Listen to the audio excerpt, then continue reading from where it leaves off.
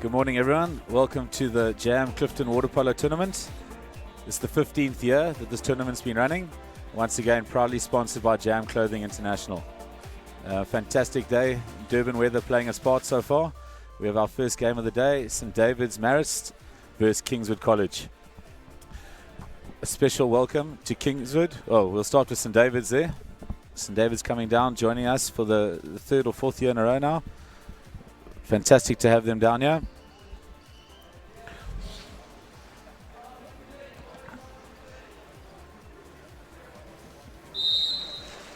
And a special welcome to Kingswood. The first time Kingswood College is joining us from Grahamstown. But definitely not the first time their coach is joining us, Mr. Brian Webster. I don't think he's missed an event yet here.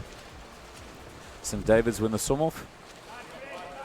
They're carrying the ball up the pool.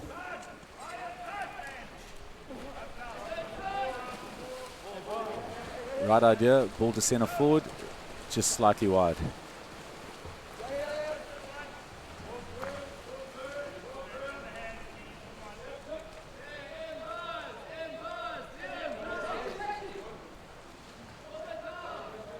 Some good movement by Kingswood on the counter-attack. Playing with the second centre forward.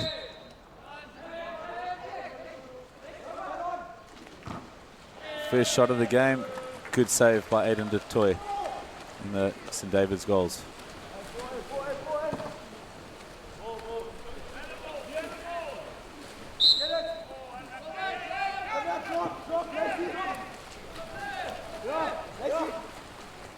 Some movement up front. Good cross pass. Kingswood scrambling, ending up man on defence here. Unfortunately, a bit of a wayward pass, giving away possession to Kingswood.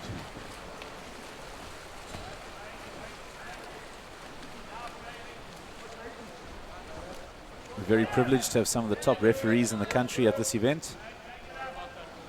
On display here, we have Mr. Brad Rowe and our FINA international referee, Mr. Dion Willis. Oh, another shot by Kingswood and another very good save by Aidan du Toit.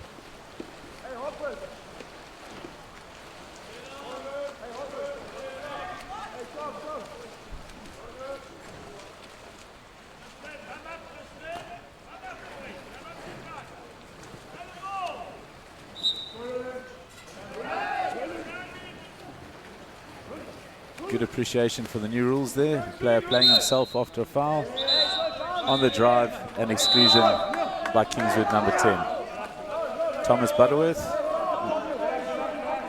Sorry, that exclusion was a centre forward, Liam Lacey.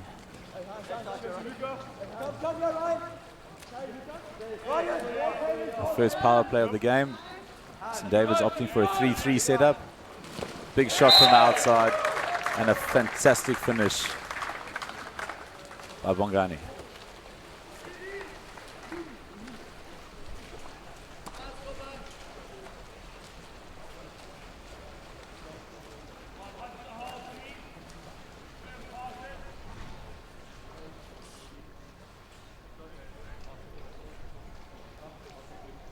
Fantastic goal by Bongane there.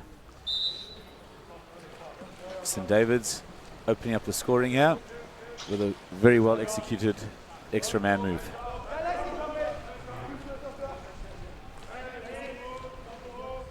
You can see here St David's opting for a drop off the left hand side of the pool. Very good splitting by the defender. St David's look like a very well drilled team on defence. Ball to centre forward and some good defensive play there by St David's. Big counter attack. Good. Ooh, unlucky with the pass from the goalkeeper there.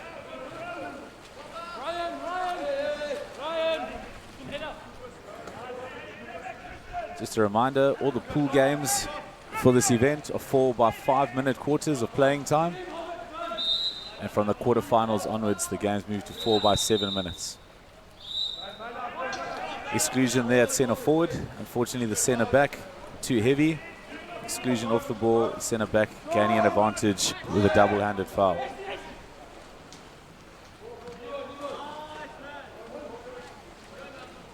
Ball's been turned over. Unfortunately, Kingswood couldn't take advantage of their extra man situation.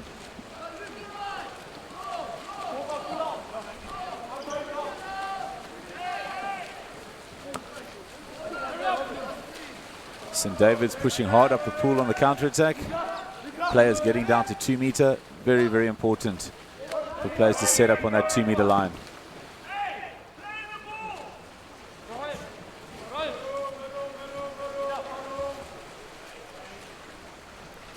Right, there's 1 minute to go in the first quarter. Currently have St David's leading Kingswood 1-0.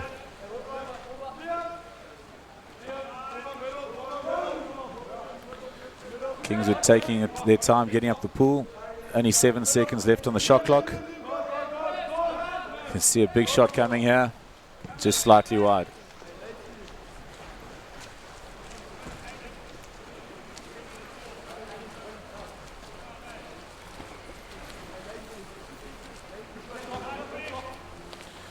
The game being played a little bit in the middle of the pool at the moment. Both coaches would want their teams to get up a little bit quicker and set up a dominant position on 2 meters. Big shot from Matthew Cooper and a good save from Aidan Chamberlain.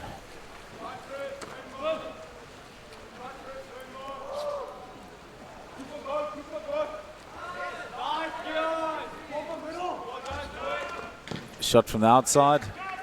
5 seconds left in the quarter. Speculative attempt by the goalkeeper there. And that ends the first quarter. St David's 1-0 up against Kingswood. That goal coming from a 6-on-5 power play.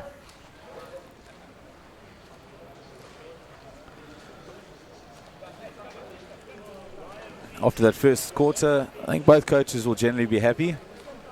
Teams are getting up the pool quick enough. Might want their teams to play a little bit wider, forcing the defense to have to work a bit harder. But other than that, a very good opening quarter.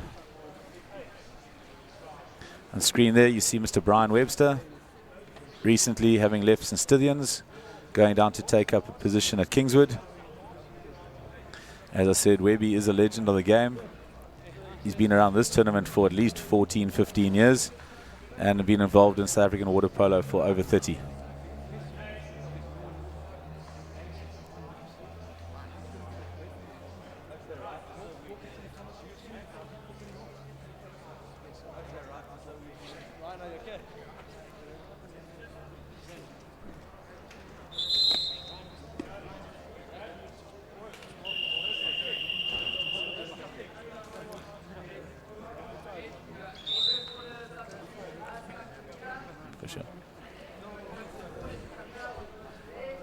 As you can see, right, we'd love people to engage in this event.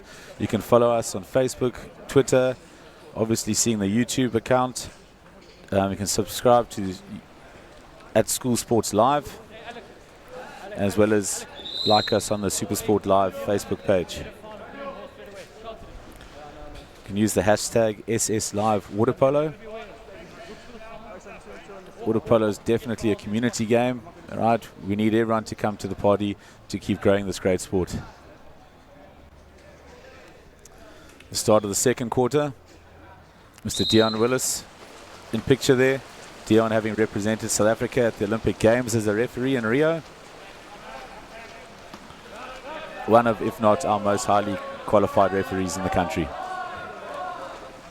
St David's winning the swim-off. Always important to win that swim-off, giving you a first attacking play in the quarter. Helps with momentum and confidence.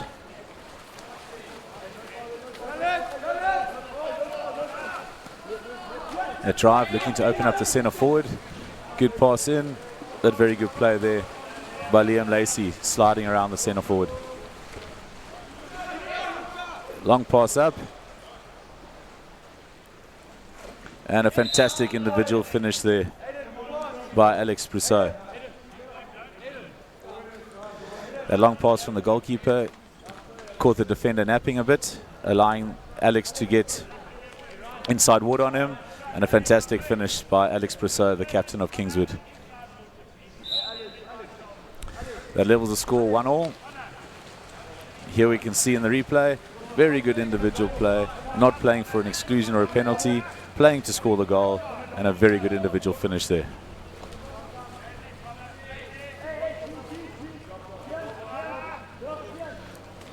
Good ball in. St David's opting for that second centre forward. Cross pass to the left-hander. Good ball into centre. And that's another exclusion on Liam Lacey at the back. St David's, the last time they had a power play, they converted with a well-worked 3-3 move. Let's see what they can do on this one here. Coach will be encouraging that passing. Ball needs to stay on the hand. Big outside shot by Luca Nicholas. Unfortunately, just wide.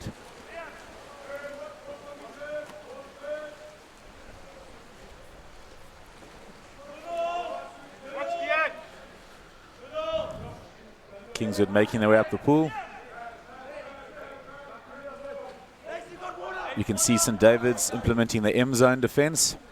One man dropping very deep back and other two defenders looking to buzz or split. Good ball into centre forward. And another fantastic finish there by Alex Brousseau.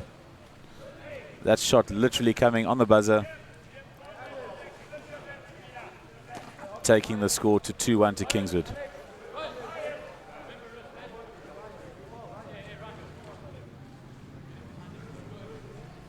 There we can see Kingswood taking advantage of the full 30 seconds. The ball being played into centre forward with 3 seconds on the clock, and a good finish by Alex at centre forward. There we go, the ball into centre forward. Fantastic back shot, putting the ball in the back of the net.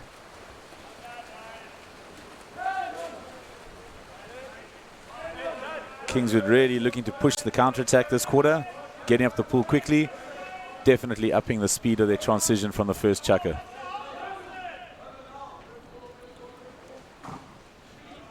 Long range effort by Tristan Haller, and again Aidan du Toit making sure he's in the right place. We have a 2-on-1 situation here. Ball back to the left-hander. And a very good finish there. Matthew Stevenson on the counter-attack shows the value in working in pairs, making the defender have to make a decision. Does he press the ball? Does he stay on the other man? We can see here the defender being caught in the middle. Cross passes coming. Always huge value having a left and right hand combination. And once again, a great finish by Matthew Stevenson. That levels the scores at 2-2.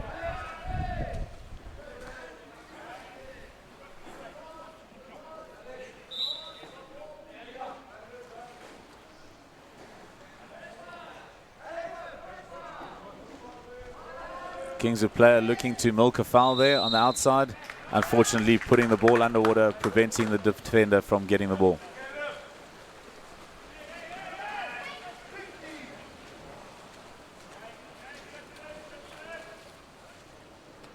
You can see St David's front line getting up the pool quickly, but not much support in terms of a second wave counter-attack. Good ball into the second centre. Back shot from the outside. Goalkeeper for Kingswood making sure he's in the right position to cover that shot.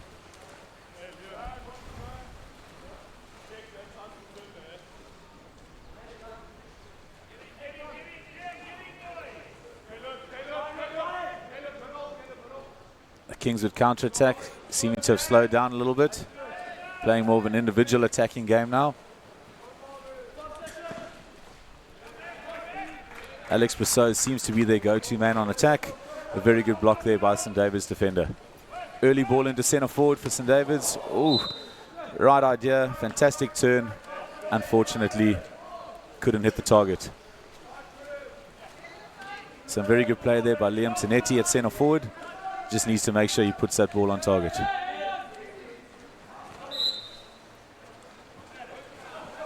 We can see there St David's defender being called for holding the attacker before he got the ball. A lot of movement up front for Kingswood. Cross pass. Unfortunately, the Kingswood player there, pushing off the defender, gaining advantage, and the referee blows a transition foul or a turnover foul. Last 30 seconds in the first half. Scores 2-0, 2-all. And we see a double change there by St David's. Unfortunately, in having to make substitutions on your attack, you slow things down. Very difficult to get a goal-scoring opportunity. Long-range effort.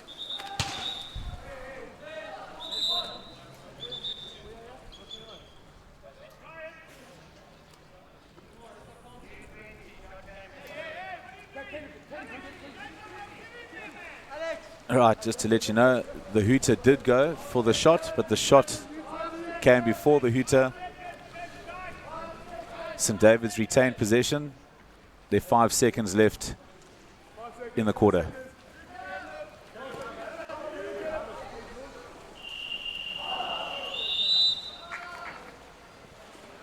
Right, so that's the end of the first half. Opening game of the tournament. We see Mr. Brad Rowe in picture there. Brad, currently the Director of Aquatics at Westville, Boys High School in Durban.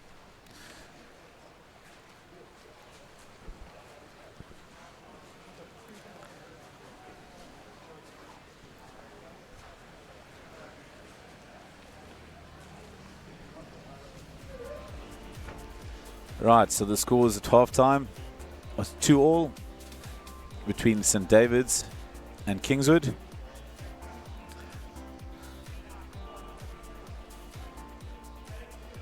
Saw some very good individual goals by the Kingswood number 6 and captain Alex Brissot, and a very well executed 6-on-5 power play by St David's to open the scoring in this game.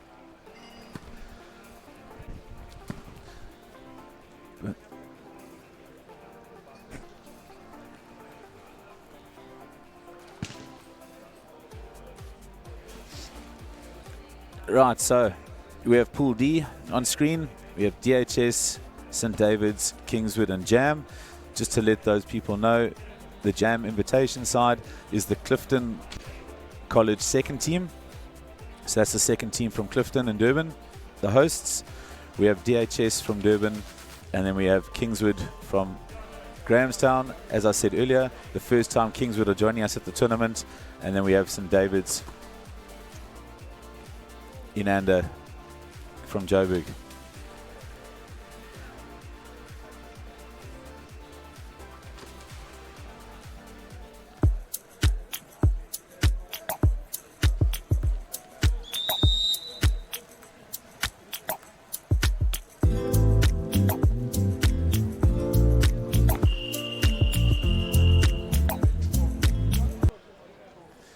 And a very, very big thank you there from Zest Beverages and Lemonicious for sponsoring this live feed going out. Live coverage of events like this don't happen overnight, and very big thank you to our generous sponsors who helped to put this event on. Another big thank you to Jam Clothing, the headline sponsor of this event. It's the third year that Jam have been the naming rights sponsor, and a huge thank you to them for their continuous commitment and contribution to Waterpolo in South Africa. Right, so the start of the third quarter, we have the scores level at 2-all. St David's in white/yellow caps, and we have Kingswood in black caps.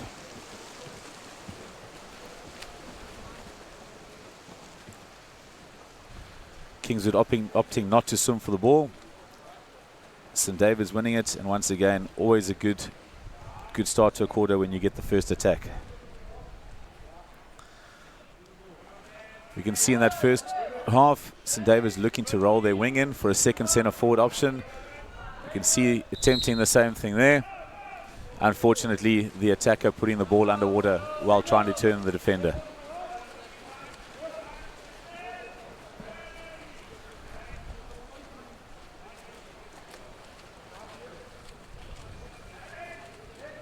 Kingswood attacking, possibly a little bit narrow. They'd want to get their players a little wider in the pool to try and draw the defense out. Poor pass, and the ball stolen by Ronan Arp. Long cross pass to Bongani. Lob. And good individual finish there. Well done.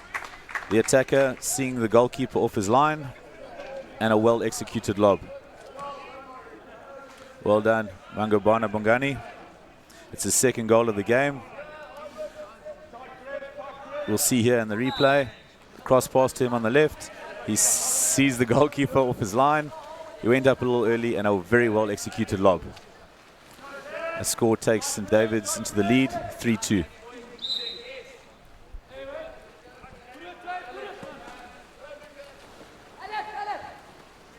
Kings are looking for their go-to man, Alex Brissot. And a very good steal there by Luca Nichols, working hard off the ball to come back and help his centre back.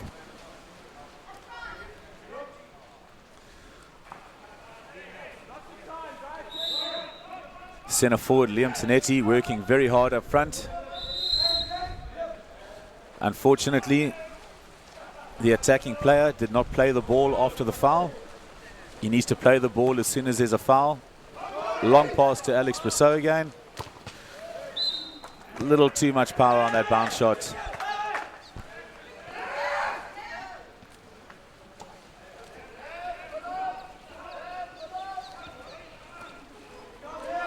St David's with 3 players up the pool already. Walking up the pool. Ball to centre forward on the hand. Fantastic effort. Great save by the Kingswood goalkeeper. Oh, another long range effort, unfortunately hitting the post there. We can see the earlier quick transition play. Unfortunately, that bounce shot a little too far away from the goals and too much power, making the ball go over the top.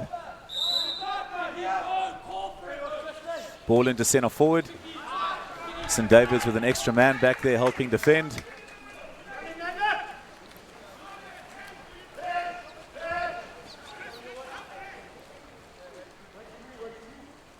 You can see St David's opting to keep 2 players up the pool when they're defending.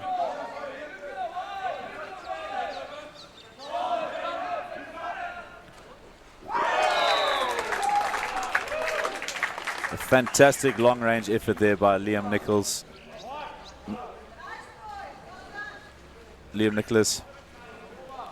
Once again, the value of having a left and right-handed combination in the pool.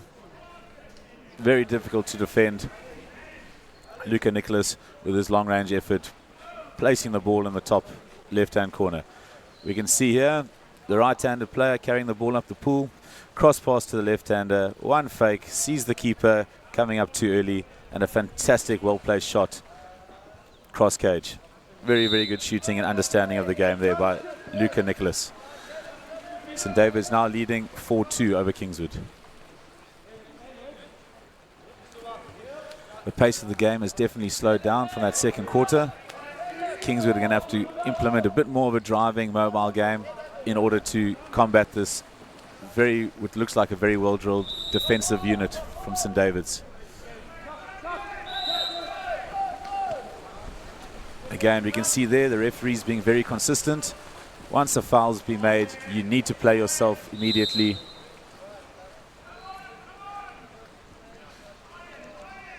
Good ball into centre forward yet again.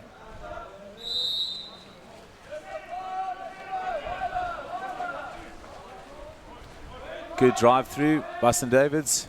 Individual. Ooh. Unfortunately, the attacker opting for a lob there. Possibly a hard off-the-water shot under the goalkeeper's arms would have been a better option.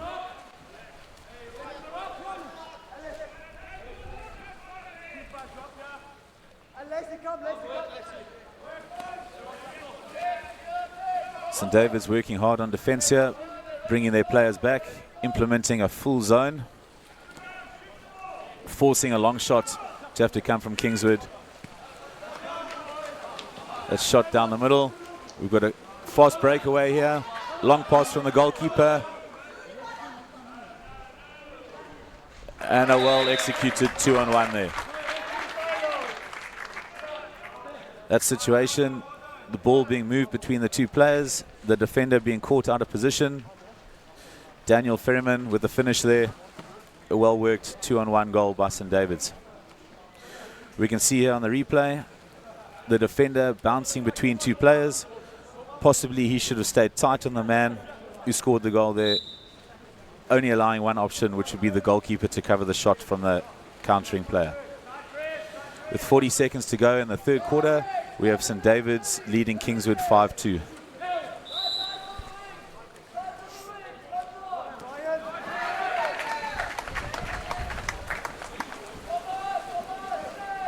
Steal there by Caleb Kremet. Big counter down the middle of the pool.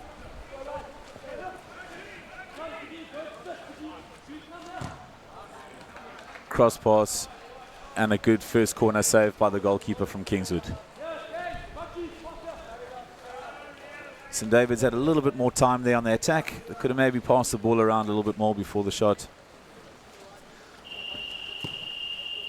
But at the end of the third quarter, no arguments. That quarter definitely goes to St David's, winning that quarter 3-0 with some very good team play.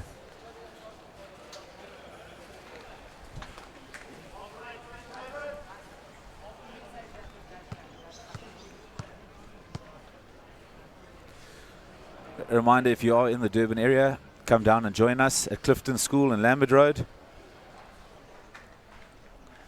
This is the 15th edition of the Clifton Waterpolo Tournament, proudly brought to you by Jam Clothing, and our live streaming being sponsored by Zest Beverages and Lemonicious.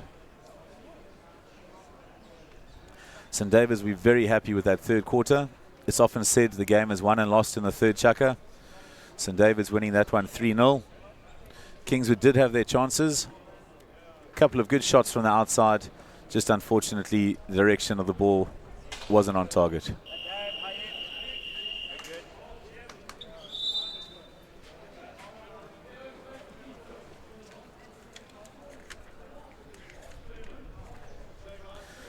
Up next today at 8:45, Pool C, we have Glenwood in white caps. We're playing Pearson in blue caps. As Glenwood's, the local school down the road, versus Pearson joining us from Port Elizabeth. So second year Pearson are joining us. Always good to have teams from around the country joining to make this one of, if not the premier boys water polo tournament in the country. You can see here at the start of the fourth quarter, Kingswood opted not to swim for the ball in the last one. Seems like they'll be doing the same thing now. Mongabana Bongani, I think that's his third swim-off win of the game. Definitely one of the St David's go-to players on the left-hand side of the pool.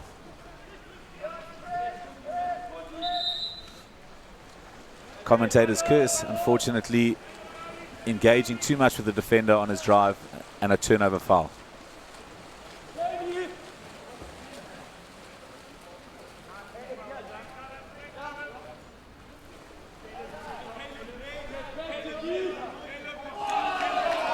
Fantastic steal there by Matthew Stevenson, pushing the counter,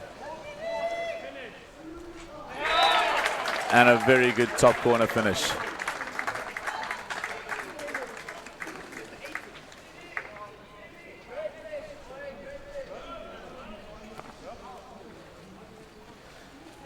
That goal shows the importance of leg work and strength.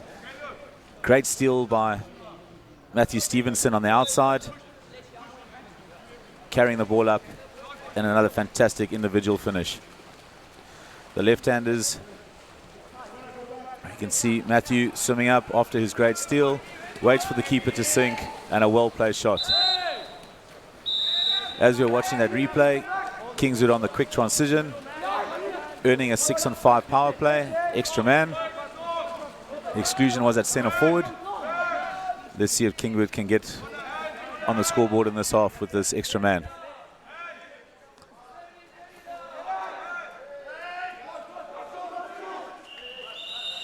Unfortunately, some poor passing, putting Kingswood under pressure. Matthew Stevenson reading the game well, turning a 6-on-5 negative into a counter-attack option. Great save there by Liam Chamberlain and the Kingswood goals. A good example there. You often have a lot more time than you think with a one-on-one in front of goals. You can see he opted to shoot the ball under the goalkeeper's arms, whereas previous effort went top corner. Another exclusion on the drive. Kingswood looking to play a way more aggressive driving game. Another big effort from Alex Brissot on the outside. Unfortunately, again, hitting the crossbar. We had a long pass from the goalkeeper of St David's, trying to get the quick break. Kingswood goalkeeper reading that, coming off his line. We now have a 3-on-2 opportunity for Kingswood. That's Alex Brissot's 4th attempt at that quick shot, and making no mistake this time.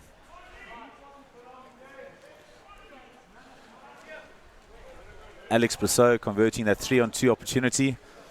Unfortunately for St David's, their miss on that side allowed a 3-on-2 for Kingswood, and a very good finish there by Alex Brissot.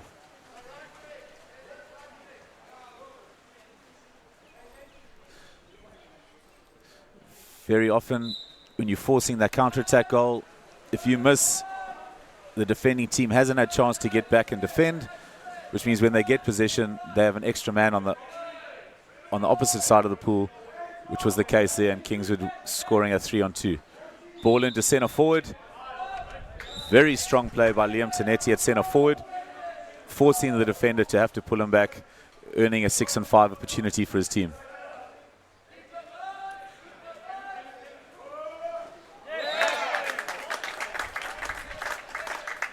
We see St David's taking advantage of their 6-on-5 power play.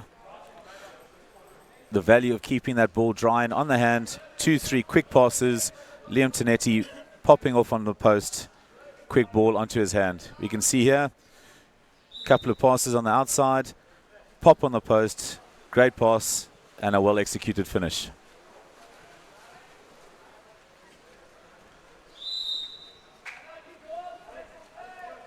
St David's making the most of their extra man opportunities in this game.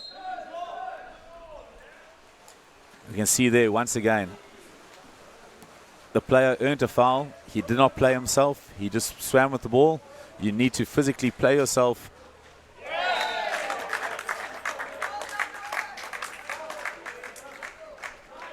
St David's team reading the game very well from the turnover foul. Catching Kingswood with a quick counter breakaway. Long pass to Ronan Arp, and a very good finish.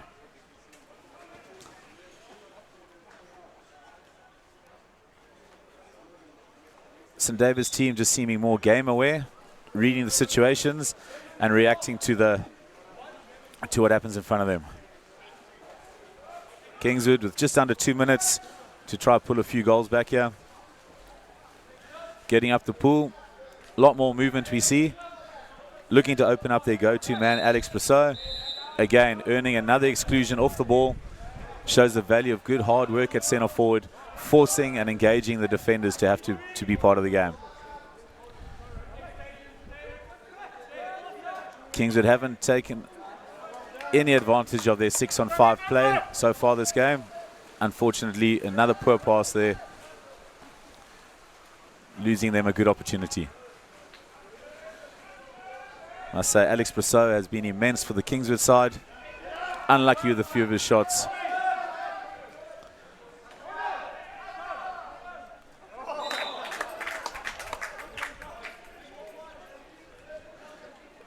Another very good transition goal there by St David's. We'll see on the replay. The attacking player watching the goalkeeper and shooting accordingly. You see here as the ball goes across, one little fake, goalkeeper goes up, and very well read by the attacking player. Good lob goal, well done, Mongabana Bongani. We're into the last minute of this game. St David's currently leading Kingswood 9-3. player being pressed very tight in the corner. That foul happened within the 2 meter. The player needs to take the ball outside of the 2 in order to play the ball. Referee adjudicating the defending player having put the ball under there.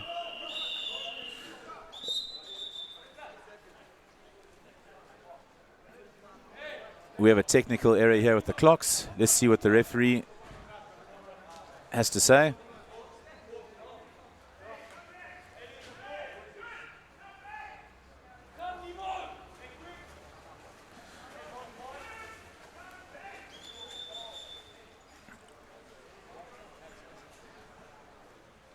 Right, so there, the shot clock had run out. Possession turned over to St David's. The St David's coach calling a timeout with 30 seconds to go in the game. A reminder that each team in the pool stages is allowed 1 timeout per game. And when we get to the quarterfinal, semi-final and final stages of the tournament, each team will be allowed 2 timeouts per game. I would imagine the St David's coaching staff would want to work on a set play here, a set move. Maybe when there's a tight game, they would need a timeout to calm things down, chat to their troops. So, as I said, presuming we're going to see a power play or a structured worked move here.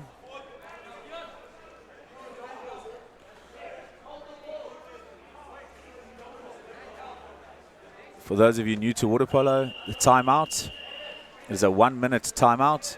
Coaches have 45 seconds to chat to their side and then 15 seconds in order to set up. With these new rules that have been implemented, the goalkeeper is allowed to attack over halfway. So we see St David's here looking to send their goalkeeper up the pool. They now have a 7-on-6 situation. Trying to work a shot from their goalkeeper here.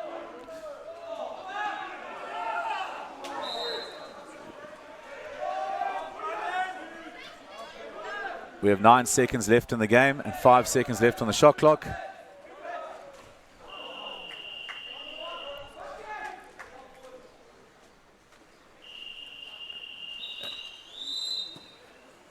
And that's the end of the first game of the Jam Clifton Water Polo Tournament for 2019.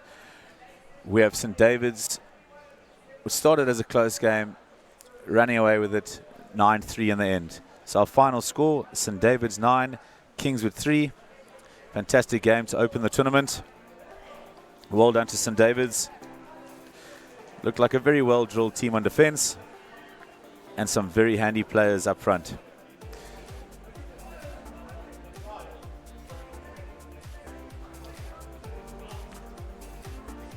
Right, thank you. So the end of our first game, St David's 9, Kingswood 3. Our next game coming up in just under 10 minutes at 8:45. Pool C, we have Glenwood in white caps versus Pearson in blue caps.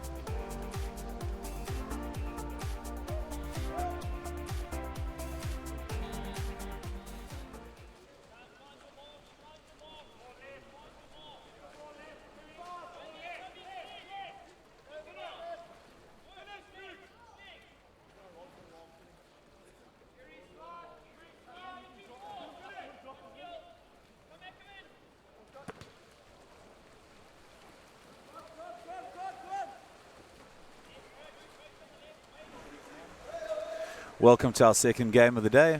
We have Glenwood in white caps, Pearson in black caps. Glenwood having just missed an attacking opportunity. We now have Pearson looking to attack. Wayward pass, giving possession back to Glenwood.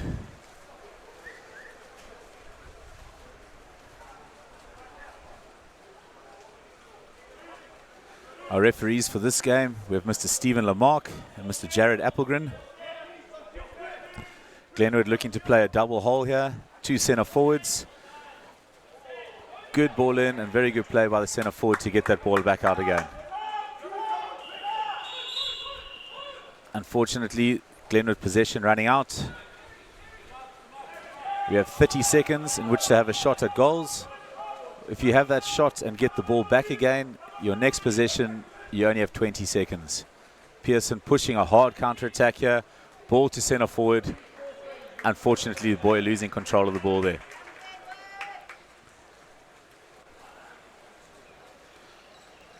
There we have Mr. Steve Lamarck in picture. Steve is currently the Director of Coaching for South African Waterpolo.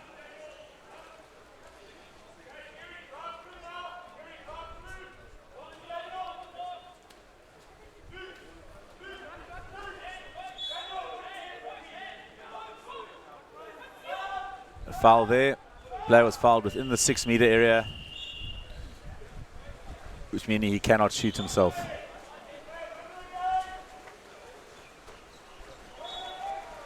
Wayward pass by the Pearson goalkeeper. Ball going out of play.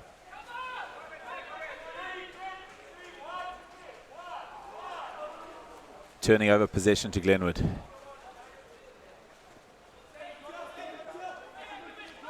Pearson working hard to get players back on defense. Currently with an extra player on the defense here. Some good defensive play by Pearson, turning over the ball.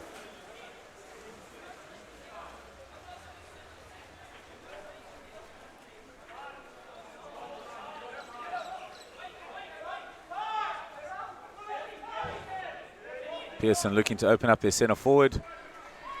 Ball in, very good positional play by the centre back there for Glenwood. Sliding around and stealing that pass. Bullet on the counter-attack. Very explosive player. Always looking to be in the game.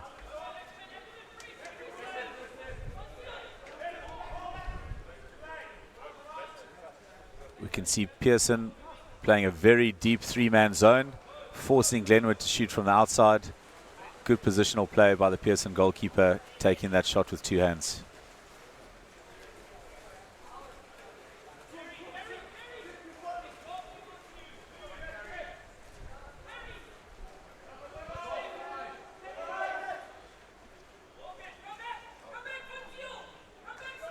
Long-range effort by Pearson. Tristan Shawcross and goals for Glenwood. Making a comfortable save there.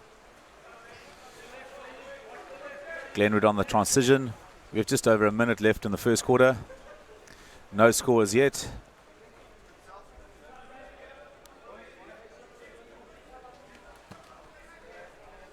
Long range speculator. Unfortunately, not being able to catch the goalkeeper unawares.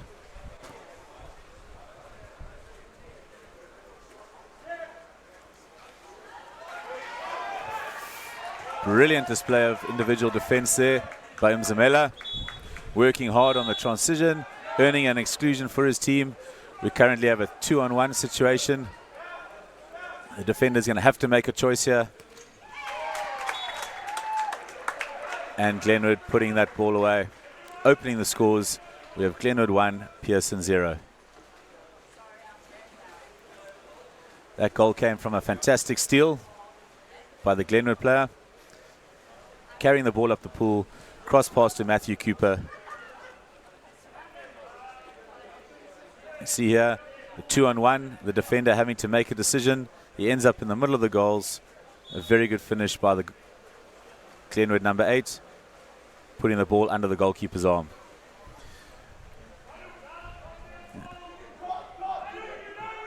Apologies there.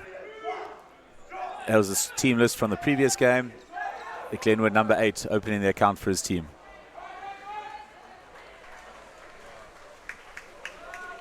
Ball turned over. We have 8 seconds left in the chukker.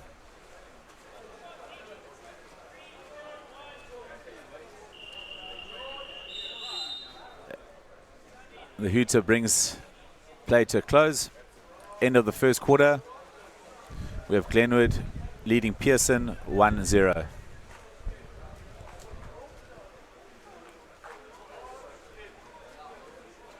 Big thank you to our headline sponsor, Jam Clothing. Tournaments and events like this don't just happen. So a very big thank you to Jam Clothing for their continuous support of Waterpolo and KZN and South Africa.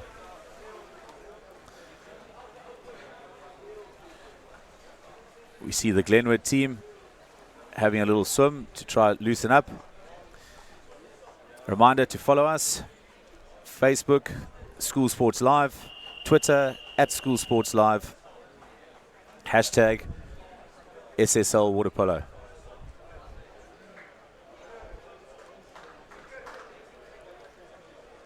If you are in the Durban area, come down, join us at the Clifton Aquatic Centre. Some fantastic water polo on display. And for the rugby fans, we do have TVs, big screen, and refreshments available. You get the best of both worlds. Watch the Springboks beat New Zealand and watch some high-quality schoolboy water polo.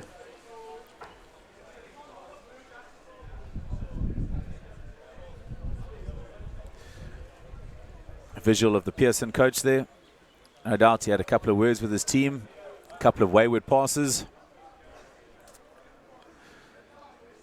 Cut out the individual errors, and the game becomes a lot closer. Sum off for the second quarter. Very competitive. We have Glenwood just winning that sum off, giving them the first attack of the second quarter.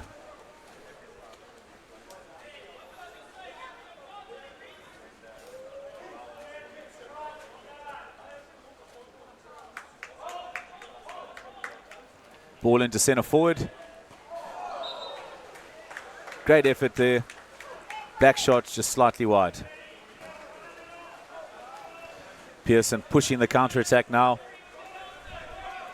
Clearly some stern words by their coach at half-time. Ball into centre forward. Unfortunately, that ball being passed in the air. Should have been played on the water for the centre forward to be able to half-turn the defender.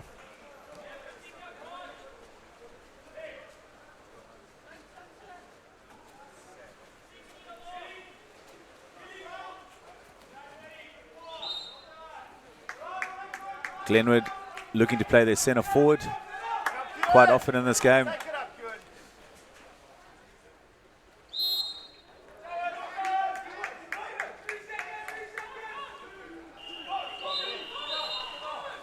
Unfortunately for Glenwood, the 30-second possession clock running out.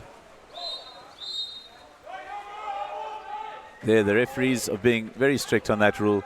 If you are fouled, you need to play the ball. You need to actively put the ball in play by either passing it to yourself or popping it up onto the water before you swim with it. Ball into centre forward. Strong play by centre forward. Fantastic effort. Unfortunately, not being able to find the back of the net. Very, very good play by the Glenwood centre forward. Quick ball up. Pearson centre forward not coming back on defence. Looking to play the quick ball in. Unfortunately, not being able to score, but a good save by Tristan Shellcross and goals for Glenwood.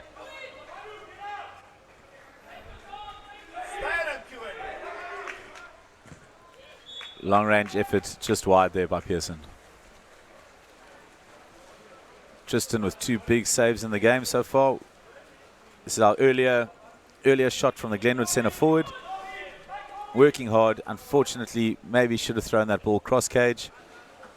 But credit to the centre forward for the hard work he did there.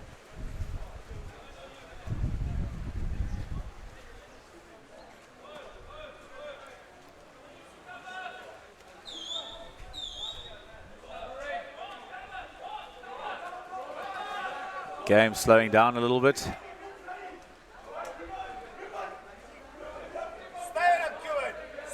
Ball into centre forward. Fantastic back shot there by the Pearson number 12. Definitely their go-to man on attack.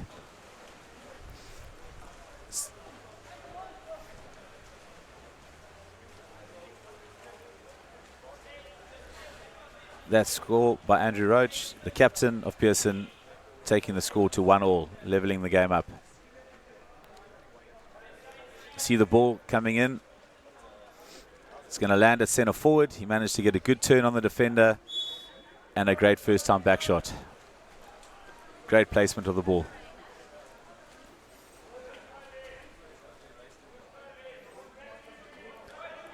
Glenwood playing with a double centre forward, looking to roll their wing in from the wing to centre forward to line up the back shot.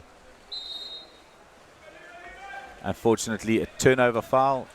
Referee deciding that the attacking player was holding the defender too much.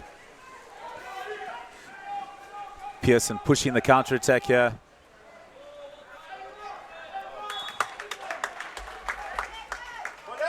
Good play by the Glenwood defender. Not committing a foul, forcing the ball to be thrown out of play by Pearson.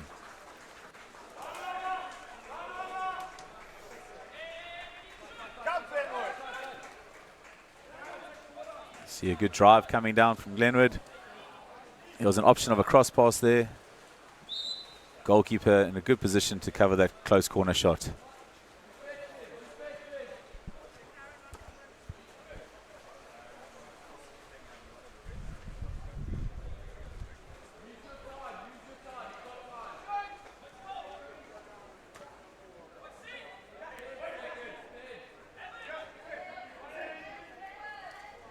Pearson going to the big centre forward again. Another back shot. We see that previous attempt by Glenwood. Looking for the cross pass, hoping to catch the goalkeeper unawares. The goalkeeper covering that near corner. Good save.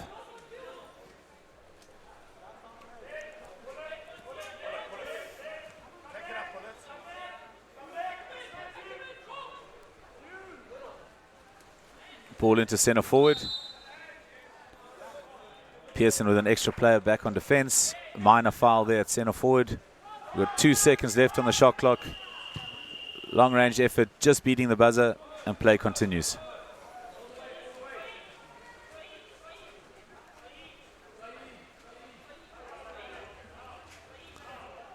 Pearson again, looking to feed the ball into their big centre forward. Ball goes in. Slightly wayward pass, giving the goalkeeper and defender time to slide off and steal the ball.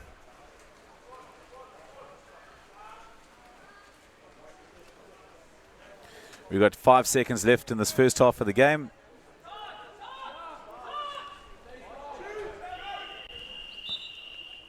Right, and that's half time. We currently have the scores deadlocked at 1-1. Glenwood versus Pearson.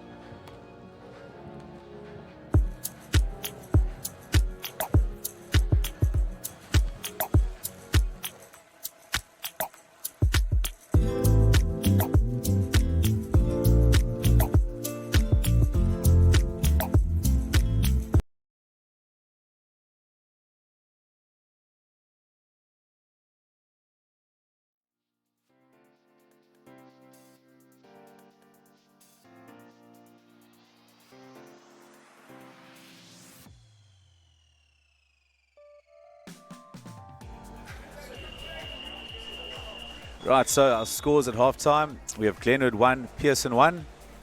It's my pleasure to introduce Mr. Brian Webster. He'll be taking over from me in commentary. Mr. Webster has been at this tournament for, I think, all 15 years. Was running director of Waterpolo, aquatics, and pretty much everything at St Stithian School.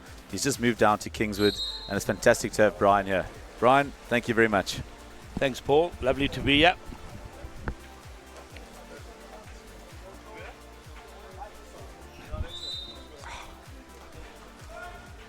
Right, Glenwood wins the swim-off. Glenwood on the attack. Pearson are doing the drop.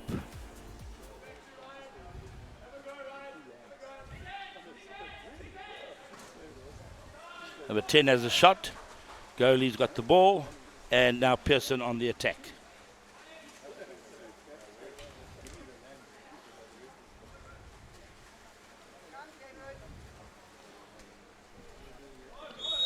Pearson get the foul. Still on the attack. 12 seconds to go in this attack as such. They've set up the D. Foul on number 3. He has a shot. Well blocked by the defender. Back to Glenwood on the attack. Score still 1-1. Ball gets passed to the right-hand side. Ball still wide on the wing. Right, they've set up the D. Pearson are still doing the drop in the hole. Full drop. Ball goes to the centre forward. Double mark, loses the ball. Pearson back on the attack.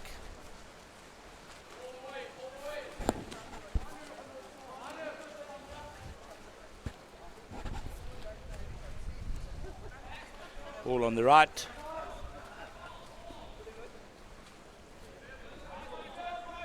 Pearson number 8 spins the player. It's on the drive.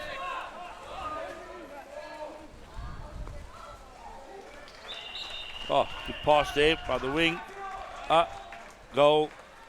Pearson are now 2-1 up.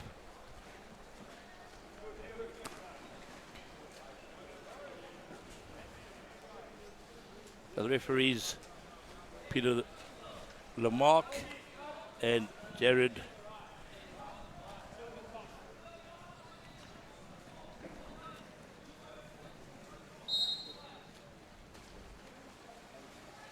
that goal, the goalie was caught out of place. Glenwood on the attack. Ball gain to the left-hand side.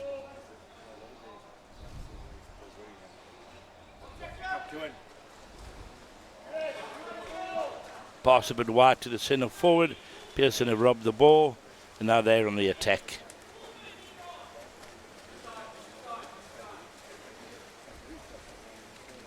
Pearson bringing the ball up on the left-hand side.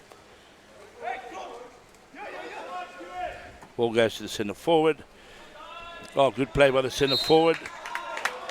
Penalty awarded to number 12. Ryan White gets a penalty against him, which is a major foul.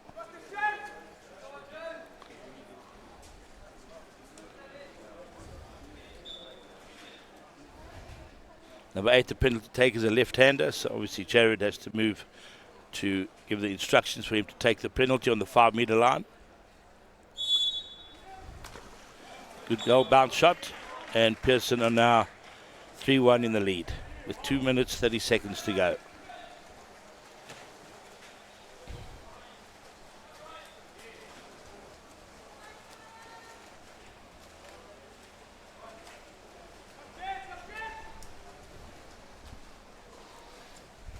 Right, Glenwood about to start their attack.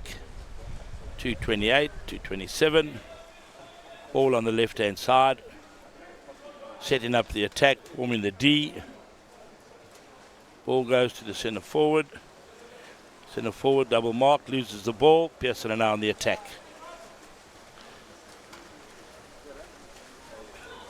Great penalty shot going to the goalie's left-hand side.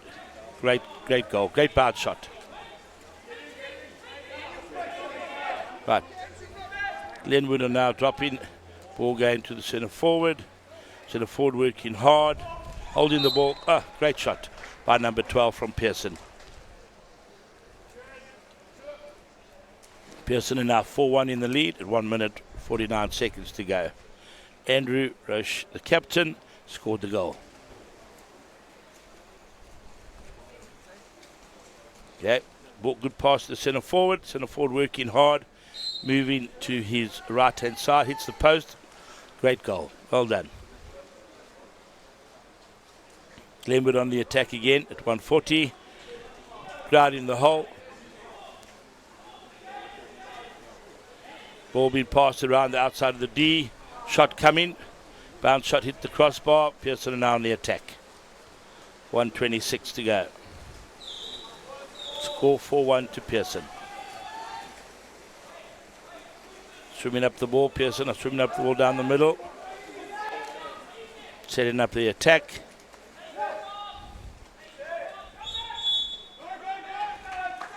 Reversal.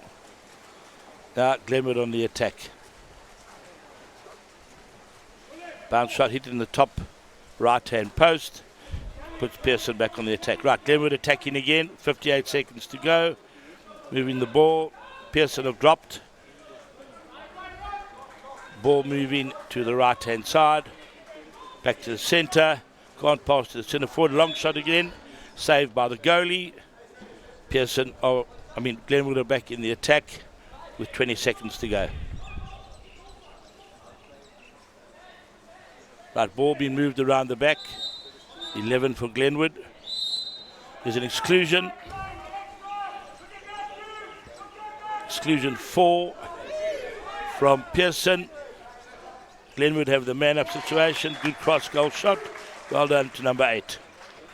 The score is now 4-2 to Pearson. 30 seconds to go in the third chukker.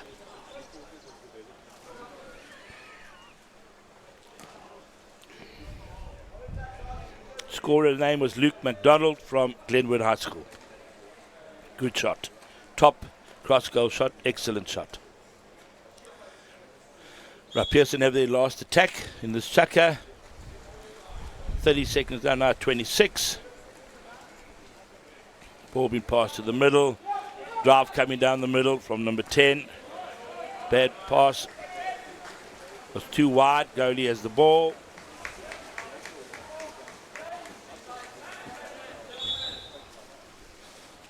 Glenwood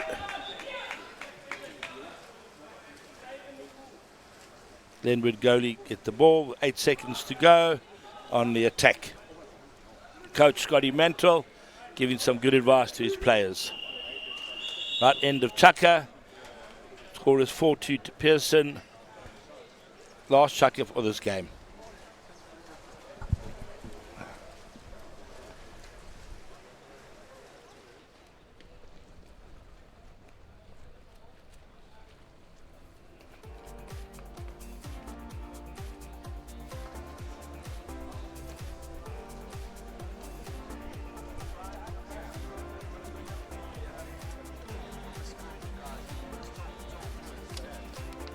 Okay.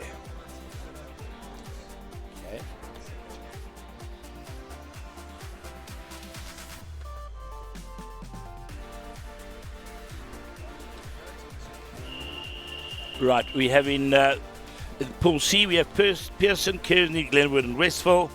I think they're pretty evenly matched.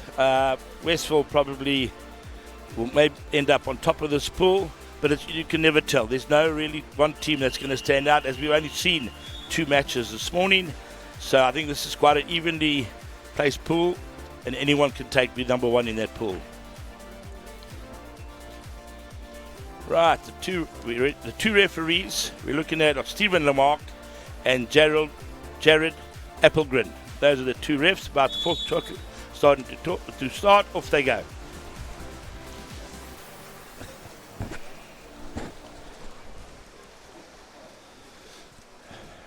Glenwood win the swim off. Start the attack, moving up the pool. Pearson are setting the drop defence.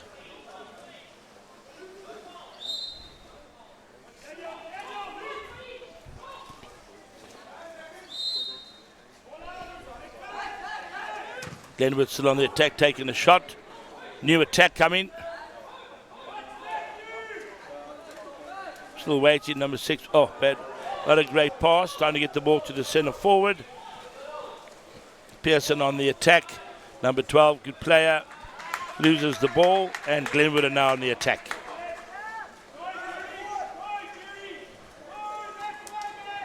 There's a break on the left-hand side. Oh, ball under by the white player.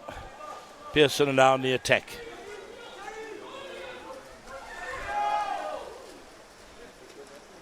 What's important in the game is that people, or the players, swim with their heads up. Right, so the attack, Pearson attacking. Centre forward, centre back, busy wrestling. Reversal against the centre forward of Pearson. Glenwood now on the attack. Ball going to the wing on the left-hand side.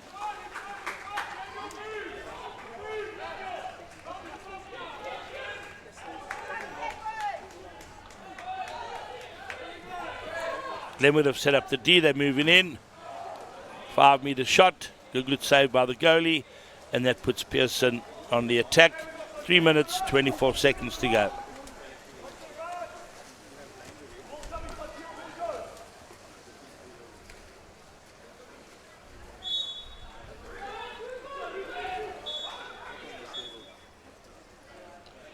Pearson still on the attack, passing the ball across the front of the goals.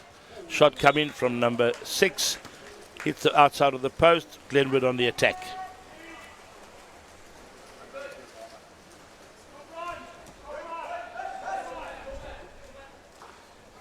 Right. Glenwood on the attack. Ball is on the right-hand side. Setting up the D. Passing it around the back of the D. Ball goes to the centre forward. Double drop. Centre forward loses the ball. Pearson on the attack. Pearson number 12, driving the ball up the pool. 2 minutes, 35 seconds. Pearson still in control of the ball, 15 seconds for the attack. Number 12 driving all the way through, no one really marking him. Oh, good, great pass across the front of the goals to number 2. Made it easy for him to shoot. Good goal scored by number 2 from Pearson. The score is now 5-2, 2:21 to go.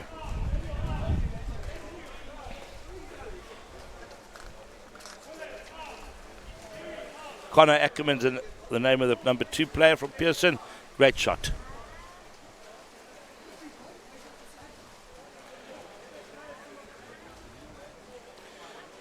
Great ball by number 12 on the shell on the hand. Gives the goalie basically no chance. Great shot by Connor.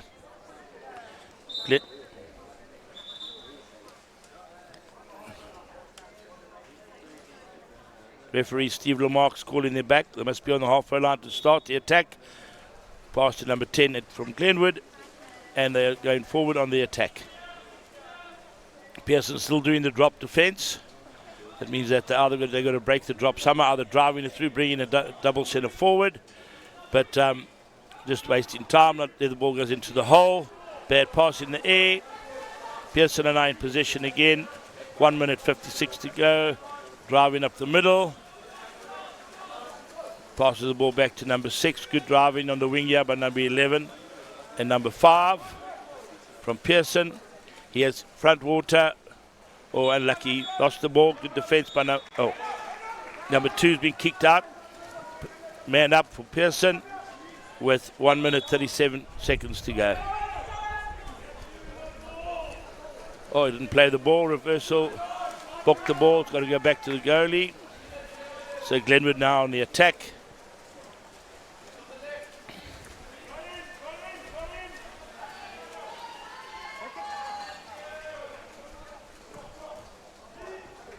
Long shot by Glenwood number 13. Reflected onto the goalie. Saved. Pearson back on the attack. 1 minute 10 to go. Moving the ball on the right-hand side. Taking it up. Pearson are 3 on. So 4 on 3. Glenwood in defence. Ball going back 6, 7, 8 metres out. Foul.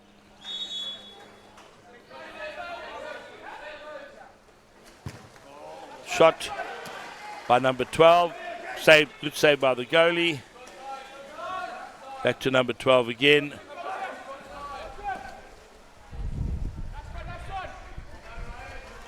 Drop on number 6, the centre forward from Pearson. No, Glenwood on the attack. Ball being passed to the right. Moving it up. Ball goes to the centre forward. There's a reversal. Pearson back on the attack, 20 seconds to go. 19, last attack.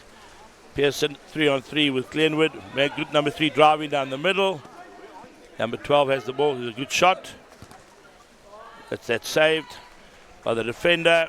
7 seconds to go. Glenwood goalie in possession. 4, 3, 2, 1. Final score, 5-2 to Pearson.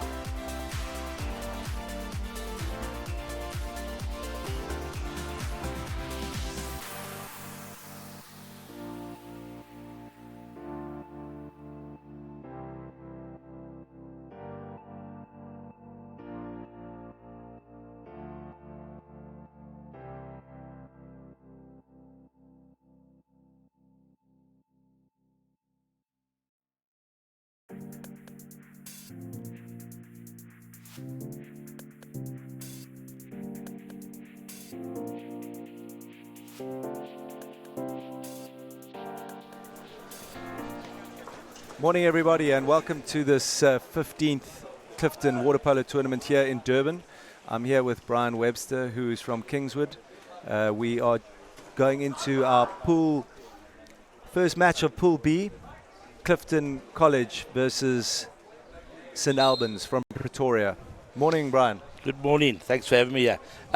This is going to be one of the better games, I think. Clifton obviously winning the tournament 9 times out of the last 14 years. So I think Clifton will have the upper hand. We haven't seen St Albans play yet, but I think this should be a pretty good game. Let's just have to see how it goes. St Albans coach is Julian Cowper, and the Clifton coach is Paul Martin. We have a few minutes, 3 or 4 minutes to go before the game starts. I think Clifton College have just been on tour up in Johannesburg. I think they played against Sax in the final of a tournament up there, and I think they just lost. Sax obviously playing a tournament same time of the year, currently in Cape Town. So 2 big tournaments happening in South Africa on the schoolboy water polo schedule. The conditions here, this pool is looking amazing, crystal clear.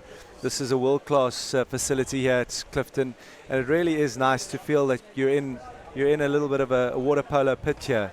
Grandstands on each side, and good to be. A lovely day in Durban. I think tomorrow weather's looking a little bit more severe, but right now we'll take the weather.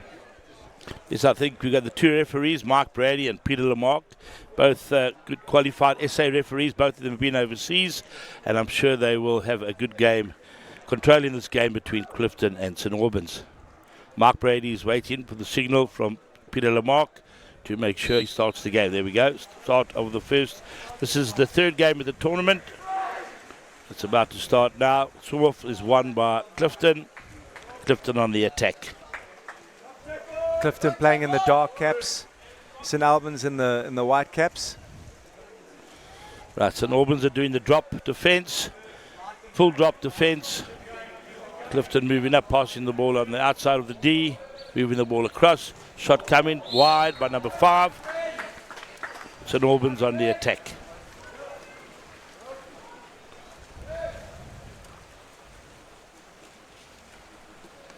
Clifton well drilled side. Well, the coach, Paul Martin, is a South African coach for the men's, so obviously his knowledge is worn on to the boys, and there will be a good, well-drilled side. 5 seconds on the attack to go. Shot coming, hit the crossbar. Clifton back on the attack. Clifton working it up the right side of the pool. Man up, Clifton a man up. Exclusion for number 3 from St Albans. And there we go. First goal of the game. Scored by number 8. Which is Noel Ditz. Puts Clifton in the lead, 1-0. No, Ditz just quite an easy goal for him there. Man exclusion and pass to him in front of the goals. Easy goal. 1-0 Clifton. That's St Albans on the attack. 23 seconds to go. Clifton are doing a tight press in the defence. Number 11 for St Albans, good centre forward. He's just got the exclusion. 4 from Clifton excluded. St Albans have a man-up situation. A lot of action happening there in the hole.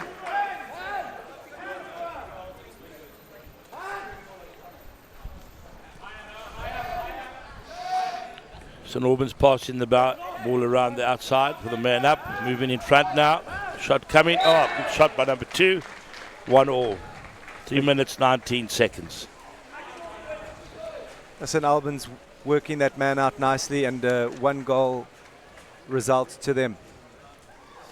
Let's just see that replay on our screens.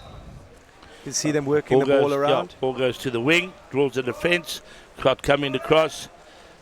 Good cross goal shot. Hit the crossbar, well done. Excellent shot. And it's scored by Chris Marlowe. I think just seeing that replay from a coaching point of view, you can see how the defensive player there was a big hole there. Definitely, yeah. Which there was the no movement in the defence. Clifton on the attack. Had a shot wide. Deflected off the goalkeeper. So now it's a corner. And looks like St Albans backset has got his hands full with the Clifton number 8. Yes, so the Clifton centre forward number 8 is actually a very good player. So they drop now. Ball with the corner. Number 5 has the ball. Oh, great shot. Again, cross goal shot, top corner by number 5.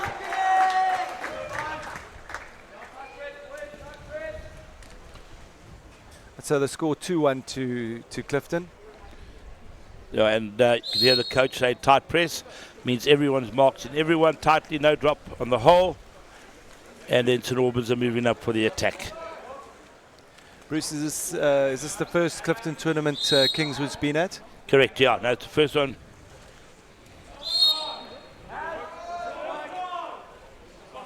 Okay, moving the ball out on the outside. They've dropped on the hole now. Still tight press on the wings. A lob shot going in. Hit the crossbar. Clifton on the attack. Right, ball again from the left wing, pulls the defence across. Good shot, goalie moved, and the shot went to his right. Well done, good shot. And while we're showing that replay, there was another goal from Clifton, which brings it up to 3-1. So high scoring first chucker. 2 minutes to go. Yep. 3. Missed that. Here we see it. This is the goal that we missed. Fast break down the right. Plenty of room. Great Nothing the left-hand keeper player. could do. Yeah, good shot, cross goals. Excellent. Right, St Alban's on there. Attack now. 1 minute 50. Setting up the attack. Ball coming to the right-hand side. Big drive coming through the middle. 5-minute penalty. Again, it's number 3. Fouling the player for the drive down into the 5-meter. Good refereeing. Penalty will be taken by probably number 11 from St Albans.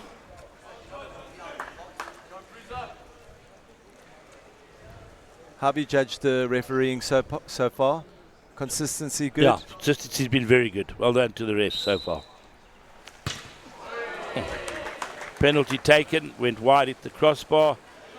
The defenders have it, plays passing the ball up. And Clifton on the attack with 23 seconds to go. Yeah, I think St Albans will be disappointed not to have scored there. Penalties are vital in scoring goals. You need to make sure you score every one. It just puts the opposition under pressure. Strong shot from Clifton. Oh. Long shot, rebounded off the goalkeeper, picked up by number 10. Flicked back into the goals. Clifton are now 4-1 with 1 minute and 9 seconds to go in the first chucker. And that's that centre forward, the number 8 from Clifton we're talking about. He's I'm sure he's an SA school player as well. Here we see it off the timber. Number 10 has a long shot. Good save. Unlucky he couldn't control the ball. Number 8 from Clifton picks it up and just flicks it off the water into the back of the net. Yeah, I think the awareness there from St Albans is something that could have prevented that goal. Yeah, I think the centre back was a bit sleepy there, but right, Clifton on the attack. Ball on the left hand side. Good drive, a lot of pace. Number 10 has the ball. Shot. Good drive. Number 10 scores. Scores now 5-1 to Clifton. Clifton look the fitter side, and they're good swimmers, and I think that's an asset to them at the moment. Yeah, I think Clifton just flexing their muscles. It's their home turf, so obviously familiar with the surroundings, familiar with the pool, and want to give it a good showing on their first game. Their first game, yeah. The ball went to the right, back onto the left. Good on the hand, pick up, good shot. St Albans taking it up the pool.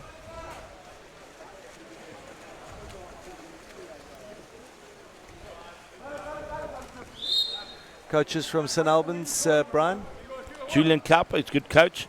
He spent his school days at St John's College in Johannesburg. He's moved there for the last, 4 years at St Albans, and their polo's definitely improved. St John's, obviously one of the biggest schools that's not represented here, but also a very good water polo school. Yeah, good reputation. Under the leadership of Lado Trinnick. Great goal. Ball on moving on from the right to the left on the hand. Good shot. Doesn't give the goalie much chance at all. There we have it again. Noah Ditz putting it in the back of the net. That's possibly his 4th goal today. I think 4th goal. 2 seconds to go. Ball was on the right, passed on to Noel Ditz. Good shot, bounce shot in the corner. Doesn't give the goalie much chance at all. End of the first chucker. Score is 6-1 to Clifton. I think a big part of this tournament is the quality of the refereeing. Bruce, you mentioned Dion, who is he South Africa's only world referee? Yeah, he refed at the World Cup this year in South Korea. But all the referees have got international. Most of them have got international knowledge. And it's great to be in a tournament where there are neutral referees. So, most of the blows are going to be exactly as it should be. They know the rules well, so there'll be no problems with the referees, I'm sure, this tournament. Zest Beverages, the sponsors of this 15th Clifton Water Polo Tournament.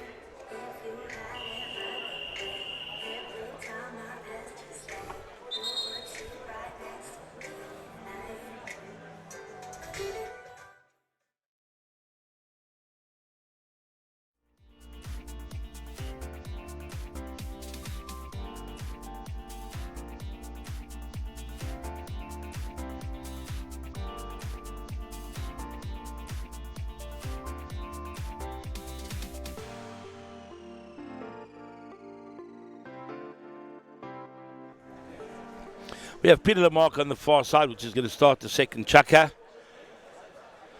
Ready for the chukker to start, and off it goes. Swim-off also important to give you possession. If you win the swim-off, means you got the first attack, and actually gives you that advantage. So Clifton win it again. It's 2 out of 2 swim-offs to Clifton.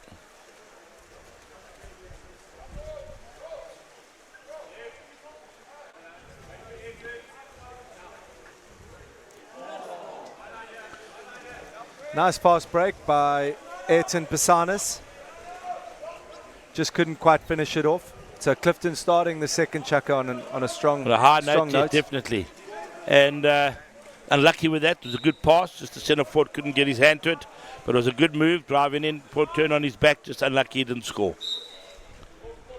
Foul to St Albans. They drop in on the hole. There's a drive across the hole. There's 2 seconds to go. Oh, kick out exclusion on 7 dark cap blue from Clifton means St Albans now have a man-up situation. They have 20 seconds to attack. That's Jaden Wiley, who's sent to the corner from Clifton. So they're setting up, looks like a 3-3. I think St Albans just need to take their time. Oh, Fantastic shot. Long range there. yeah, but by number 12 from, by number 12. It's a good shot. Accurate top corner. It wasn't even a hard shot, just well placed. Right, so there the ball goes across the goals from the right to the left. Shot top corner, which was well controlled. Didn't even have to be hard. Just put it in the right place and beat the goalie. The goalie thinking he's going to be going left and put it in the top right. Fantastic shot, St Albans. I think that brings the score up to 2-7 now.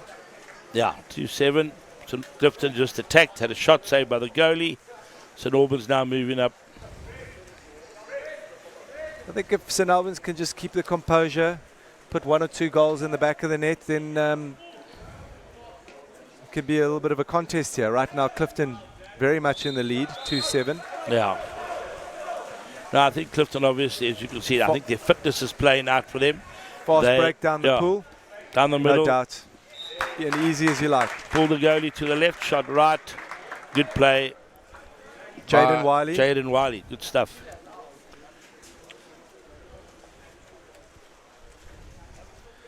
Jaden Wiley swapping out after that fast break. I think leg work is extremely important here. There, St Albans lost the ball because the one attacker, just legs weren't strong enough, and he was robbed by one of the Clifton players. Clifton robbed the ball again on the attack. Looks like we've got an exclusion there too. Number 4, St Albans excluded. Number 10 scores great goal. Well, that brings the score up to 8-2. 8-2. And that's the number 10 from Clifton, Simon Taylor, putting it in the back of the net. I think Simon scored the last 2 goals. Great swimming, good shooting off the water, which doesn't give the goalie much chance at all. Clifton College really known for their water polo. Similar to Reddam, a focus sport at the school. No doubt they are very proficient at a lot of other sports, but definitely water polo being their flagship sport. And definitely due to Paul Martin, who's put a lot of emphasis here on structures, training, and well-drilled side, as we've said.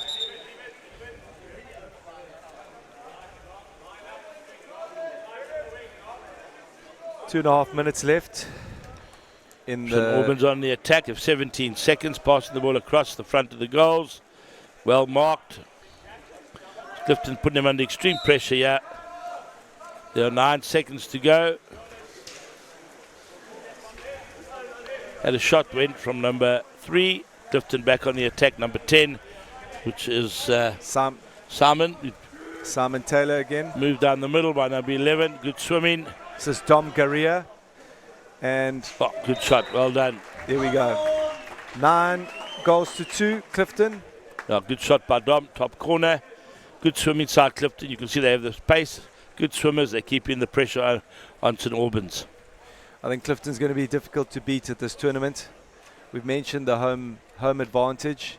We've mentioned the final that they played up in Joburg against Sachs, so definitely got some BMT experience early in the season. And they look very well drilled, yeah. So St Albans on the attack.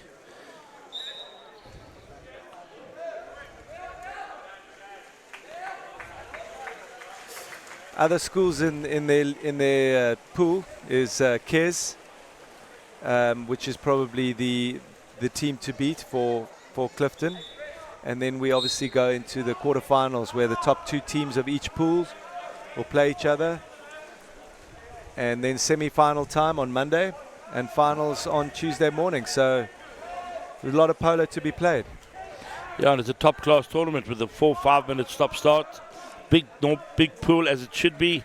It's good for water polo in the country as such. Clifton back on the attack. Good swimming side. They've got a 3-on-2. Ball's been carried up on the left-hand side. Man is wide on the right by Chad Ace. Chad's got the ball. Great cross-goal shot. Sorry, that was that was number 10. That was Simon Taylor again. So a plethora of goals from Simon. So what Clifton are doing is drawing the St Albans attack up, and then Clifton's counter-attack is superb with their speed and their fitness. Doesn't give St Albans much chance at all. 1 minute to go in the second chukker. Score was 10-2.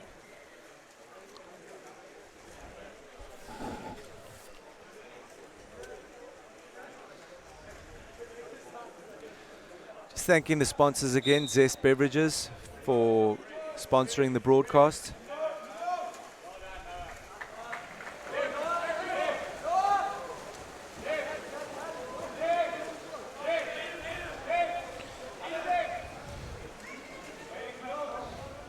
Again, Clifton on the attack.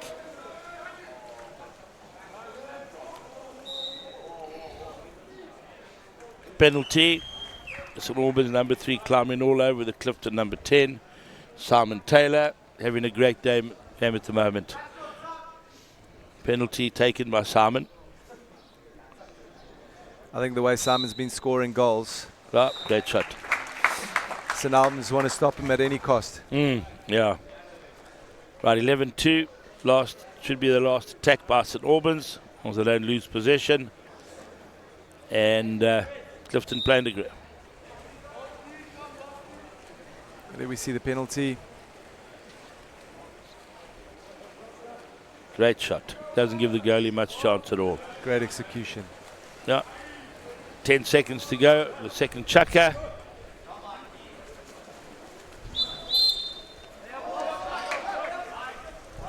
Counter foul. Clifton on the attack with 1 second to go. End of the second chukker. Changing sides. Score 11-2. So another strong chukker for Clifton. Grandstands seem to be filling up. It's obviously World Cup day 2.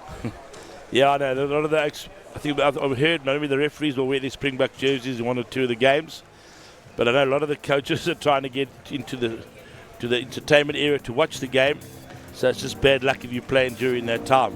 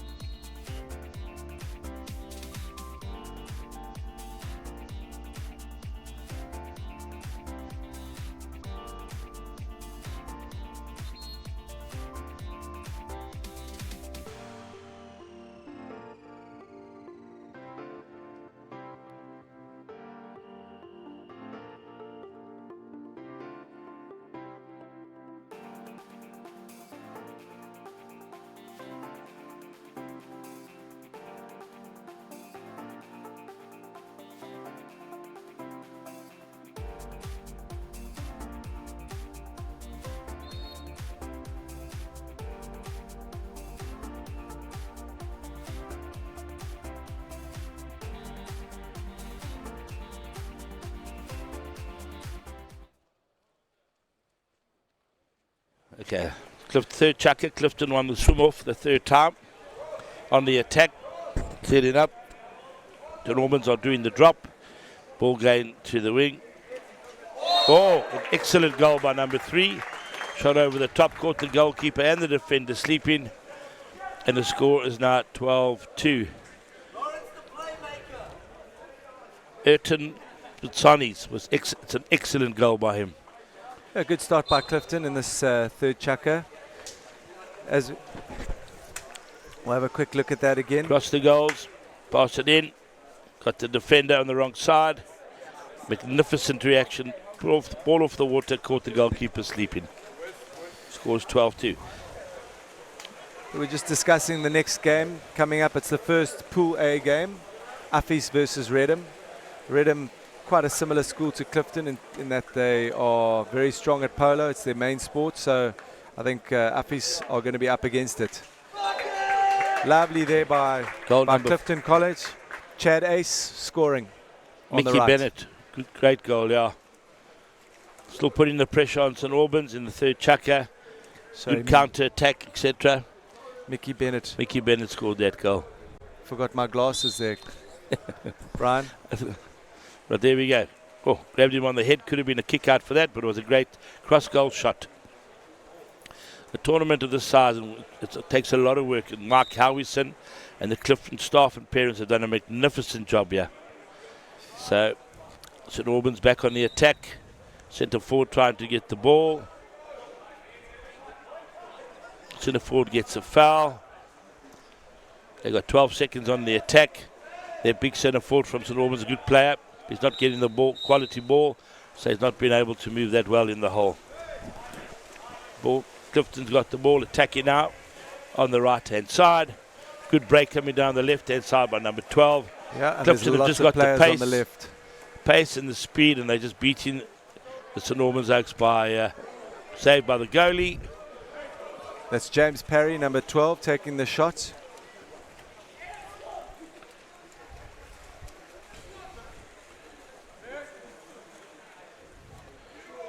I think fitness is getting St Albans at the moment. You can see that the Clifton side is extremely fast and fit. They've just lost the ball. Oh, turnover. And Clifton are back on the attack. Turnover. Clifton number 12 has 2-3 meters on the defender.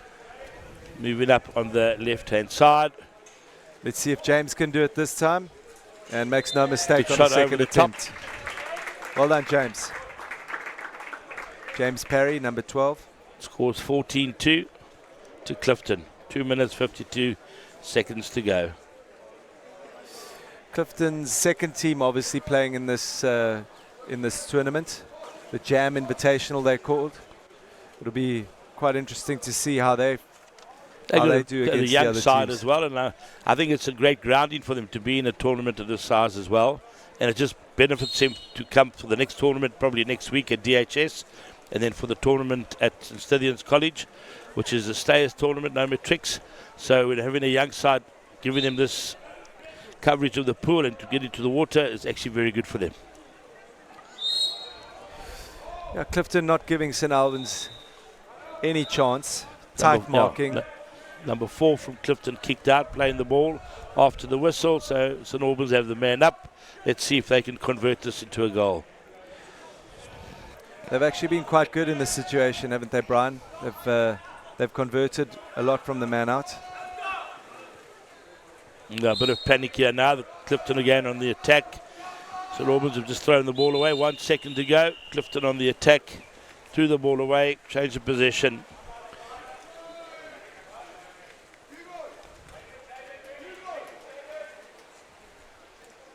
Clifton have front water. Oh, good save by the goalie. Oh, centre forward still has the ball. Well done to number 7, which is Jaden Wiley. Good goal, good perseverance, keeping up the play. The St Albans centre back, but sleepy at times. So it was good save by the goalie. Good reaction save. Yeah. Good reaction save by the goalie. Didn't control the ball. Ball went badly for the defender. Good for the attacker. Good goal scored by Jaden.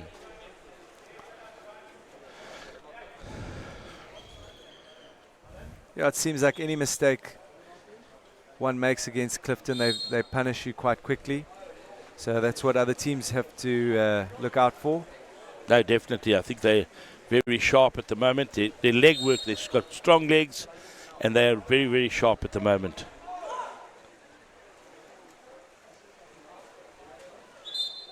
St Alban's on the attack, 14 seconds to go. Got an exclusion. Let's see if I hope they can convert this one. Man up. Number 5 from Clifton has been excluded, which is Mickey Bennett. St Albans have the ball. Shot coming from the left wing. No goal. Clifton on the attack again. Great pass by the goalkeeper. Number 10's got the ball, which is great shot by Simon. Caught the defender sleeping. I've lost count of Simon's goals, Brian. I think he must be on goal. You must have about 5 or 6. Simon ball in front of the defender. Defender had no chance. Back shot. Good goal. The score is 16-2 to Clifton. 1 minute, 7 seconds to go.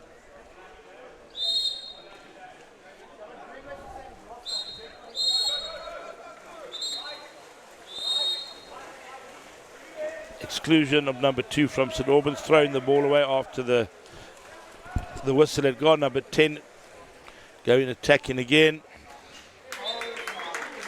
Great goal. Also, yeah. Simon Taylor again, very similar situation as we had about 30 seconds ago. And I think that might be goal 9. Right, Simon on the front water ball in front of him. Attacking behind. Good pullback, good shot, great shot. 17-2 to Clifton.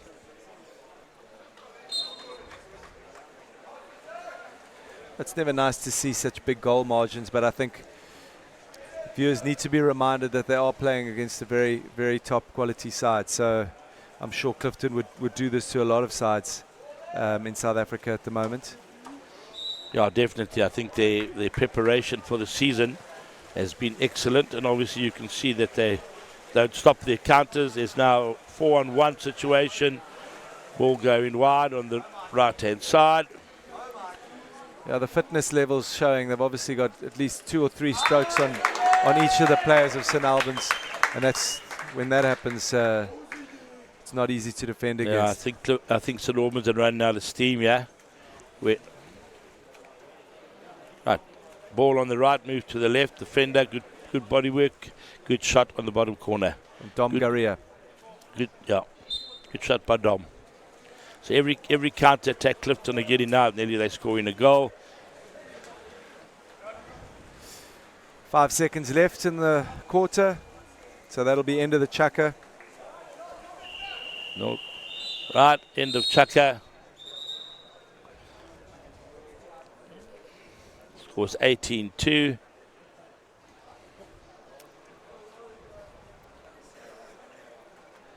Referees are changing side. That countdown's obviously the minute between each quarter that teams get to swap over, regroup. Yeah, replenish themselves with water, etc. Good morning, ladies and gentlemen. Tea is now being served in the drill opposite the grandstand.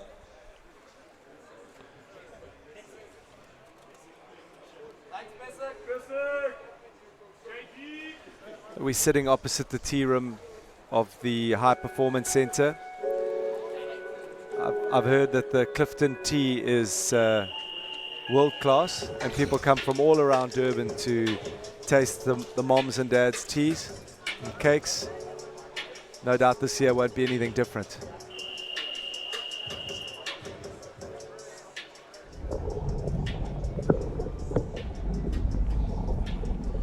Like we said, up next is Affies versus Reddam, so north-south clash. Yeah, I think Affies big boys. Are we on? Big boys from Affies. Reddam have got probably good swimmers and quick as well. But we'll see how the game goes, how the fitness levels are, what they've been doing. They both got very good coaches, Terry Downs and Ryan Vaderman. I think it'll be quite interesting to see the big Affies boys versus probably the smaller, quicker Reddam boys as such. Where have you seen the Affies team play, Brian? I haven't. I saw them last, I think, at the Grey Bloom tournament. big, strong boys. Just depends how their preparation has gone now. Some of them have got magnificent shots because they're big and strong. But I think it depends on the Reddam. I think the Reddam's got a good goalie as well. So we'll have to see. I think it's quite interesting to see the difference between the two teams and how they've formulated their attacks, etc.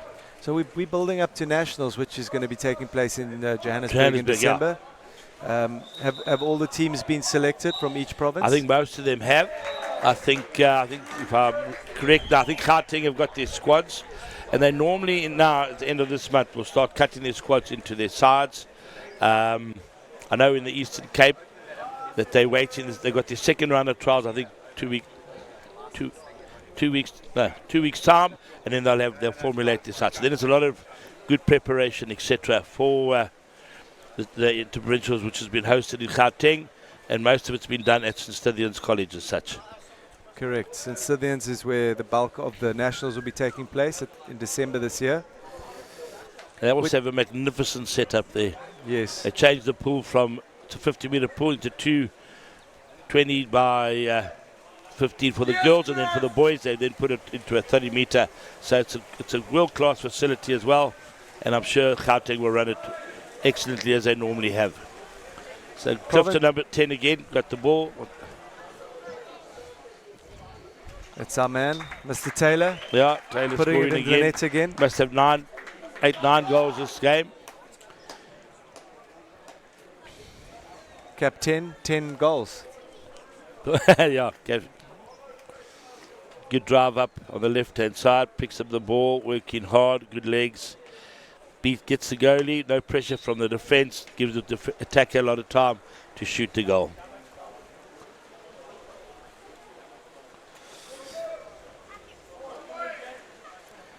Kingswood falls under the Eastern Cape banner.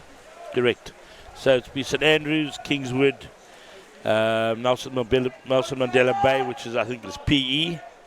I think Pearson are in there as well. So that's where they get most of their players from for the boys. And then obviously the girls is you're looking at DSG, Kingswood as well, and one or two of the other girls' schools in that area. They're normally very competitive. Some good coaches there. Pearson girls, obviously a very strong side. I remember they were in the final against Reddam in the St Stithians tournament like a year or 2 years ago. So they're a good side. I think they won the tournament at DSG for the girls' first team, I think, in the first term. So there's some good polo coming up.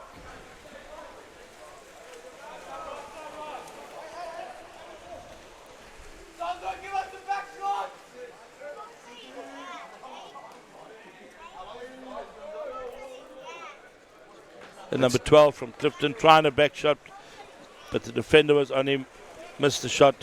St Albans go on the attack. Let's hope they can actually put it. But now you can see with their defence, Clifton defence is excellent. St Albans are a bit slow at the moment. Simon shifting over to the right.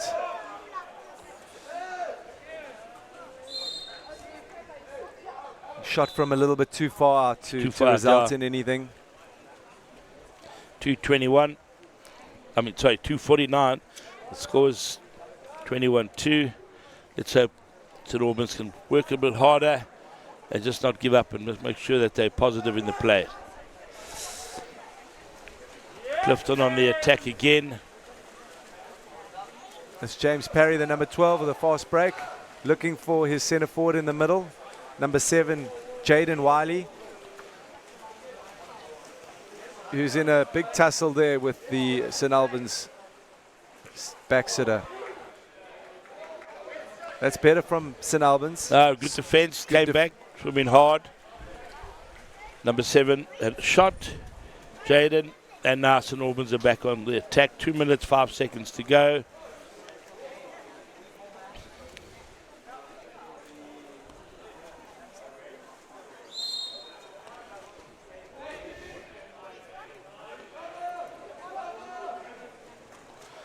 Shot coming from number 2, saved by the goalie. I think the goalie's name's Chris Gills. So St Albans have a corner now, passing the ball out. They have 12 seconds to go on the attack. Oh, pass to one of the Clifton boys. Clifton out on the attack again. This is Mikey Bennett. He's going to have it himself. Good shot. Beat the goalie with pace. Another goal to Clifton. 22-2.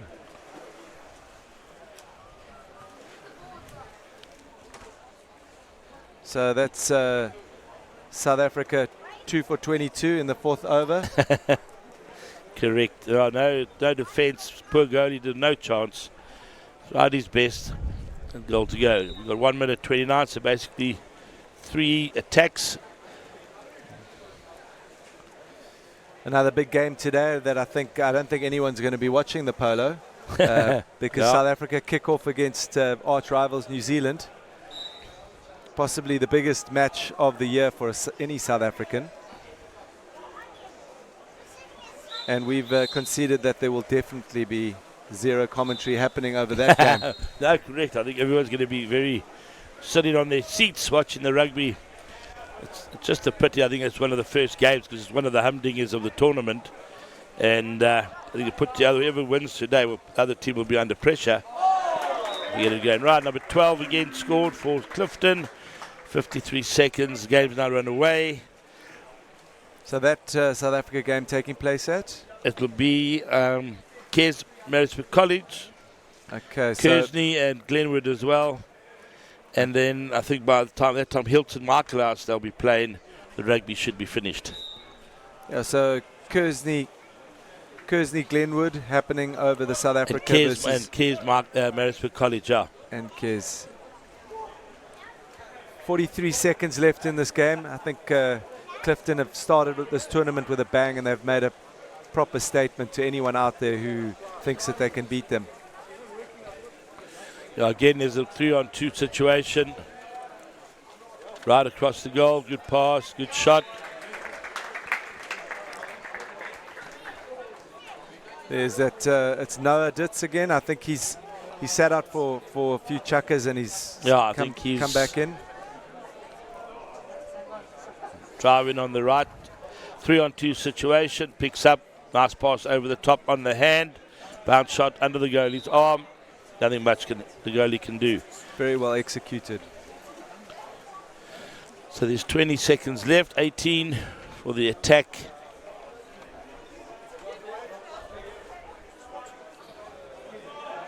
Ten seconds.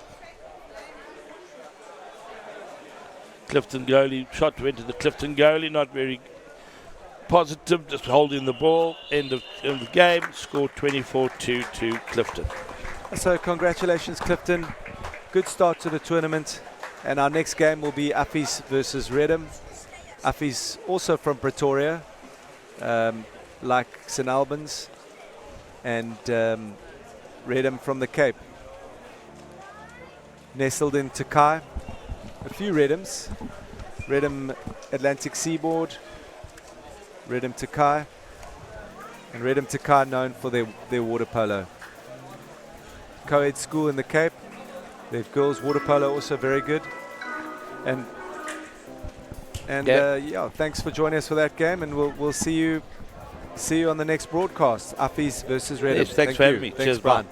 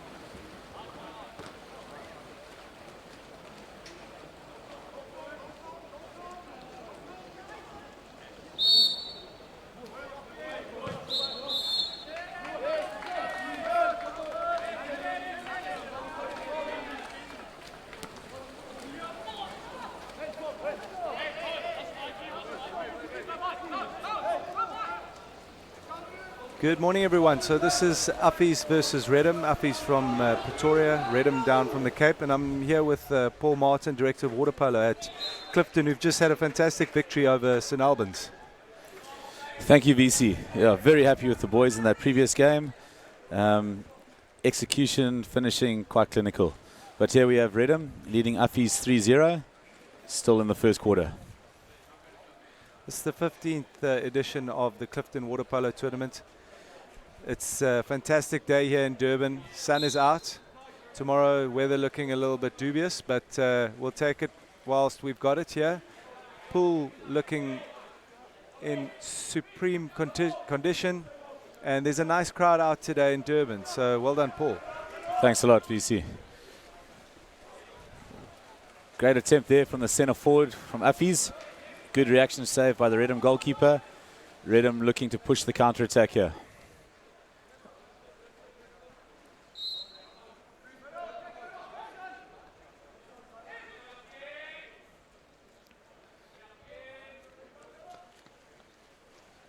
Ball into centre forward. Rock off, and a fantastic goal there by the Reddam centre forward. I think that's Reese Sheldon, the number 4. Very sneaky little back shot, putting in the top right, catching the Affies goalkeeper by surprise. Thanks also to Zest Beverages for the fantastic sponsorship here. See the ball going into centre forward, a rock off as we like to call it, and a back shot sneaking under the goalkeeper's arm. Great finish by Reese at centre forward. Affies setting up in the Reddam half. Deflection there.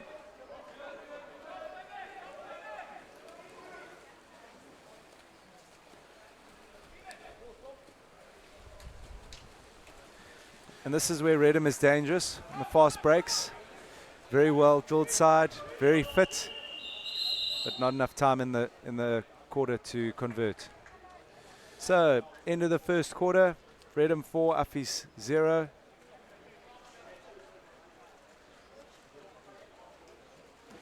Reddam coached by Mr. Ryan Vaderman. Ryan was the director of water polo at Saks a couple of years ago, and then he moved across to Reddam to run their polo program there. Saks, very strong water polo school, very similar to Clifton and Reddam. But I think in general the water polo competition in South Africa is nicely distributed. Top schools obviously St Stithians, St John's, Bishops, Clifton, Reddam. But I think year on year South African schools producing a lot of top talent. I'd have to agree with you there, 100%. I think if you take the top 10 teams around the country, definitely 1 or 2 from each province, possibly the strongest contingent coming from the Cape, but definitely if you would have a top 5 competition, you could very comfortably represent the whole country in that geographically. Just a little early on, you saw Ryan in picture there.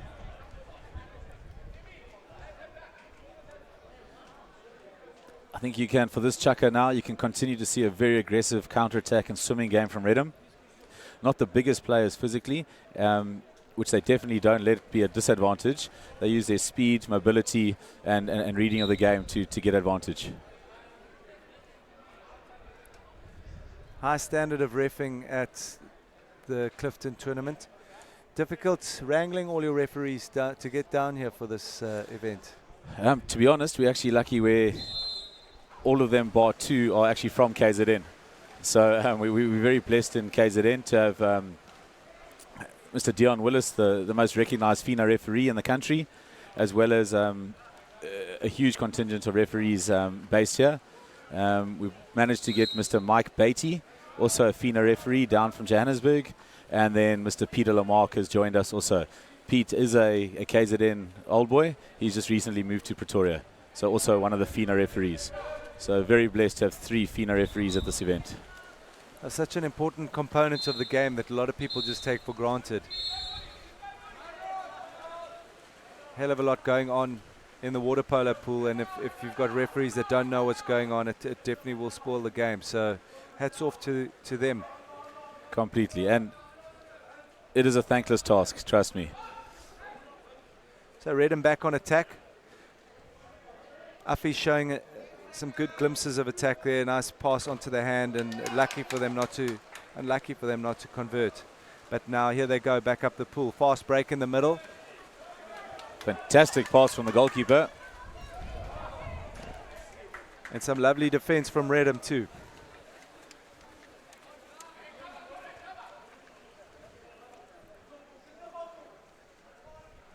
Reddam slowing the game down now after that manic passage of play. A fantastic individual turn there. And unfortunately, he couldn't convert all his hard work. You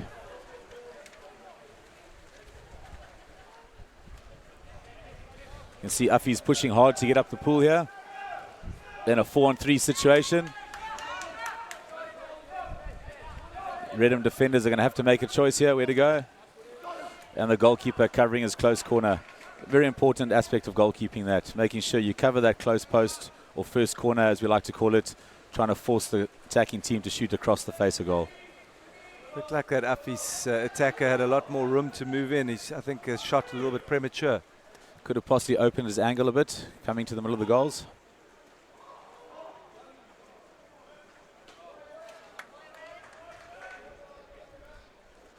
Again, some very good individual play from Reddam.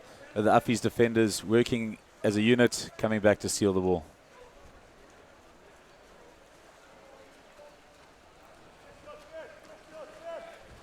With a 4-0 blitz to start the game, we haven't had a goal this quarter yet. Affies have definitely tightened up their defense and looking to push up the pool.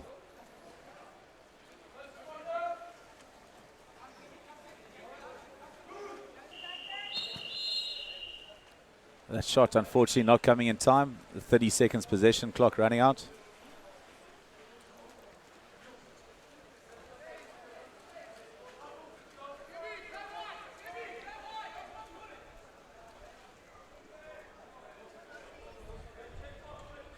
What sort of a game plan are Reddam going for here, Paul?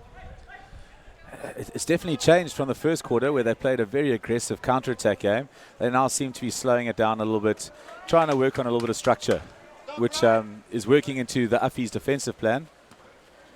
And Affies trying to beat Reddam on a quick counter, almost playing a Reddam game against them now.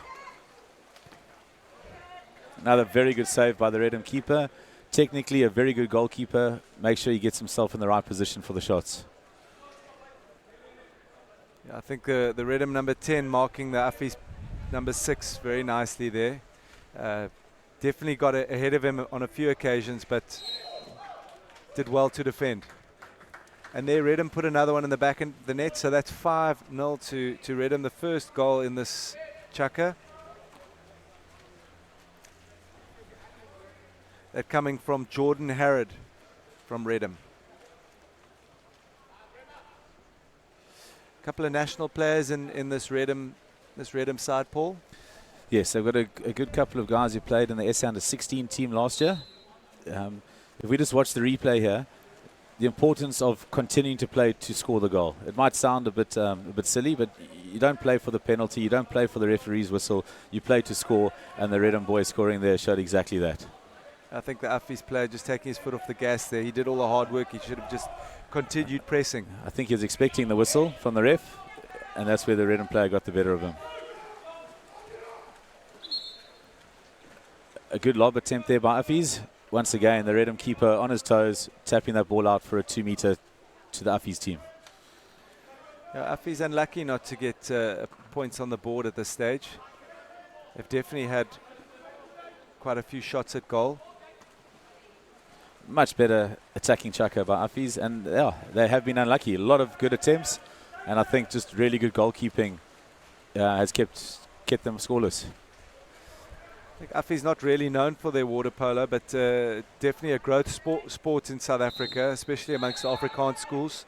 You see Grey Bloem upping the tempo, Affies upping the tempo. And I think similar things happening in hockey across South Africa. For sure. And I just must mention, I think Affies have actually competed at all 15 Clifton tournaments. The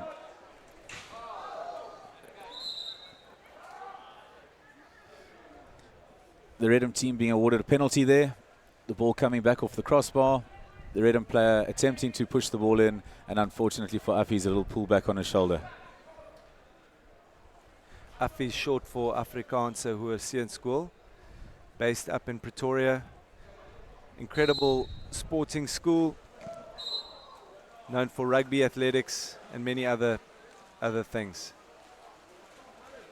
It's their, if I'm not mistaken, it's their 150th centenary, or bicentenary, and they'll be hosting the World Schools Rugby up there next year, as well as an under 15 tournament for rugby, and a big hockey festival, drawing a lot of top schools from around South Africa.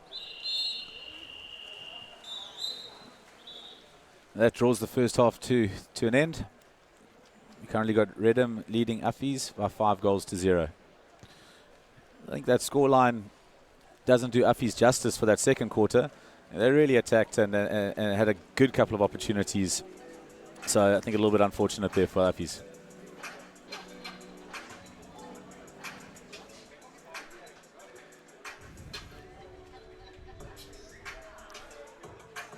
A half-time score 5-0 to Reddam. As we mentioned, Reddam coming out of Cape Town, traveling all the way up to Durban. Lots of schools from around the country traveling to this 15th Clifton Waterpolo tournament. And the pool environment here is first class.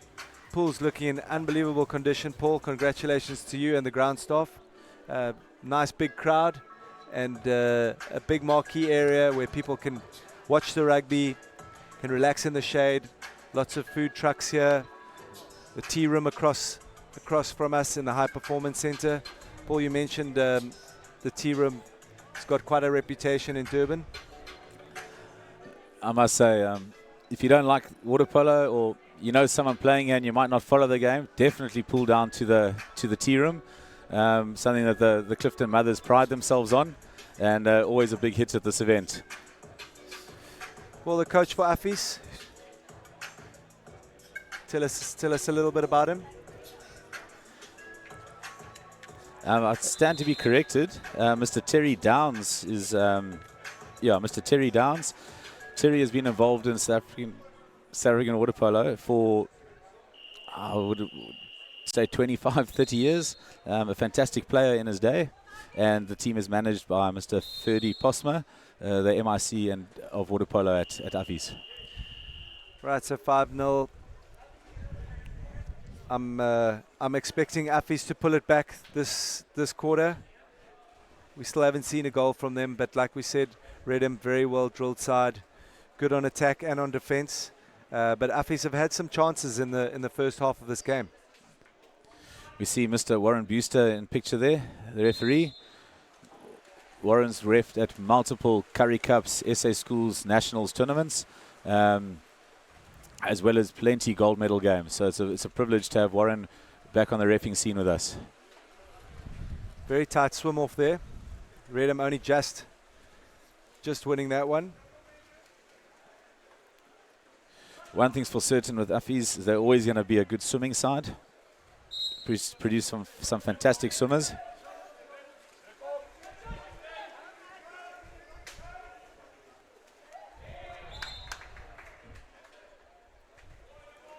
Affies goalkeeper getting a fingertip to that lob attempt. Reddam earning themselves a 2-meter corner.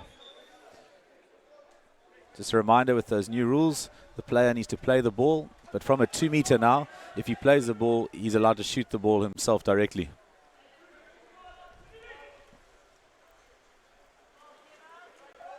Oh. Another good turn by one of the Ackerman twins, earning his team a 6-on-5 power play opportunity.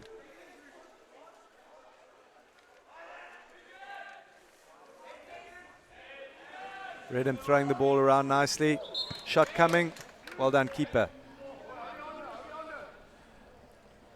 VC, you're looking, when you see the teams throwing the ball on the hand, crisp passing, the extra man just ends up working more than not. So a big component of extra man is making sure that ball stays dry on the hand. Crisp, clean passing is the objective there.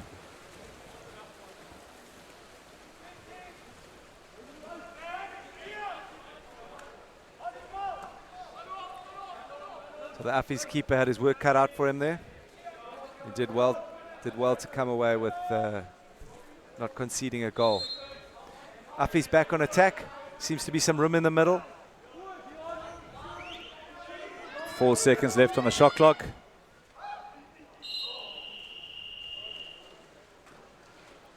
Looking for the lob. Unfortunately, just a little too high. Reddam pushing hard with another aggressive counter-attack.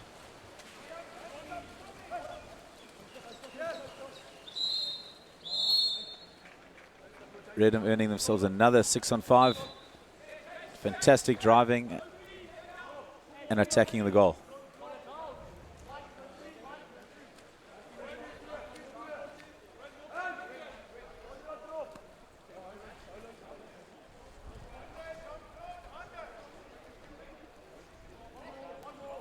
You see the second postman sliding out for Reddam.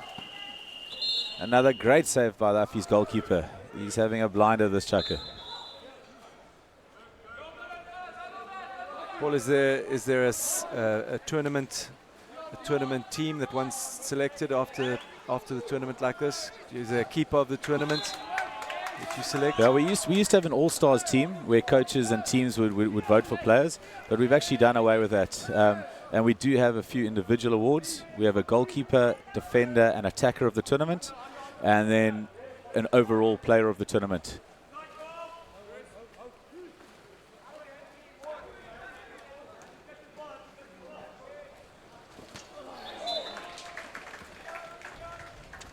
A good cross-cage shot there.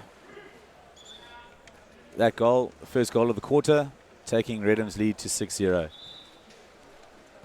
Jake Steyn spotting the goalkeeper, drifted a bit to his left and placing the ball cross-cage. Very good finish. So this is the first of the Pool A games. Other teams in this pool are Hilton, Michaelhouse. That game obviously happening towards lunchtime today. Big KZN Derby clash. Hilton looking quite strong this season. Very much so. Hilton, well-drilled side. Some very good individuals. And chatting to their coach, they're feeling confident and they think they're in a good space for this event. It'll be interesting. This evening sees the pool decider, Reddam versus Hilton. That game happens this evening, so be sure to tune in for that. Winner of that goes straight through to the quarterfinals and avoids a 2-3 crossover game. Yeah, that game against Reddam at 6:30 this evening, Reddam versus Hilton. And then the final game of today will be the Jam Invitational versus DHS at 7:15. The Jam Invitational essentially is the second side of Clifton. Yes, that's correct. It's our Clifton second team. We're lucky to have quite a bit of depth, and even in that team we have a few KZN provincial players that have been unlucky not to make the Clifton first side. So a very competitive side. That Jack Bremer from Reddam scoring that goal, bringing it up to 7-0 to Reddam.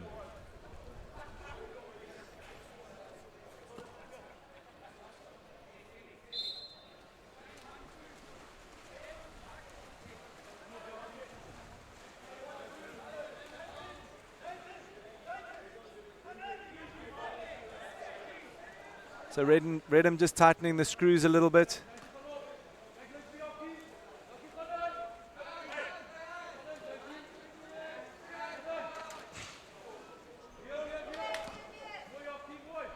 So Paul, after the shot clock resets itself. Yes, that's correct. So you start with a 30 seconds worth of possession. If you have a shot and you retain the possession after that shot, the shot clock resets to 20 seconds. 15 seconds left on the shot clock.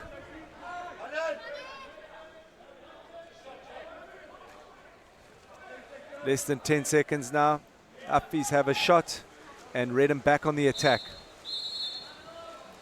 Affies player excluded mid-pool there on the transition.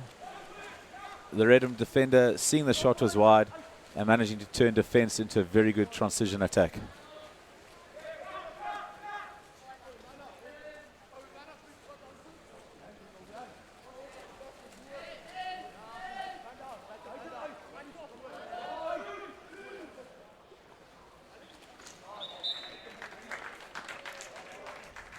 Very composed, long-range effort there.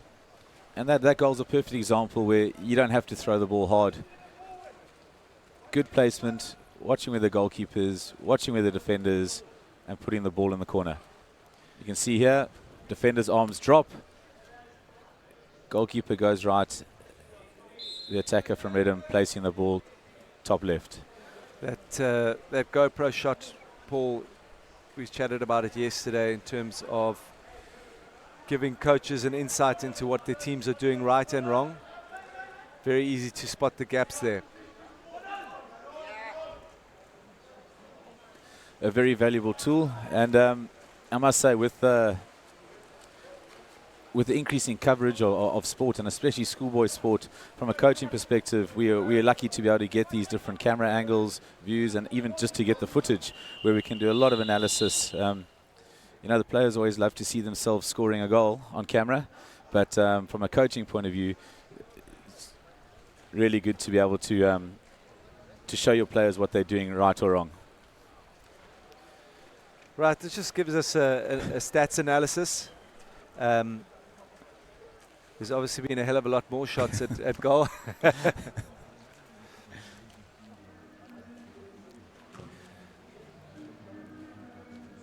So when we do bring up the stats, these are the elements that we're going to be chatting about: exclusions, shots at goals, fast breaks.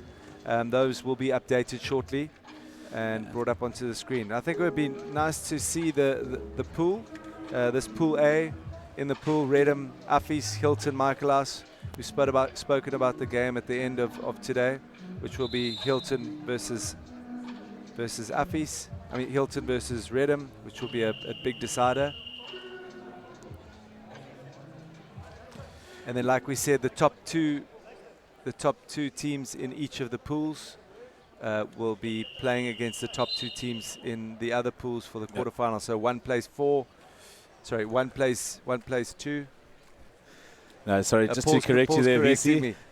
All right.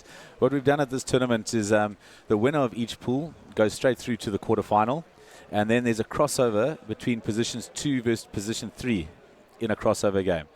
The reason we've done this is we followed the World Waterpolo model, where you might have a bad game at a tournament and end up third in your pool, and automatically you get knocked out. So here you are allowed one bad game, so to speak, and if you do come third in your pool, you still have that opportunity of beating second in the other pool to find a spot in the quarterfinal. So they're the top team in each pool. So there's your 4, goes straight through to the quarters, and then there's a crossover 2 versus 3, and the winner of each of those games meets the winner of each pool in the quarterfinals for your top 8. Thanks for correcting me there, Paul. It all does make sense. Also, just to expand on that, it's never an exact science getting the pools right. So often you might have one pool that's slightly stronger or weaker than the other, and by having that crossover game, it just ensures you do get the top 8 teams playing in the playoff games. It must have been quite tough selecting the pools. Did you have to have a look at all the strength of the teams and decide who was going to go where? Yes, we're actually quite lucky with the amount of water polo that gets played around the country, where we can look at local league fixtures as well as previous tournaments that teams have attended, and where possible ensure we have the best mix of games. I think regardless of what pool you are, I mean, if you are going to go on and win a tournament or a festival, you need to be winning all those games. So tough pool, weak pool. At the end of the day, you need to be undefeated. Very rarely do you get a team that loses in the pool stages that goes on to win the final. And sometimes playing those difficult games in the pool stages sets you up for some big match temperament going into those more crucial stages. So have an easy pool, maybe changes the dynamic of the team, and then come the final, you're ill prepared. Very much so. We've seen that more than not, where a team breezes through to a quarterfinal or a semi-final, and their first tough game is a knockout game, and they just aren't able to perform under that pressure. So having a couple of tough pool games is never a bad thing. And if you look at it from the other side, the tougher your pool, in theory, the easier your crossover game is. You just had a good tour up in Johannesburg, playing against Sachs in the final. Ooh. Chatting about those pool stages, how did that go for you up there? Yeah, so that was actually an under-15 tournament down in Cape Town. And we actually lost a pool game. We lost one of our pool games to Bishops, who Sachs ended up beating in the quarterfinal. And we ended up meeting Sachs in the final. So, yeah, this is a strange old game. And as you said, it's the knockout stages that count. And if you can get your team structure right and almost use your pool games to develop, by the time you hit those crossover knockout games, hopefully you're on the right track. Just getting back to the polo, the Affies goalkeeper doing exceptionally well, but then I think just too much pressure on him, conceding the goal. Score's gone to 9-0 to Reddam. We'll see down the line as the tournament gets more intense. It's the teams that manage to convert their power play or 6-on-5 opportunities, as they're called. That tends to be the team that makes the finals, if not wins the tournament. It's a very crucial aspect of the game. And percentage-wise, if you can have your percentage around 65-70% conversion rate on extra man, you're almost guaranteed to win the tournament. I think when teams are unevenly balanced, obviously the fast break becomes an easy way to score goals. But when they come head to head, it is really inches, and that's where that part of the game means that there's a difference between the winner and the loser. Couldn't agree more.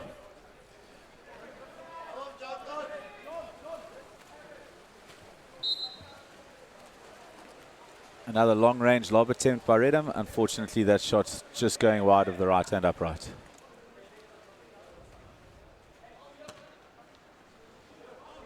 So the second Pool D game after this, Kingswood versus DHS at 11 o'clock. DHS from around the corner, Durban High School, and Kingswood hailing from Grahamstown, Kingswood College. Kingswood losing their first game to St David's. I say I commentated on that game, and the first half Kingswood really looked in it. I think the scores were even at half-time, and maybe a little bit more experience by the St David's side ended up taking the game away from Kingswood. But this is sure to be a fantastic clash, Kingswood versus DHS next.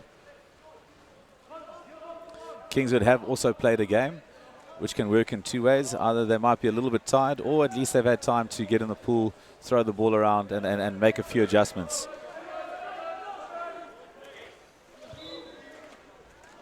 Another big power shot from Affies on the outside. Maybe he needed to bounce the ball a little closer to the goals than the goalkeeper there, but no shortage of power in that shot. As Joan Claude, tribal horn.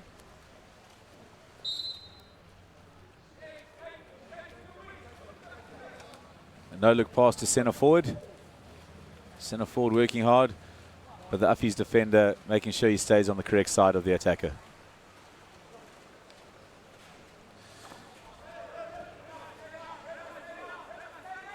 We're into the last minute of this game. It's the final minute.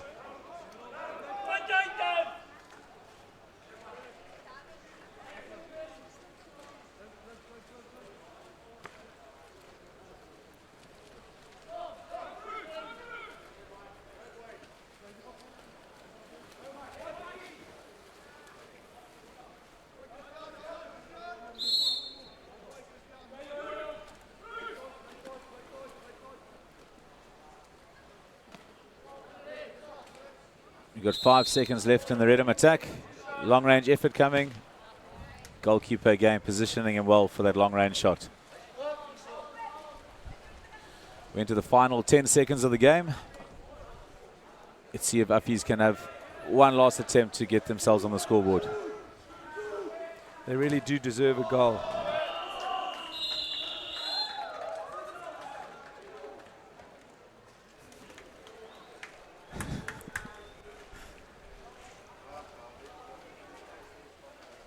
I think these stats are going to be interesting, especially as you said, Affies unlucky not to get on the score sheet. And if we look at that, 18 attempts on goal Really, they did give a good account of themselves. Just unfortunately, I think it was a combination of really good goalkeeping from the Reddam goalkeeper and just some unlucky shooting by Affies.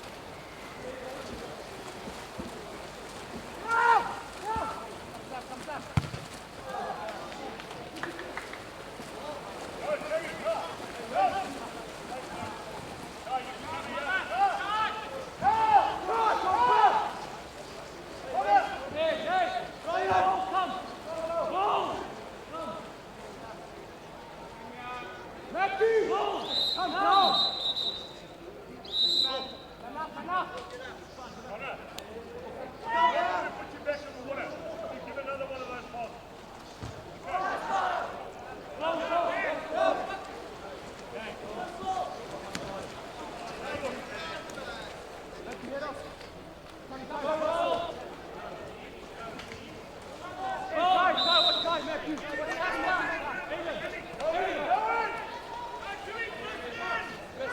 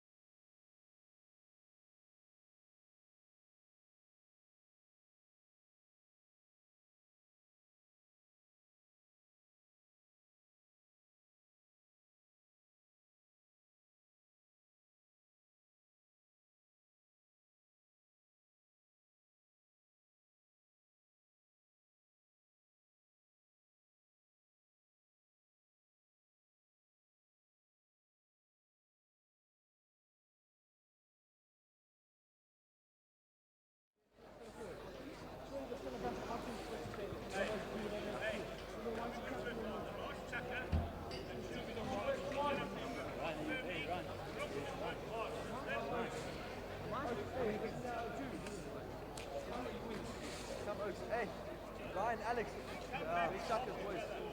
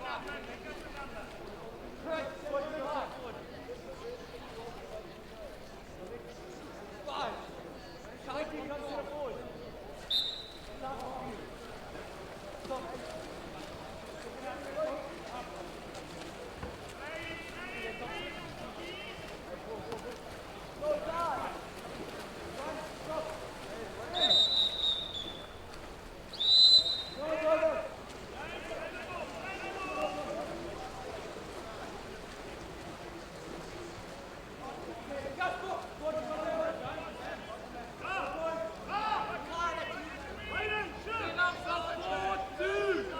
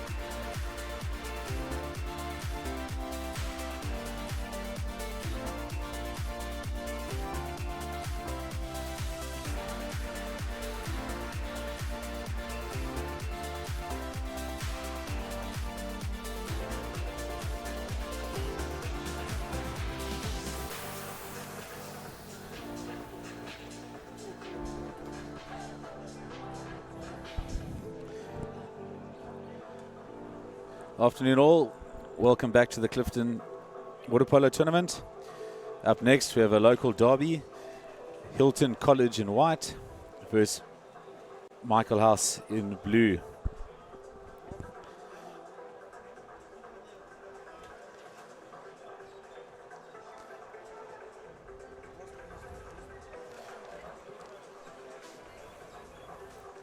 This game is scheduled to start in 3 minutes.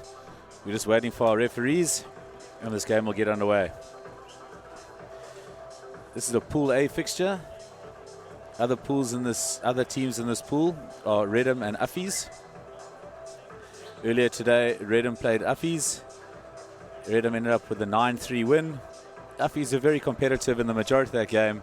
Unfortunately, they just couldn't find the back of the net. This game tees up this evening's fixture between Reddam and Reddam and Hilton, sorry.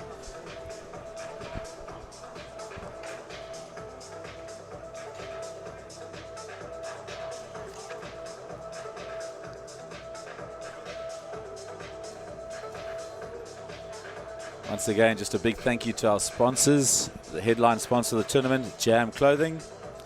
And thank you to Zest Beverages for their sponsorship in helping us bring you coverage of this live through School Sports Live.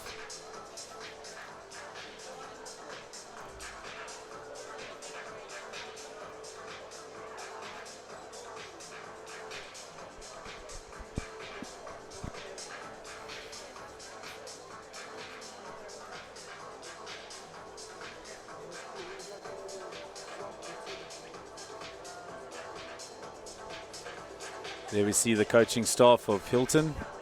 That's Mr. Andrew Duncan in picture and Mr. Jason Celino just to his left, giving final instructions to the Hilton side.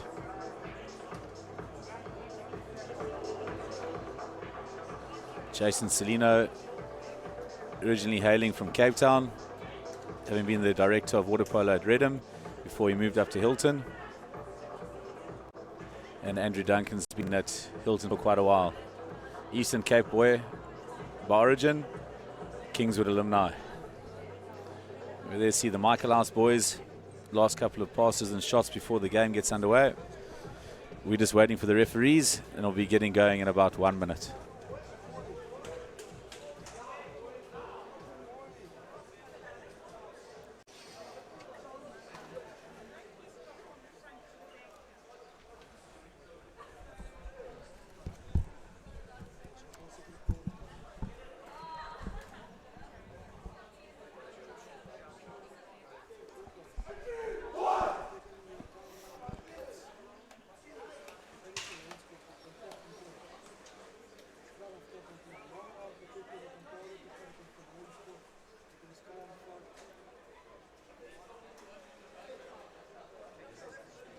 Our referees for this game, Mr. Dion Willis and Mr. Warren Buster.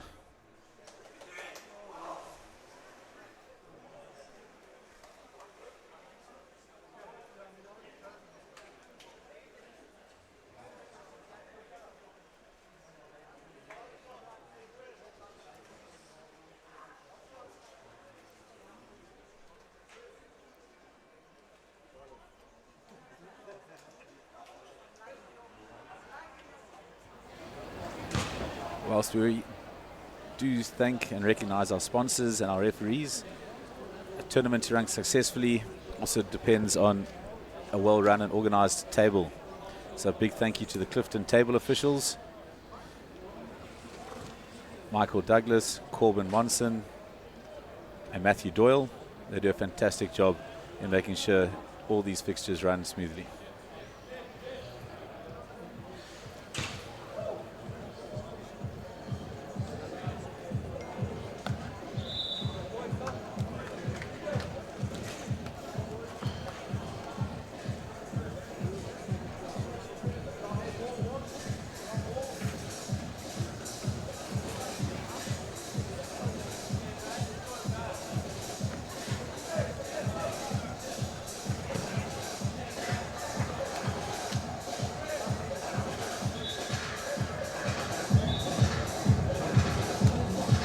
Mr. Warren Buster, the referee, on the far side of the pool.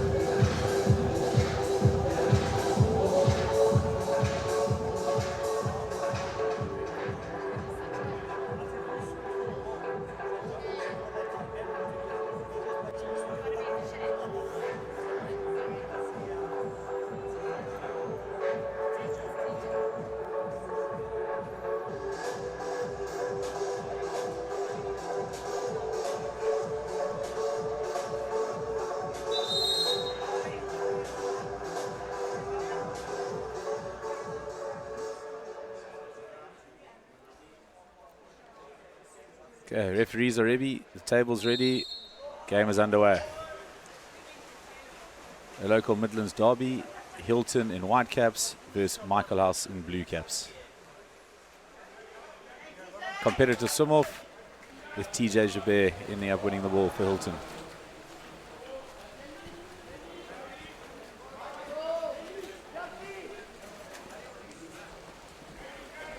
See Tim Mandel sitting at centre forward. Good ball into him. Referee awarding a minor foul. Ball back into centre forward, and a fantastic turn by the Hilton centre forward, number 6, Tim Mandel.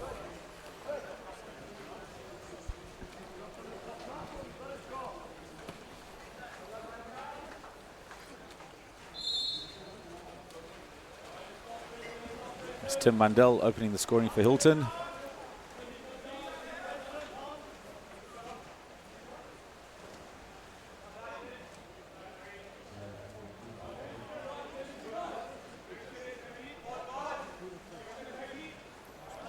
A lot of movement by Michaelhouse. Unfortunately, the pass not going to hand and being intercepted by Hilton.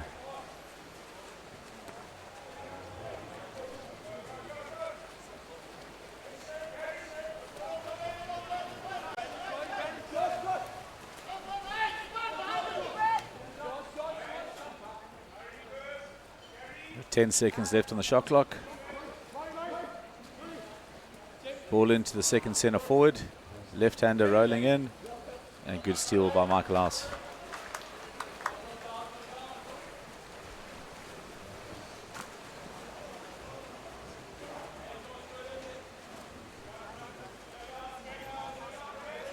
Michaelhouse pushing hard to get up the pool. Ball into centre forward.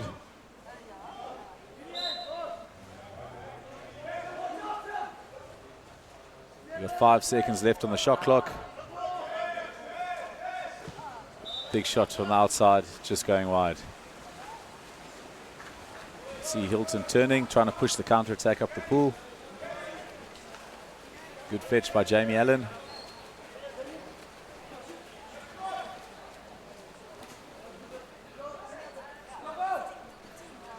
Michaelhouse doing well to scramble back on defence.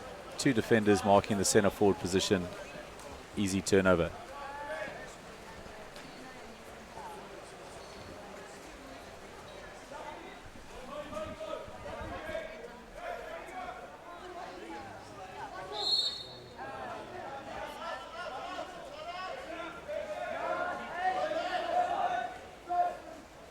A lob attempt. Shot clock was running down. Saw the keeper off his line. Gave it a go, but unfortunately throwing it over the crossbar. Another quick transition by Hilton. Trying to turn every defence into a hard attack.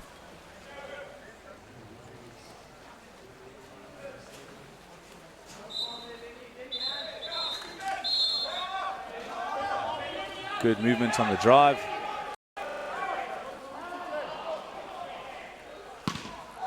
Fantastic one-on-one save by the Michaelhouse goalkeeper, Matteo Cozzi.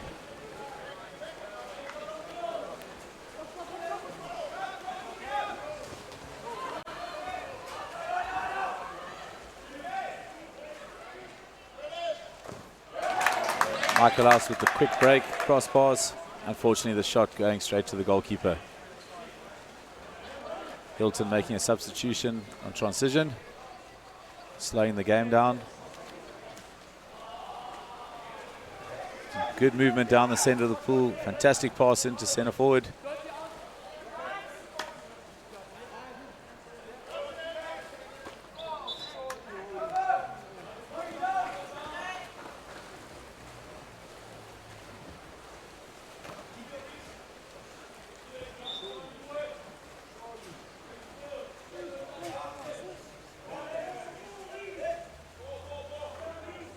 Another ball into centre forward, but Hilton looking to double mark the hole. 2-man counter attack on the turnover. TJ Jabir, one-on-one, and a very calm, casual finish.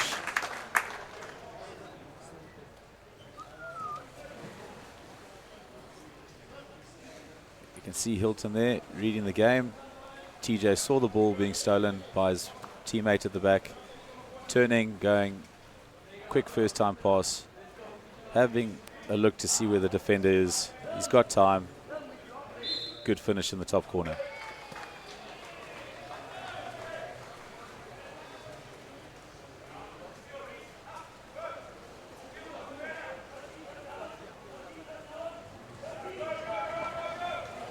Now the interception by Hilton.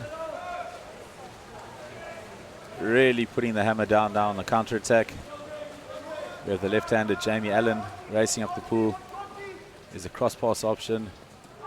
A little bit too casual. Was the right idea. Unfortunately, the ball didn't go to hand.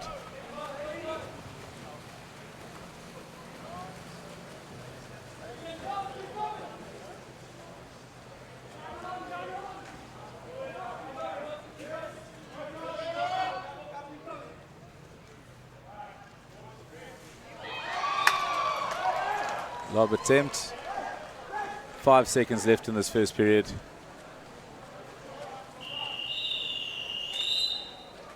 And that's the end of the first quarter. Hilton leading Michaelhouse by 2-0.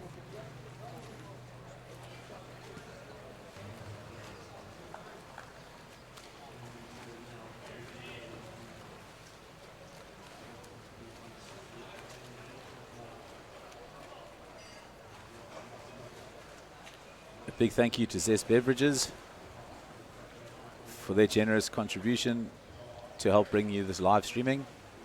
And thank you to School Sports Live for their fantastic setup in bringing you this coverage of this event.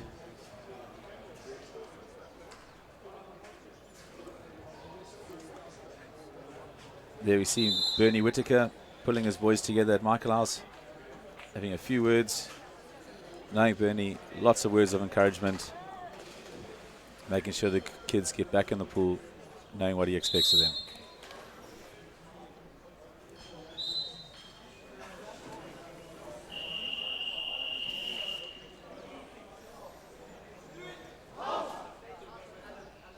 On screen there, we have Mr. Dion Willis, our most recognized and decorated FINA referee. Dion recently returned from the FINA World Championships in Gwangju, South Korea as a referee, as well as he had the honor of representing South Africa at the Olympics as a referee at the Rio Olympic Games.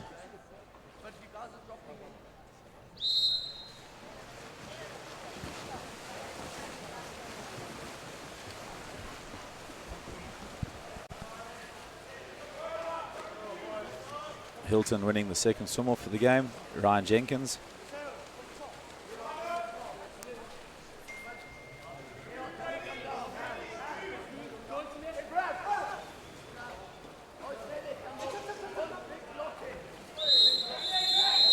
A lot of movement there by Hilton. Unfortunately, that drive going straight over the defender, the referee spotting it and awarding a turnover foul.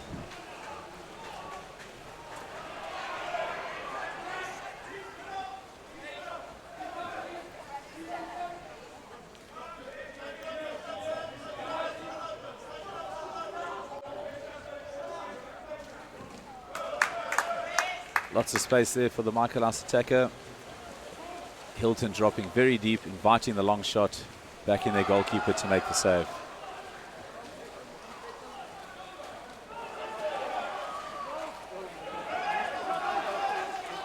Hilton players found himself open on 4 meters.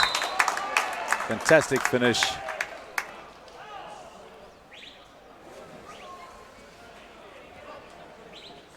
Unfortunately, the Michaelhouse players not picking the man up, leaving him free, and Brad Henderson with a great finish.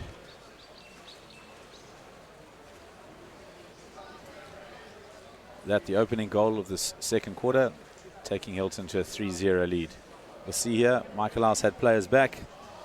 Unfortunately didn't pick up, there was a free Hilton man in the middle, and a great top corner finish by Brad Henderson.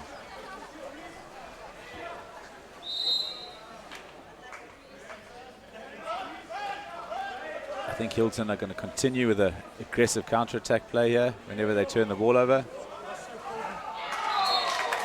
A fantastic effort by the centre forward there.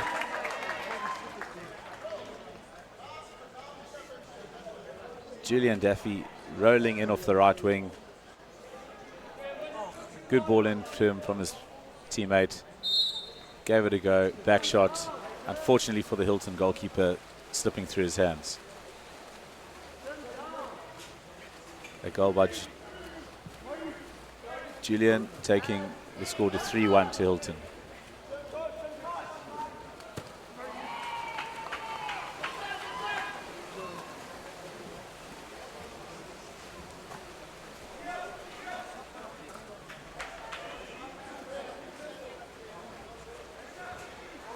We've got a big drive down the middle. Unfortunately, the pass a little bit behind the attacker, giving the defenders time to shift back.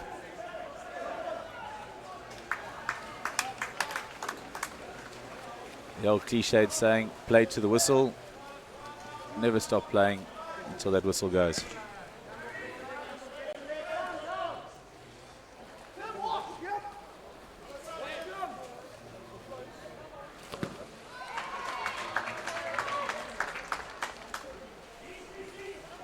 Another good save by Matteo Cozzi. And goals for Michaelhouse.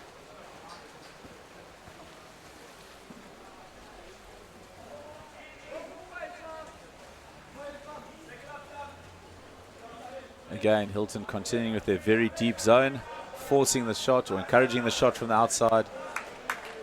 Backing James Presbury in goals. Another good two-handed save by the Hilton goalkeeper.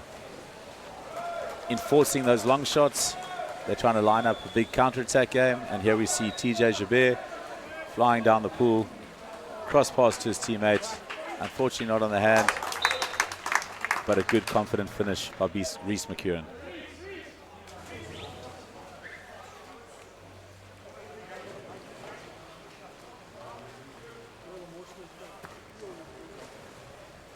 A goal by Reese takes Hilton a goal further in the lead, currently 4-1. See the cross pass here, unfortunately slightly behind him, but the attacker had the presence of mind to pick it up, goal hungry, put the ball in the back of the net.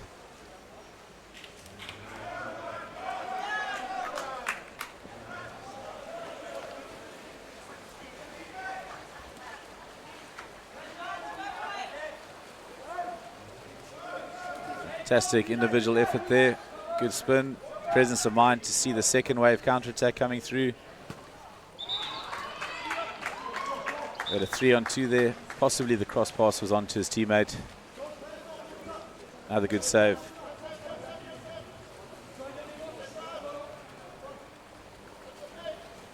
Ball into centre forward.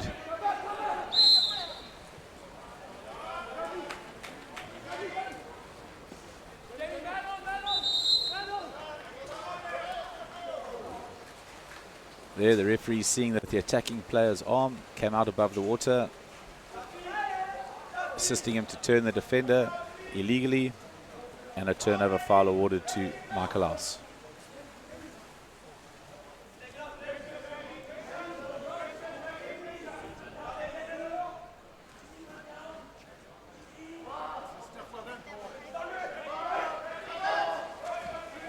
Good drive in off the wing.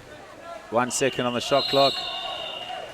Right idea. Unfortunately, that shot came literally a second too late. Hilton once again pushing the aggressive counter-attack up the pool. TJ Jabir seems to be their go-to man on that right-hand side for the counter.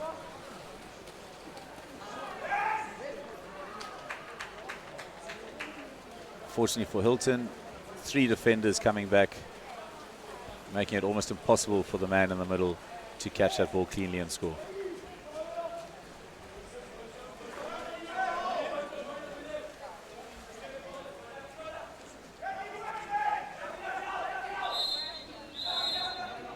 Very good movement by Michaelhouse. Drive down the middle, forcing the defender to swim on his back. We have a 4-on-3 situation here. 4 Michaelhouse attackers, 3 Hilton defenders, and unfortunately the ball being shot just wide. 2 seconds left in this half. That's the end of the quarter. Brings the first half of the game to an end. Hilton leading Michaelhouse 4-1.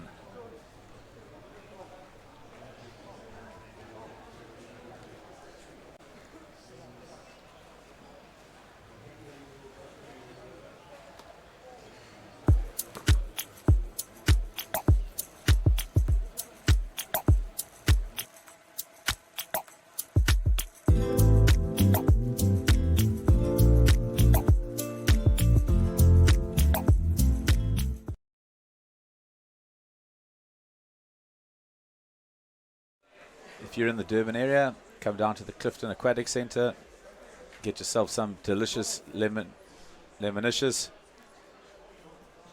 brought to you by Zest Beverages.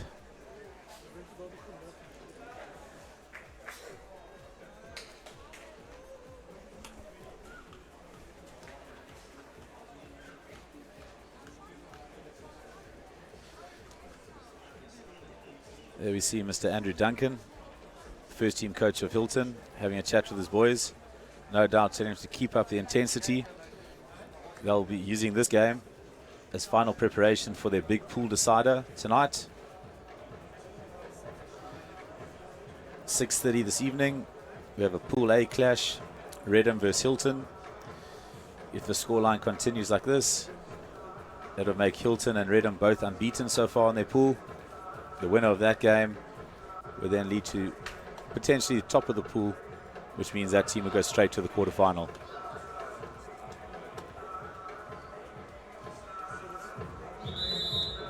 There we have Pool A. Only one game being played so far. Reddam beating Affies this morning. If Hilton hold on to this lead and beat Michaelhouse, the Hilton versus Reddam game will be the pool decider. And that's being played once again, as I said, 6:30 this evening. A huge game in the context of the tournament.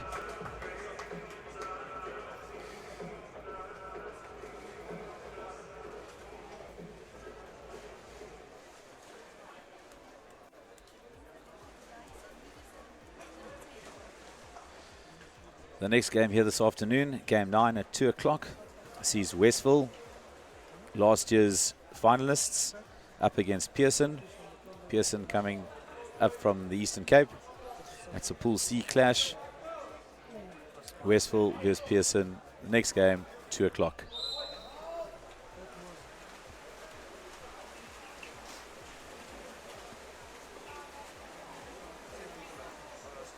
Right, and that sum-off gets us underway with the second half.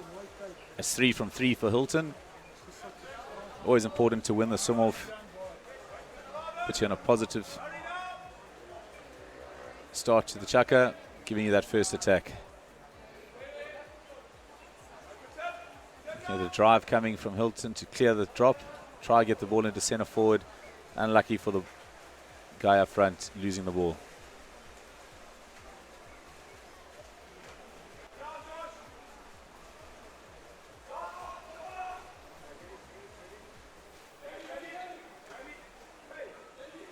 Bit of a speculative pass there to center forward. Didn't really know where the ball was.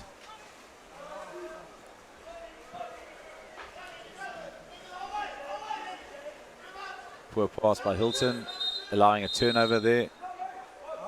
An exclusion and back play by one of the Hilton players.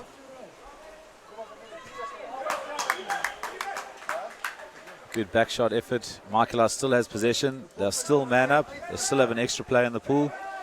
See if they can convert this. The key here is to keep the ball on the hand. Movement to try to beat the goalkeeper and the defenders. Good movement of the ball. Unfortunately, the wrong shot selection, going straight down the center of the goal.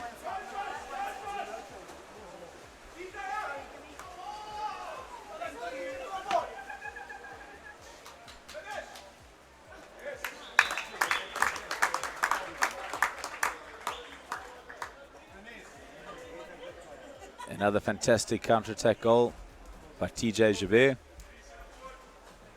Michaelhouse coach won't be happy with that. It was a 6-on-5 opportunity for them. A poor shot leading to a direct goal against them on the other side.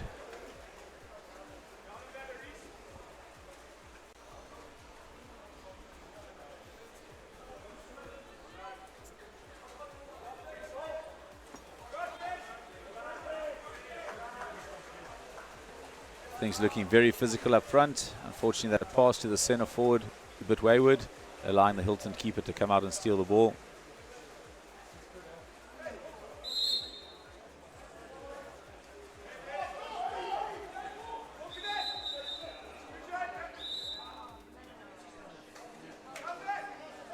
Referee spotting there that the Hilton player used two hands to pick the ball up, giving away possession to Michaelhouse. Looking to try to push a counter-attack with the second wave coming down the middle of the pool.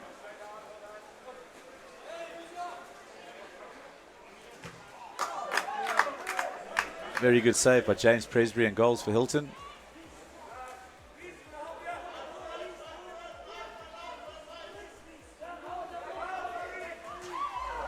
Long-range effort there by Mike Daffy, and the Hilton goalkeeper getting fingertips to that.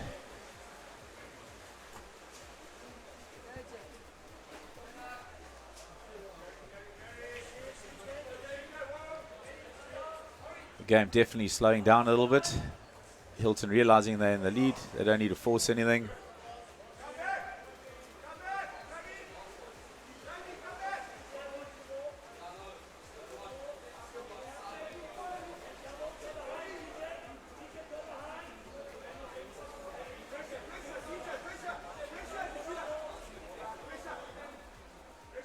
Good ball into centre. Fantastic turn. Minor foul awarded. And the referee changed his mind. Exclusion at centre. You see, Michaelhouse have had opportunities. They're just struggling to convert here. You see, they keep the ball on the hand. Crisp movement. Trying to beat the goalkeeper and the defenders with movement.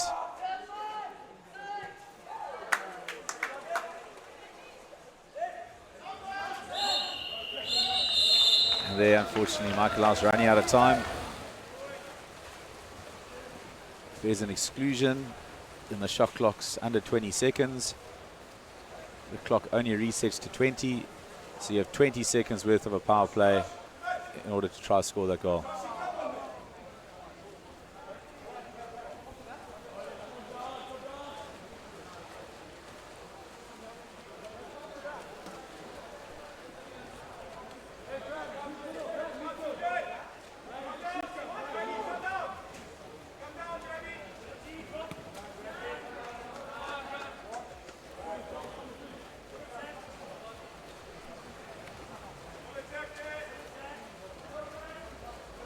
We have 30 seconds left in this third quarter.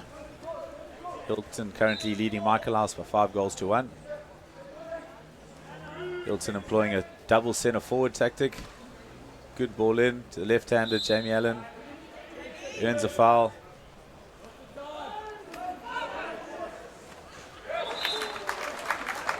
TJ Jabir once again reacting to the play, picking up the loose ball and firing in a long range.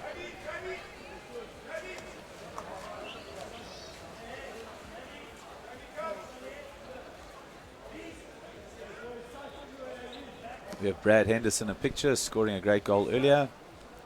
The last goal scorer, number 9 from Hilton, TJ Jabir.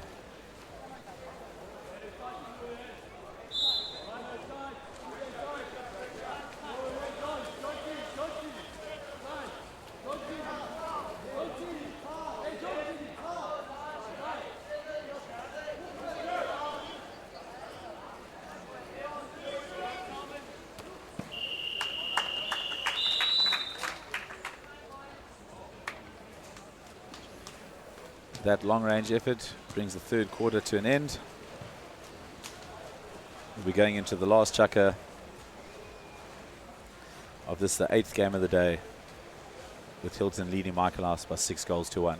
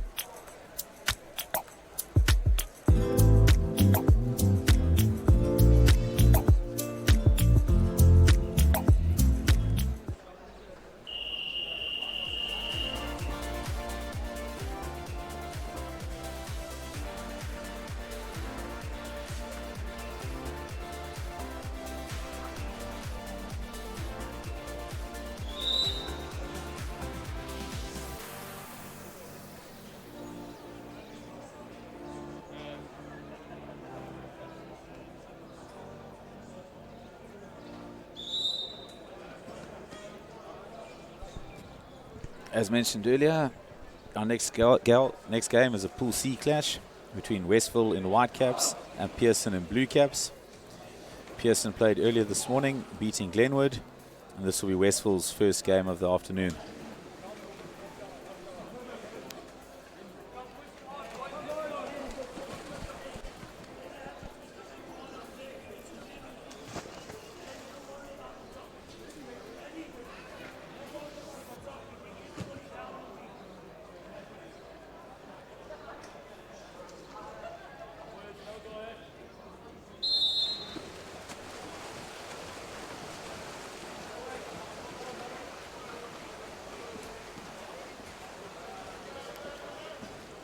Hilton number 4, Jonty Alexander, winning the swim-off there.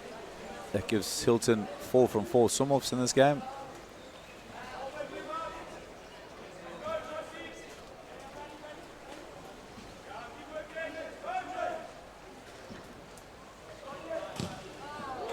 Fantastic save by Michaelhouse, number 1. Ball was going top corner. He read it well. Very good effort.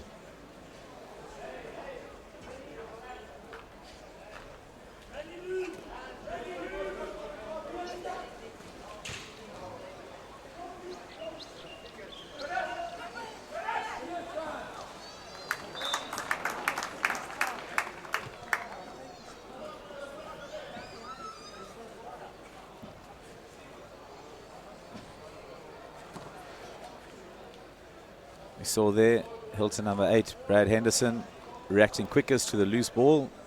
Ball rebounding off the upright, pass back to him, putting the ball in the back of the net.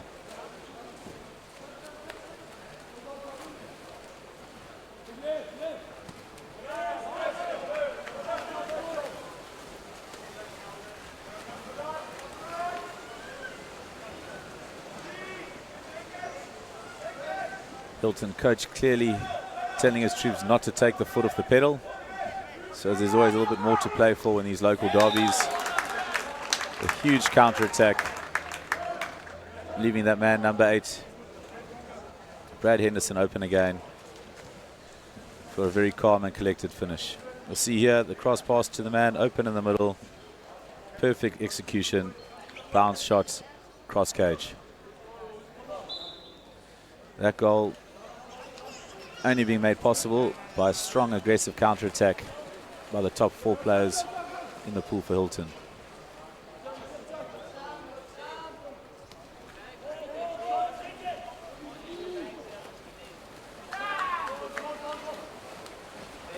Big effort by Michaelhouse there. Unfortunately, 4 defenders crashing on the man. Good awareness by the Hilton D.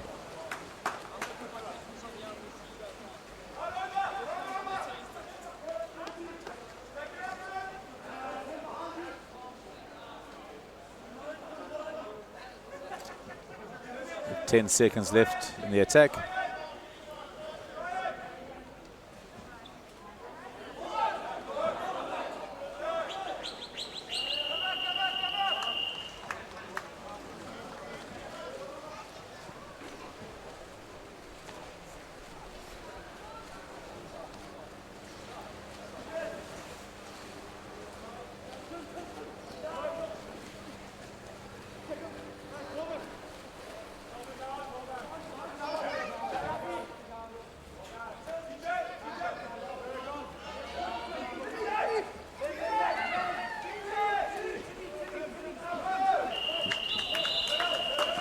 Great effort by Tim Harding there, Michaelhouse. Unfortunately, a shot going wide.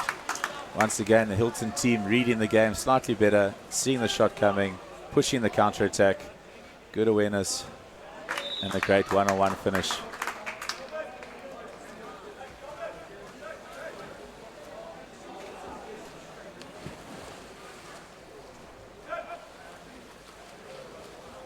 It's TJ Jabir keeping the scoreboard ticking over for Hilton.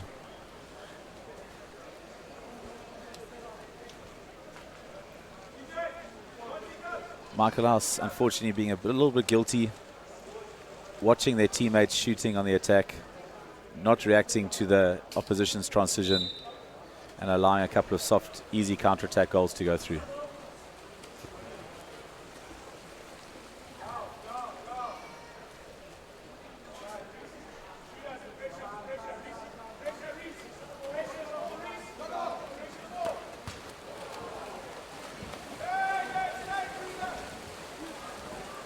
Great reaction by Michaelhouse there.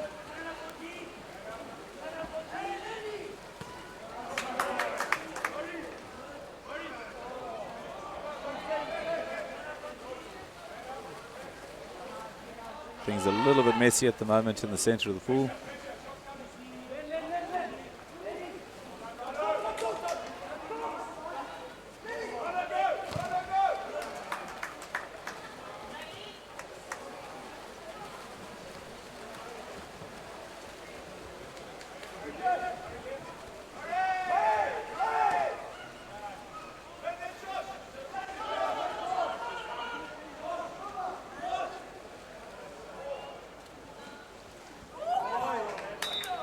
Ball in there to center forward.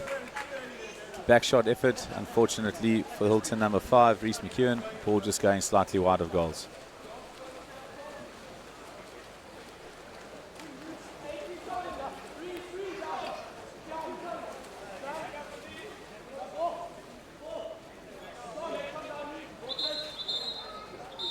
Things getting very heated up front there. Hilton number 8, Brad Henderson, a little bit too aggressive off the ball. The referee spotting that. Awarding Michaelhouse the exclusion.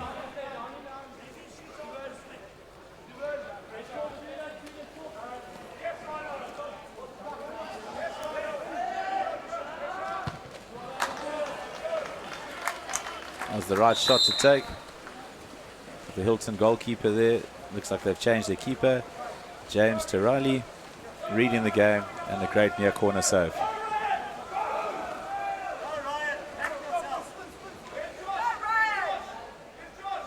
There's a cross pass on here. Good vision for one more. And the old school no-looker shot there. Reese McEwen on the left wing.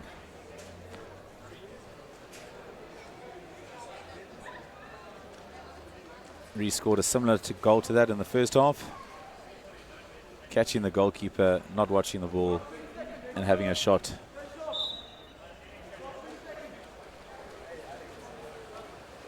Into the last 15 seconds of the game. See if Michaelhouse can pull one back here at the end.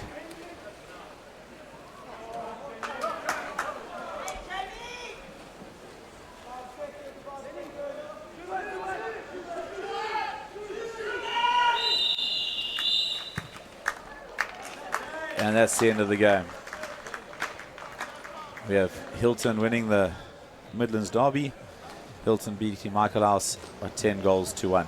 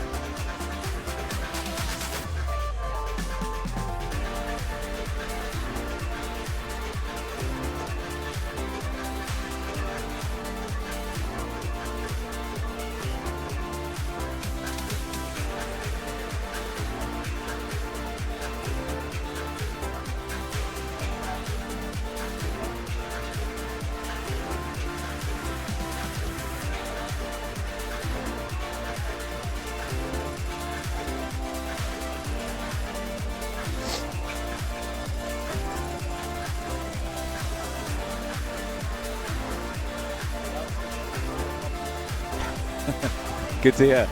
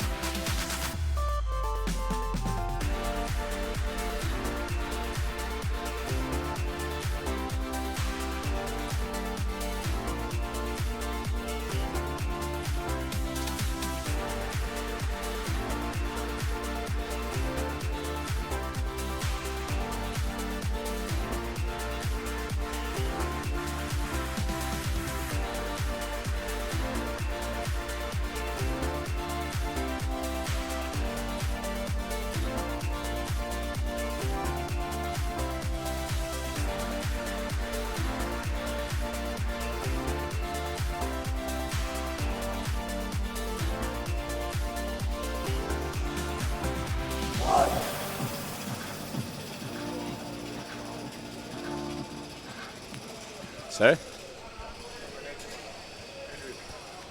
Oh, Andrew, okay, cool.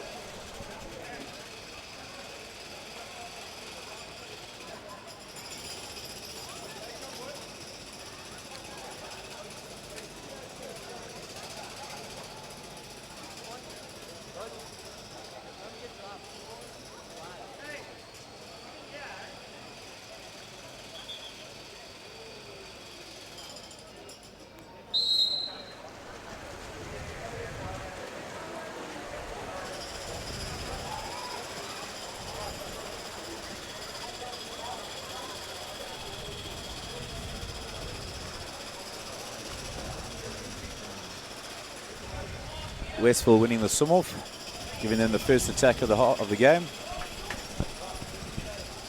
Going with a nice big wide D, trying to open up space for the centre forward, pushing the cross passes. Effort by Mills there, just going slightly wide.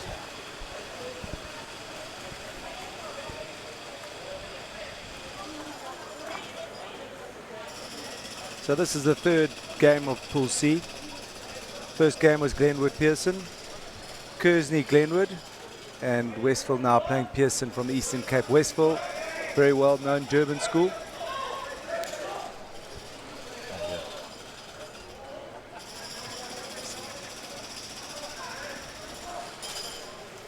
What are the results from those previous games, Paul? Glenwood beating Pearson? As far as I know, Pearson beat Glenwood, and then Kearsney had a good convincing win over Glenwood a bit earlier. So it's looking like Kearsney and Pearson, or depending on this game, Westville take on Pearson, then that could be the top two spots. So this evening we have Westville up against Kearsney. So if Westville win this, that's going to look like the pool decider. Westville keeping that ball on the hand. I know their coach, Mr. Bradrow, is extremely strict on that ball staying on the hand on extra man. No balk, and a great finish by Ryan Jenkins on the right wing. So Westville starting nicely, going into a 1-0 lead. First chucker.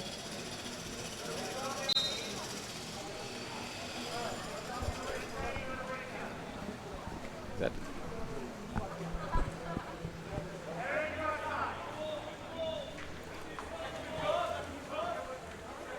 see a lot of movement up front here by Pearson, trying to open up the centre forward.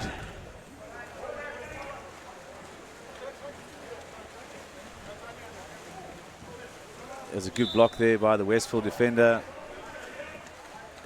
It's showing a lot of tenacity to get back and win the ball back for his side.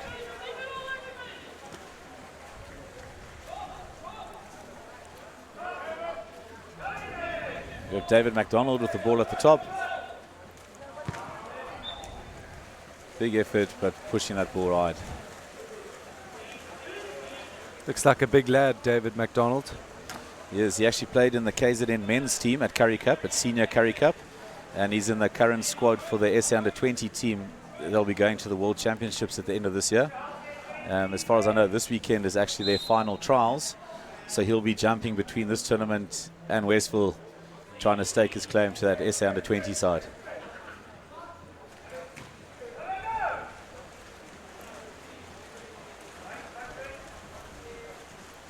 I know in the Western Cape they have the night league where the schoolboys will play with the open players, and it definitely does a lot to player development. I don't know if you have something similar up here in KZN. For sure. David plays for the, just an example of a schoolboy playing, he plays for the Varsity College men's side, who play in the local KZN league. So he's got a lot of experience by playing with and against some Springboks from KZN.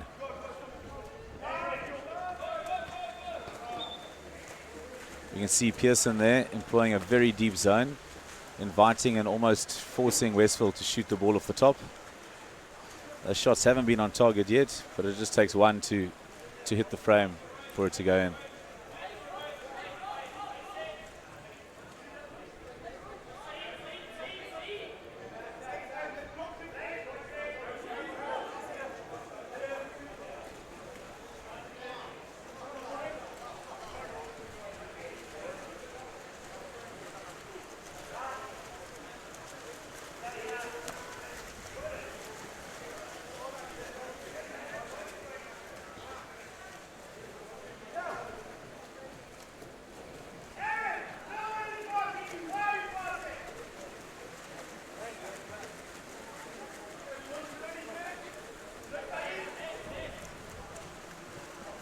See, Pearson in their game earlier relied heavily on their big centre forward and captain, number 12.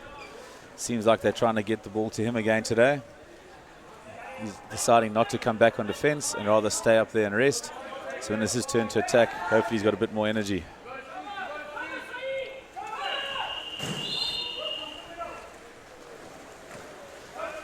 See a fast break here by Westville. The defender reading that game well, seeing the shot went wide, and a great finish.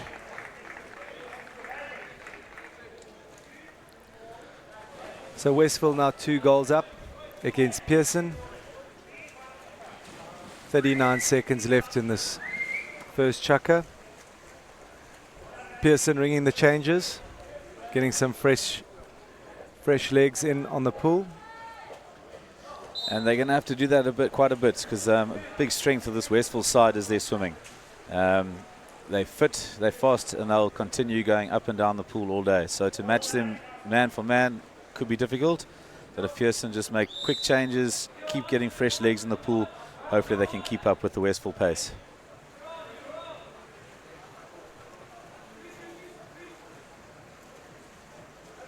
That pass just slightly over the centre forward. And Westville again going straight into an aggressive counter-attack.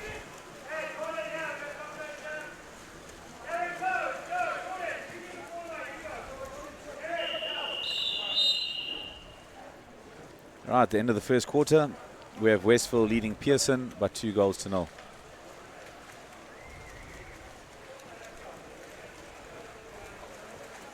See on the refereeing front, Steve Lamarck reffing with his son Peter.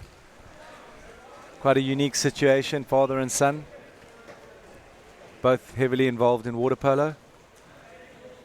For sure, as I mentioned earlier, Steve Lamarck, the current director of coaching for South African water polo, and his son Peter Lamarck, one of the FINA referees. He's been to quite a few junior world championships and some European nations championships. Steve's brother, Derek Lamarck, some viewers might know him from a few years back.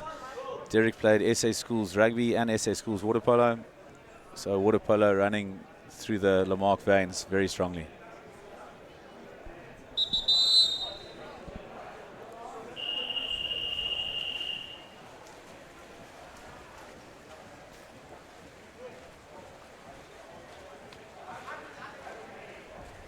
And VC, with the live streaming that's been happening so much in school sport, have you seen a big increase in viewership as people start being more aware that these streams are available and that you don't have to travel to watch these tournaments, which is a huge plus for parents financially as well? Yeah, if we look at the stats year in and year out, I think School Sport Live started in 2015. And I think in our first year we got 50,000 or not even that many views. Last year went from 600,000 on YouTube to 1.2 million, and I think we should be hitting the 2 million mark for this year. So year on year doubling. I think there's been a big shift in linear television and how people watch sport.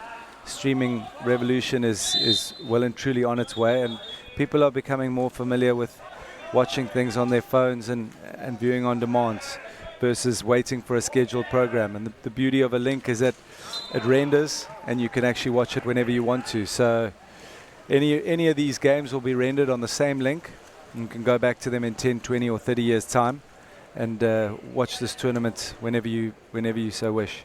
Fantastic, that's brilliant to hear. A good cross pass on the hand, first time shot there, goal for Aaron Tarr, taking Westville another goal into the lead at 3-0.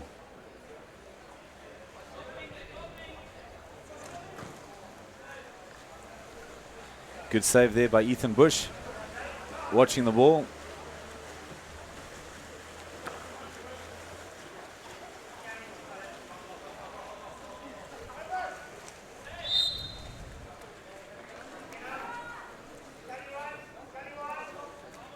So Westville chipping away at Pearson.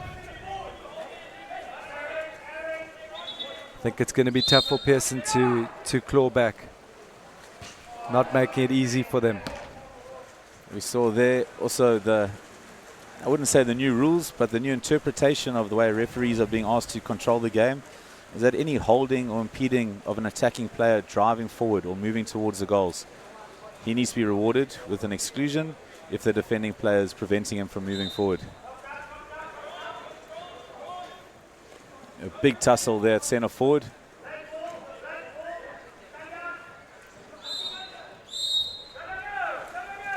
There, the Westville centre back getting the better of that tussle. The referee deciding that Pearson centre forward ducked underneath the defender, gaining an unfair advantage.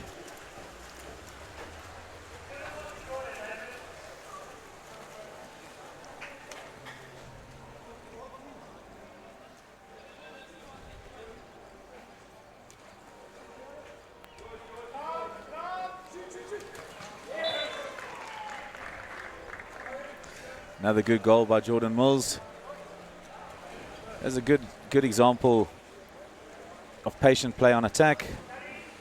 The ball moving, as he's passing the ball, he's moving into space. So when he does catch the ball, he's found himself a shooting channel to shoot first time to beat the goalkeeper and the blocker.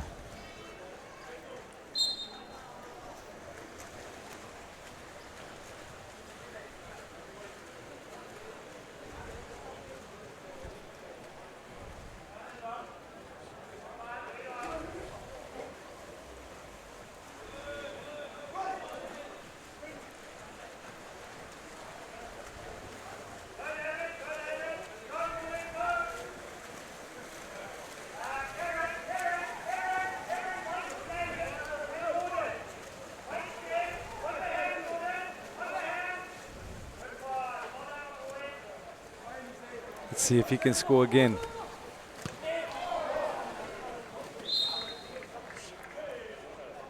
The attacking player a little bit too casual on that first effort, but managing to recover the ball.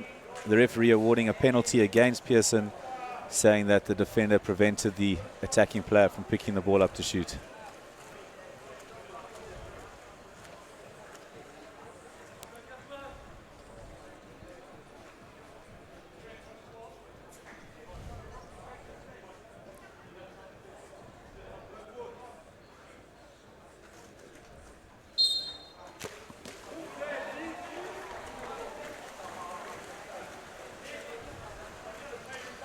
Zek van Sale reading that penalty really well, managing to get two hands to it, denying Westville their 5th goal of the match.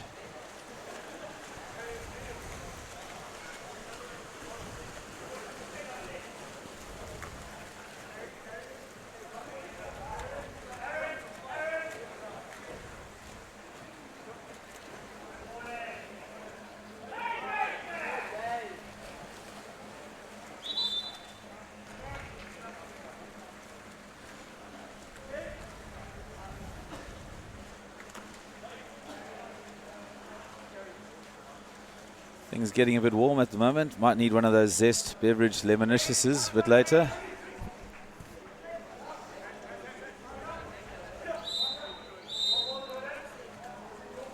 And we see another turnover foul at centre forward. The man just playing too much of the defender and not trying to find space.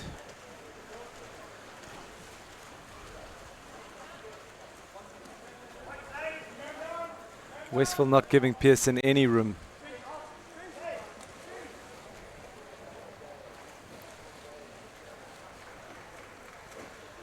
We can see here Pearson employing a tactic where they keep their centre forward at the Westville goals, which means Westville can only attack with 5 players instead of 6. It seems to be working, as it has slowed the Westville scoring down a bit this quarter.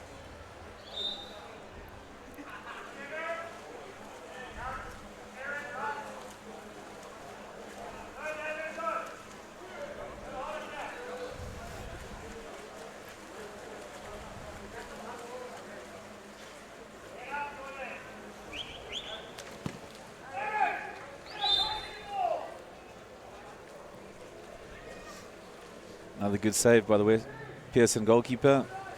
With 30 seconds left in this first half of the game. Westville with 20 seconds to attack here. Let's see if they can capitalize.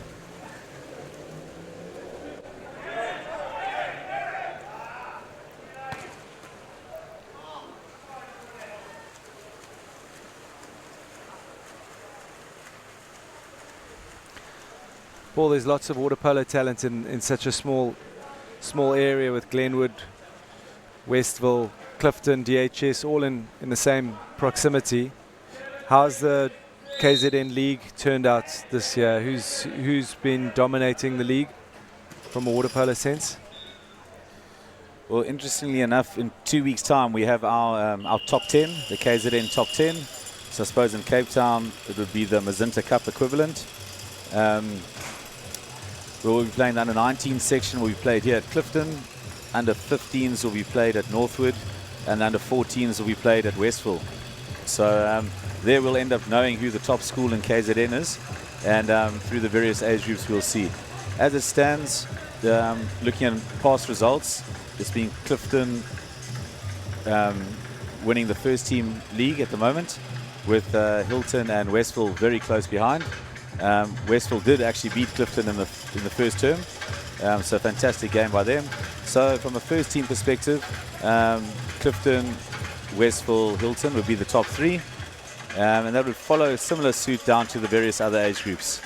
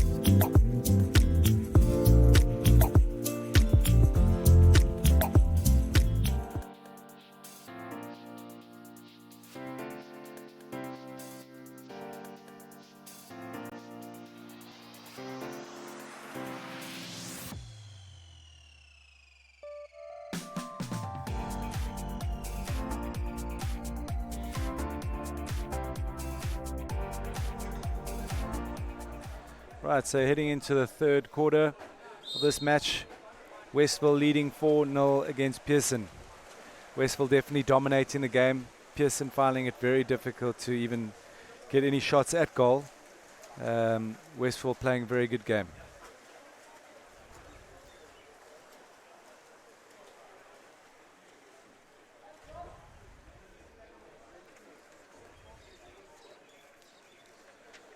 A lot of movement and tussling up front at centre forward. If Westville can put the ball in there. Unfortunately, the Pearson defender pulling the Westville attacker backwards, gaining a bit too much of an advantage. Let's see if Westville can put away this 6-on-5 power play. Paul, as you mentioned, Westville are playing Kearsney at 5 o'clock. It's the next Pool C game. Do you think the fact that they've only got 2 hours recovery, is that a factor at all? No, I don't think so. I think this Westville side is very well drilled, especially from a swimming perspective. And their coach, very wise old man, Mr. Brad Rowe, he would have seen the fixtures, he would have made sure he's planned and he's trained accordingly so that his kids will be able to recover with a short rest. So Westville just putting another one in the back of the net there. Jordan Mills. 5-0 to Westville. We have a good individual turn there up front. Pearson earning themselves an extra man power play. Let's see if they can do what Westville did and convert the 6-on-5 attack.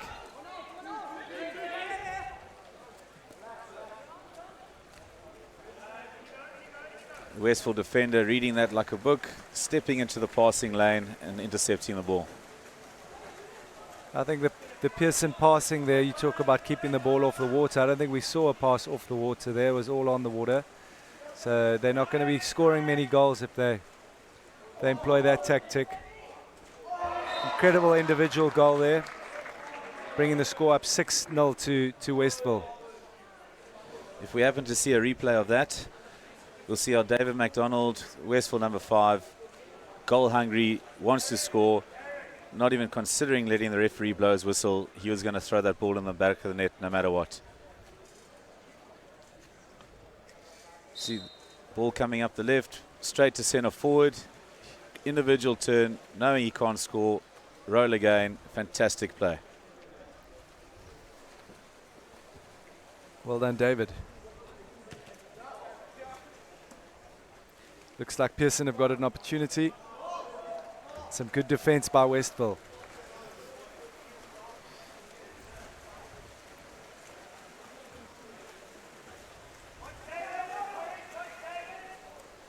We've got a fast break. Early pass to David McDonald again at centre forward.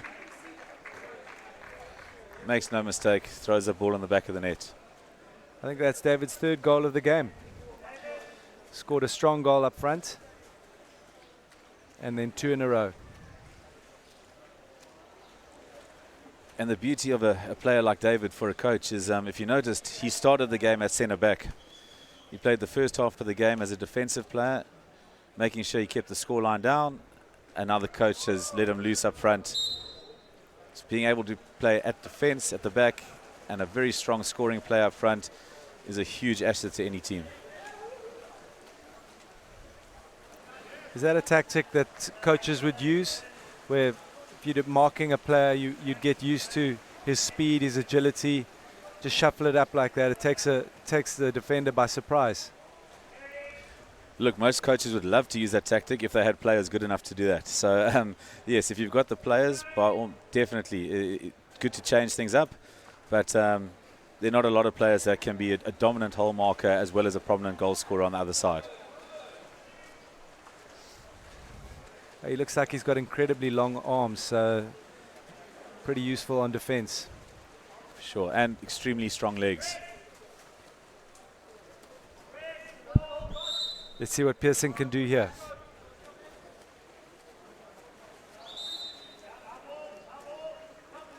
You'll notice a technicality there. After the foul, the player just rolled the ball on the water, so to speak. That's not allowed. He physically has to pick the ball up and either play himself or drop the ball onto the water to put it into play. That technical error, unfortunately, costing them a counter-attack. Jordan Mills, cross cage, taking Westville into the lead, 8-0. So Westville well and truly in command here at the 15th Clifton tournament. We just see that replay. Jordan seeing the goalkeeper's arms come up a bit early, finding the cross cage, ball in the back of the net. Pearson rolling in a second centre. They realised their strong, dominant man up front wasn't working, and they've moved him to the wing. Good tactic by the coach. Let's see if it can pay off.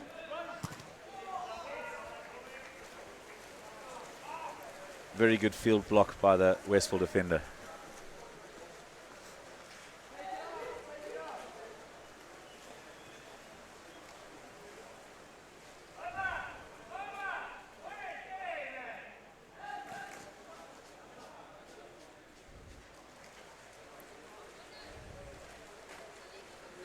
Westville, obviously the old school of Olympian Chad Leclerc. I think their sports centre is named after him, isn't it? Actually, their new swimming pool. The new swimming pool. Westville actually lucky enough to have 2 swimming pools, both named after old boys and South African swimmers. Geez, just to interrupt that quickly, eventually Pearson get themselves on the board. Long ran effort by their go-to man and captain. Well done to Andrew Roach, getting his team on the board. The man does deserve a goal. He's put in a lot of effort.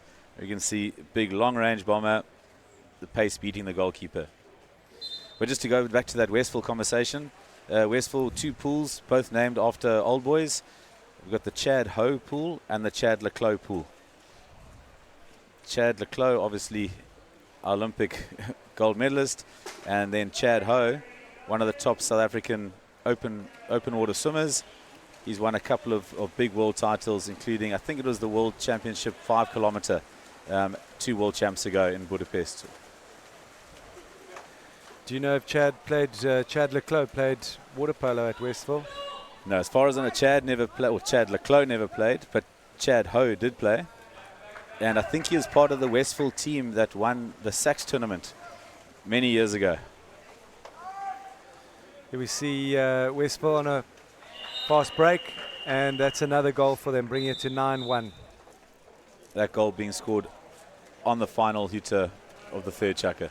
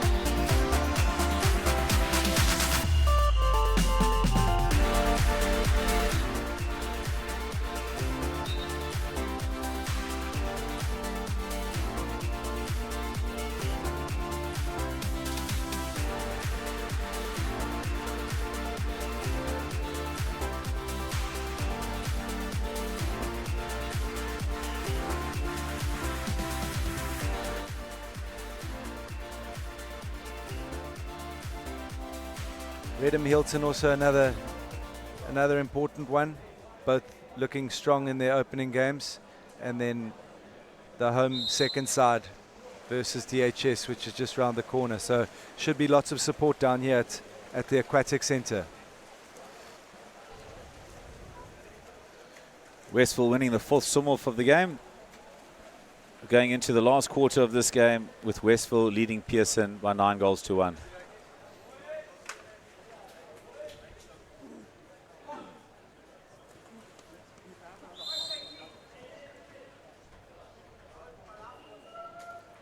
We see Pearson employing a very deep zone, trying to avoid any pass to centre forward.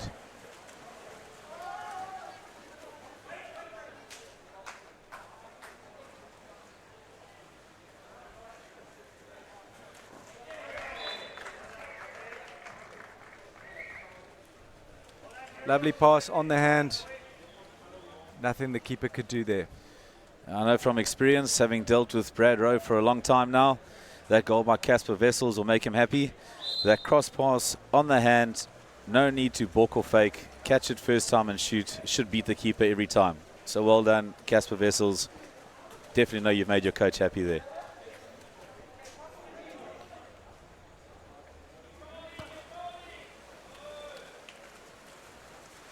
Pearson looking to force it a little bit here.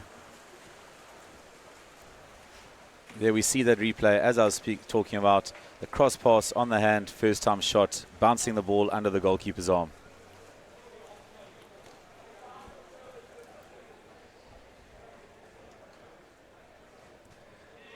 Westville setting it up. Slick passing's definitely been a good feature of their play.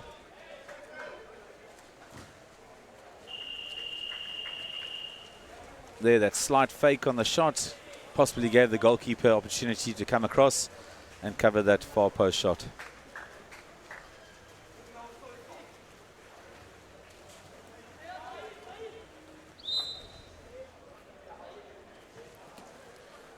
Ball into centre, strong turn. The Pearson go-to man, Andrew Roach, and captain, earning his team an extra man power play. Let's see if Pearson can take advantage of this man-up situation. Here's a planned move here. 4 seconds on the clock. Good first-time shot. Possibly lucky with a bit of a deflection, but if you don't shoot, you can't score. Well done for Pearson. Continuing to put pressure on Westville. That goal taking the score to 10-2. Connor Ackerman with the finish.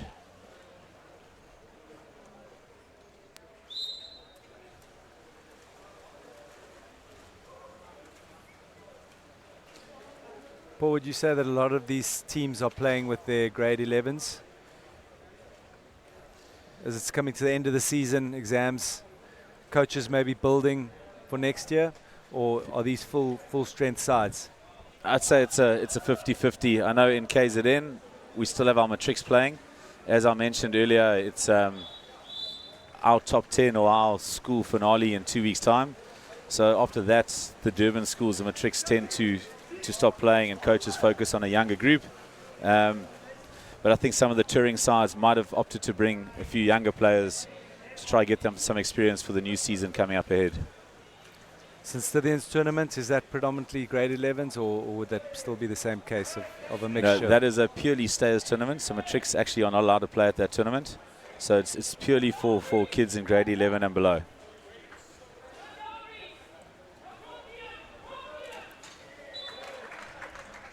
You see a good composed cross-cage finish there by the Westville number 9.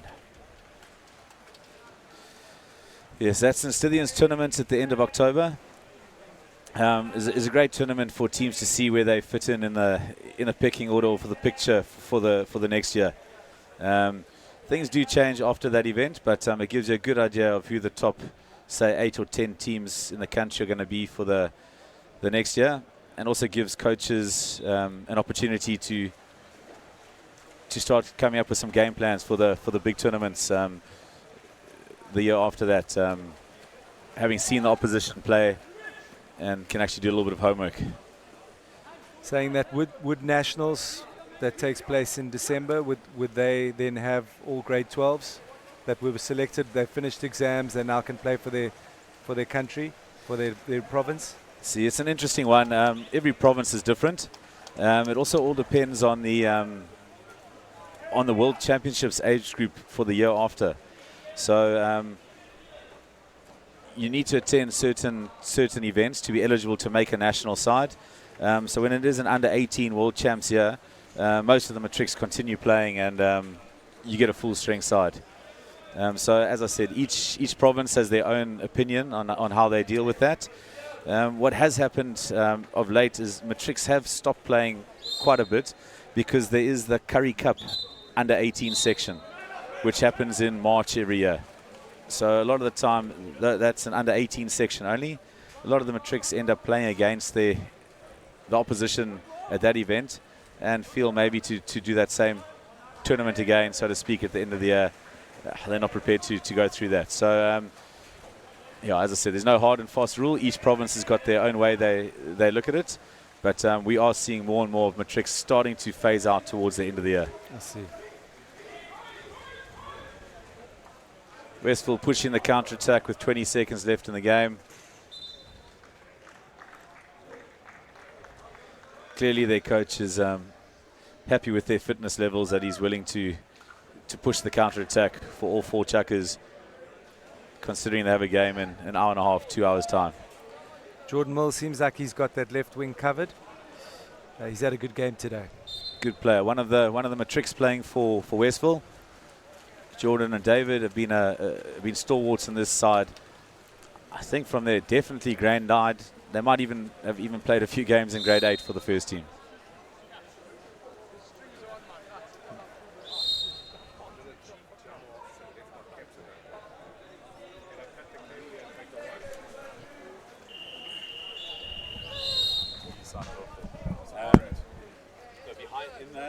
Right, so Westville 12, Pearson 2. Westville looking like a definite tournament contender. Like we said, they'll be coming up against Kearsney at 5 o'clock today, and I think that game should be interesting for Pool C. Signing off on this game. Next game up is going to be the Clifton second team versus St David's. Stay with us.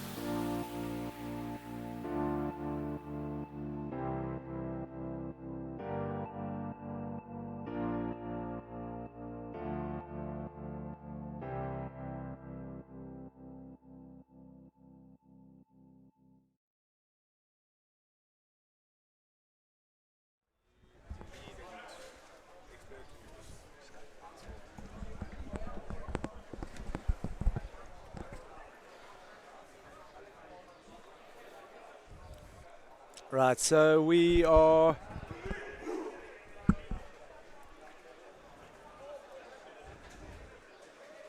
good afternoon, everybody. Welcome to this game.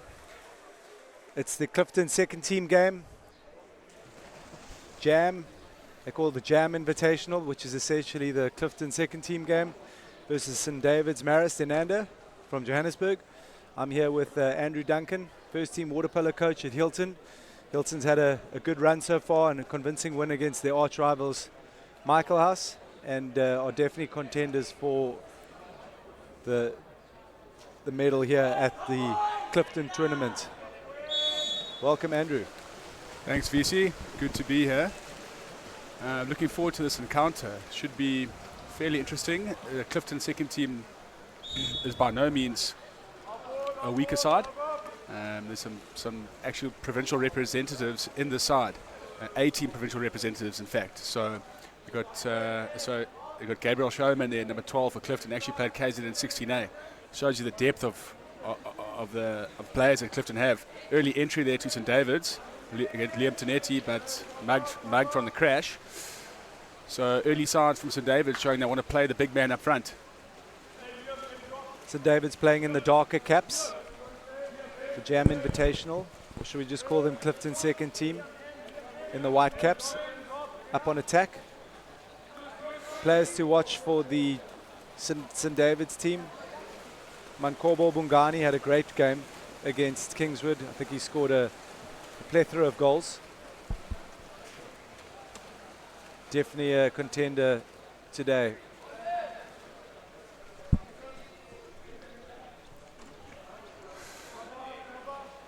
Good steal from Clifton. So far, 3 attacks, both look to play the 2-meter player, and they've both been stolen. Clifton moving the ball up down the left side with Gabriel Showman.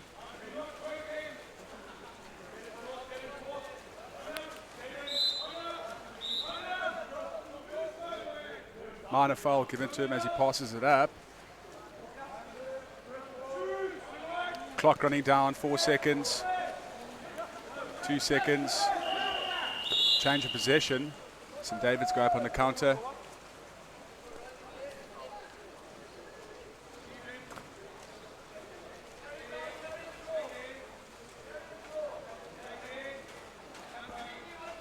So as you said, Andrew, Clifton no slouch.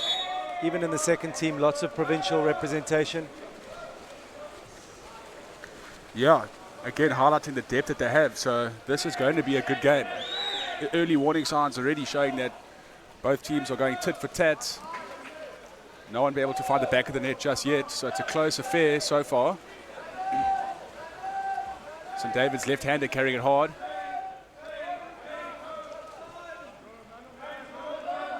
Clifton player working in a split position there, trying to keep control of the centre forward.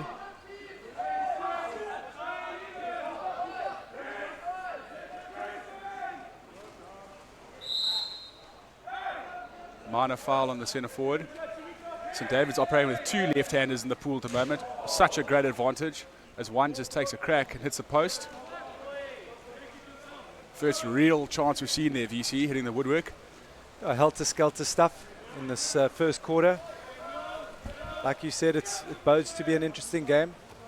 Tempo fairly slow at the moment. I mean, both opposition just eyeing each other out, trying to find out sort of who to play or where, what opportunity to exploit. And now, as we see, another steal there in the hole.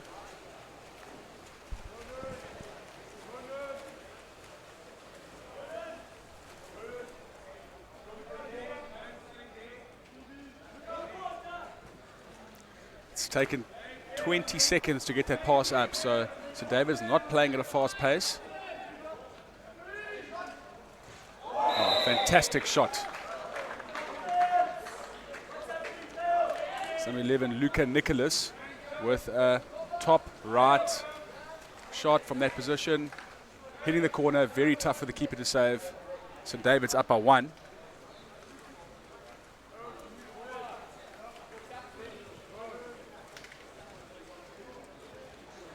So St David's drawing first blood.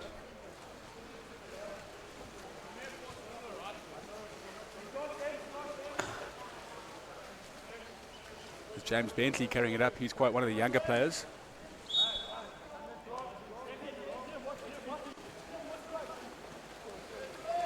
Bit of mobility on the left from Clifton.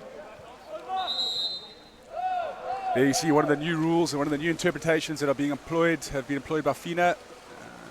Minor foul. You cannot balk after you get a minor foul. A fake, a pump fake. As you see, number 13 from Clifton got a minor foul, pump fake, immediate reversal. And St David's looking to capitalize on it as they drive straight up into the 6-meter area. Lovely cross pass and finish from the left-hander, number 7, Matthew Stevenson.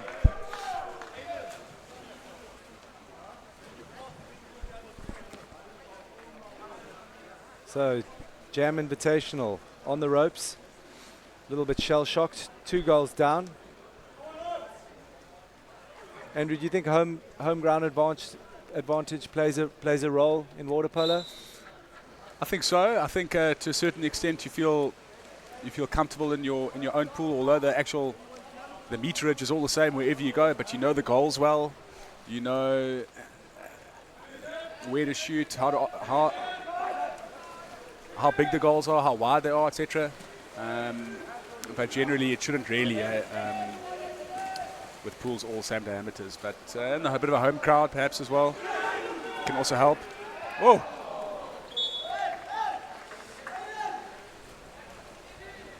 This is such a lovely arena to play water polo in. I know Hilton's pool has also got a lovely atmosphere and also world class in its own sense. For sure. This arena is one of the best in the country. It's often used for national camps for the men and ladies and juniors. Often assemble here for national camps. It's stadia type arena on both sides. Referees have ramps. They're always up to date with the lane ropes, etc. The new types of lane ropes. Now they've got a 6 meter, you can see. So the lane ropes have changed. They're always up to date with the clocks. The clocks, so some of the new rules, the timing of the clocks sort of has to change. You have to have a 20-second button as well. Clifton's really on the money in terms of that. So it's always a pleasure to play here. Yeah, it's a very intimate experience. You're seated very high up. There's great visuals from all around the pool. So we see a timeout being called by St David's. Teams are allowed 1 timeout per game at any time in the round robin stages. That should go up to 2 timeouts per game. I see. Apologies, it's actually the end of the chukker. Yeah, end of the first chukker. As Andrew said, it was a timeout. I was wondering why the clock was still running. So Clifton down 2-0, but it's a long game, so it's half time now.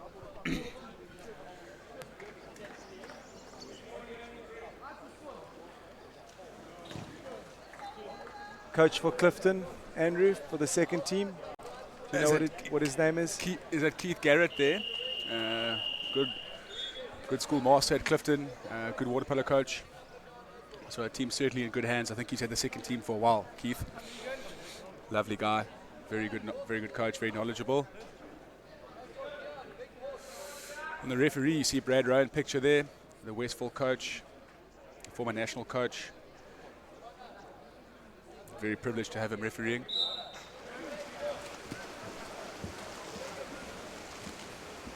Coming straight from his game into refereeing another one. Yep. His boys did well, so he probably just gave them a pat on the back. Grabbed his whistle.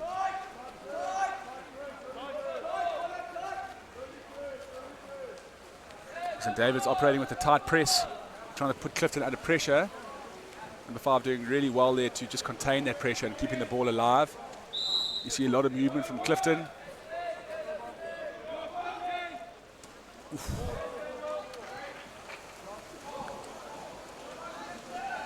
Nice little bit of skill from number 12, St David's, Daniel Ferryman, as he drives up the pool.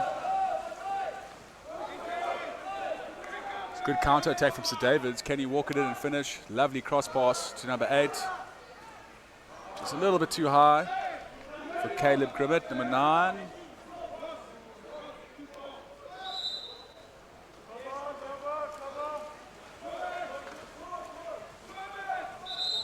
St David's not really using the opportunity there. There's another reversal on Clifton for, if you're going to move forward after a minor foul with the ball, you have to play yourself and flick it up. Otherwise it is a reversal. Some big wrestling in the centre forward area.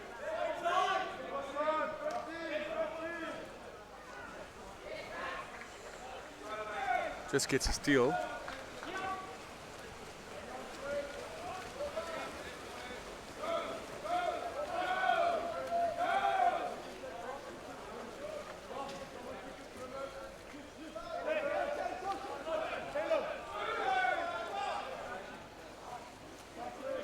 What's the situation with fitness training at this stage of the season?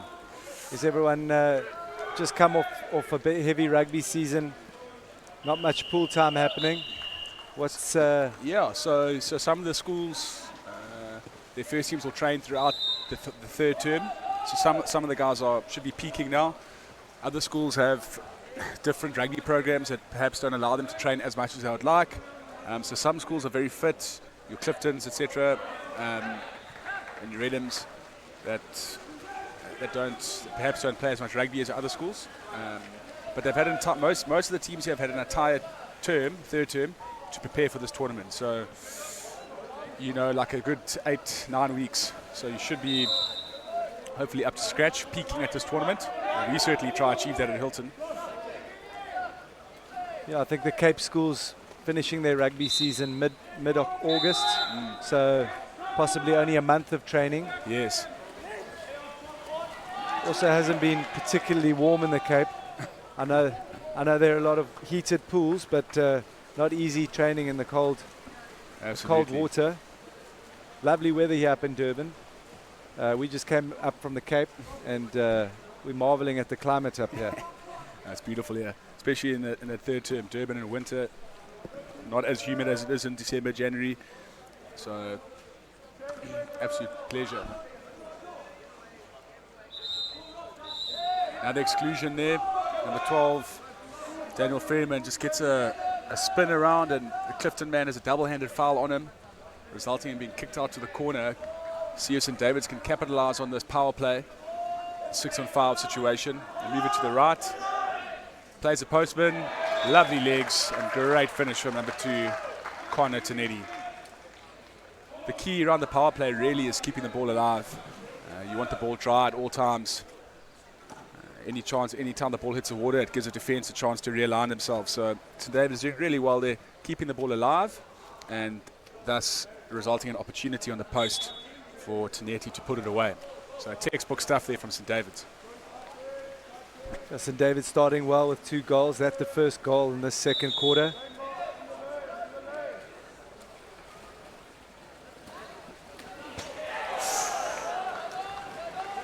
Huge opportunity for Clifton, but the woodwork just seems to be keeping them out at bay.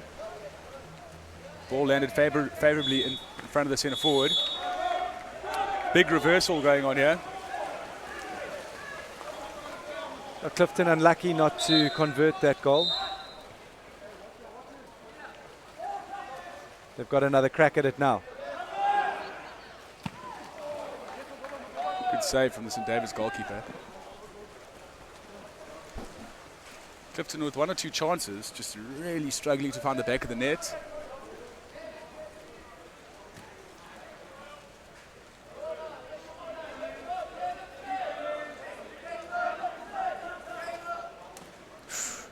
Yeah, a heavy foul there on the 2-metre player. Double-handed foul leaning on him is going to result in the exclusion. St David's with another power play.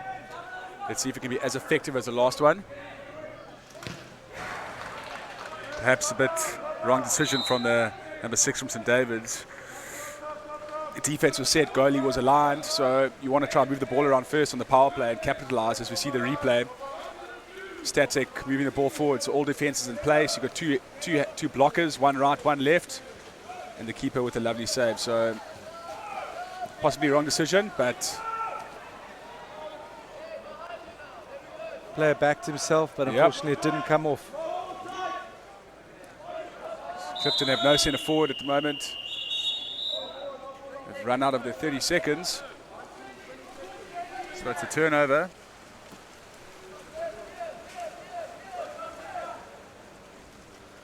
Long pass up from the keeper. Good outlet pass. Tanetti looking for the exclusion, and he gets it. Quick 1-2 possibly.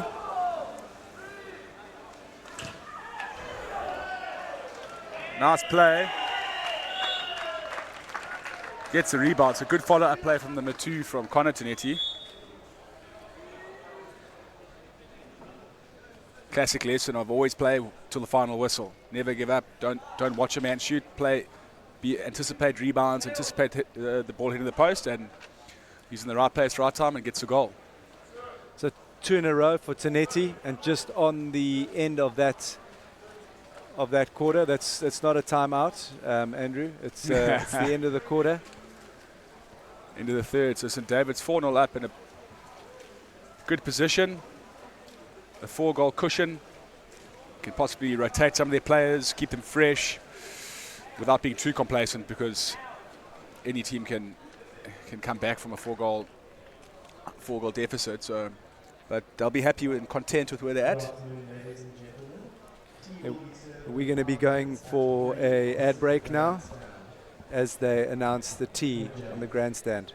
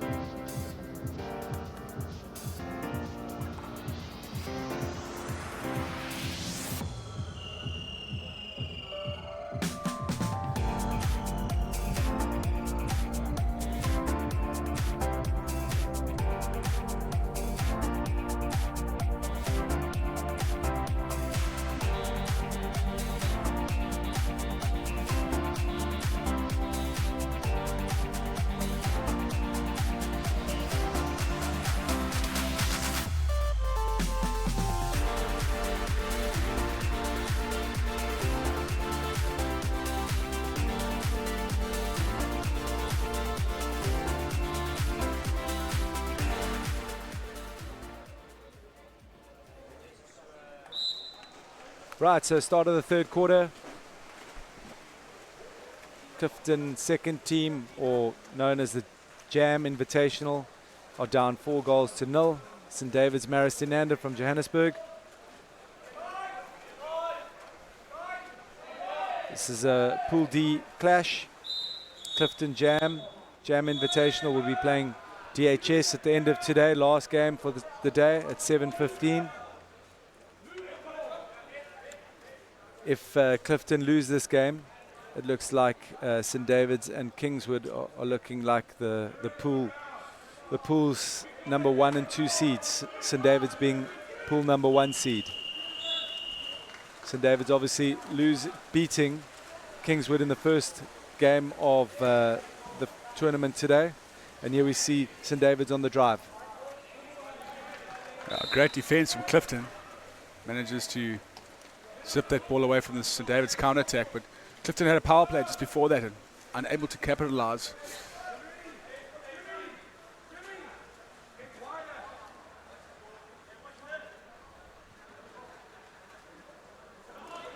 Ooh, great save. There's a rebound. Again, struggling to find the woodwork. Some strong play there. Another shot on the post.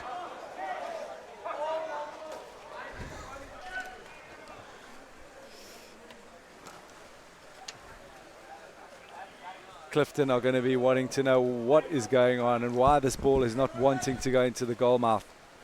Yep. See their bench got their faces in their hands. There's the exclusion for against Clifton. St David's with a 6-on-5 opportunity. A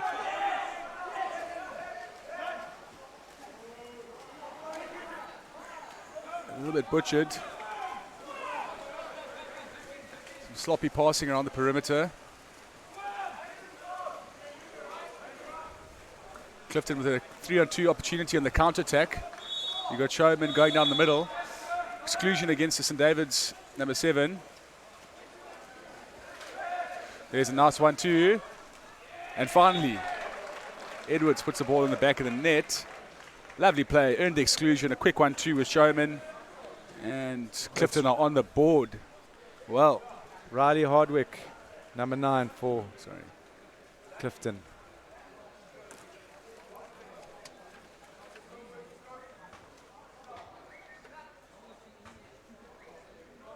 There's the replay. Lovely exclusion. Sees it. Quickly reacts quickly. Gives a quick 1-2. He cannot shoot it directly because he's inside the 5 meter. Nice 1-2 with showman and nice patience. Clifton operating with a drop here.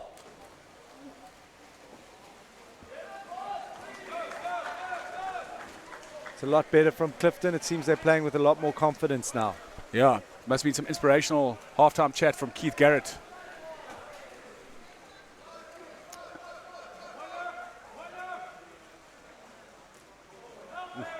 Some heavy wrestling going up in the center forward area. 9 seconds left on the shot clock for Clifton. Again, finding themselves at bay with the new rules. Needs to play himself, otherwise it's a reversal.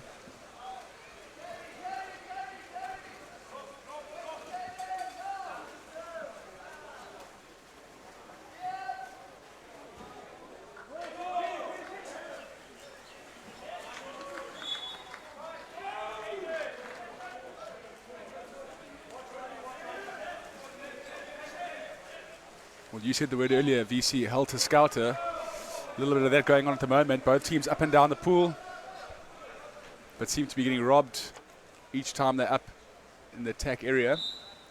Both teams seem well conditioned. Yeah. Snapshot there from number 4, but keeper's got that under control. It's just cooling down a little bit here. It's been very hot in the middle of the day.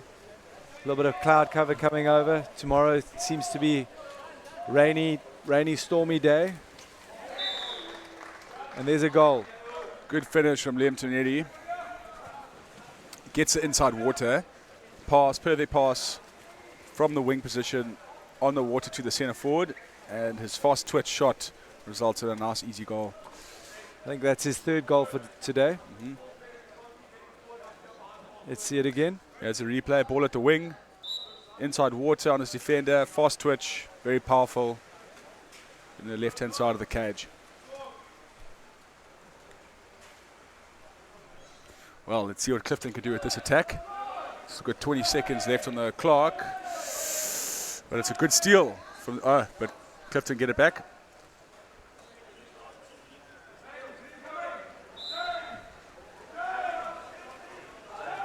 St David's not making it easy for Clifton.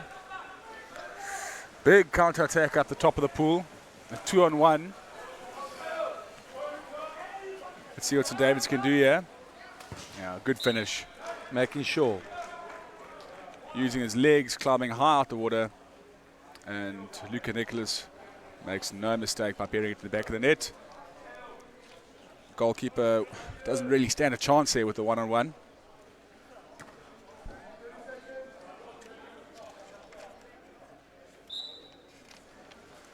Yeah, we see the replay. Nice high legs.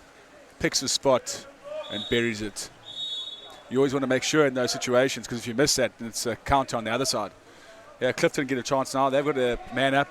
6-on-5. Goal. Looks like Connor Steadman. Nice finish. Nice cool finish. 6-2. So the Jam side still in the hunt. They got a sniff, but the 4-goal deficit, they're going to do a lot of work to try reel that back in. So St David's next game is DHS, which will be tomorrow at 1 o'clock. And if they beat this Clifton side, that should see them going into number 1 spot in Pool D. Good ladder down from the number 8 from Clifton.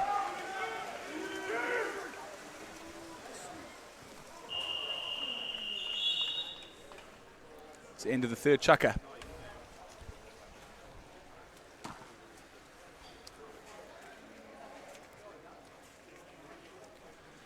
So Paul Martin was telling us about the KZN competition happening later in this term. The school's top 10 KZN championship, basically, yeah. I think that comes up on October the 12th or so, on that weekend. It's 10 of the top schools in in the KZN area, each under 14, under 15, and under 19. 2 pools of 5, and they play off to each age group tries to win that championship. So you can proudly say you've won the KZN championship for your age group.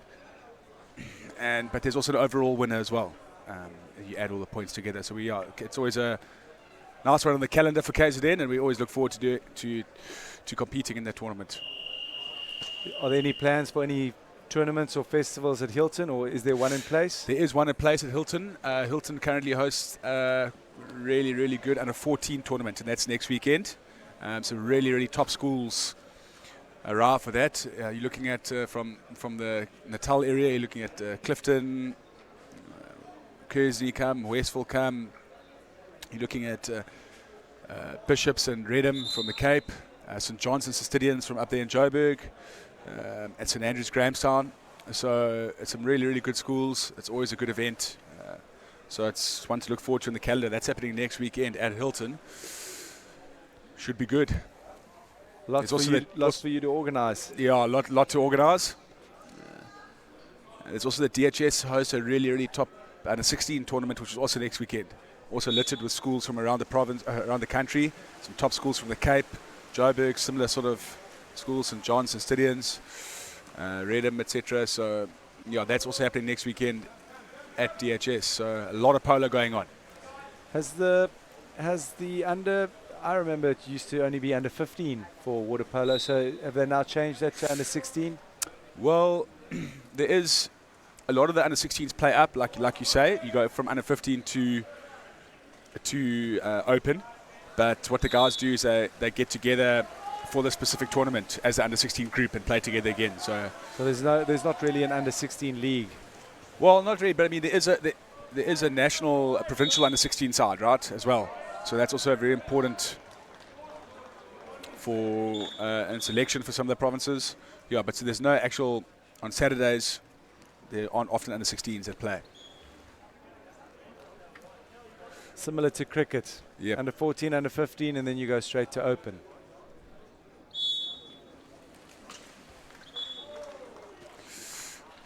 Conversion of a penalty from St David's. Lovely shot, top right corner.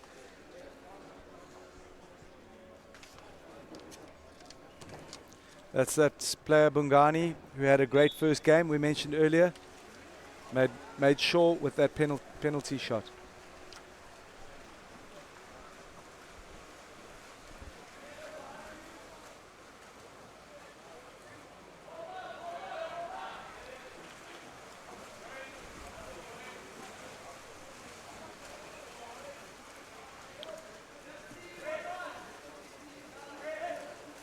So David's another big counter attack. Oh, solid pass to the left-hander, but fails to control.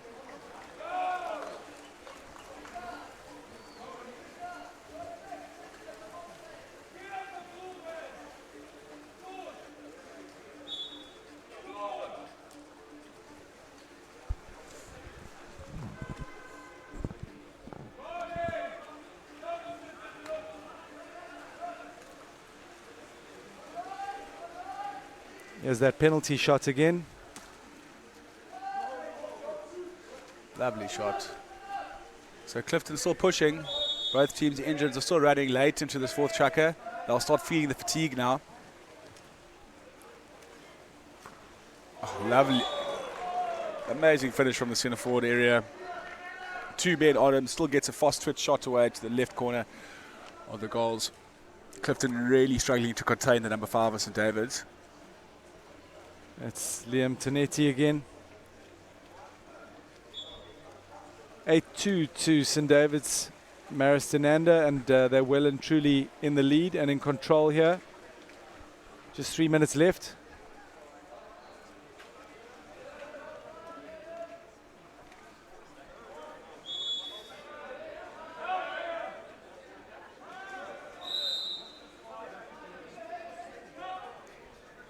Kes taking on St Alban's next.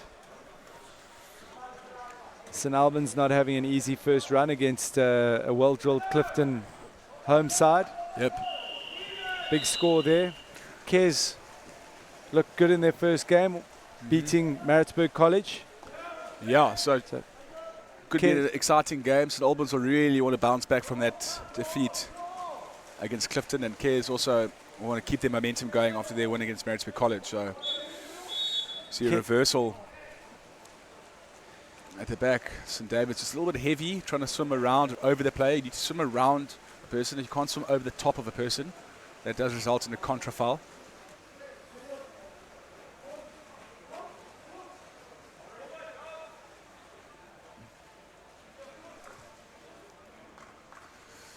Good energy from the number 9 from Clifton.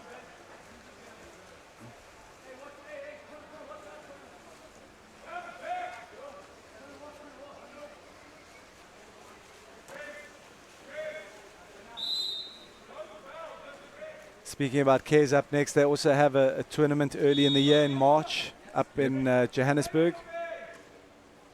One of the big ones on Very the much- Waterpolo Festival calendar. Very much so. Very, very big tournament. A lot of the top schools congregate to that tournament. Yeah, one of the more prestigious ones, and the end of term 1. It's usually in March, last weekend of February and March. Good one to win, for sure. Sachs also running a tournament, fast. Is a 2 8-minute chucker tournament exactly on the same days as Clifton. So lots of water polo happening at this time of year. Absolutely. Sachs tournament going on at the same time. Like you said, different format. A few more teams. Although Clifton on the counter here. Can they capitalize? Would have been a nice consolation goal, but great save from the St David's, number 13. As we said earlier, ball just not wanting to go into the back of the net for Clifton. Lots of rebounds off the timber.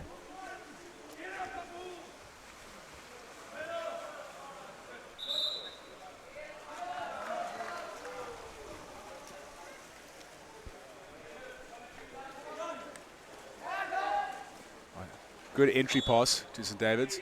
Number 12 just couldn't get the shot away. Very slick. Got another crack at it.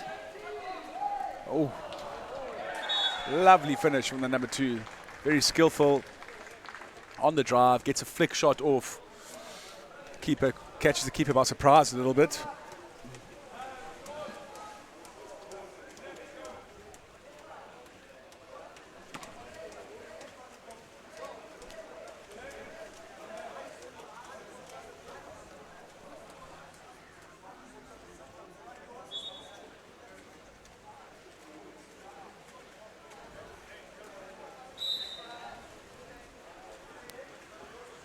We just came from St David's where they hosted the soccer challenge. Yes. The under 15s winning, in the final, losing to Jeppy. And they've got their basketball tournament, which is coming up in October. So lots of sport on offer at St David's. Lots going on. We spoke about facilities earlier. St David's also have a very nice pool facility. Similar setup to this, just the stands on behind the goals, kind of. And there's some stands on the side, but a really world-class facility at St David's too. Quite new. So Right, so 9 goals to 2 for St David's. We said St David's look to be top of the Pool D. And next up, King Edward versus St Albans. Stay with us.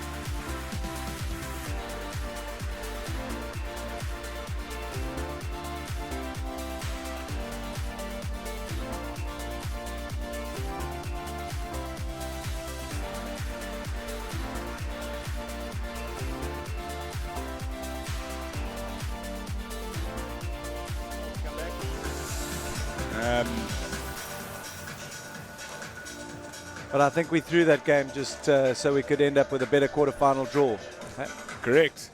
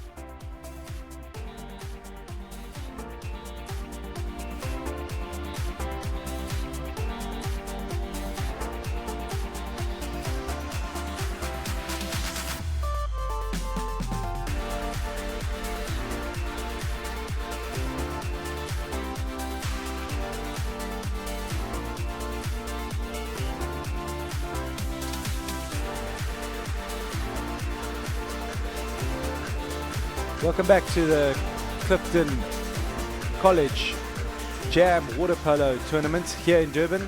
I'm joined by Andrew Duncan, first team coach at Hilton College.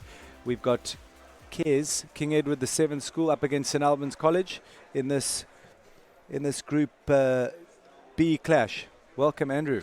Thanks, VC. Thanks for having me. What a day, what an atmosphere we have at Clifton. The sun is out. It's warm weather, perfect for water polo. St Alban's taking on Kes. Lovely Gauteng derby. St Alban's will be looking to put in a much stronger performance than they did earlier. I'm sure they are capable of that. Kes also looking to keep their momentum going from their earlier victory against Maritzburg College. So St Alban's doing very well at this tournament last year, so I expect them to be pretty good coming out here against Kes. So we should have a good battle on our hands. St Alban's obviously from Pretoria, playing in the Blue Caps, and King Edward VII from Johannesburg, playing in the White Caps from right to left. First chukker, we're about to kick off. St Alban's will be up against a good Kes side. I think they beat Maritzburg College earlier today, but I'm sure they're going to be bouncing back.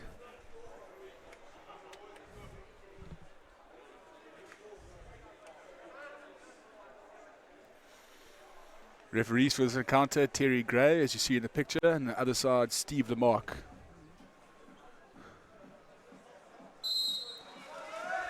And there we go.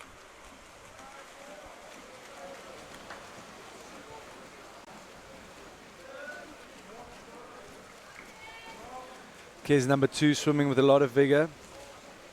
Winning the swim off.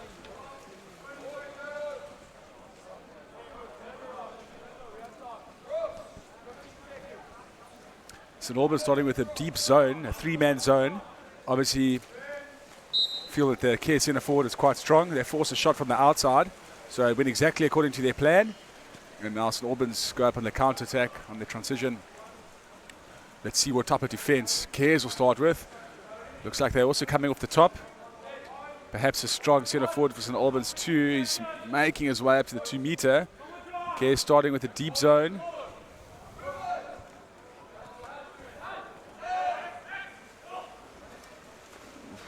Shot goes wide from St Albans. A bit static on attack. Kears on the counter. But St Albans contain it.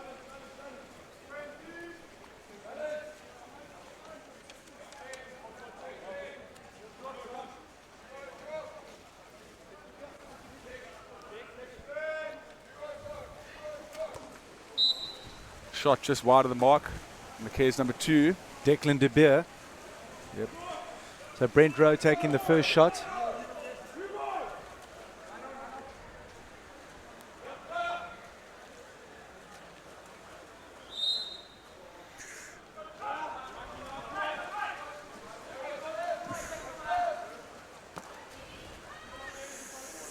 Number 8 for Kears, Dean Combrink on a counter-attack. Working for that inside water, but good defense from St Albans. Yeah, a reversal there, can't spin on your hand. Okay, get another application of the new FINA rules. It's going to take some time for our players to adjust.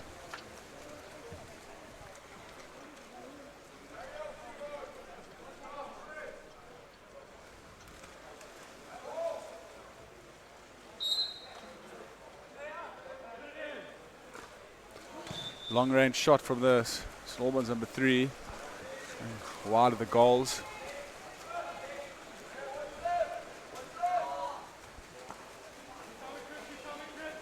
Ooh.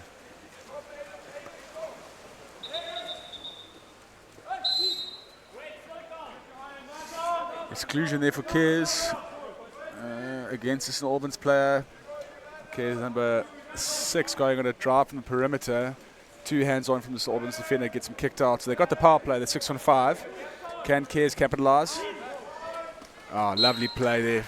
Dry pass from the right wing from Dean Combrink and a goal there. 4. Number 12, Kieran Durban.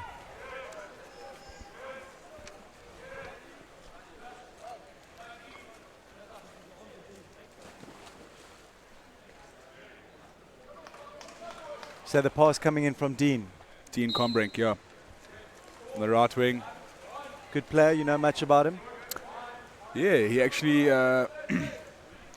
his brother went to Hilton College. Dean did some time at Hilton and moved up to Kears. Very good player, very good ball skills. Good read for the game, as you see there. Able to make the dry pass, so yeah. Coming out, and there you see him making a steal, so.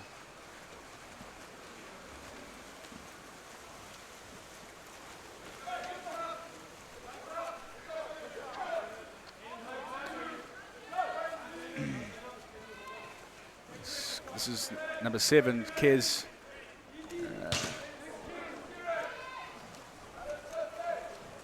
Just carrying it up there, but takes a shot from halfway, hits a woodwork.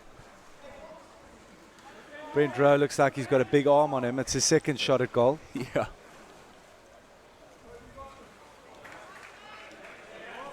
There we see it on the replay. Just off the woodwork. Very unlucky not to convert there.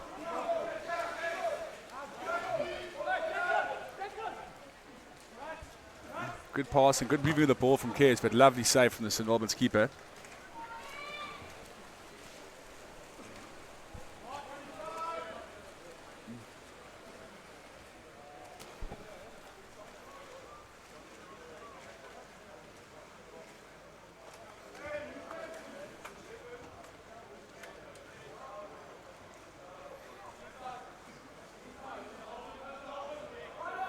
Good work from number 2. He hasn't given up.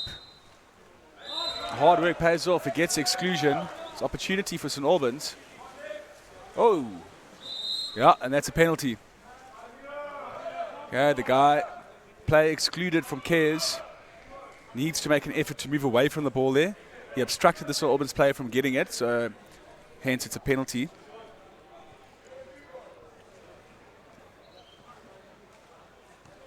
So a big chance for St Albans to get it on the board. Well, they'll be happy if they score here. Going into second chukker, only 40 seconds left. Unfortunately, it's not to be. It's hit the frame, the inside of the frame.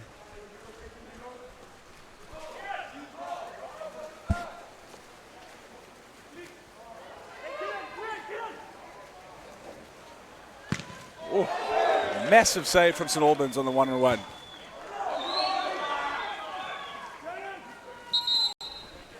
In the 2-meter. Offsides call there against Kes. Huge save from the St Albans keeper. That's two very good saves that he's made. Keeping his team right in the game.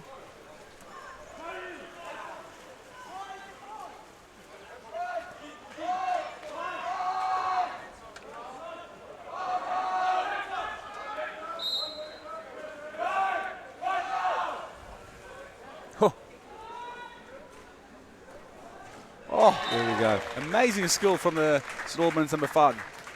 Uses his foot to flick it over, manages to gain control, and has enough time on the ball to wait for the opportunity when the keeper sort of loses his legs and he sticks it away. And we see the replay here. Flicks it over with his foot, gets control there. Just a little 1 or 2 balks. Top finish there. Chris Fox guilty of missing that penalty earlier, making amends. Certainly making up for it. Yeah, we see that save from St Albans. So the cross pass is the right option. Huge legs, massive save with his right hand. And they actually go up and score on the other side. So almost, we sometimes call that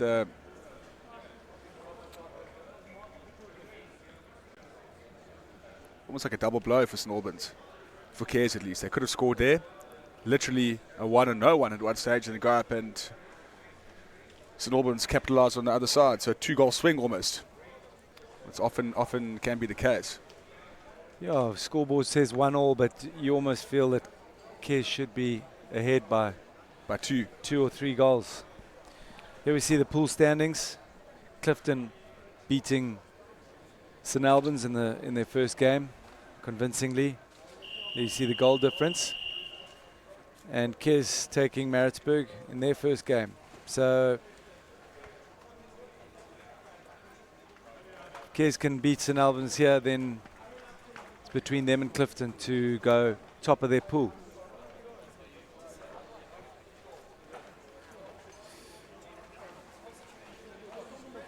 There's Steve Lamarck, referee for today. Happy he's not reffing on the other side, straight into the sun.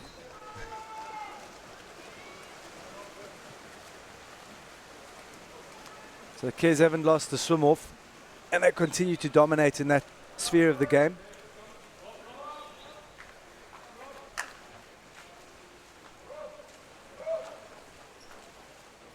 So here we see that deep zone from St Albans again. Big 3-man zone with blocking. Forcing the shot from the outside. Yeah, very good play there from the Kes number 11. Fakes a shot and gets a lovely entry pass to number 12. It gets a half turn. Gets the exclusion. So really well worked from Kes there. And they play the postman. Very, very good goal. Well constructed from Kes. Off the restart. Managing to jam it on a dime for the centre forward. The pass is so key in that situation. One part, if the pass is slightly off, the crash gets it and nothing happens. So the pass is on the money. Centre forward gets a half turn and earns exclusion, and they score in the power play. So couldn't have asked for a better start from Kes in the second chukker. Their coach Ryan van Rensburg will be super happy with that.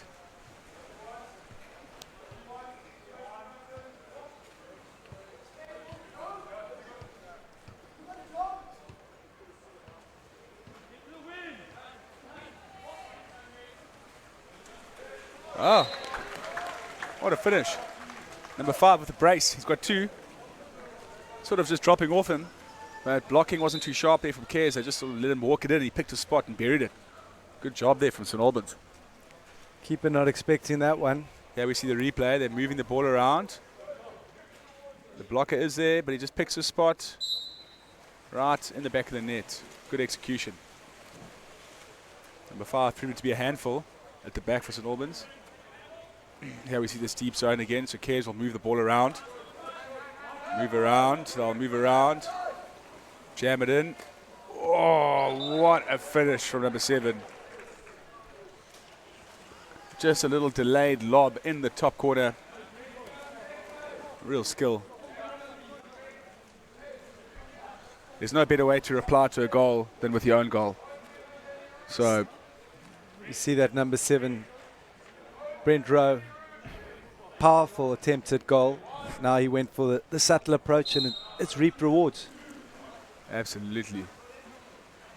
There's the St Albans talisman, number 5. There we see the replay. Back live.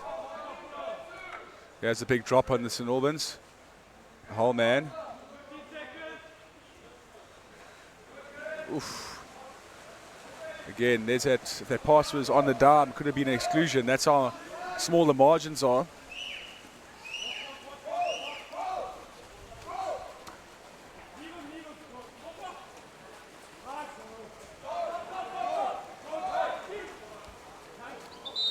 Yeah.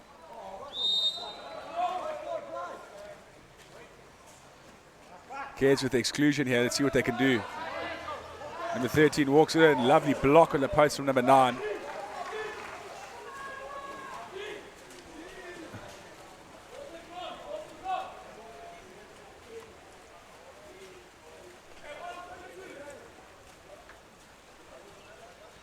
St Albans seem to have pulled themselves together after a pretty heavy start this morning. So hats off to them for coming back and standing up to a strong Kiers side. Very competitive at the moment. Yeah, St Albans running out of time there. Their number 11 just dumps it in the corner. Sometimes the right thing to do when you run out of time. Push it away from the Kiers defence, so it gives the Kiers attacks, it gives the St Albans time to get back. But a bit of confusion down here on the left-hand side. Number 5 from Kiers, good finish. Cross-cage shot, bounce shot. Well done, Jared Germond.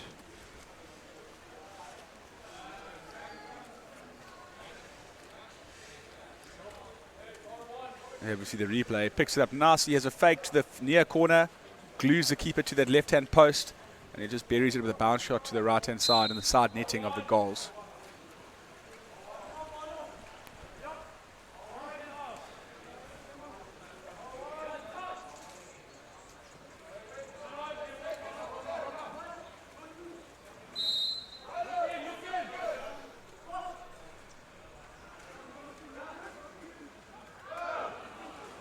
Lovely steal from Dean Combrink. St Albans guy just ducking his head underwater. So sometimes referees don't award minor fouls in that situation. Have we seen any goalkeepers come past the halfway line yet at this tournament? I haven't. It's one of the new rules. As we just watched a shot go wide from Cares. It's one of the new rules. Oh, and there's a roach. Sorry, I'll get back to that. There's a cockroach at the top for St Albans. Not the greatest pass from the keeper. He's had to go fetch it. He's going to walk forward. Oh, he's played back. Well, there's the exclusion.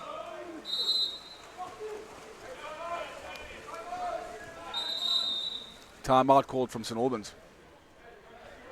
Okay. Interesting. Probably a good call by the coach. They've still got some time on the clock, 16 seconds.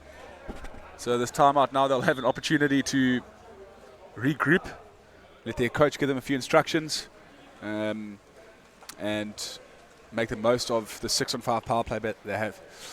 Going back to what I was saying earlier, one of the new rules employed by FINA, I was talking about the balking earlier after a foul. The goalkeepers are also allowed to cross. In the past, they weren't allowed to go past the halfway line. That was their limit. If they went past there, it was a reversal. So they're allowed to actually swim right up to the other goal now. So what some teams do is, if you're one goal down or you're really desperate for a goal and the clock's running out, you can send your keeper right up and they have it play a 7-on-6. Of course, at the possible consequence that if you don't score, there's an open net on the other side. So sometimes when teams are up by a lot, they'll send the keeper up to get used to it. But as you say, we haven't seen any of that yet, but I'm sure at some point in the tournament we'll see it. It makes for interesting viewing. I suppose you've got to action that quite quickly because you don't want your shot clock to run out. Yeah. And that's the risk. That's Shot the clock risk. runs out, you've still got to sprint back to the other side. St Alban's just getting pressed up at the top. Kerr's going for a little tight press. Is that something you've been practicing with your team? The top tight press on the goalkeeper. the goalkeeper. Yeah, in any opportunity in a pre-season game or winter league game, if the opportunity comes, often at the end of a chukker, we'll do it. So if we have 30 seconds left on the chukker and we get possession, that means if the shot clock runs out, it's the end of the chukker anyway, right? Yes. So we'll employ that sometimes. And the goalkeepers love it, so they get a little chance to attack and they can even score a goal. So they're all over that. Another exclusion for St Albans. Hopefully they can capitalise on this one. I suppose that the risk of bringing the goalkeeper up is that you've always got that at the back of your mind. Oh, lovely goal. Very, very good finish from number 3 of St Albans. From a tough angle, and he had to beat a blocker. A bit of a ding-dong here, back and forth. Every time you think Kes have got the better of St Albans, they come back and put one in the net. 100%.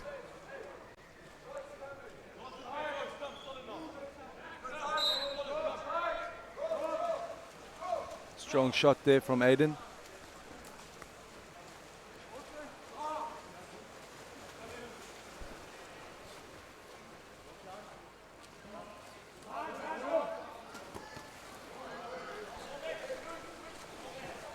Easy pickings for the goalkeeper. It was straight at him.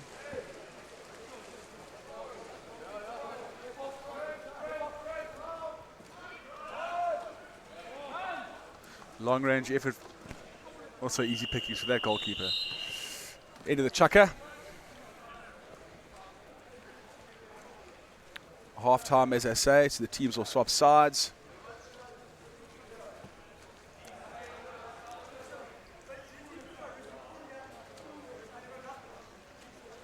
Lovely floating goal set up here at Clifton. A lot of the schools don't really have these facilities. Absolutely. With the lanes and the ropes.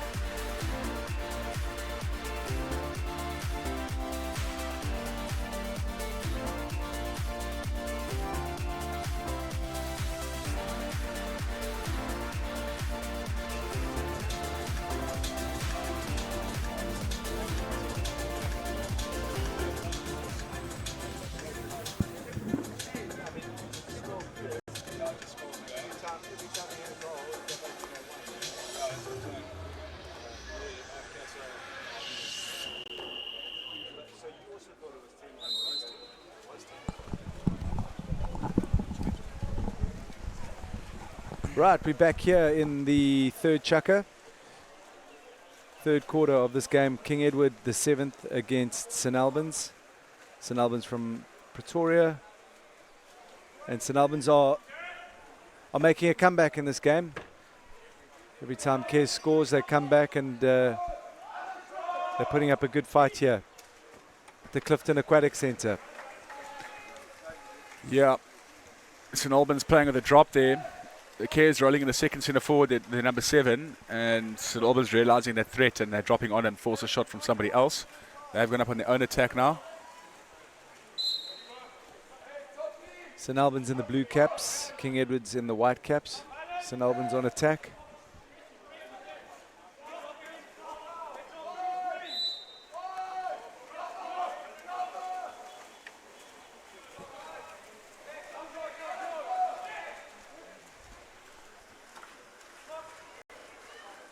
Bit of a loose pass from Cares.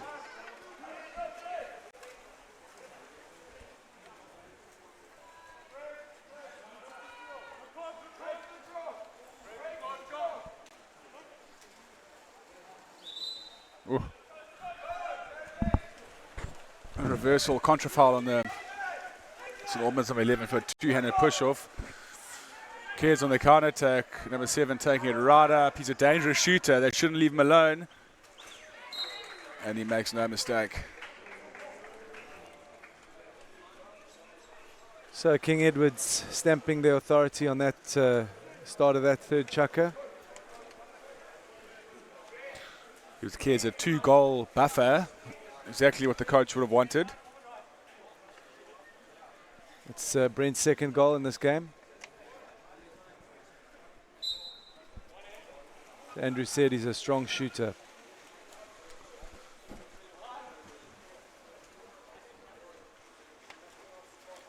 Late afternoon here in Durban. There's a bit of a glare on the water. Probably got another hour or two of daylight before we switch the lights on. These games going on into the night. Last game being Clifton Invitational against DHS at 7:15. And then we're back here tomorrow morning. Super cross pass from Dean Combrink, number 8, to their talisman, number 7, and he makes no mistake as he scores another. But that was really all in the pass. Lovely pass on the hand. And, you know, good goals only as good as the assist, the good pass. So there we see the pass there on their hand. Perfect. Puts it away. Back-to-back goals there by Brent. A lot of shots just missed in that first quarter. Good now pass. Seems to be getting his iron. There you see the penalty from Given. So perhaps played a little bit of advantage there, and the Cares number 7 just holding on the guy's back, can't get a full shot away. So correct call. Can he follow up? Ooh, another penalty, same infringement. Back-to-back penalties here. Wow. There you see the Cares coach, Ryan van Rensburg, very frustrated. There's 2 penalties in a row. Can it be third time lucky for the penalty for St Albans? And he scores. Once again, every time you think St Albans is buried, they slowly come back. Hanging in there. Sneaky 6-4. goal.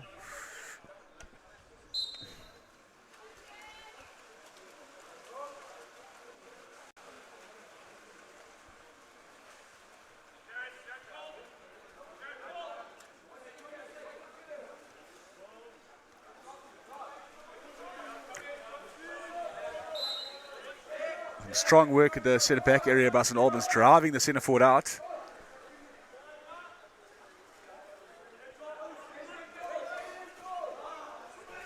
Forces a shot from the weak side. Here we see that penalty again from St Albans. Keeper gets a finger to it. Second time lucky.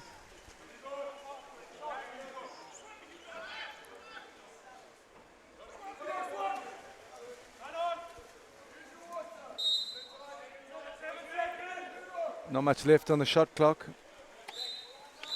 Yeah, Cares number 11 centre back doing enough pressure to warrant the ball under decision. Big pass up the pool. There's the one-on-one play there. But he's just mugged from behind. Big foul. Ball under.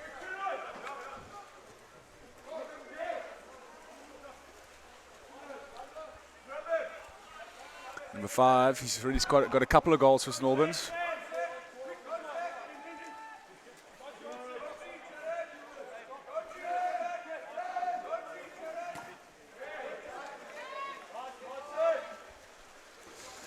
Strong save from the Cares keeper. Cares number 6 on the breakaway here.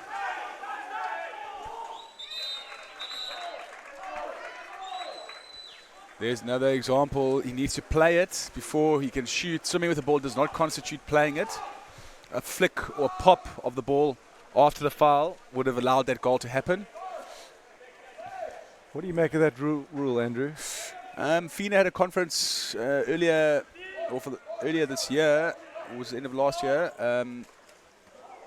And they trialed the rules at Junior World Champs, I think. And then that's now in effect. So the new rules are in effect, and it's to encourage a more mobile game. It's to encourage a faster game and a not so static game. So those sort of rules have come into play. Some other ones we've seen, the flying substitutions as well. We've seen the guys subbing up and down the halfway line. Previously, if you wanted to make a sub during play, you would have to swim to the goal line and the little sort of penalty by the red area, the lane wraps. Here we just see that goal. Nice assist from the number 7. Okay, it's just keeping their lead. A 3-goal cushion against St Albans. Yeah, so there are quite a few rule changes and different interpretations, etc. Really good application from FINA. In an effort to speed the game up, make it more exciting, make it more attractive, make it less static.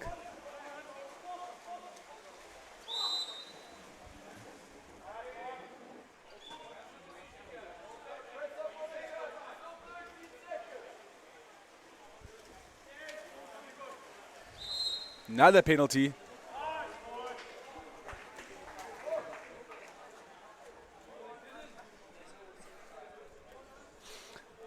If St Albans had buried all their penalties, they could even be in the lead. True. They missed that one early on in first chukker. Let's see if their talisman number 5 can bury this one.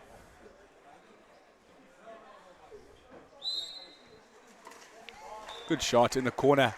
Once again, as you say, St Albans staying in the hunt. 7-5 now. And not much time left in this quarter. They'll go back to their coach. See what he has to say to them. They've definitely got a shot of drawing. I think it would be tough for them to win this game, but they can definitely get a result in a draw. Into the third chukker. 2-goal game.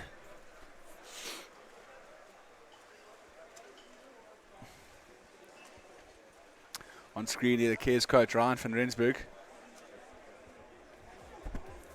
The distinct red of King Edward. Plenty of famous sportsmen coming from that school. Yeah, Graham Smith, Brian Habana, just to name a few that come to mind. Joe van Niekerk.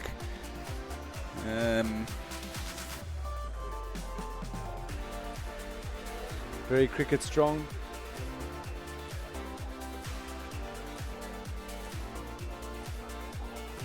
Like we said earlier, also a very popular water polo tournament they have in March every year. Long format tournament. Last year's winner, or this year's winner, Sachs. Andrew's gritting his teeth, he's not quite sure. Put him on the spot. Sachs always big contenders for that one. Clifton, St John's, Rondebosch. Yep, Cape Sides are always strong there. Right, last chuck. Let's see if St Albans can do it. I'm going for a 7-all draw, Andrew. That'll be a humdinger. What St Albans really need to do now is make sure they start the chucker well. The last chucker, previous chuckers have not given, kids have earned them, but you know, they had to claw their way back. So maybe if they come out the gates firing this time, it'll be a close finish. Cares winning the swim off. You mentioned it earlier, they haven't lost one yet. Yeah, that's not a good sign for St Albans.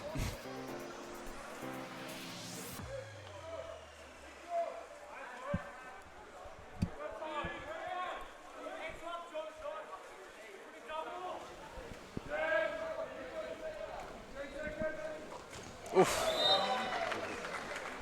Pinpoint accuracy from number 7 for Cares. In the top right corner, not much a keeper can do about that when it's literally going between the crossbar and the left-hand post. Well, there goes my prediction in the first 25 seconds. And that's exactly what I said. St Albans would try to keep at bay. It's a great drive there from the number 2. Is that a good game today, Brent Rowe? Doesn't Good come out steal. of the water very high, but he's still got a very powerful shot. And there he goes on the break again. The number 7 from King Edward. It's a good pass. Yeah, very good play from Kez. Kez hitting their straps now.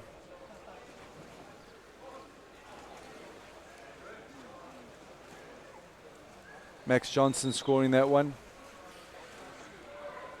And St Albans ringing the changes. Here we go with that good pass in the left wing. And Max finishes nicely.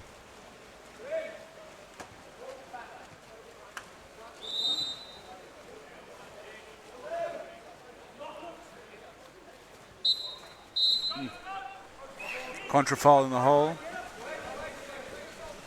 Kids on a fast break.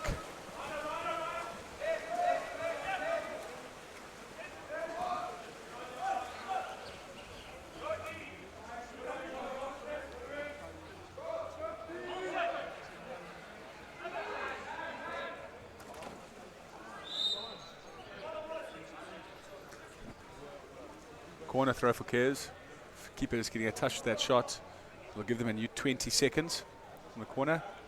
Also another rule here, the ball's live from that corner situation. He can shoot straight away. Another one of the new rules, as I mentioned earlier. In the past, he would always have to make a pass before it was live. The ball is live from the corner.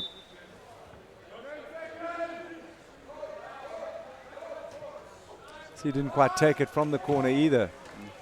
Yeah, you're supposed to be sort of near that corner. Sometimes the guys push their luck and the referee will call them back.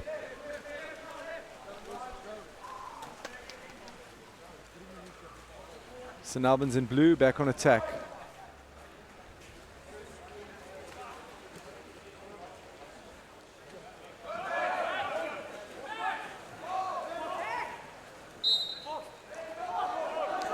A 5-on-3 here with 7 seconds to go.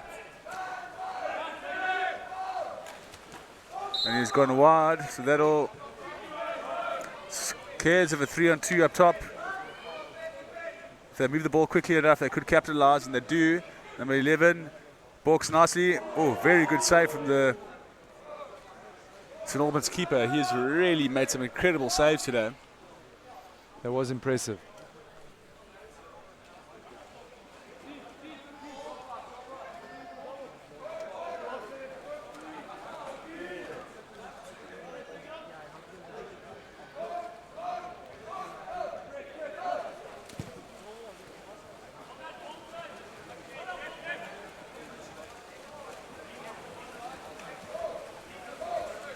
There you see that save again. Very good legs, both hands up, watches the ball, makes the stop.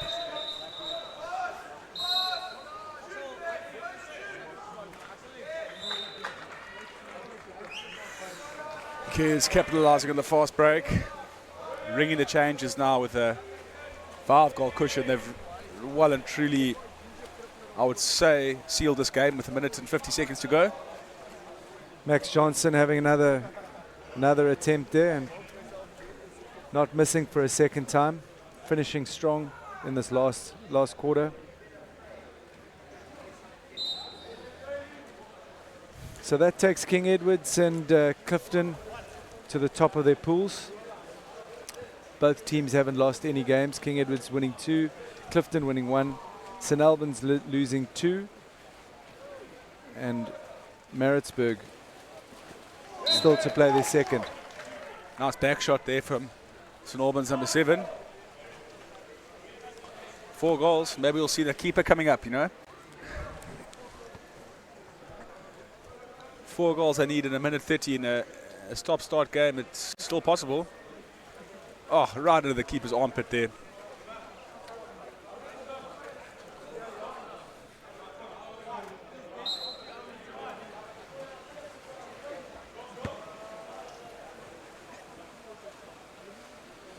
Have you felt the water, Andrew?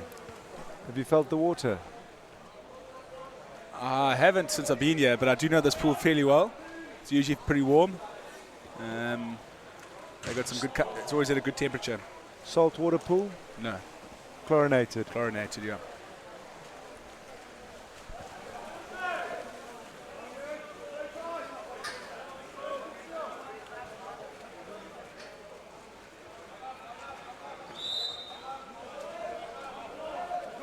St Albans not giving up. Bit of a short pass to the centre forward area and dropped on nicely from Cairns, makes a steal.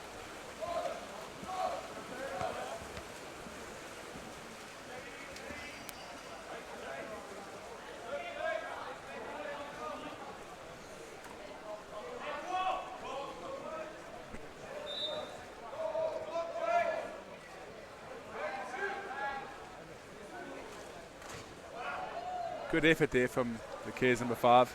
Good legs. And we see the shot from number 7 hitting the post.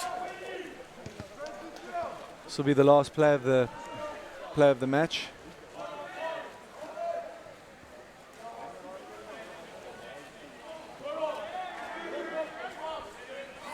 Cody will take a shot himself.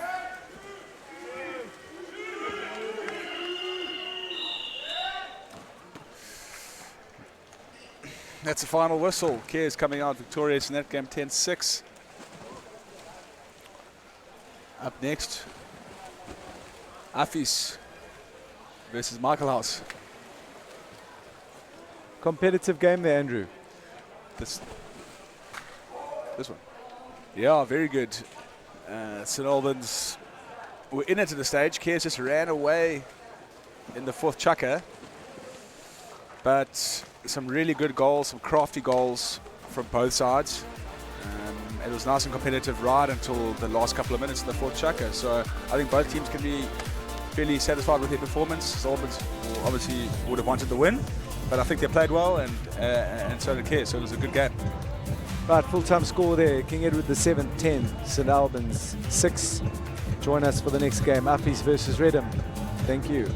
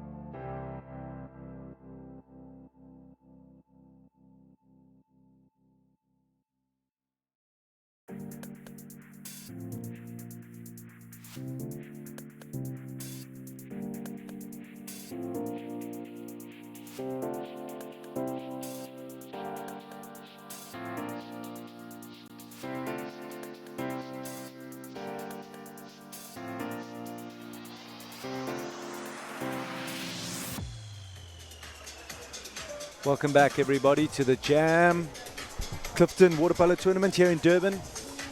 Clifton College hosting this prestigious Waterpolo Festival. Up next, we have Michaelhouse versus Afrikaans Hoërseun School, commonly known as Affies. Very proud Pretoria school. Michaelhouse coming from Balgowan in the Midlands of Natal. You can see the team sheet up on the screen here. I'm joined by Andrew Duncan, who knows this team very well as he coaches Hilton first team. Hilton beating Michaelhouse earlier today. Yeah, thanks, VC. Looking at their team sheet, players to watch there. Certainly Julian Daffy at number 10, Luke Linferner at number 6. Yeah, there's some big shooters. Oliver Craddock, the captain, also a big shooter, so and Mark Daffy, the Daffy brothers. So it's players to watch out for there in the Michaelhouse side. As you see the Affie side, they got a strong centre forward in Hanra Rademacher. His brother played for Affies last year, very good player. So this is his younger brother now stepping up into the first team, and he's operating the centre forward position. So he's certainly one to watch for Affies. Affies coached by former legend South Africa water polo player Terry Downs. And Michaelhouse coached by Bernie Whittaker. Affies losing earlier to a very strong Reddam side. I don't think the score sheet was as reflective as the game. Affies with a lot of shots at goal, but not able to convert much. Affies here in the green cap. That score on the top of your screen is not wrong, not right. Affies in the green caps and Michaelhouse in the white caps.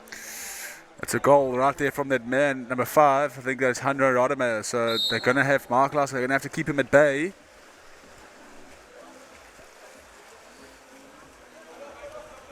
There we go. So the score 1-0 to Affies. Michaelhouse now on the attack.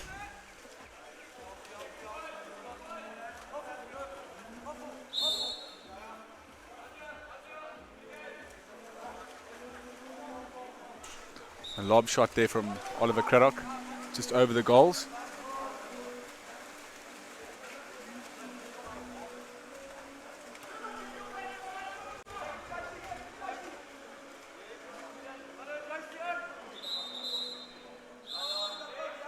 Exclusion there against Michaelhouse. Luke Linferner, number 6, just preventing an Affies player from swimming. So Affies with the power play, 6-on-5 opportunity. Oh, very, very good block from the Michaelhouse number 3, covering a cross cage, doing his job, stopping the ball from going in the goals with a nice block. Michaelhouse on attack.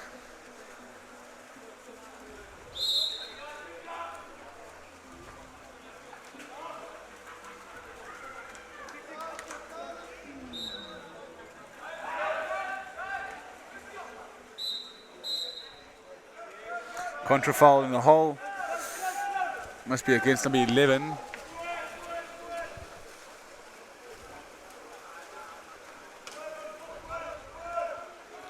Affies on the counter on the fast break. It's got inside water. Oh, good save from the Michaelhouse goalkeeper, Kazi. Got nice and hard to water.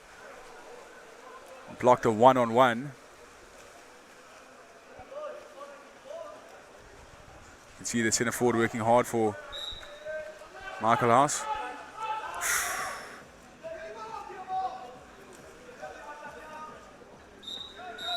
Good crash from the Affies number 7, forcing the ball under, and the reversal.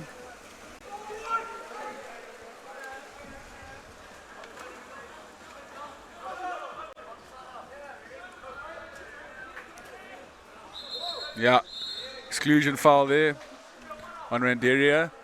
So Affies got the power play. At the moment it's 4-on-4. They need to get their 2 players lurking at the back up the pool to take advantage of this opportunity.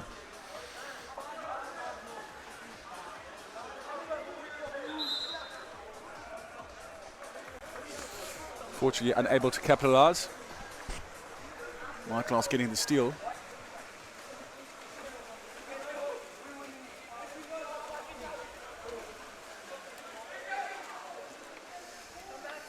Bit of a loose pass from House, gifting possession back to Affies. Yeah, that's a reversal. Number 5's elbow a bit high there, trying to use that for an advantage. Get the contra foul.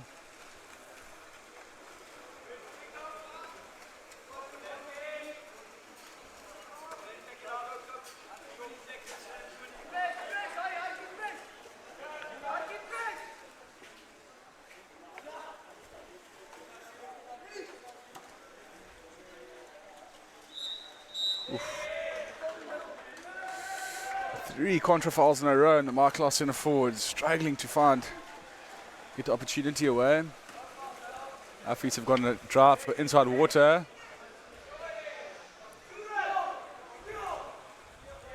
Good defence, not fouling the Affies player, forcing a low percentage shot.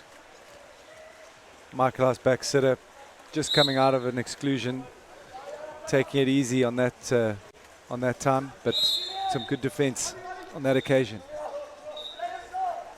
There's an exclusion. Michaelhouse with the chance to capitalise.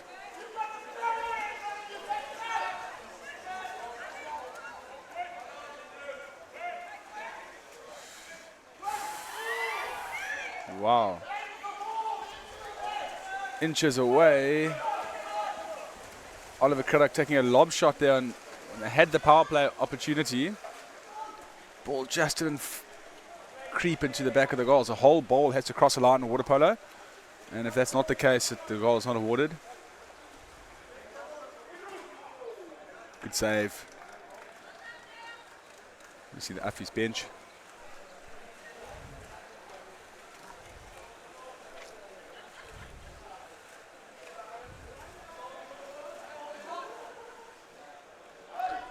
Good play from the Affies number 8, laddering down and double teaming the Michaelhouse attacker.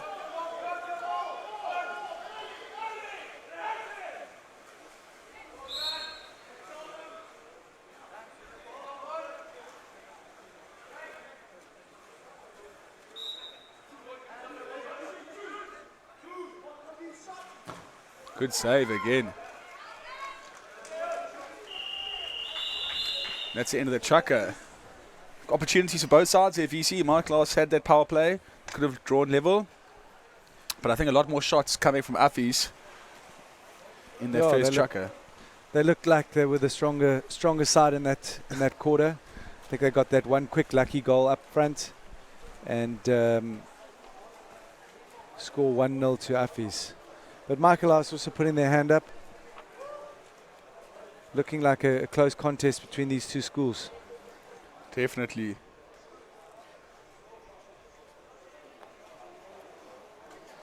I think similar to St Alban's, Michaelhouse also suffering quite a heavy early defeat against Hilton. And coming back nicely in their second fixture of the day.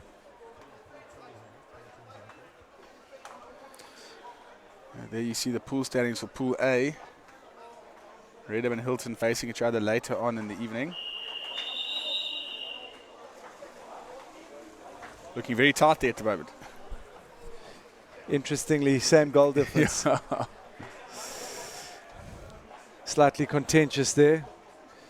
The table clocking 9 goals to Hilton, although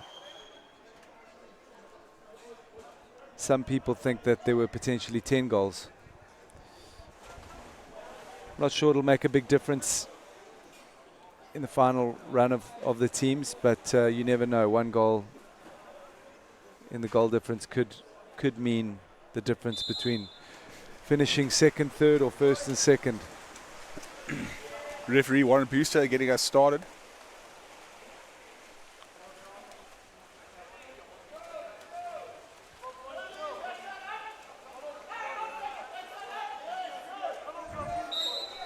There's a reversal. Affies just a little bit heavy there. I'm trying to push the 2 meter. And contra foul on their centre forward.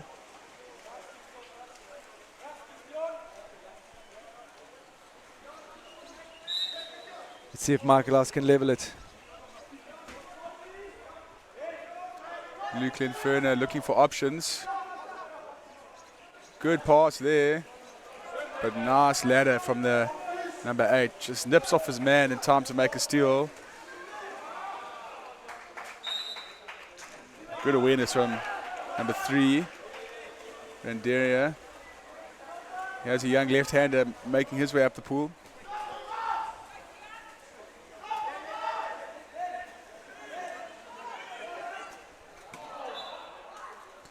Good opportunity there for number 6 for Michaelhouse Linferno, but just whizzing wide of the uprights.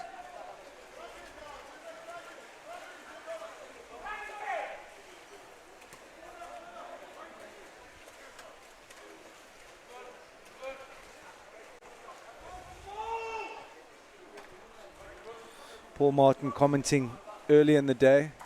Affies attending all 15 of these Clifton tournaments. And a goal for the Affies. 2-0 Affies.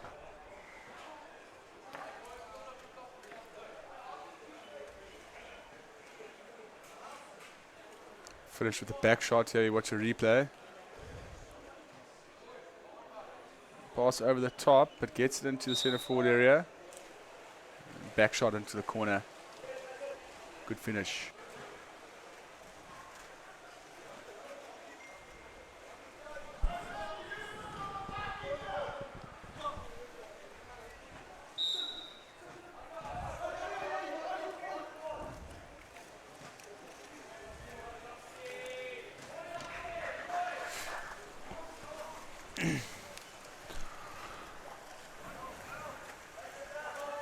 Michaelhouse was struggling to get purchase up front. Early ball into the centre forward from Affies. Solid save from Kozzy, the Michaelhouse goalkeeper. He's looking nice and comfortable in the goals. Another loose pass for Michaelhouse, gifting possession back to Affies.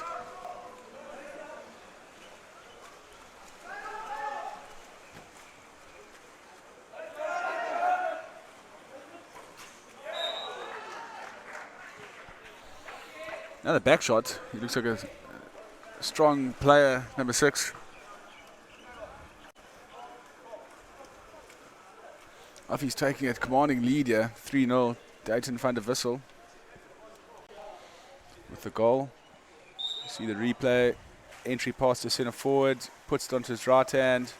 Bounce shot, top right corner. Lovely finish.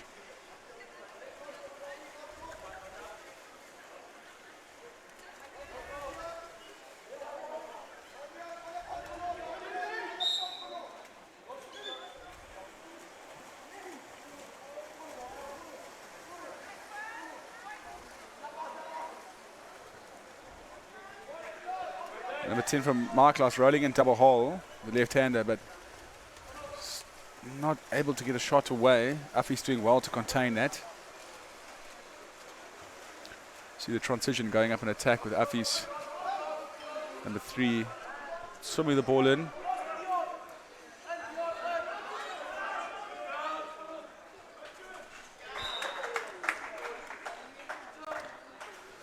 Affies. Affies seem to be playing with a fair amount of confidence now. Playing off each other well. And no answer from Michaelhouse.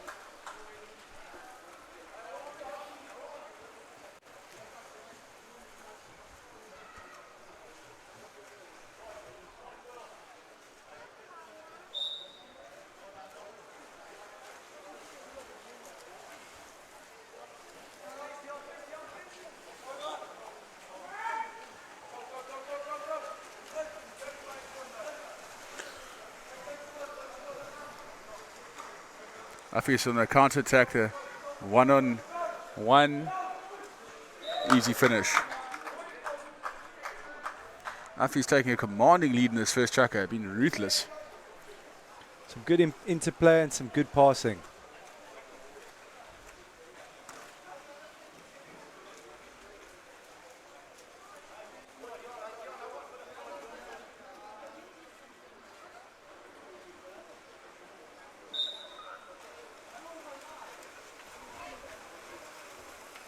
Affies didn't score a goal against Reddam in their first game, so they'll be very pleased with themselves.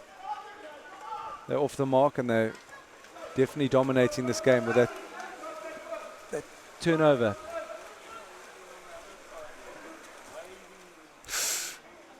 Good save. Affies playing with a lot of confidence.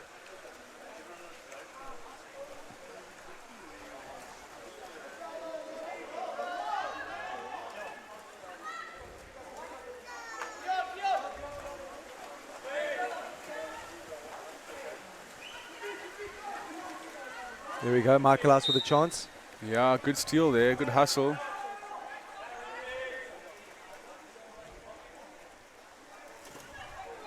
Good shot away, but keeper had it under control pretty comfortably. They had a man coming up the pool there. I think if they played with a bit more patience, they could have waited it out.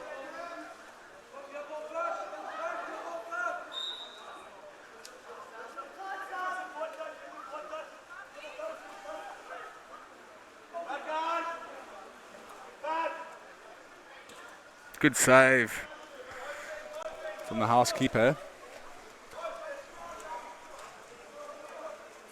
15 seconds left in this first quarter. This will be the last attack for Michaelhouse. Herchevich just bringing it up. Chance for Michaelhouse in the hole.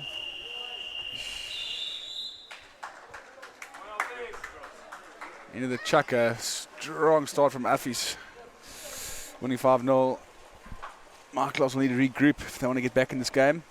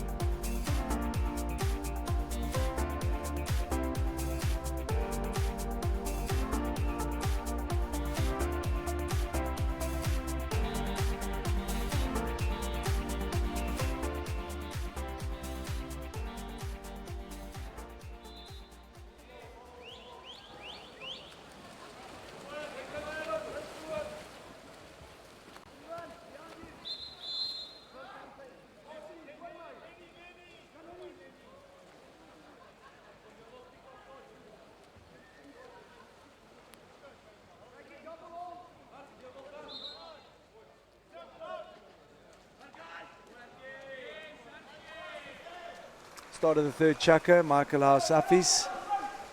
Michaelhouse will be looking to turn things around. Affies with a very dominant first half.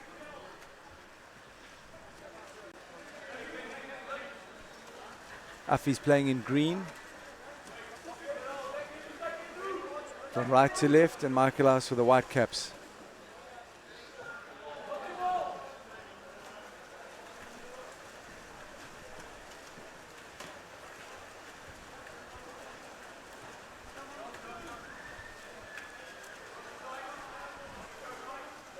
Oh. Yep. Good work from the number 2 from Michaelhouse. Works nicely to get the exclusion.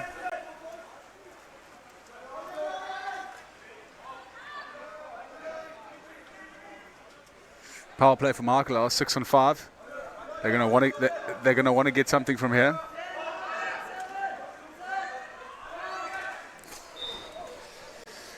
Bounce shot over the top. Andrew, I think if that ball had gone to hand, there was a chance of a goal there. Yeah, just putting the ball in the water, getting defense time to get across. And there's the 2-goal swing we talked about earlier. Opportunity for them to score on that side. Counter attack from Affies on the other side. That pass not quite going to the man earlier on in this quarter, but Affies make no mistake there and resulting in a goal.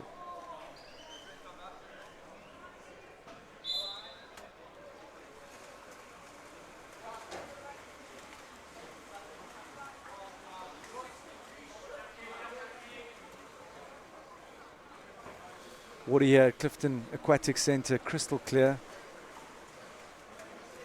What a lovely pool to play in. Lovely tournament to be part of. Thanks to Zest Beverages for sponsoring this broadcast. It's a 1-on-1 for Affies. Good finish, mixing it up. Shoots immediately.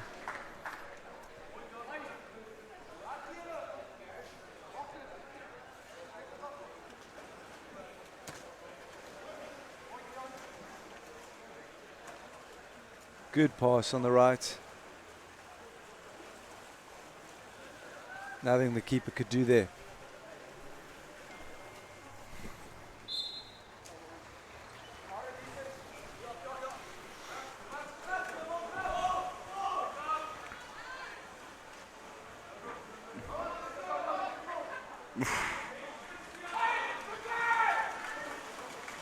Oh!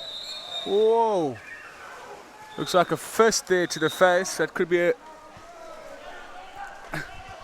It's a brutality exclusion. Red card. Affies looks like they'll be man down for 2 to 3 minutes. I'm not too sure the exact time. Be nice to see a replay of that. Looks like a brutality call from the referee, Mark Beatty. So for actually extended period of time, they will be man down with no substitution. Not too sure on the exact time. Depends on... That's cap off. And it's a penalty. Maybe that... Wow.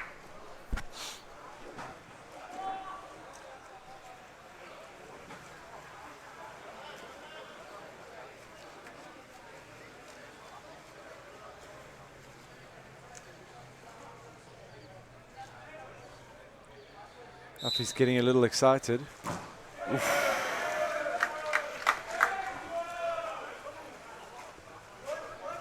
And Michaelhouse not able to convert.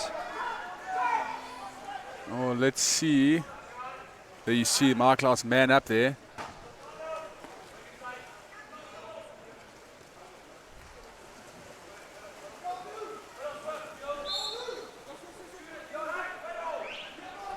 In the 2 meter. Offsides call there on Affies. And Michaelhouse on man up here.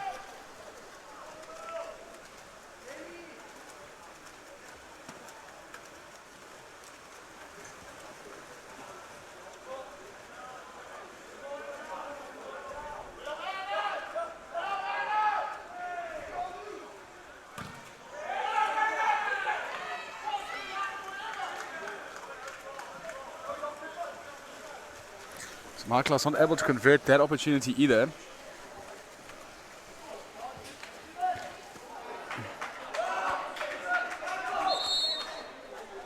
Timeout called from the Michaelhouse coach. Michaelhouse with the extra man. They got a real opportunity to score goals. They man up on every single attack and defense for an extended period of time. They need to maximize this time. They could claw their way back in the game. Michaelhouse coach just putting in the timeout. Probably a wise call from the coach, showing some experience, just settle the nerves, explain to them the situation, that they man up every single attack, and they can really, really capitalize here.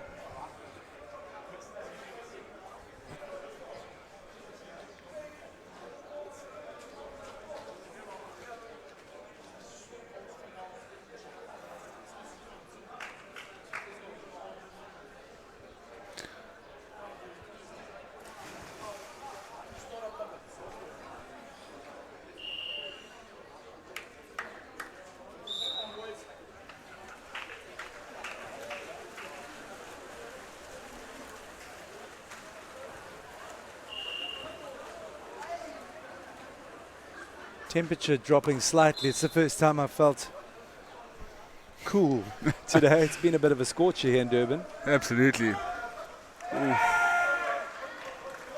And the Michaelhouse coach is not going to be happy. Just passed it straight to the Affies player.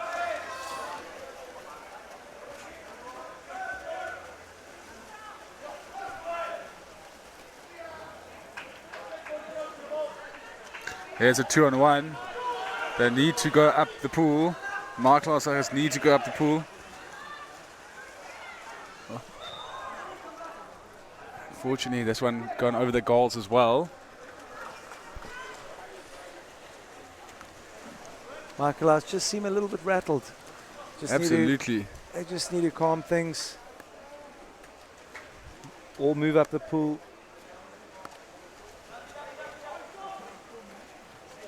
And score some goals. Man on man here now.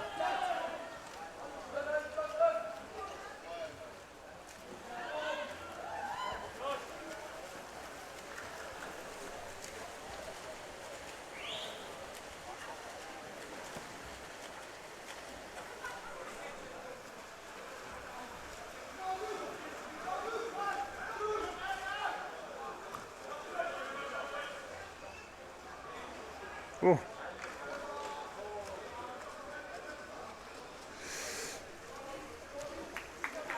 Michaelhouse appealing for a penalty with the ball thrown in the air.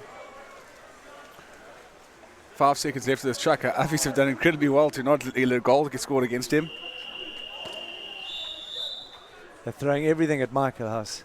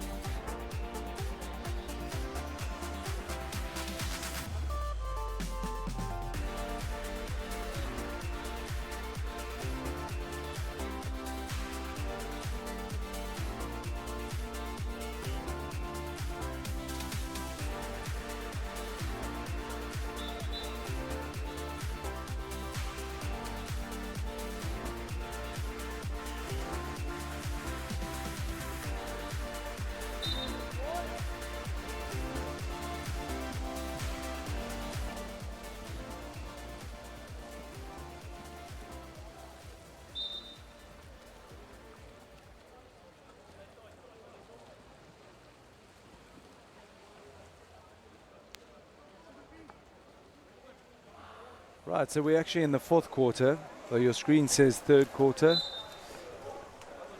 Michaelhouse Affies ahead by 7 goals. Michaelhouse not capitalizing on that third chucker man out. And Affies back on attack.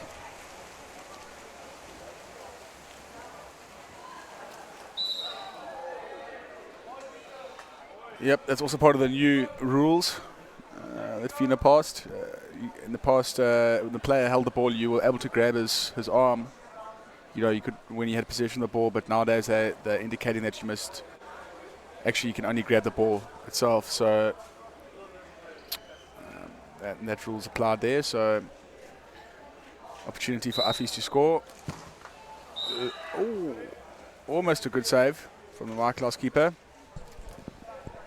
In that instance, the whole ball did cross the line.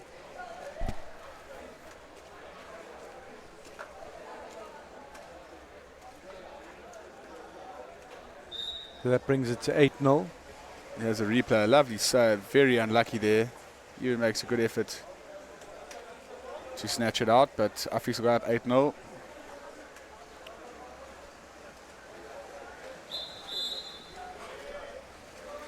Contra foul there against Michaelhouse.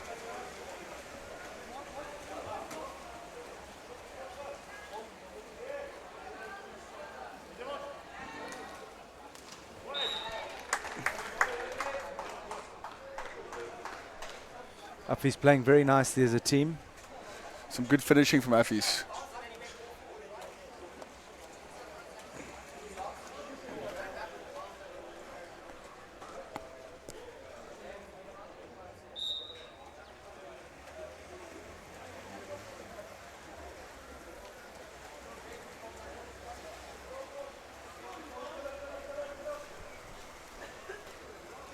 Good play there, good driving from... Good finish there from the number 7, little number 7, Herchevich. Happy for Michaelhouse, they're off the mark. A couple of books. Sam Berchevich.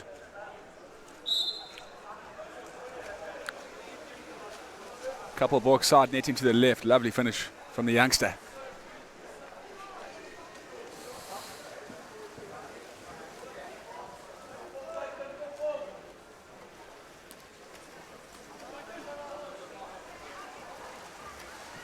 Good crash from Daffy. It's the back, so they're just doing enough time to buy some time for his teammates to come and crash on the hole, make the steal.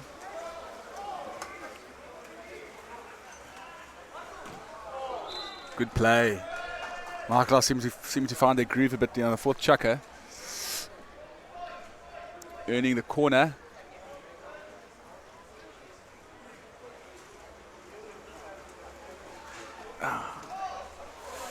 Some good play from the centre forward.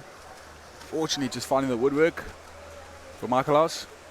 Affies are on the counter. Watch the highlight here. Does good work. Gets a half turn.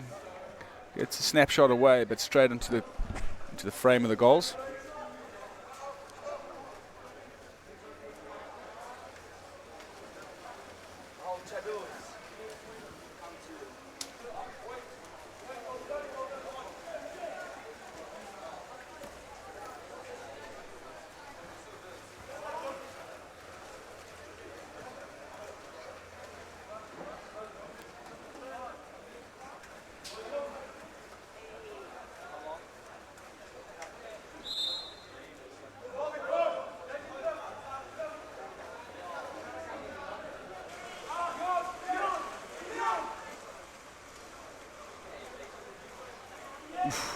Needed to carry on working, the number 8. It's good defence from Affies.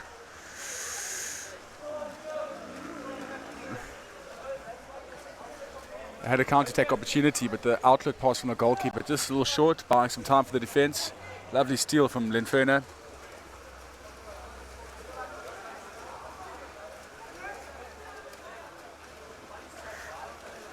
There goes the goal scorer. Michaelhouse are up.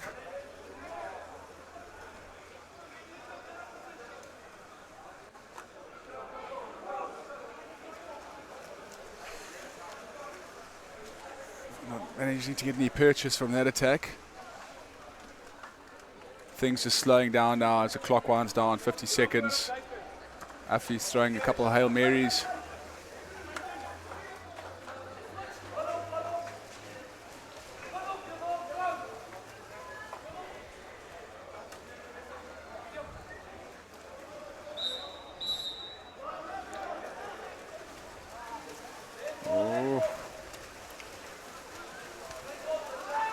Michaelhouse just swimming straight past the ball. It was theirs for the taking, but they've swum straight past it, so it's also a reversal. So it gives Affies an opportunity for the 1-on-1. As the Manan takes it in, makes no mistake.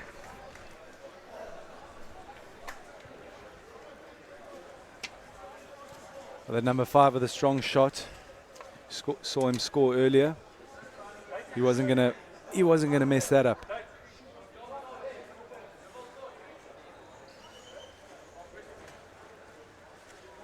So let's see if Michaelhouse can end on a high note. Pull the last goal back. The last play of the game.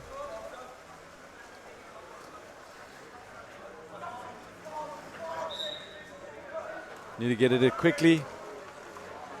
Take a shot.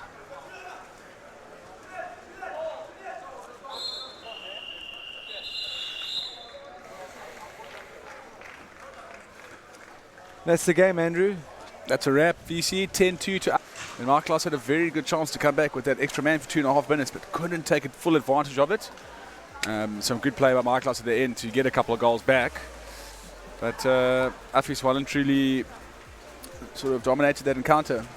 Yeah, Affies putting in a much better performance than their first round performance against Reddam. 10 goals to 2, and it'll be interesting to see how their third game goes. By looking at the list, I think they're playing against Hilton tomorrow. Yeah. Tomorrow at midday, 12:30. So it should be a good one. For sure. Are we going to say goodbye?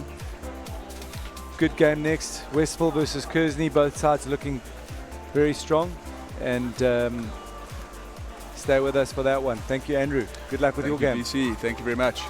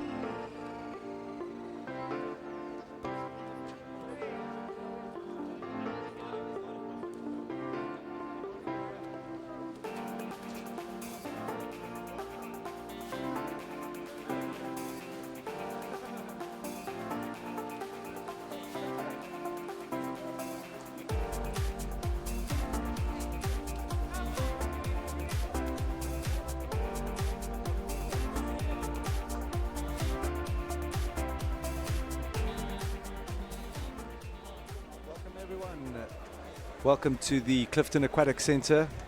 I'm joined here by Ryan van Rensburg from King Edward VII. Kes has had a good run so far at this tournament. Kes with 2 wins. Ryan, how are you feeling? Very good to be back. I think it's an awesome venue, awesome people, good hospitality. But besides it, nice spirit between the boys. Kearsney having a good run at this this tournament, this festival. Westville also, I think, unbeaten. So this should be a good match between these two KZN rivals. Yeah, Westville boys, number 10, Blake Holmes, balancing out for the last couple of games they've played. And Kearsney also had this team for about 2 years in the process. Got some nice quality players. So yeah, looking for an interesting result here. Kearsney winning that swim off. Kearsney playing in the dark colours, and Westville in white. Kearsney on attack at the moment. Kearsney opting there for a second centre forward.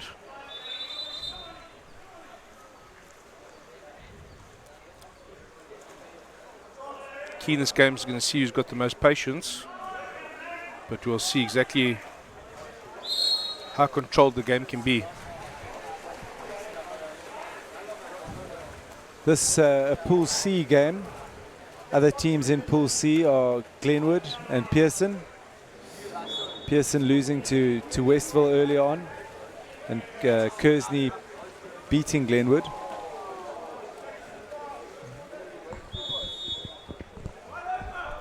Number 8, Ox Carmody, very strong player. If I understand correctly, he's also a first-team rugby player. Brings a lot to the table for the Kearsney boys. Ox Carmody, captain, I think, of Kearsney's first team. Number 6 scoring there for Westville. It's Trent Lilford. So Westville off the mark and in the lead. Sun's just creeping behind the horizon here. No sun on the pool. The lights should be coming on fairly shortly. And 3 more games to go till the end of today. Clifton, the hosts, up against Maritzburg College. Clifton looking very strong, beating St Albans convincingly. Big shot from the outside there. And Kearsney reply with a goal of their own. 100%. Great execution there off the water.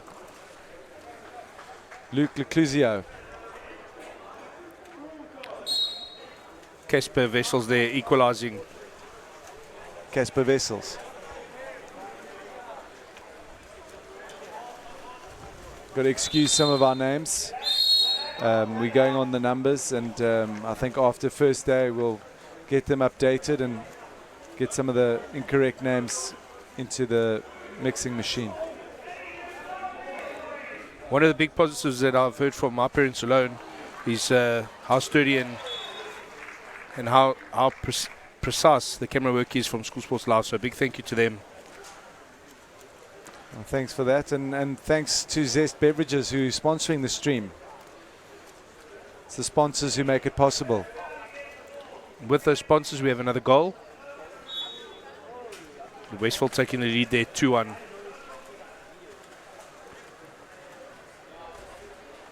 Fantastic that the kids' parents can watch from Joburg. It's a long way to come all the way down to Durban. It's always a pleasure sitting in the warm weather, but understanding that it might not be the same in Joburg, although it has gotten a lot warmer.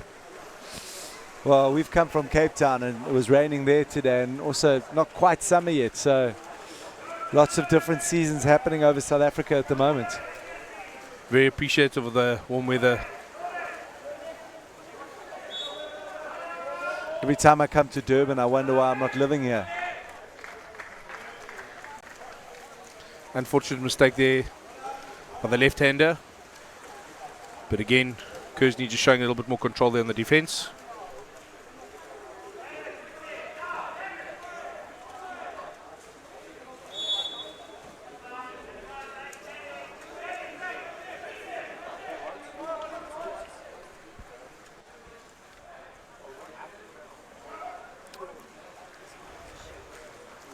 I must say the Westville players very assertive on defence, very alert, making sure that they can execute a drop, change of possession, allowing them a good counter-attack opportunity.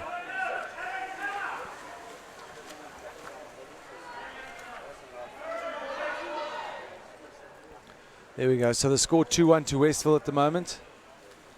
And we're just about to get the lights coming on.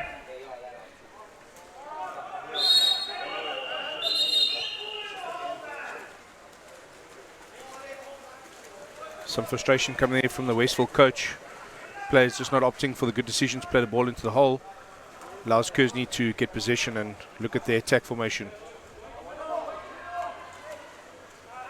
Water polo coaches generally are very emotional. I think it's a water polo thing. It's almost like an unemotional chef. It doesn't exist.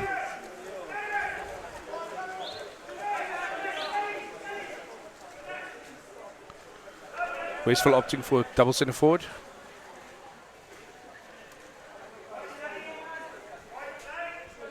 Westville coach also refereeing at this tournament. Big veteran of the game, has been around for many, many years and shows a lot of interest and certainly has the best interest by the boys. It's very good to see that all these veterans still so passionate about the game and want to include themselves.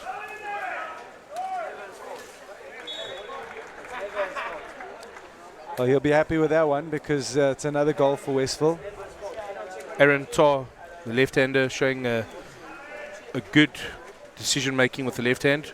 Always good to have a left-hander inside the team. It makes the balance of the lefties and the righties to allow not only just a better attack formation, but also to draw the defence on both sides. And we see the replay going. Made sure of it. Most important thing that you want to see from a player is not only just his technical ability to get his body position correct, but one thing that the coaches always admire is somebody that shoots with an elbow out the water.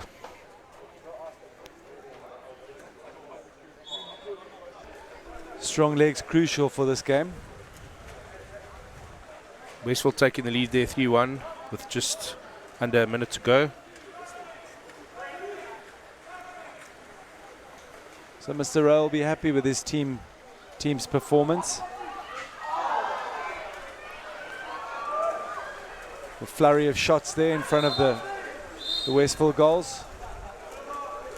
Very unfortunate there, and Ox, the player, said he's a stand-up player, just missing the shot there and play inside, getting a second opportunity and just missing that one as well. It's a bit unorthodox when we see a controversial foul there up the centre of the field. Again, another quick turnover, something that you don't want to see the players doing. It allows a lot of swimming in the game and no reward from all the months of hard training.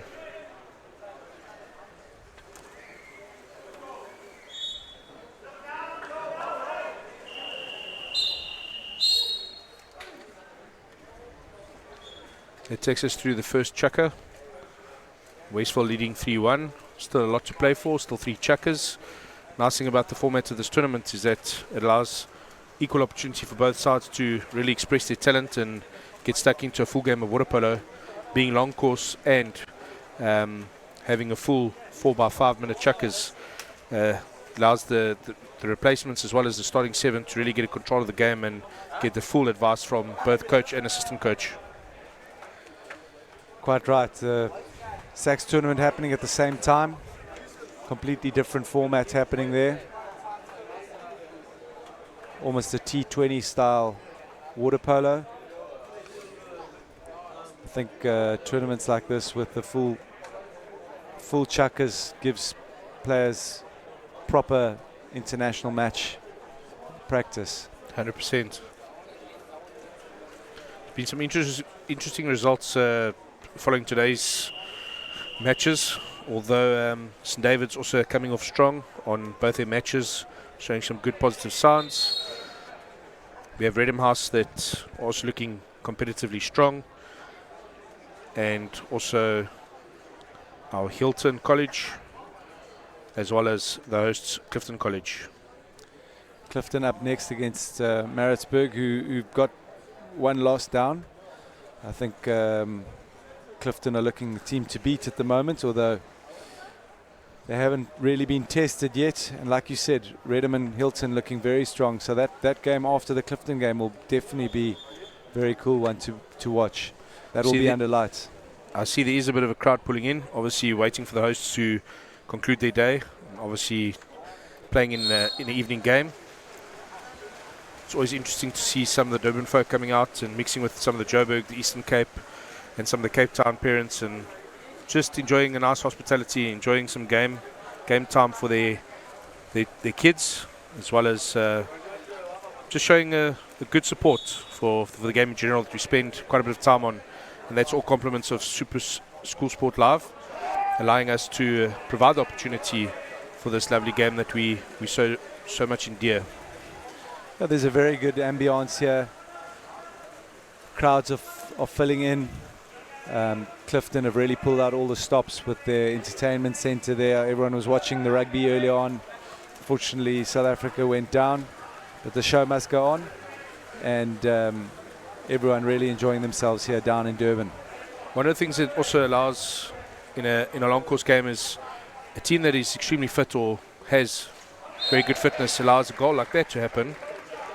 And just with a little bit of swimming ability, good body position, elbow out the water, as I said before. Again, Trent Lilford puts another one away to give Westville a 4-1 lead.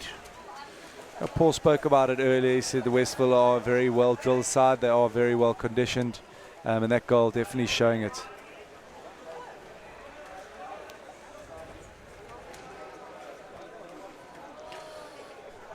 He's one of our referees, Mr. Jared Applecrane. He's taken his sunglasses off.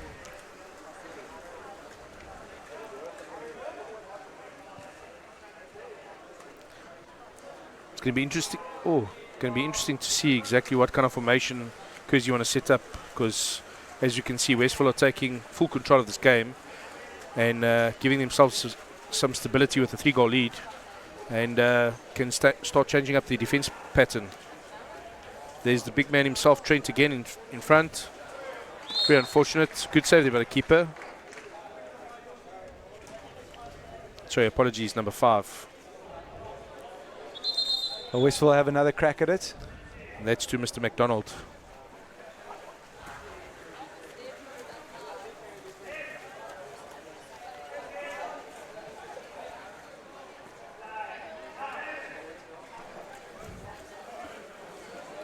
Good marking, good tussle. David obviously knowing what to do in the centre forward position, and Kearsney player just getting the best of him there.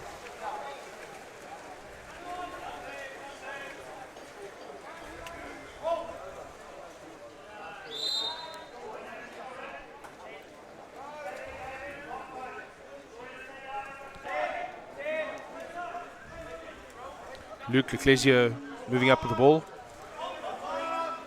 There we go, Ox in the centre forward. Just maybe a mistimed pass, a little bit of impatience by the centre forward, not keeping his legs underneath him. And again, good defence by Westville.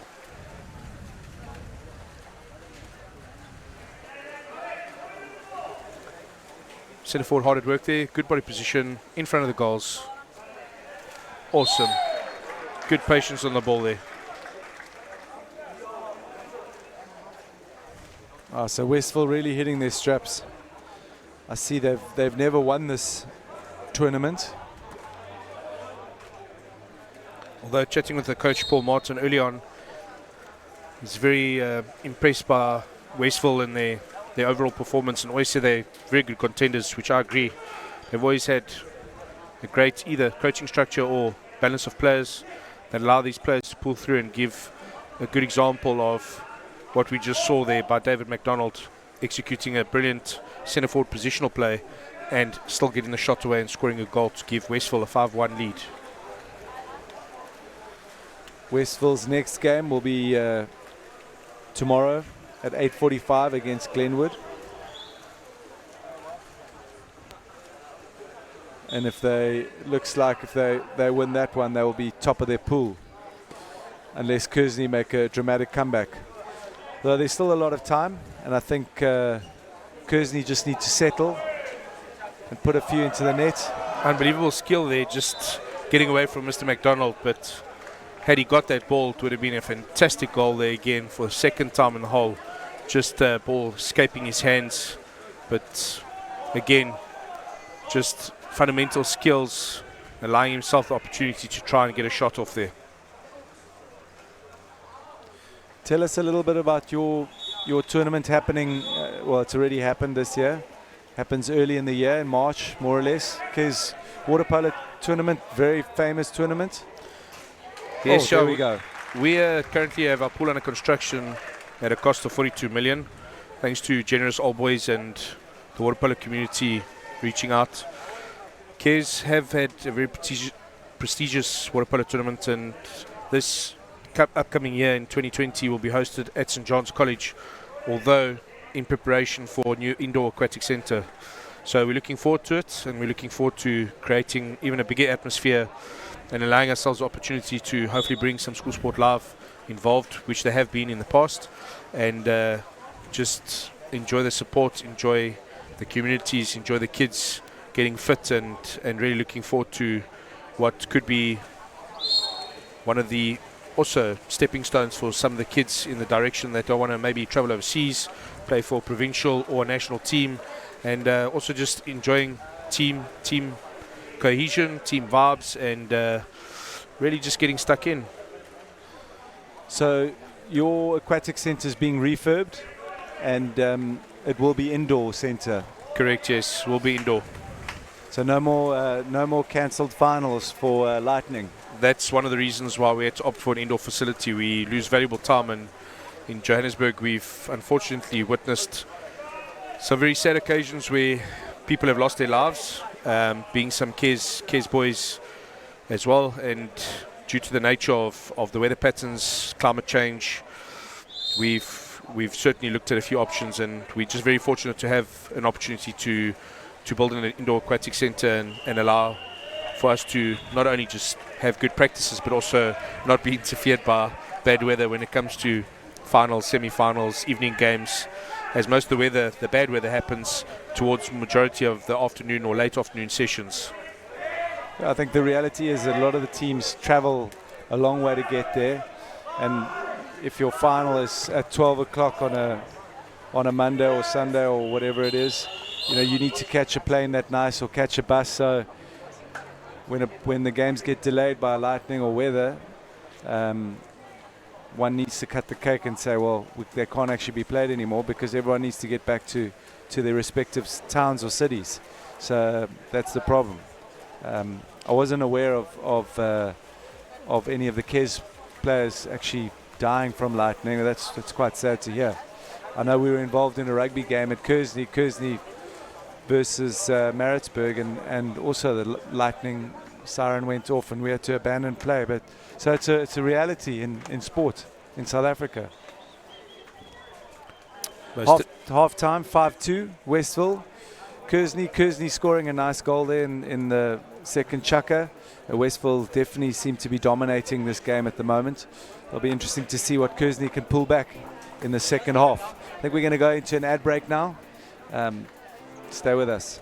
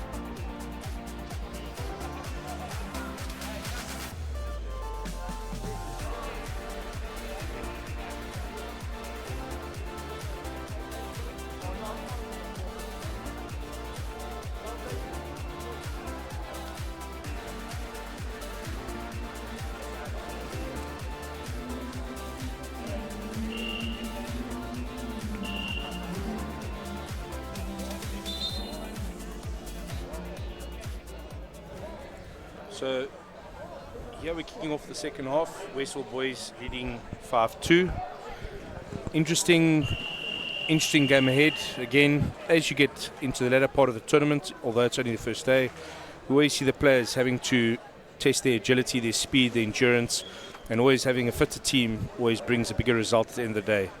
So it's going to be interesting to see exactly what Kearsney can put into their tank and either take Westville to task, or Westville might just be victorious in having a controlled outcome, playing their centre forward who's having an outstanding game, Mr. McDonald. But let's wait and see. The great thing about school sport is that it's school sport. Sure. Yeah, I think any team can beat any team on the day. There's a lot of pride and courage that these schoolboys exhibit, and I think it's whoever pitches up on the day. That's what's great about school sport. It's unpredictable. That's the joys about having school sport. Because although there's many instances where players are rewarded from good tactics or good awareness that are taught by the coaches, it somehow can also be very frustrating when players just do not understand the greater concept of the game, using their time, spatial awareness, and just good tactics overall.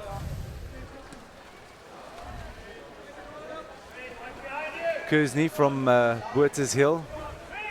I looked at their swimming pool the other day, perched high up on Boerters Hill, and on the sheer side of the back goal, just drops down a couple of 100 feet into the valley with one little net, saving all the goals. And I asked the school teachers there how many water polo balls they've lost, and I think they've lost quite a few over the years. It's a long drop down. Oh, great goal there. So Kearsney, strong comeback. Connor Nielsen getting a little quick tap in there, catching the goalie unaware again. Kearsney opting for the second centre forward, getting exclusion relatively quickly, moving the ball around nicely, showing composure, big balk, nice pass, easy tap in.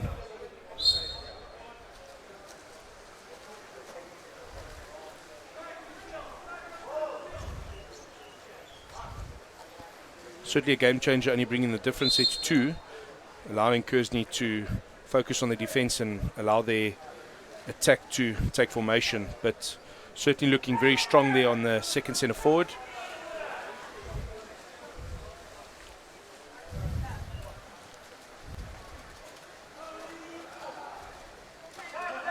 Doing just that, the goal scorer stealing the ball from the Westville player.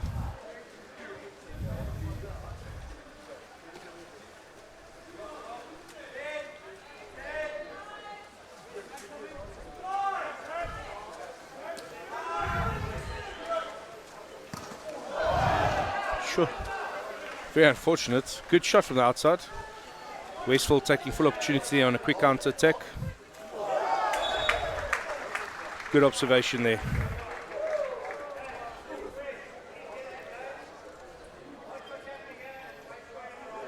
Number 8, Jordan Mills, taking full advantage, keeper off his line. Ran out a few options, had to make a quick decision. Although players only have 1 to 3 seconds to make quick decisions, definitely a decision that will stick with him for quite some time. Trick about the lob is also just get the weighting right. So although you're coming up for a full arm shot, it's almost as if you're coming up for a fake, but releasing the ball at a full extension, just giving it enough loft to sink into the back of the net, which he obviously has practiced. Very effective shot technique.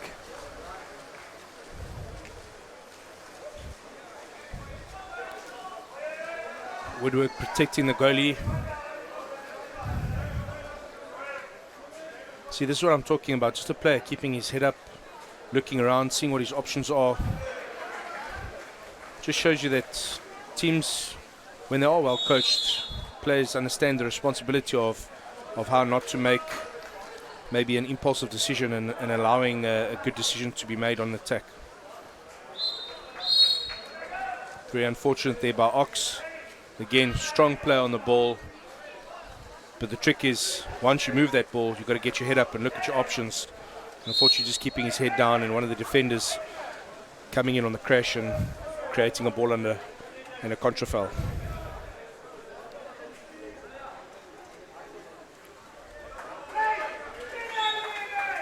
Westville coach a little bit agitated from an impulsive decision like I just mentioned before, where you can obviously see a defensive pattern emerging and player just maybe not using all his resources at the time.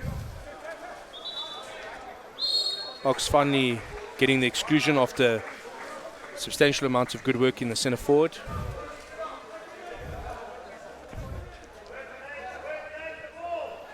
It's always interesting to see how a player that manages to keep a first team rugby and to go through all his pre-season and be equivalently fit to move at least pretty well up and down the field of play here in a long course pool.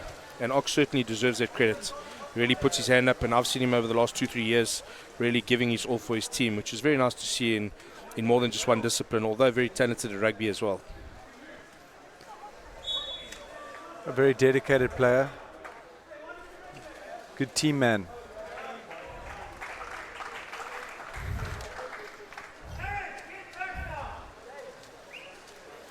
As we said before, as you get into the latter part of the game, we're in the third chukker.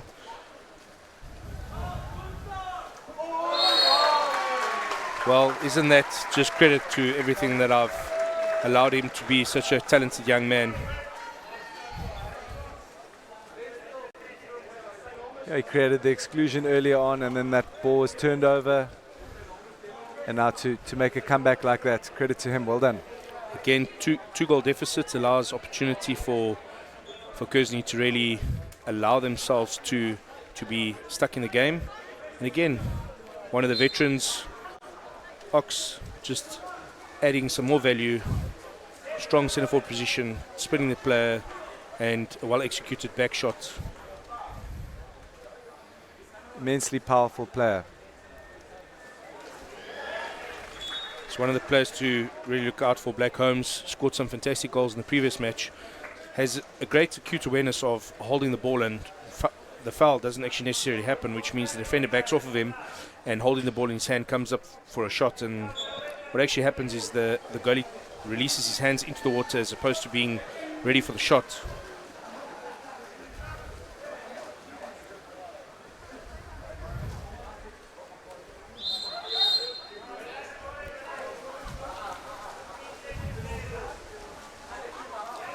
Also, one thing to consider is the control of the time. Although only players have 30 seconds to move the ball up the field of play and create an opportunity. And again, Trent Lawford just adding value with the last couple of seconds there, executing to take a 4-goal lead in the third chukker. Westville ending strong. Kearsney making a comeback, scoring 2 good goals. And then Westville cancelling that all out with 2 right at the end and the last one being on the hooter. So Westville keeping Kearsney at arm's length. It's always good to see that these teams that show control going into the last chukker, although it being 5-minute chukkers, just show a little bit of patience on the ball, which expressed concern in the beginning of the game. One thing that the Westville guys have been taught very well is just to be a little bit more complacent and make a wise decision. And as you can see there, Trent just executing just before the end of the chukker with maybe 1 or 2 seconds left to go, just gives that competitive edge. Yeah, Westville full of smiles. They look like they're enjoying themselves out there. And as you can see, they very tightly contested Pool C. So Westville, Kearsney and Pearson all winning one.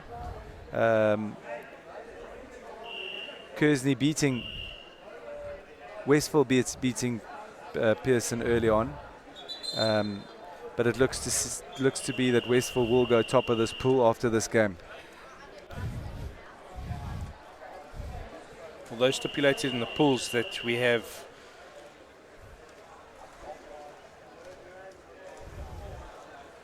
Westville, Glenwood, Kearsney and Pearson, it's always interesting to see exactly after these close contests where how many points you get for a win, how many points for a draw, and how many you don't get. So if you lose, obviously no points awarded.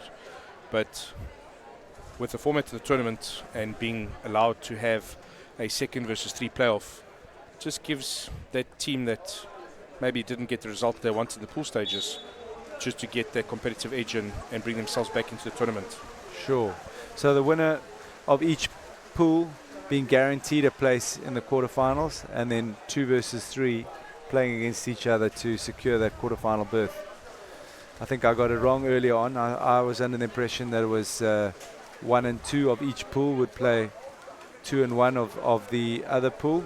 I think I've just got Rugby World Cup on my brain, and I'm doing permutations of who South Africa has to play. So I think that's why I made that mistake. There's no mistake on your behalf. At the end of the day, Waterpolo is the winner. There's lots of good water polo happening here today, and Clifton have really pulled out all the stops. It's a world-class tournament, and teams from all over South Africa, Cape Town, Joburg, Durban, the Eastern Cape. And I think the final day on the 24th is going to be absolutely exciting, where everyone plays each other. So 16 will play 15 and 14, 13, and going all the way down till the final. Final taking place at lunchtime on the 24th of September. So if you're in Durban, come down and watch. I think it's going to be a capacity crowd here. This first day has been very good attendance, seeing that it's day 2 of World Cup, and we're sitting in the stands here with lots of schoolboys and school kids and parents, and looking at the entertainment area over here, the Clifton Black Marquee. It's packed with lots of supporters. Right now, Westville are leading Kearsney 8-4. Westville in the white caps, Kearsney in the dark caps. Westville really did well to finish that last chukker off in style with two good goals, and Kearsney need to make that up this chukker. 3 minutes left in the chukker. Biggest contributory for this chukker is when up, use your full time, be patient with the ball, and if awarded, look for that opportunity for the exclusions to stay on attack. New rules been implemented that once fouled on the outside at 6 meters, you need to play yourself and go in, or you can pick up and shoot immediately. But there's no sweat there for the Westville player getting in the full turn. And the rule is that once you have it in a full turn and the player plays you, regardless of it being a ball under, it is a 5 meter, which is a penalty awarded for the attacking team. Goalie choosing the right side, unfortunately just getting through with a good shot there. Is that Holmes? That would be Mr. Jordan Mills. Jordan Mills. Number 8. Jordan also, you can see, enjoying a comfortable style of game, relaxed, no real pressure. And sometimes I think we forget about the real pressures we put on the kids and how they contribute to a game, whether it be water polo or whatever discipline they're playing. But sometimes we don't give them enough credit for the efforts that they show. And having a nice smile on his face there just adds a bit more volume to the fact that this is what they enjoy to do. I said it earlier, Westville do look like they're enjoying themselves. Look like a well-balanced team and with the right attitude. Power play going towards Kearsney with a 6-on-5. One thing that I've noticed with the Kearsney players is that they love short, quick taps, and I've seen them score many goals over the years.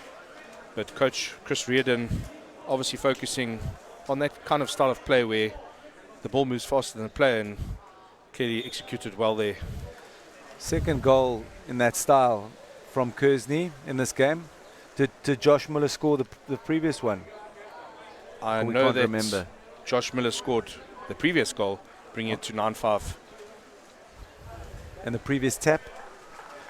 Previous tap, if I'm not mistaken, came from Connor Nielsen, number 4, who was the same guy that robbed just after that scoring goal and Westville having the attack, getting the ball off the Westville attacker and allowing Kearsney to go up and attack in the second chukker. One thing that also needs to be made aware to the viewers is that once a foul occurs, player must play the ball. If not playing the ball, will result in a contra foul. And also a new rule that's been implemented just to make sure that the players are aware of the ball being played and allowing an attacking opportunity to take place. 2 versus 1 here. Good push pass. Great. Casual goal there. Again, by number 10, Blake Holmes. Such a well-balanced all-rounder.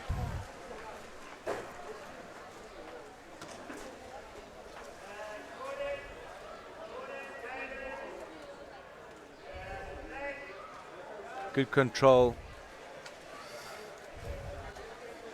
Makes it look easy. 1:40 on the clock. And the fourth chucker certainly gives him that competitive edge again, to be a little bit more relaxed on a defensive point of view. Coach making a few subs here, get some of the other guys getting some water time. It's always good to see that coaches show the responsibility of making some changes, allowing players to actually get a full grasp of a tournament of this magnitude. So Westville not ever winning this tournament, but definitely contenders, the way they're playing at the moment. More than just contenders. After the last couple of results they've had, they definitely show themselves to be up there in the quarterfinals, semi-finals. But again, like you said previously before, is that on any given day, especially with the pool being tied at the moment, 3 points all, there's a lot to still play for, and that will obviously show once we get closer and closer to the pool games being completed and allowing those point systems to come through and give those teams that advantage to go through, whether it be a quarterfinal or a second versus third place, to get a second opportunity to a quarterfinal and then see themselves advance. Another KZN clash up next, and also contenders, Clifton, who've won this tournament many times. I think they're the current champions. They will be playing Maritzburg at 5:45. And this game's pretty much wrapped up. Last 30 seconds on the clock here with the counter-attack opportunity. 1-on-1.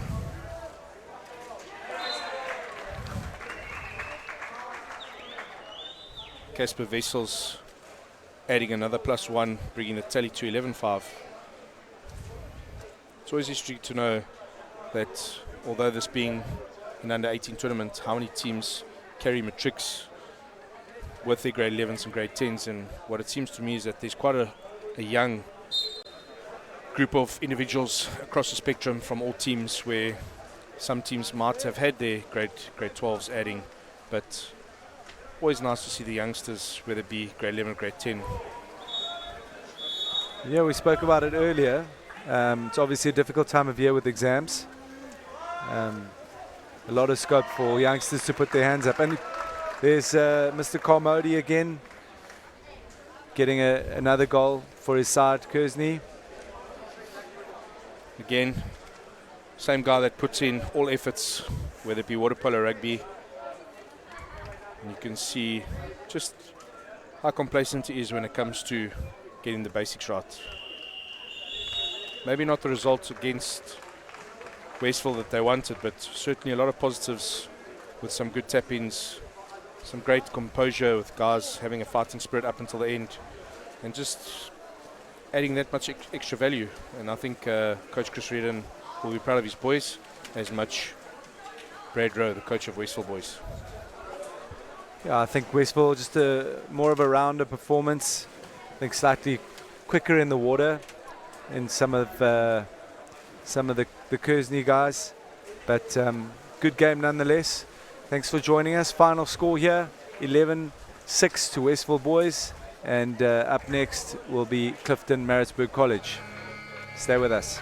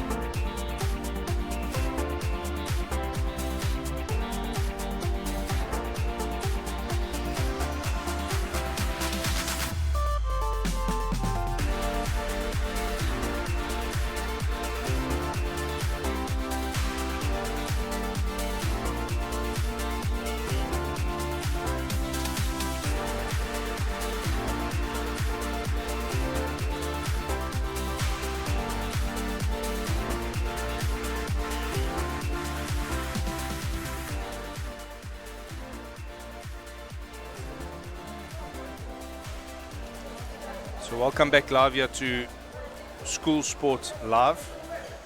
The first day of Waterpolo, a lot of action being brought here by School Sport Live. We have Maritzburg College going down to Kearsney in the beginning stages of their pool, although being very competitive, playing against Hilton, who have had a very good start, beating St Alban's 24 goals to 2. Wade, what do you think in terms of being a Natal Derby match here with similar colours? Given the circumstance, the long course pool, how do you think this one's going to play out? I think it's all going to come down to fitness, first and foremost, being long course pool. Been watching Clifton in their first game against St Albans. They definitely utilise their counter-attacks. They've got a few fast swimmers, and I think if Maritzburg themselves can defend that, it'll definitely be interesting down the middle. Hopefully the senior boys can counter-attack that and just make it work from there. But I do think the odds are on Clifton's side this game, but let's hope Maritzburg can maybe bring some sort of challenge to them. See both team lists going up on the screen there just to get a better perspective of who's in the teams.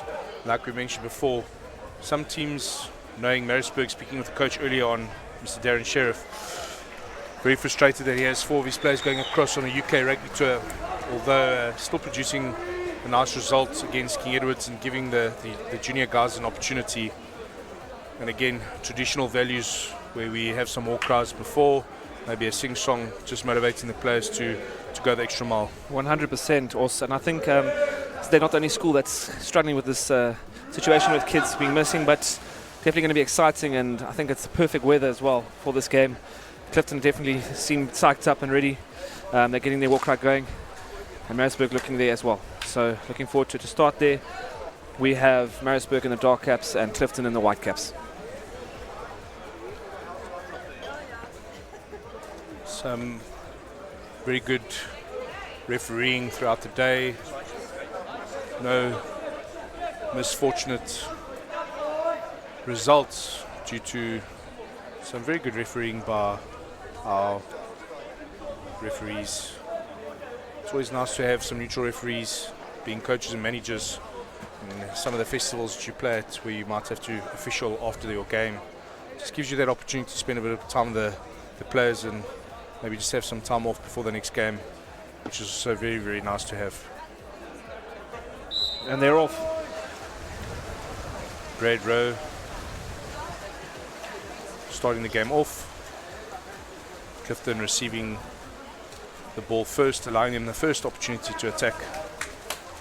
And as Paul Martin said in the opening game today, where St David's played Kingswood, he pointed out that it's quite essential that when winning those swim-offs allows you the first opportunity to attack the game. First shot there from Jaden Wiley. Keeper saves it there from Maritzburg College.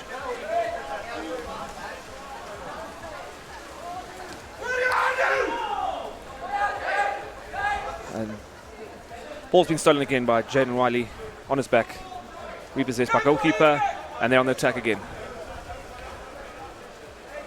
Misfortunate pass there from the back, although goalie making a very good effort to stop that first shot.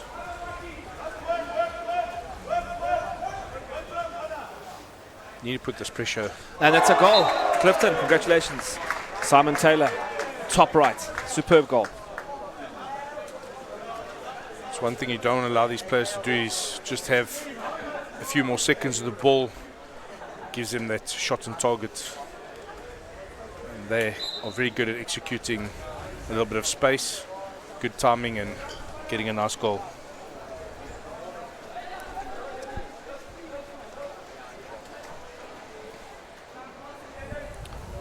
Takes Clifton into the lead by 1 goal.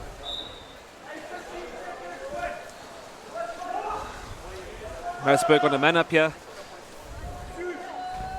And it's been saved by the goalkeeper. Recovered again by Maritzburg. That's it, top left. Congratulations. Well done, Maritzburg.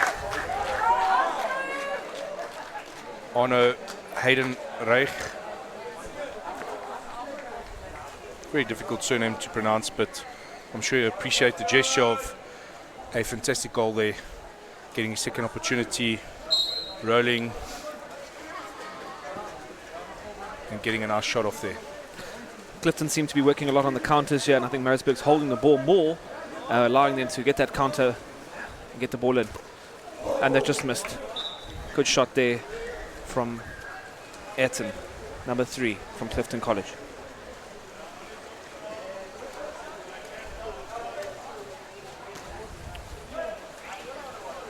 One thing you want to make sure of is the ball gets pushed up past the halfway, and you don't want to get caught or trapped behind the halfway line of the ball, especially in a team like Clifton who push counter-attack pretty hard and very, very fit side always.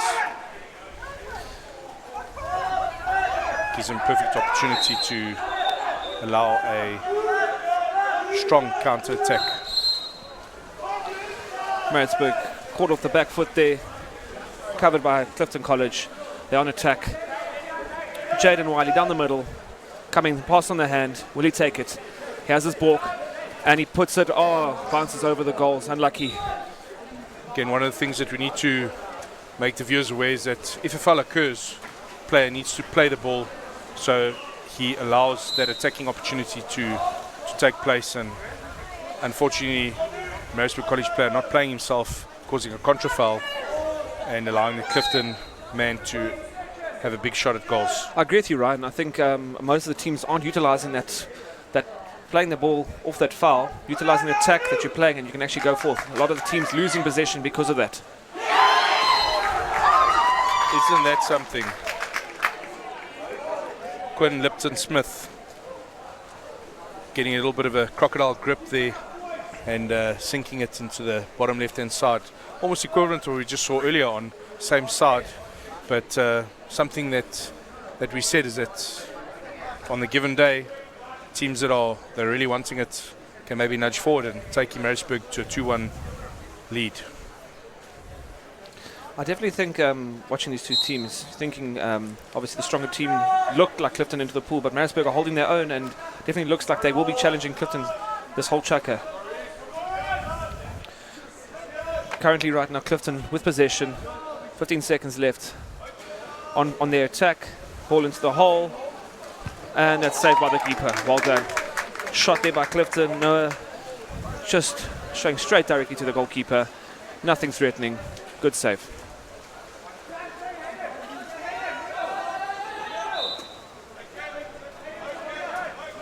Good control there by the number 8. Hayden Kemp just talking to his player. Maybe not the best pass that we hope to see. Clifton on the counter here. They have a 3-on-3 out. Maritzburg coming back on defense. Superb defense. Clifton was still in hand with ball. 10 seconds left on their attack. Will they make anything from this?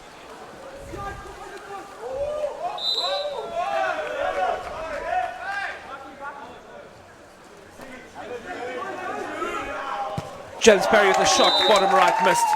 Goalkeeper saved. Congratulations, Maritzburg. 2 meter in possession for Clifton College. This is a perfect time to see a goalie making some big saves there. Fully aware of the capabilities of the Clifton players and how big their shots are from the perimeter, and getting the timing right there for another opportunity for Clifton to come at the goals. Lawrence Walton with the ball. Bottom left corner. Superb goal. 3-2 Maritzburg.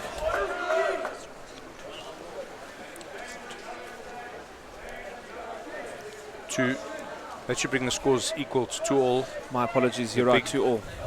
Big shot from the outside, like we just discussed, is that you want to leave that player on the outside, although it might have missed 1 or 2. It's a player that you don't want to just leave outside at the top, is Lawrence Walton. Going to the last minute of this chukka. I think it's been very exciting. Maritzburg holding their own, closing down Clifton's swift attack, keeping it a tight game.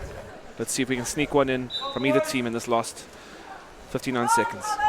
Big thing here is to play the full possession, only having a minute left on the clock, so it allows one full possession of attack and one defense. And again, it's not what you want to see, is players making impulsive decisions, and you can see a big counter attack coming from Clifton. Good swimming ability, and let's see if they can convert here.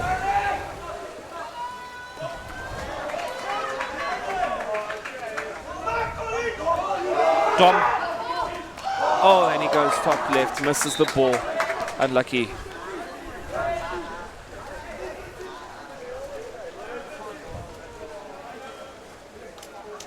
I think the best decision here is to try and hold on to this ball. Last full attack with only 15 seconds left to play. 2-all. It's a big result for Maritzburg College. Most definitely. Knowing, like I said before, they're missing 4 of their key players on the rugby tour.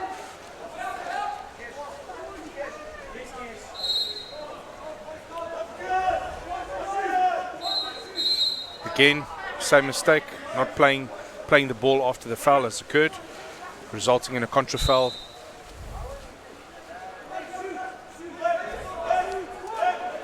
A little bit of uncertainty by the players and what the new rules brings the first chukker to an end, 2-all. Still a very good result for Maritzburg College.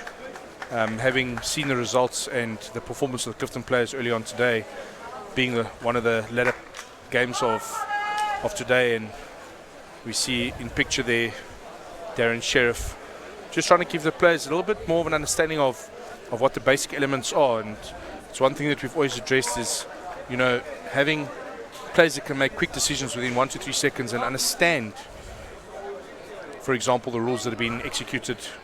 It's very important. What do you think, Wade? Well, again, you know, he's applying the basics, and I do believe Maritzburg has held their own. Clifton's fast swimmers coming up the middle has been threatening. However, he's managed to close it down, and again, those basics have been applied, and he made it work, and that's resulting in the 2-2. I do think Maritzburg have got a lot to offer in the second chukker. If they stick to these basics, I think they'll definitely work. Just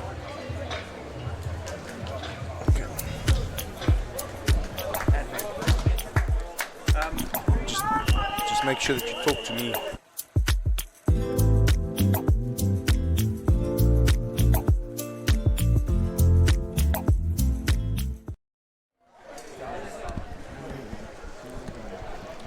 So here we are again, start of the second chukker, and again great footage by School Sport Live. Again, it's always a privilege to see, even not being able to contribute to the festival, that our viewers can see from all over the country. Another Wade, one there. what do you think in terms of what you've seen from the live streaming, how advantageous is this? I think it gives waterpolos themselves an idea of what we're watching and what can be seen, and obviously streamed across, as well as to their parents, schools, the teachers, principals. I think there's a wide variety of different ways to look at it, better yourself, as well as the school, and see how waterpolo in South Africa has progressed by the year. Most definitely, I think we're definitely in the right direction going forward, and I'm all for this. And honestly, sitting next to you with the experience that you've had over the years, when you're in first team, who would have thought that this would be happening? I didn't. But it's a very good observation. Some big claps coming in from the crowd there, supporting the Maritzburg College boys, adding some valuable defense. Here we see Clifton coming onto a counter-attack. Oh, goalie having an absolute stormer. Hey, wait. I just don't understand how they can't be putting these goals away. They must have had 4 chances. Either keepers saved it. Honestly, he's having a blime of a game. But that was a post. Unlucky there from James Parry hitting the post. Stephen Pretoria's folks must be super proud of his efforts in the goals, making some massive saves.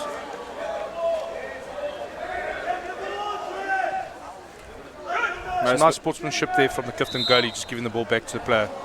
But again, player making the rookie error of not playing the ball after the foul.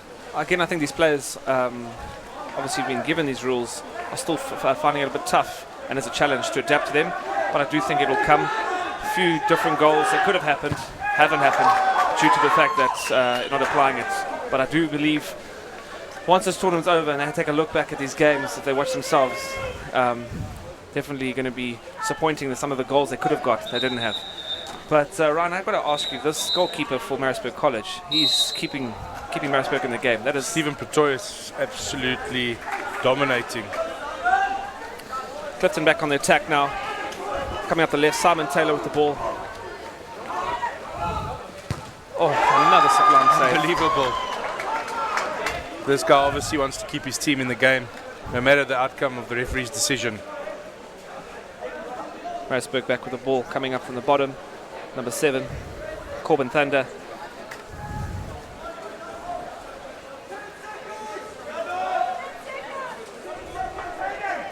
It's one thing that the players need to utilize is the full aspects of the time, being long course. Oh, top right. Look at that. Compliments of Stephen Pretorius giving his team the advantage, and Hayden Kemp, little haymaker from the outside, top right, little smart to the crowd. Again, all compliments of Stephen Pretorius, big saves at the back there. I must commend Hayden Kemp there. He looked at the clock. He knew he had 4 seconds. He had the position, he had the space, he had the time. He utilised that, took the chance.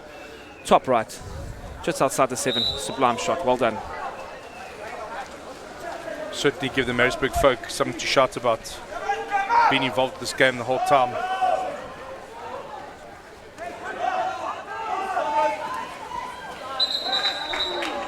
Just not quick enough on the drop there. Very good centre forward play there. Excursion there for Hayden Kemp. Oh, and that's an equaliser from Clifton. Edson. See, one of the things that we need to also admire is that as this game gets into the end of the second, third and fourth chapter, fitness is very key, because if teams don't have that patience and that control from having tight players in the pool, can make the game change. But sitting at 3-all, still a very good result for both teams. Not giving up Maritzburg College. It's in their passion from the boys, the coaches, their bench, all behind their players. They definitely have brought it to Clifton College, and I think this is going to go right down to the end. Oh, that's a rob there, well done. Clifton College with possession, back to the keeper. They're on the counter. James Parry on top right. Will he get it right over? Ball right over onto... Oh, the ball's over. Simon Taylor just missed it. That's back to well done. Good defence from Maritzburg College. Some passionate defence there from College. But I suppose that's detriment to Stephen in the goals. Just telling his players that he's going to give every little ounce of energy just to make that extra save. Clifton College with possession again. Very unfortunate there for Arno, number 10 from Maritzburg College. Simon Taylor with possession on the left here. Can College put them up ahead? Plays it out Control there wide. from the player, just looking around, looking for the options there. Is it centre forward or must he play from the outside? Also just shows the level of experience, although being just at a schoolboy level. Oh, hits the post again. Goalkeeper with possession, Maritzburg College. Again, sitting at 3-all, less than 40 seconds to play, and Maritzburg College is taking control of the ball there, making sure that they use their time wisely. Maritzburg College most definitely have not been on the back foot. They've held it to their own. I think their strength's definitely coming down the middle. They're closing down that counter-attack from Clifton each time. Oh, they just lost the ball again. We've got 25 seconds left of this chucker. Clifton College on the attack. It's quite interesting to see how Maritzburg have worked on a crash defence there, not allowing the centre forward just to get any opportunity to get the ball away. There we go.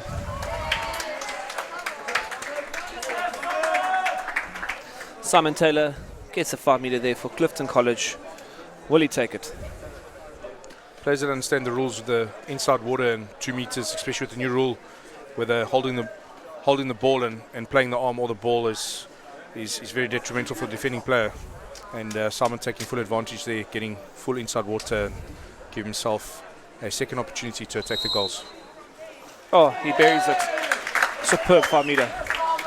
Just to go back to that run, I do agree with you. If I remember correctly, there was a game with Kears and St Albans. I think Kears conceded 4 5 metres from the same foul there. A matter of just turning the player and leaving the player, rather letting him get the ball up, hand on the arm, 5 metre. Sitting at 4-3 with 10 seconds to go of the second chucker. Maritzburg trailing by 1. Still a very good result for Maritzburg College. There's still a lot of Waterpolo to be played, still 2 chuckers. And still a very big effort from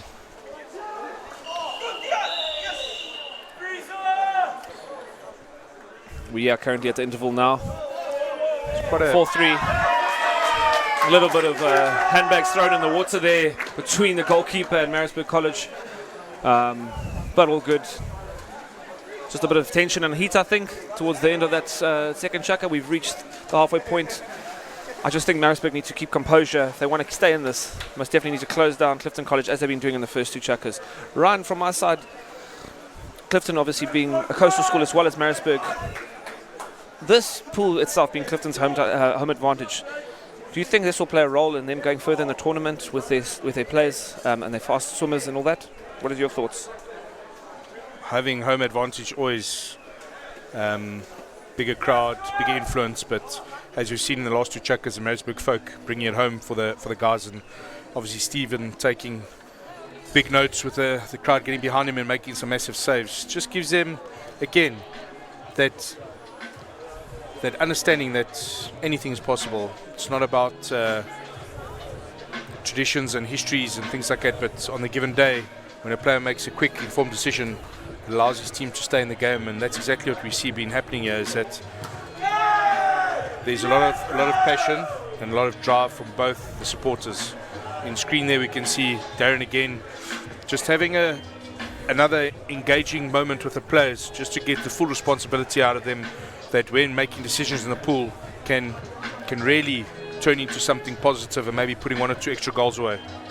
Wade, having seen the conditioning of the players as well as today's build-up of events that have occurred, do you think that players have really used the time to get fit and conditioned? I think yes, in some ways, and no as well. I think it comes down to discipline with these players. You know, coming down here, I think most of the coastal schools seem to be managing the full 4 chukkers, but the outlying regions, definitely the first 2 they stay in it, but the last 3 you see they start panning out. I think the conditioning is definitely not on par with the coastal schools. So yeah, I think it comes down to discipline and lack of attending training sessions. But I suppose that is the banter between the coaches and the players themselves. I'm sure they have a lot of frustration for the players that haven't come down, and now they're sitting with this. Unfortunate mistake there at the start of the chukker, allowing Clifton to take the start. Although there was a swim off, maybe an early start from Maritzburg College, making the ref swing his decision towards Clifton's favour.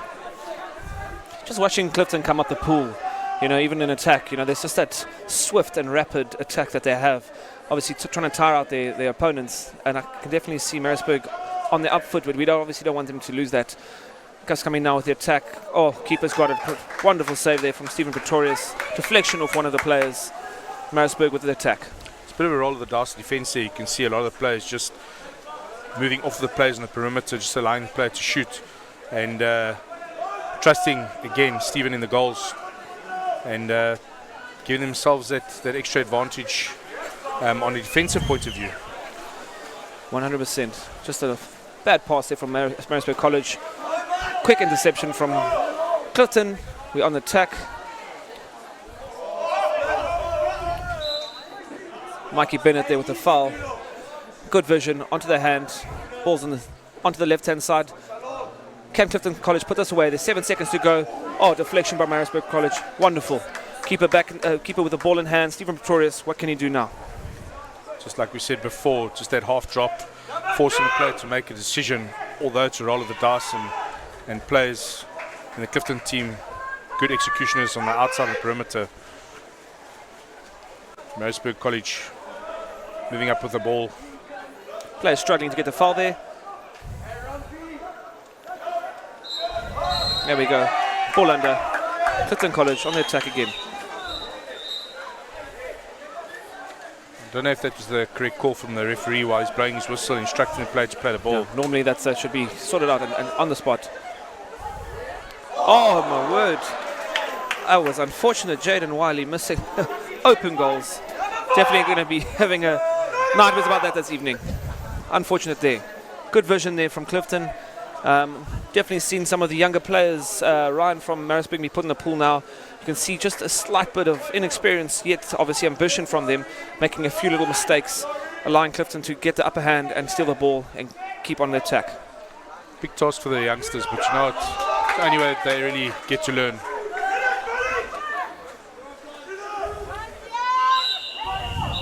That's unlucky. Yeah, I agree with you, Ryan. And in saying this, these boys that are younger, most of them are playing in under 16 tournament next week. So this is perfect time to learn from the older boys, take it into their own tournament, and it's their chance to sign.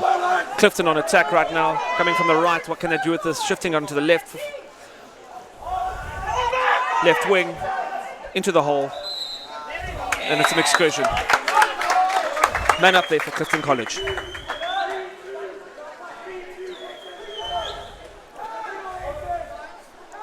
Connor Versveld getting caught On the hand. Oh.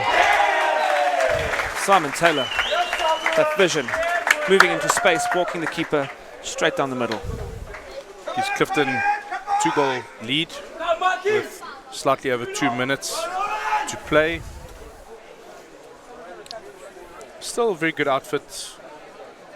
And defensive tactics there by Maritzburg College. And like you said early on, with the experience of the players, you can see that the centre forward has full attention and knowing what he needs to do to get an exclusion or 5-metre or score a goal.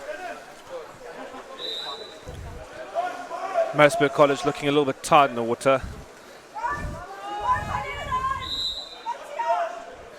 But definitely not a side of giving up.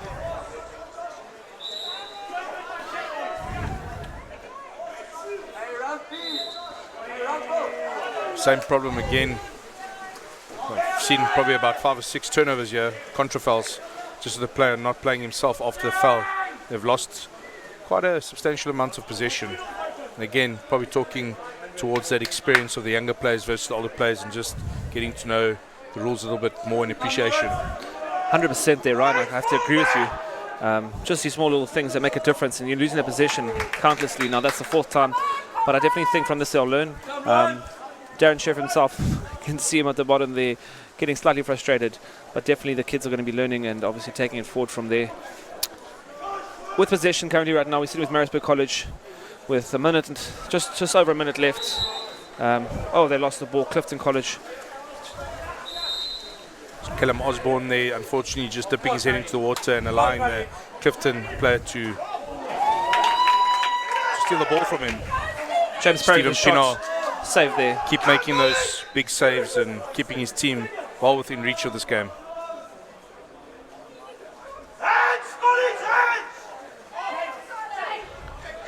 Big defensive crash there again from all the players. Protecting Stephen's interest there at the back, and well worth that effort of a save that he just made earlier on.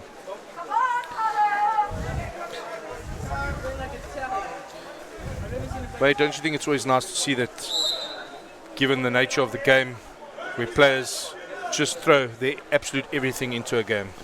I definitely think it's more than just a sport to them. It's a passion, and the sport itself is growing in this nation. And I find that it's the do or die attitude that they take into each game, and you can just see for them, whatever team sees themselves as the underdog, they're not going to give up right to the end. So yeah, just another superb stay there from Stephen Pretorius. He's something else. Well, Mr. Adam Kemp there just getting his hand up. He really did put his hand up there, didn't he, Wade? Yeah, he did. Just 5 seconds left of this chucker.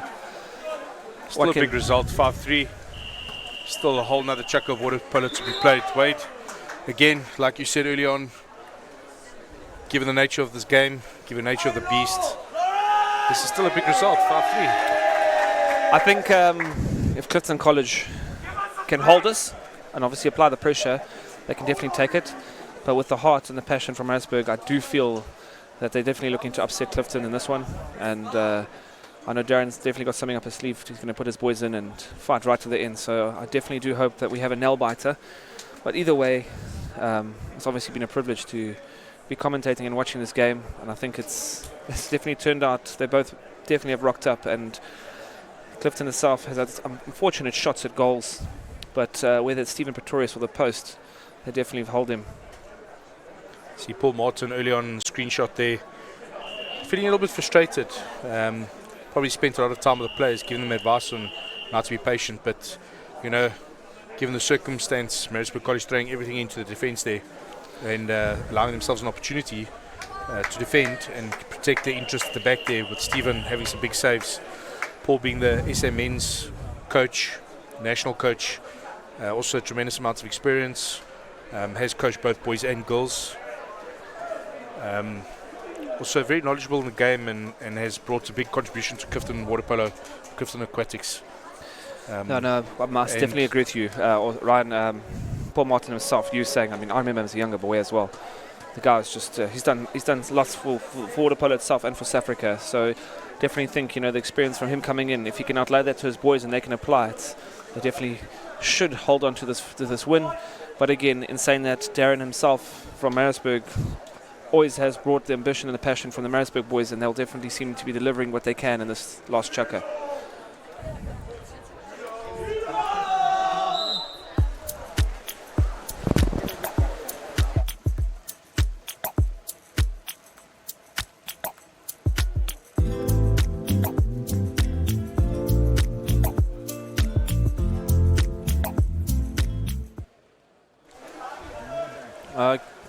Welcome back. We're into the last chukka.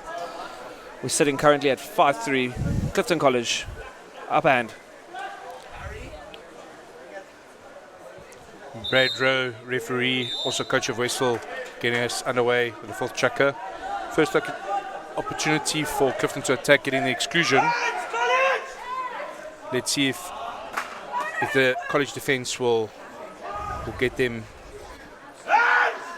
the ball. Maritzburg playing a very wide defense, not allowing Clifton any chance on the ball there. So obviously no options, going for the shot from outside and over from a deflection. Currently Stephen Pretorius with possession. Maritzburg up. What can they do with this?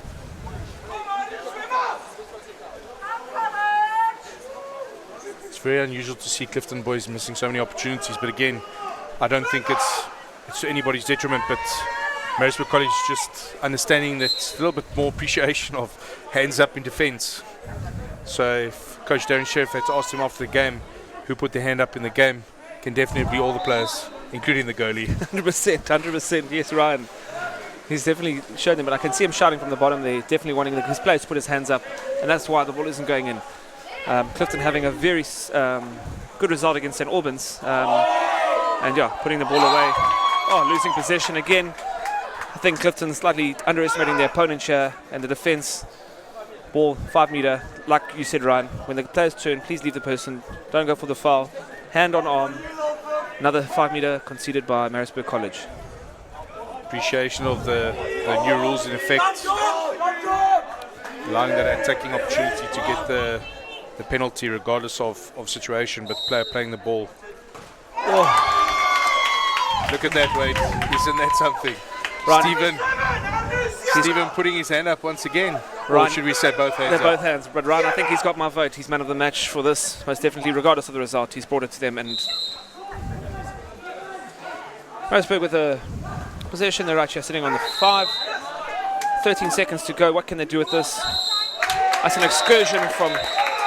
So, a little bit of controversial call, but Mr. Bradrow taking full understanding of the laws. Him blowing his first whistle first and being the attacking referee, allowing Maritzburg College to get the exclusion. Although there was 2 whistles, not simultaneous, allowing Maritzburg College. And I think if I must relook at that replay, I think the Clifton player accidentally had the head of the Maritzburg College player, number 7. Bradrow on the ball there, definitely knowing Corbin hand Thunder. on the head. That's excursion. Good call, good sharp call. Can Maritzburg do with this man up? Oh, under pressure. Loss of possession. Clifton College on the counter. Top left, we've got James Parry. Will he get the ball? Next up, we also have a bit of a crunch match there. Hilton College from Natal playing Reddam Tokai. Although celebration by Clifton player, still commend Maritzburg College's defence, putting everything on the line then. Just maybe unfortunate with their man up, who hadn't convert there, would have been a complete turnaround in the game, being 5-4 versus 6-3. But again, it's the luck of the draw. I think, Ryan, looking at what's happened on that man up, the bench, not the coach, the bench shouting for him to shoot instead of him actually taking time, relaxing, passing the ball around and actually utilising his man up and putting it away. Going from it could have been a 5-4 now to a counter-attack from Clifton, from James Parry coming down. passing the ball over, getting the goal. Now they're down 6-3. Wade, if I'm not mistaken, that should have been exclusion there to Maritzburg College after the foul had happened. Player continued to press whether he heard the whistle or not. It's a player's responsibility to understand and know the rules again. Maybe it's a little bit unlucky for the Maritzburg College I think it was coach Darren Sheriff, thinking that maybe it could have been in their favour. most definitely unlucky on that. An excursion from this side, we can see it. They're on the attack. Clifton, will he put this away? Oh my word, Stephen Pretorius. This man is just something else. Wade, don't you think maybe Darren's very happy that he's not one of the rugby players that have gone overseas, because without him, the score would have been much different. Most definitely. Stephen Pretorius, for me, like I said it again, I'll say it one more time. He is something else. He's my man of the match. Bit of a controversial call there. Unlucky. Got a goal there. A deflection off Stephen Pretorius' head. James Perry puts in another. Hey, Ziggy, you got him, boss.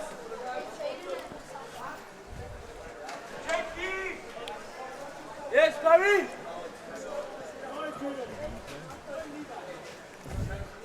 Very unfortunate by Stephen, although hitting his chest and letting that one get past him, he's definitely made himself look more than just a goalie outfit here with his team, Maritzburg College. At the moment we see Clifton leading 7-3. Wait, I know the score says 7-3, but in hindsight, if we had to look at the amount of effort for the Maritzburg College players, not a true reflection of the game, is it? Not at all. Not at all. I definitely think a lot more was needed from Maritzburg to finish the opportunities. And that, I think, comes down to just a little bit of experience that's lacking from the junior players. However, passion and heart, I must say, I'll give that to Maritzburg College. Clifton, obviously, with their older boys, utilising their attacks, doing it properly. I don't think it's a true reflection in the result. But again, Clifton arriving to the game, keeping it consistent from Chaka 1 to 4, and that's the result. Last minute of the game with Maritzburg College on attack, with only a few seconds left to attack, making a change.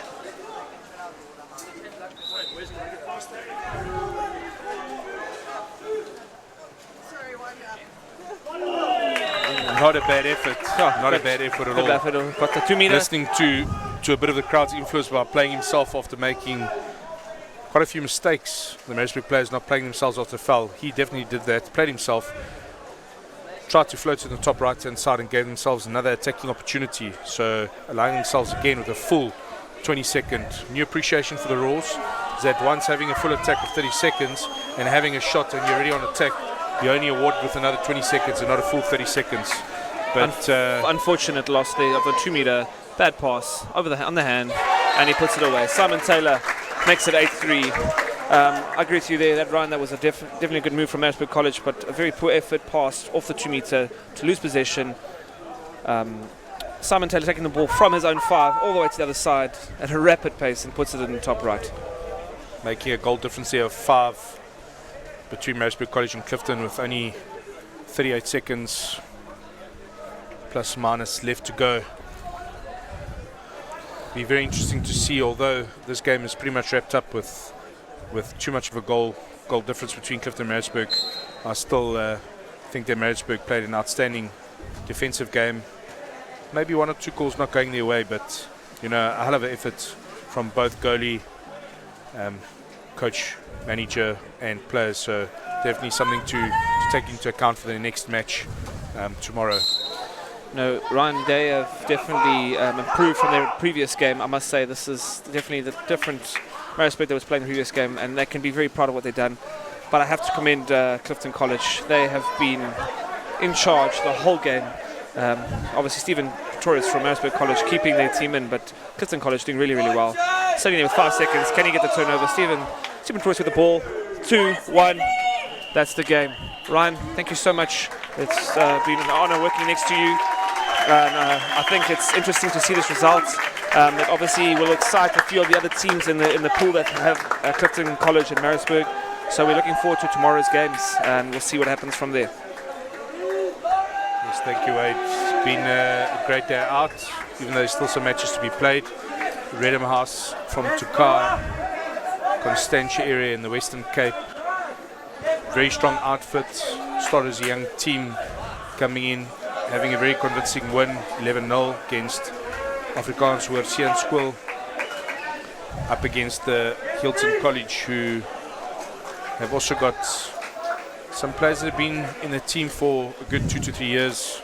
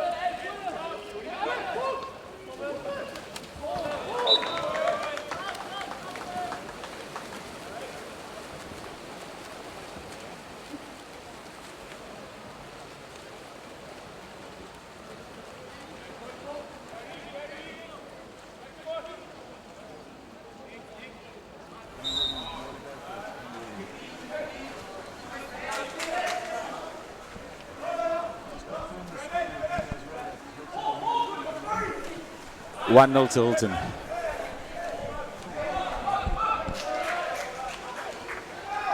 Evening all, sorry for that delay in commentary. We're back here live with Hilton in black versus Reddam in white. Hilton currently leading 1-0.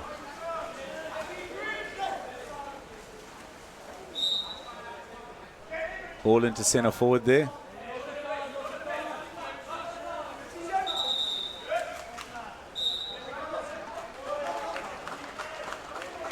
Exclusion off the ball at center forward.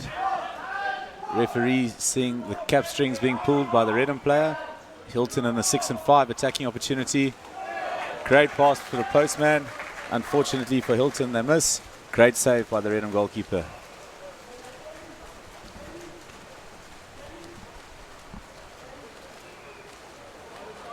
Reddam taking the ball up the pool. Not as aggressive in their counter-attack as the first game. Good ball into centre, but great swimming by James Presbury and goals to come out and steal the ball.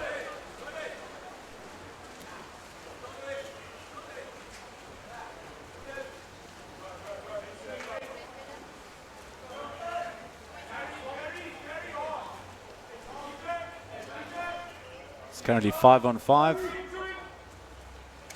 Cross pass. 5 seconds left on the shot clock. Going to need a shot coming off soon. An attempt by TJ on the outside. Another good save by Jack Woodburn and goals.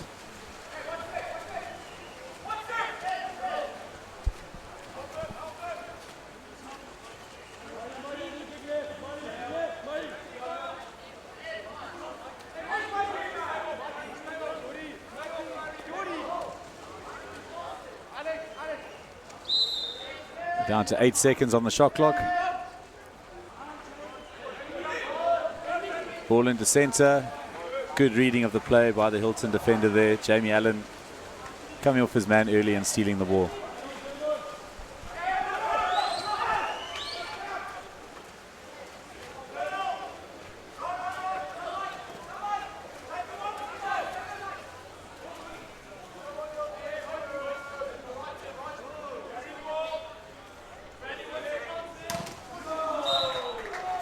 Reddam employing quite a deep drop there, backing their goalkeeper, forcing Hilton to have a few long shots. Risky defense, but if it comes off, very effective.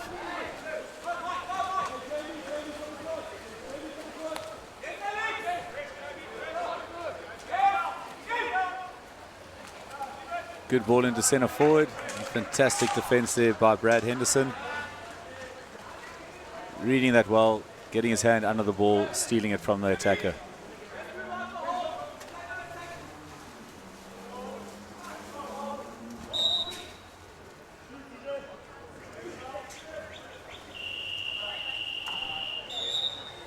Right, so at the end of the first quarter, very tight affair. Top of the pool clash here. We have Hilton leading Reddam 1-0.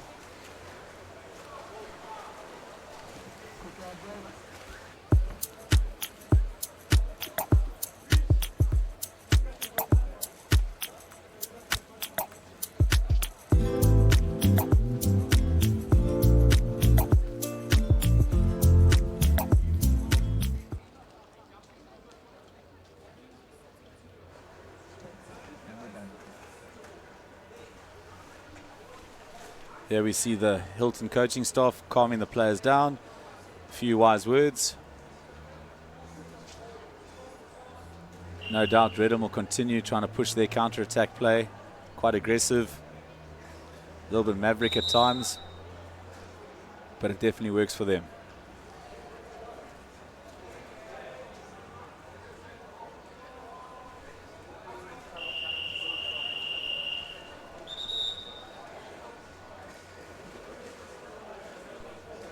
Right, so the start of the second quarter, we have Hilton leading Reddam 1-0.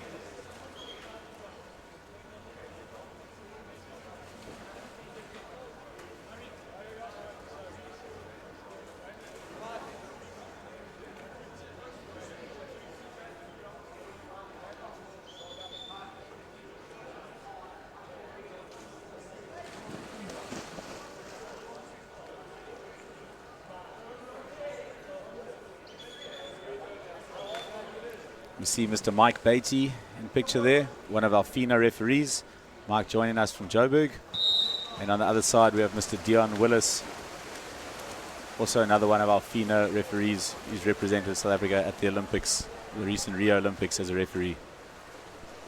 Hilton with a big swim, winning the second Chaka swim-off and advancing up the pool.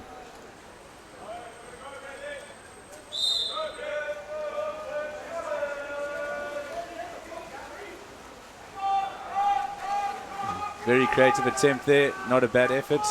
Ball into the centre forward on the drive. Unfortunately not getting enough power behind the shot. Reddam turning that into an attack.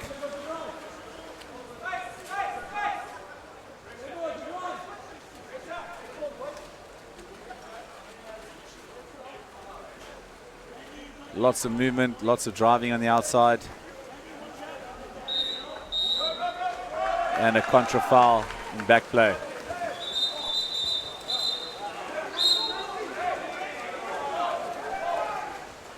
Technical decision there. There was a contra foul against Reddam. So it was Hilton's ball. The Reddam player played the ball when it wasn't his, getting kicked out. Hilton with a 6-on-5 opportunity in the first minute of the second quarter.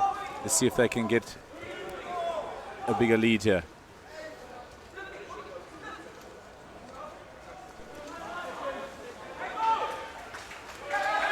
Big rush defense by Reddam, stealing the ball. And Hilton getting it back.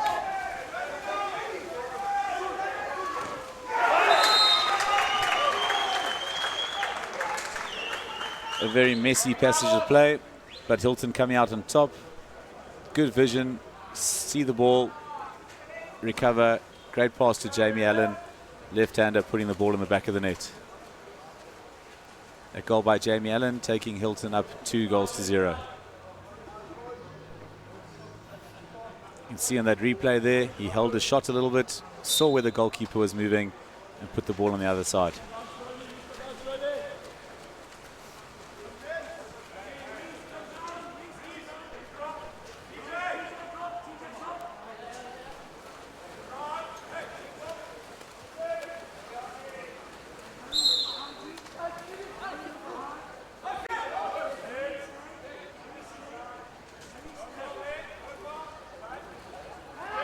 Game slowed down a bit.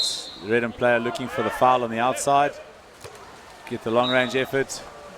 Ball going wide.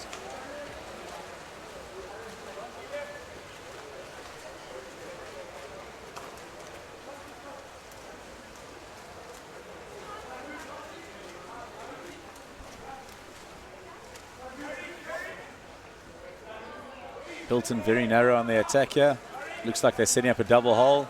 Ball into centre forward, but read very well by the Reddam defender there, Jack Stein.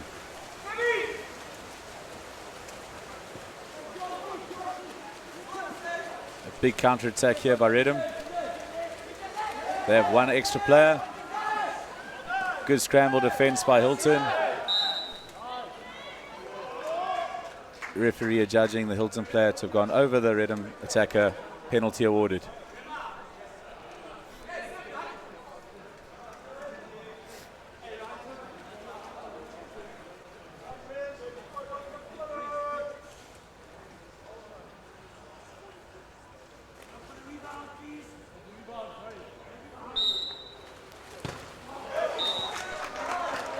Unfortunately for Reddam, that shot going wide.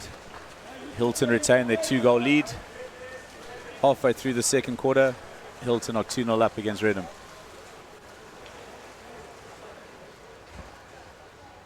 Okay, and lots of movement and action at centre forward. A good ball in. Minor foul there at centre forward. Good drive on the outside by Hilton. TJ Jabir with lots of movement. Reddam player getting caught with his hands underwater. Exclusion on the drive. Hilton with another 6-on-5 power play opportunity. Unfortunately, the Hilton player being inside the 2 meter without the ball, deemed offsides. Reddam survived that.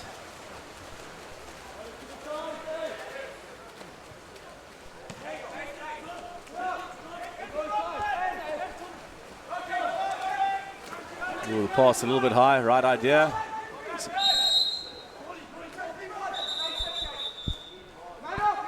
Again, lots of movement with the new interpretations and style of Waterpolo that the international body is wanting to see.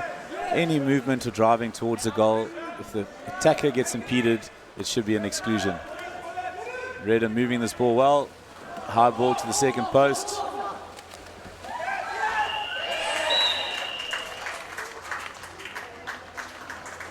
A poacher's goal there up front. 1 second left on the clock. Ball managing to get in the back of the net before that hooter went. A goal making it a 1-goal game. Good reaction there. You can see by the replay, Reddam player watching the ball at all times and just a little flick to put the ball in the back of the net.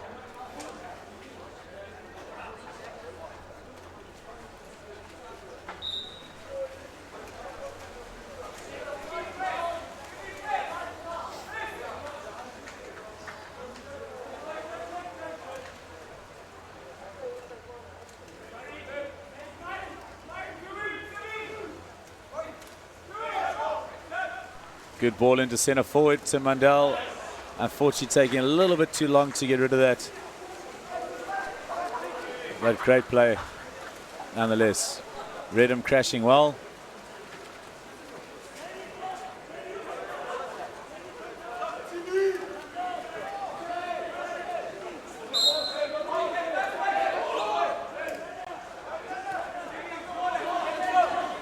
Again, lots of action in front of goal. Long range efforts, fantastic save by James Presbury in the Hilton goal. watching the ball the whole time, reading where that shot was going to go. Very good body position.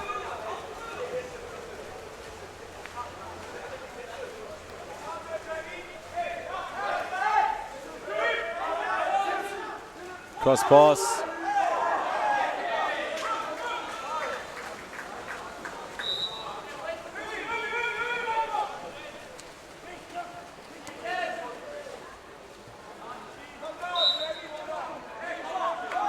Hilton with the man up on defense.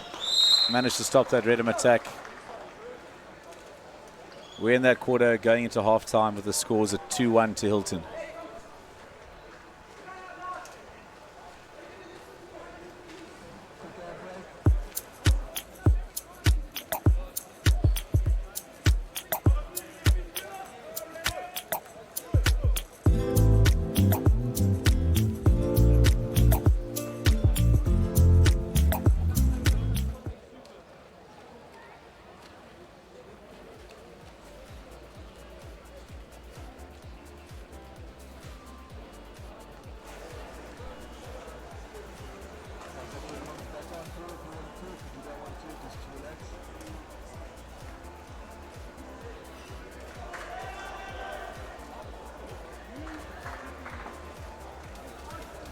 So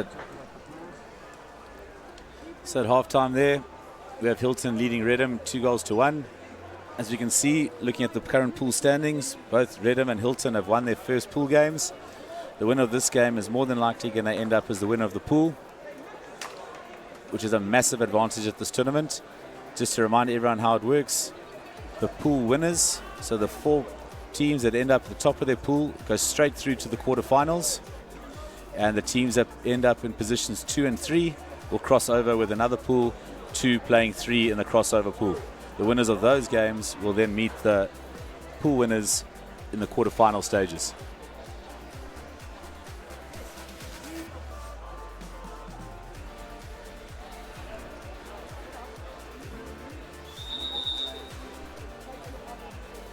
You see Mr. Ryan Vaderman there having a chat with his troops. Definitely saying, hey, time to dig deep. They're definitely in this game. We're in for a cracking finish here.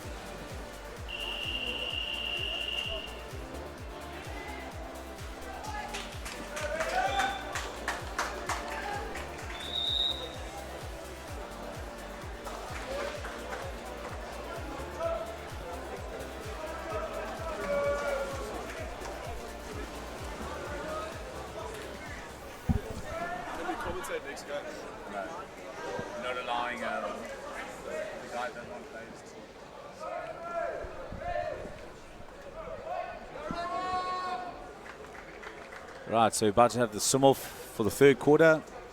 Very often the third quarter is where games are won and lost.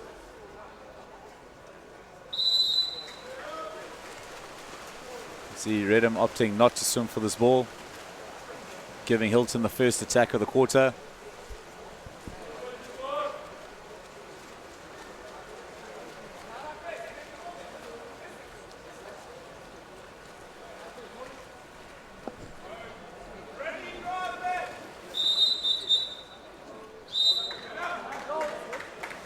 Reddam player pushing the Hilton player off the ball.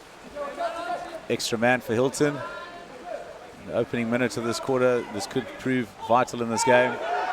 And it's a fantastic first time effort up top. Marist catch and release first time, top corner. Very, very well worked goal by Hilton.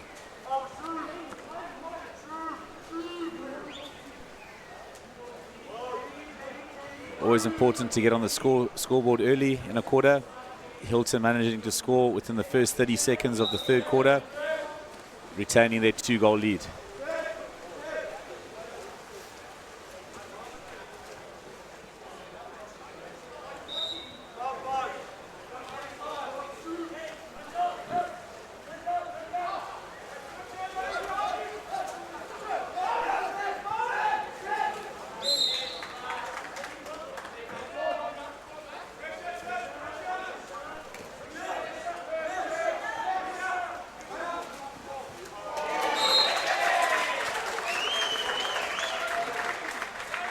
Fantastic effort there by Sebastian Riley Nelson.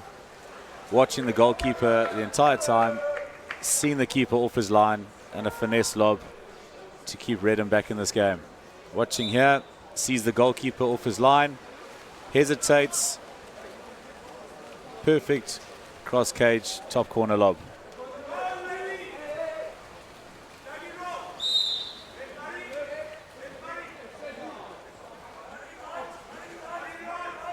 And lots of work happening up front.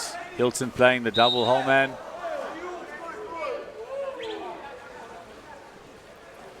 Very heavy by the centre back. Possibly a bit lucky to still be in.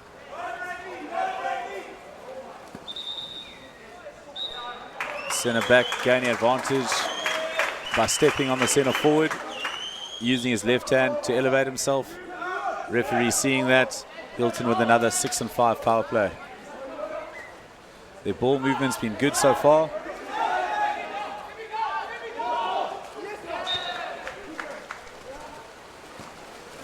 Reddam survived that. Score is still currently 3-2 in favour of Hilton.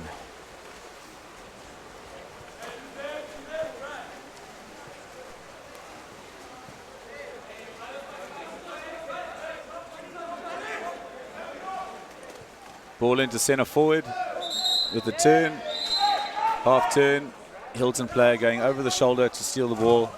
A fantastic save by Presbury in goal.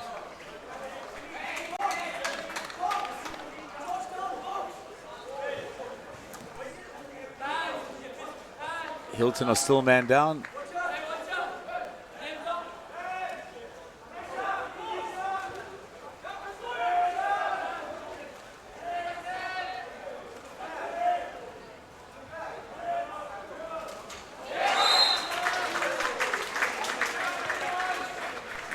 Great finish there, cross cage.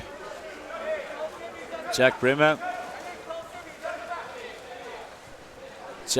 goal taking the scores to 3-all. Unfortunately, Hilton giving them a little bit too much space on that extra man. Could have closed them down.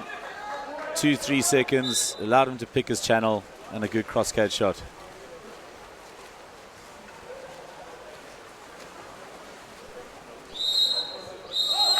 Lots of driving and moving on the outside, but the Hilton player driving over the Reddam defender.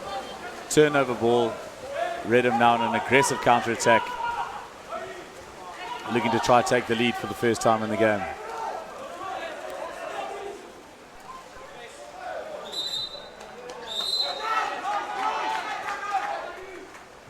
Reddam earning an exclusion. 6 and 5 power play opportunity here. They scored their last extra man. Let's see if they can do the same here. Second post popping out on the hand, opening up the shot from the middle of the goals. And some great blocking there by the Hilton defense. Very important as defenders to step into the shooting channels. Both the Hilton defenders there finding the channel, stepping in, and a very good block.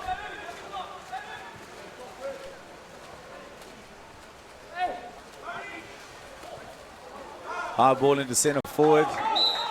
Unfortunately, centre forward not being able to make the most of that opportunity.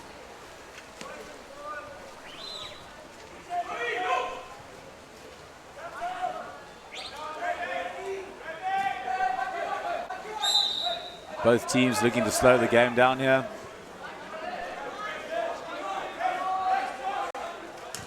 Long range effort. Another good save by the Hilton goalkeeper.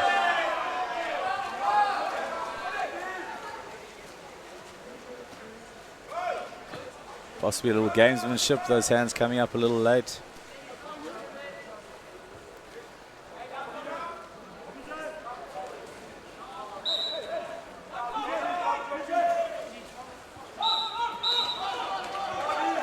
Same as in the first half. Reddam player getting caught in the 2 meter. This time Hilton player getting caught offsides in the 2 meter area without the ball.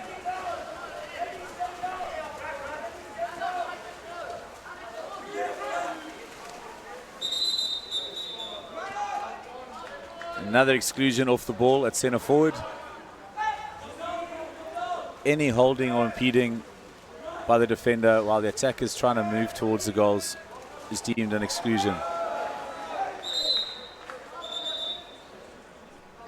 Great reactions by the Hilton keeper to push that ball out.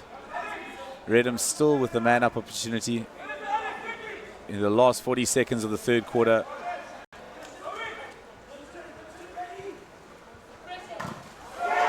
Fantastic block by Henderson on the near post.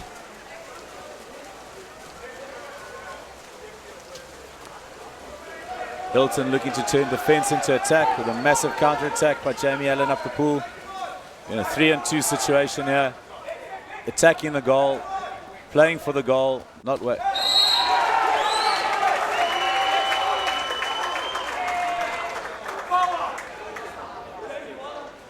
Very good appreciation of the new laws of the game there by Hilton. Attacking the goal, keeping that ball in the air, forcing the Reddam defender to pull his arm, earning his team a penalty. We have 15 seconds to go in this third quarter. Always a good psychological boost going into the final quarter of the game, 1 goal up.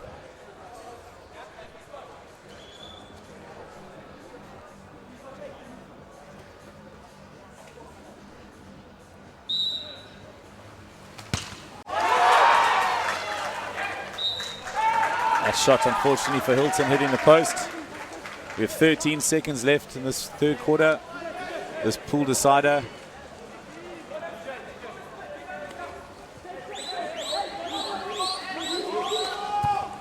Reese McKeown with a long-range effort, saved by Woodburn and goals. And that's the end of the third quarter. Going into the final chukker with the scores level at 3-all.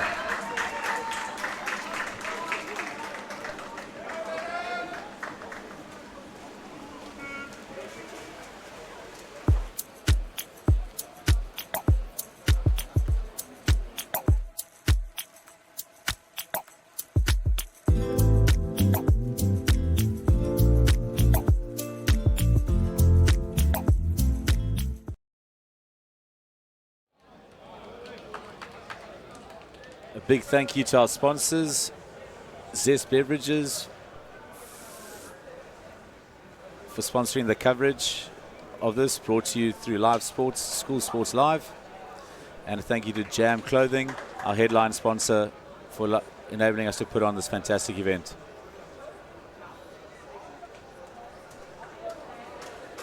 See some nervous parents in the crowd there, sending schools home.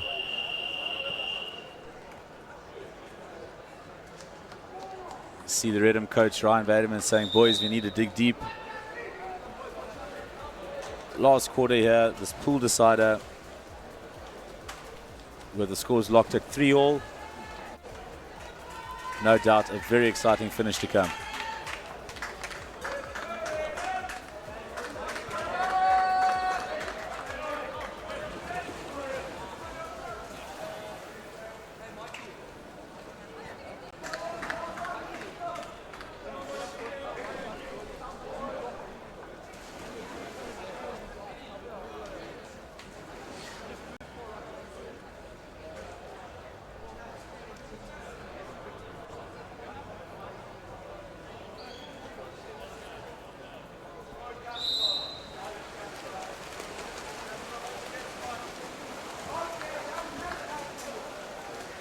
Right, Reddam again, opting not to swim for the ball, allowing Hilton the first possession of this final quarter.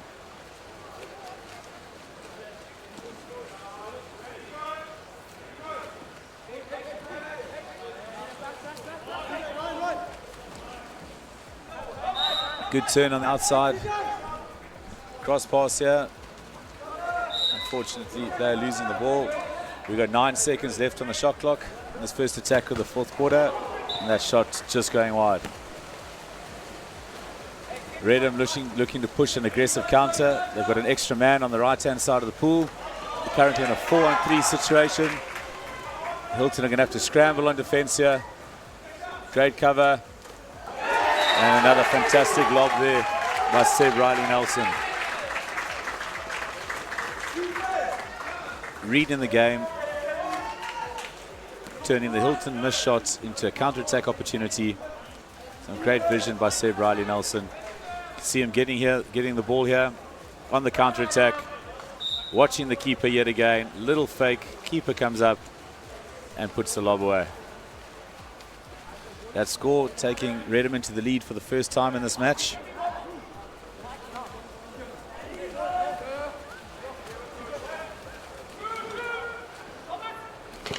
Big shot from the outside. And Reddam on a big counter attack again.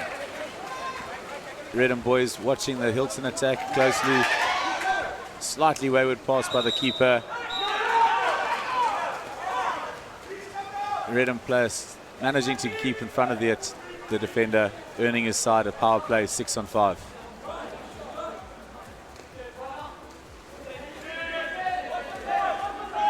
There are 8 seconds left in this attack. Shot needs to come soon. 3 seconds. And another fantastic save by Presbury and goals for Hilton.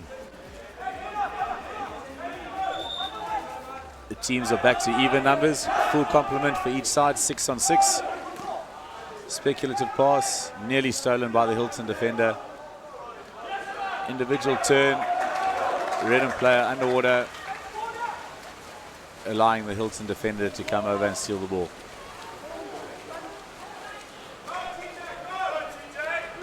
With TJ Javert on the counter here.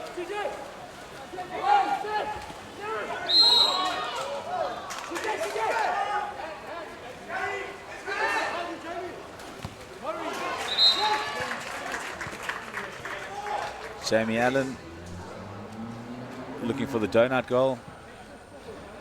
Reddam keeper up to the task. Great save. Hilton centre forward Tim Mandel working exceptionally hard off the ball. Ball into centre.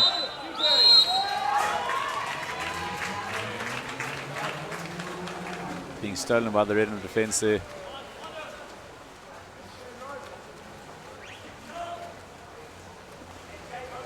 Good thing we've got insurance on these cameras.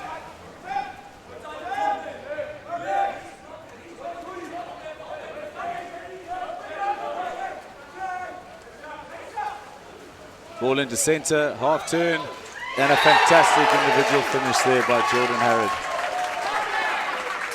Managing to get the better of 2 defenders. Good inside turn, not waiting for the referee to blow his whistle and putting the ball in the back of the net. A goal by Jordan Harrod, taking Reddam into the lead by 2 goals. Score 5-3 to Reddam. See here, ball landing in on the left-hand side at centre forward. Great inside, outside into an inside turn. And a beautiful finish.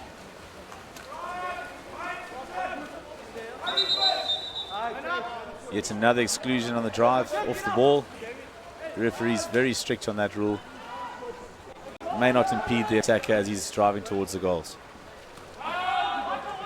Trying to open up the first post here. Oh, fantastic effort, but a very good save by the Reddam goalkeeper, Jack Woodburn.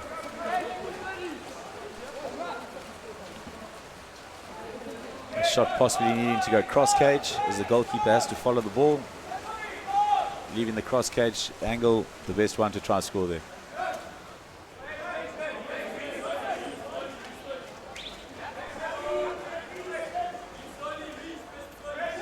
Movement all around up front, with the Reddam player grabbing, turning and gaining advantage by pushing off the Hilton defender.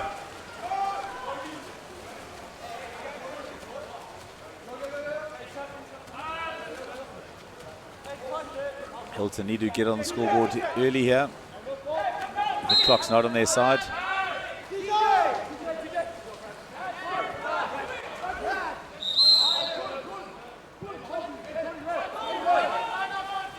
The high ball to the left-hander. Looking to finish, 3 seconds left on the shot clock. Fantastic save yet again. We're into the last minute. The last minute. Reddam definitely don't need to rush things here. Hilton need to secure the ball.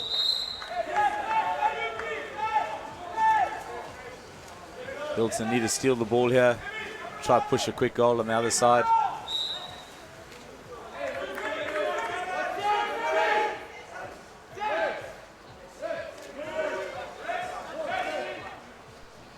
Ball into centre. And stolen. Good call there by the Hilton coach. Timeout. 30 seconds left in the game. Needs some words of wisdom to try to get an early goal here for his team. A reminder of the timeouts. Coaches have 45 seconds in which to chat to their team. The teams then have 15 seconds to set up. So after 1 minute, the whistle goes and the game starts again.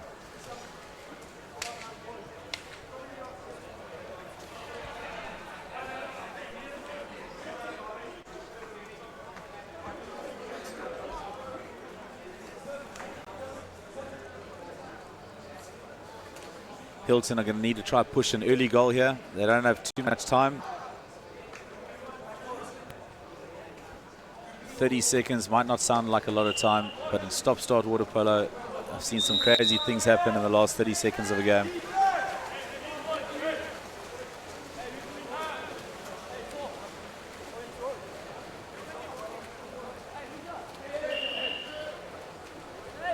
Right, that's the minute timeout up. Ball is in play. Hilton really needing to push a goal here early as the clock's not on their side.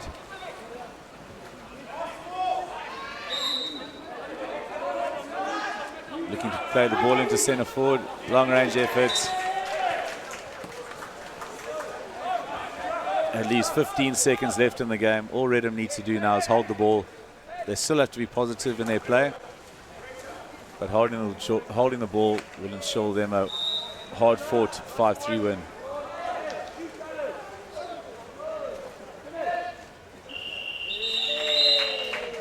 And with that, the game ends 5-3 to Reddam. Fantastic game. Lots of entertainment. Great spectacle of water polo put on by the boys out there.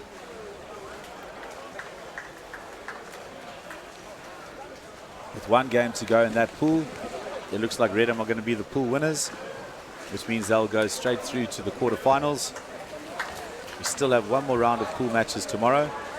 But looking at the other results, one would imagine Reddam going through top of that pool with Hilton in second.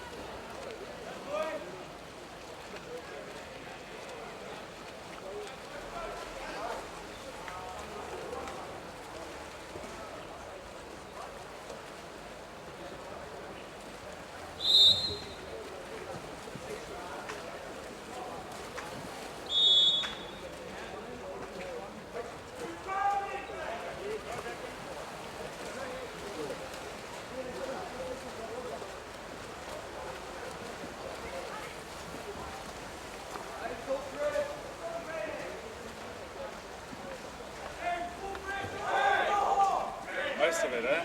Yes.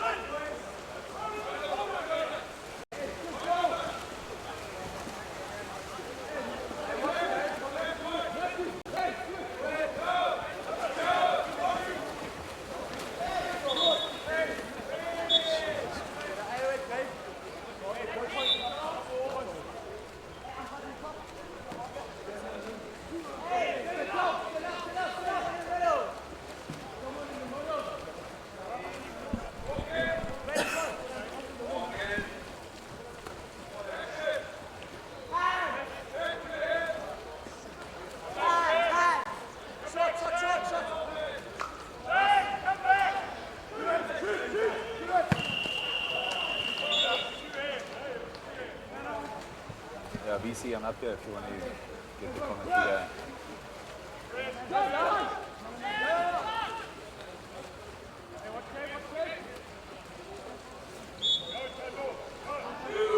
Right, and long range effort there by the Jam side, saved by the DHS goalkeeper. Catching Jam on a counter attack. Unfortunately, the DHS player unaware of where the ball was.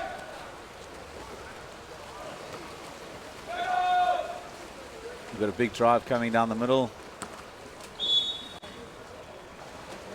Ball to Gabe Showman. Lots of movement up front. Ross Roberts unfortunately losing the ball there.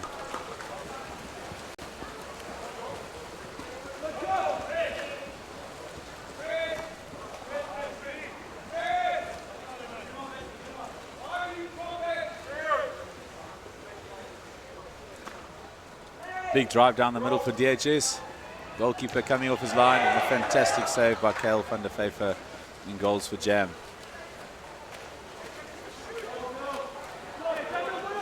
We have a 4-on-3 opportunity here for Jam. Decision making is going to come down here. Ball to Gabe Showman on the right hand side. George in the middle. Unfortunately firing that shot over the top. See that replay of the previous attempt by DHS. Fantastic save. But DHS now on the counter attack. One-on-one with the goalkeeper. Unfortunately hitting the post. An action-packed first quarter to say the least.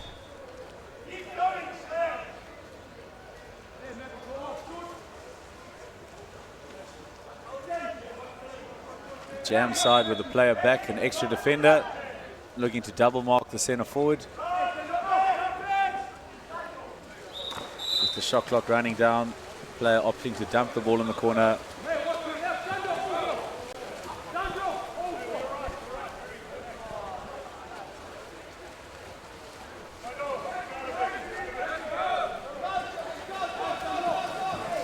So a big drive coming on the right hand side of the pool.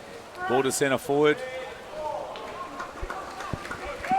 Back shot attempt by Greg Benadol there at centre.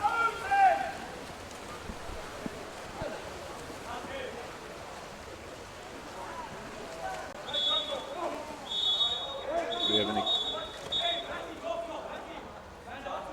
have an exclusion on the drive there. DHS with a 6-on-5 power play.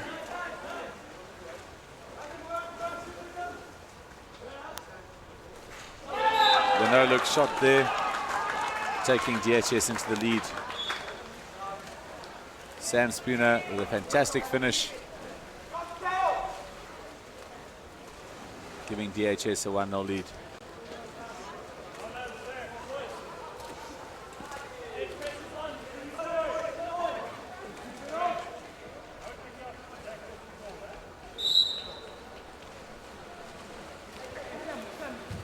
See here, the fake, looking away, the defender thinking he's going to pass the ball, and a good no-look shot.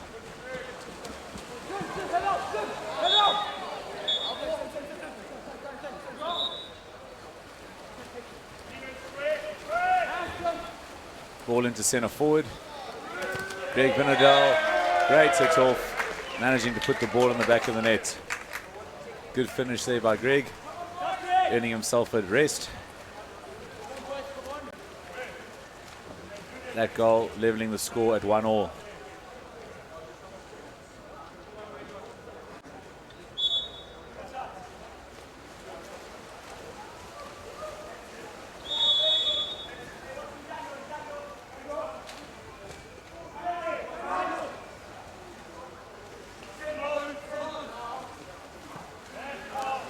Pass in the air, very easy for the defender to slide around and steal the ball. We have the last 30 seconds left here in the first quarter.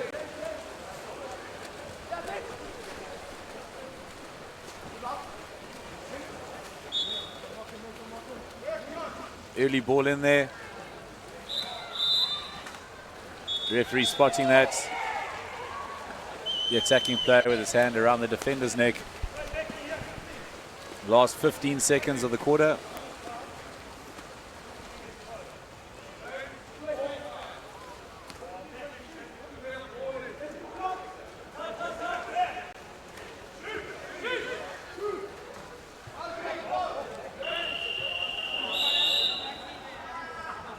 Right, so we have the scores deadlocked at 1-1. This is a very important game in the context of Pool D.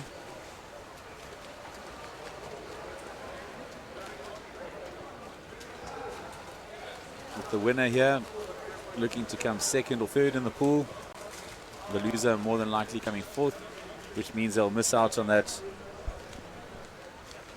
crossover pool game to hopefully get themselves a spot in the quarterfinal.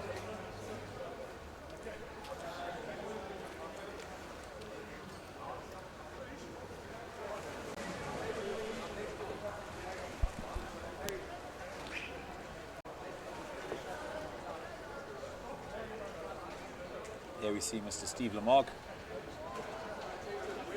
enjoying his lemonicious, our sponsor, Zest Beverages, bringing the live streaming to you. And once again, a massive thank you to Jam Clothing for enabling us to put on this fantastic event. We have Mr. Jared Applegren in the picture there. Jared, one of the young up-and-coming refs in South Africa. No doubt will be on the FINA list soon. Jared having attended most of the major, if not all the major events in South Africa as a referee.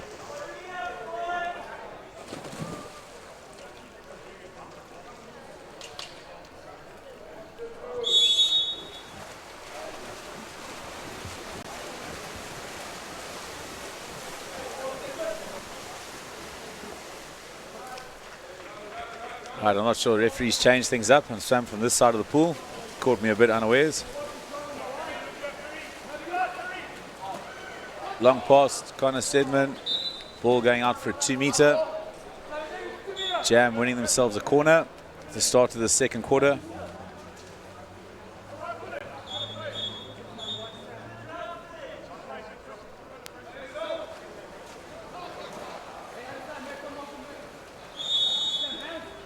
Lots of work at centre forward. A big shot from the outside, unfortunately straight down the middle. Easy save for the DHS goalkeeper.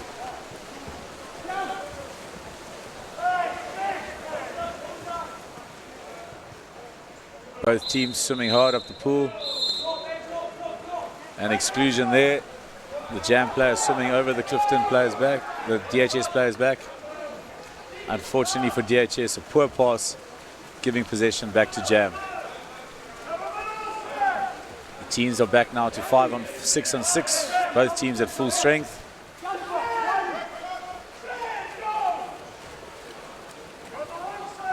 Ball into the middle. Big pass there. Great turn, but missing the entire goals up front. It's fine margins like that. They can make or break a game. Got to be hitting the target from 2 meters in front of goals.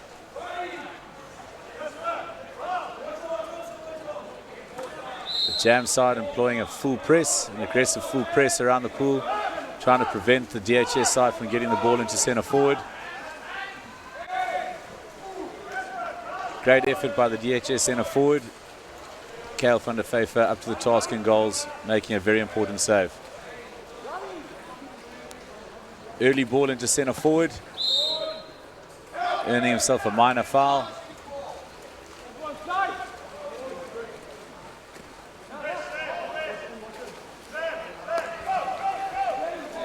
If that ball was a little bit closer, maybe the referee would have awarded the attacker something. But a cliched saying goes, you can't reward a bad pass. DHS on a big counter down the middle of the pool.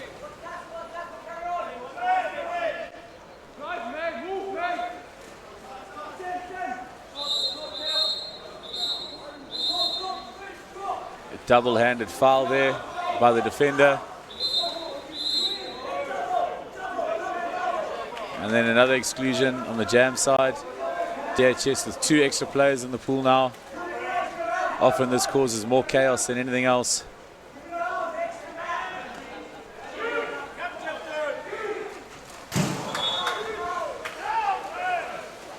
And DHS unfortunately squandering that opportunity.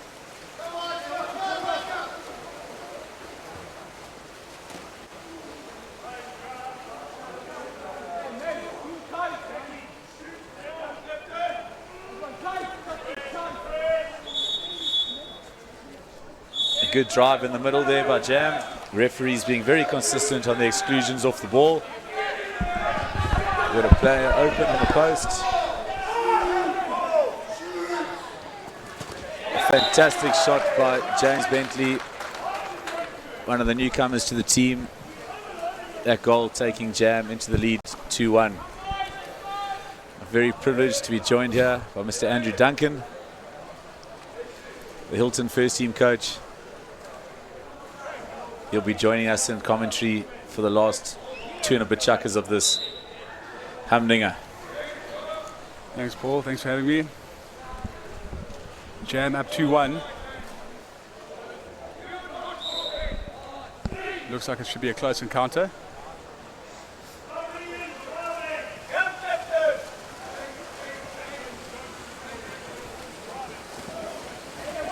Very risky tactic here by Cliff by the Jam side, leaving the player at the back. If they miss this, there's a chance of a goal against them. The Jam player seeing that and opting to play the safer 5-on-5 route up front.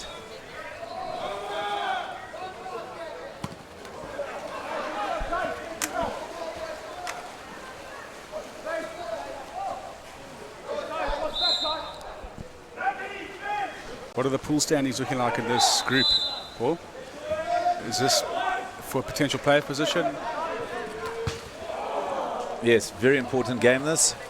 The winner will put themselves in contention of a 2nd or 3rd spot in the pool, with the loser more than likely ending up 4th in their pool, missing out on that very favourable crossover player. Another pass in the air to centre forward. Very easy for the defender to slide around, steal the ball. You need to be passing that ball on the water to the centre forward there.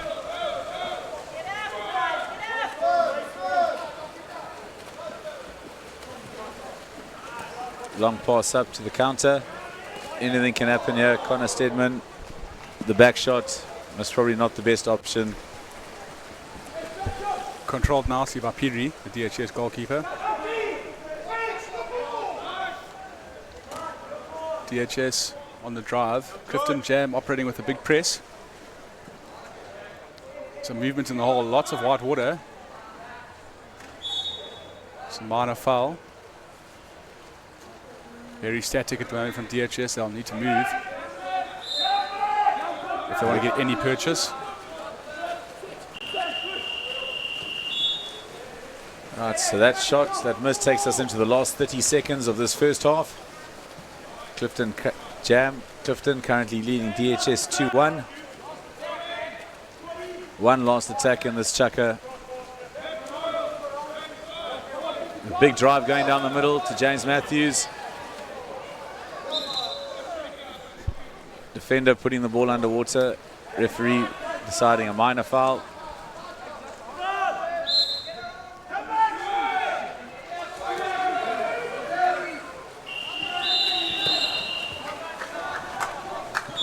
With the hooter going into the chucker, too little too late there. Unfortunately, couldn't put the ball in the back of the net. So teams will swap sides. Jam just edging in front with a 1-goal lead. Having netted 2, DHS netted 1, so it's game on going into the second half. There we see the current standings of Pool D. Jam currently 10 points with DHS. They both played 1, so this really is a must-win for one of them if they want to be in contention for the playoff spot. Yes, Andrew, tomorrow we see the final games of this pool. We have Kingswood versus Jam and St David's versus DHS. One would think St David's would end up topping the pool with 3 wins out of 3, which means this game, as well as the Jam versus Kingswood game tomorrow, are going to really dictate who comes second, third and fourth in this pool. You can see Keith MacGyver Garrett there, having a few words of encouragement to his players. I can only assume his words of encouragement.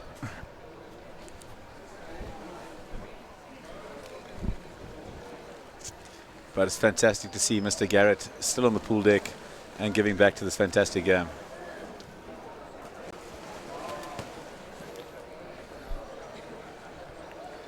Andrew, your thoughts so far on the day? We've seen a lot of water polo, 16th game of the day. Things seem to have run all right. Any comments from you? Well, the day it's been flawless in terms of the management and the running. The referees are some of the best referees in the country, if not all the best referees in the country that are here. The table has been professional. The weather's played its part. It's been an absolute belter of a day. Now it's a warm, crisp evening. There's been a lot of good water polo, a lot of good goals, a lot of support. So I would say in terms of the actual day of water polo, it couldn't have gone any better. So they're giving the people what they want out there. Got to give the people what they want.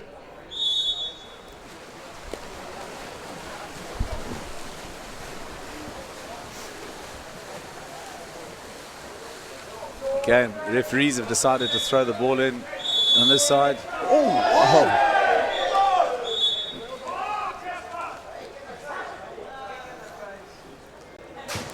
We have a altercation after the whistle there.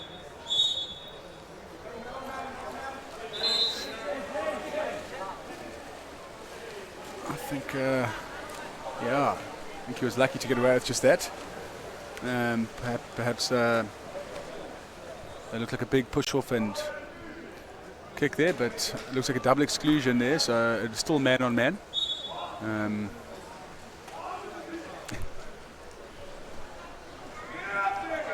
You can hear Mr. Steve Lamarck not happy with this player there. Teams are still even 5-on-5. Jam player trying to do too much there, trying to do it all on his own. DHS on a counter-attack here, 3-on-2, but there is a player coming back in from the corner to save the day. Good inside water there, good stroking. It's a lovely play, good save from the Clifton keeper.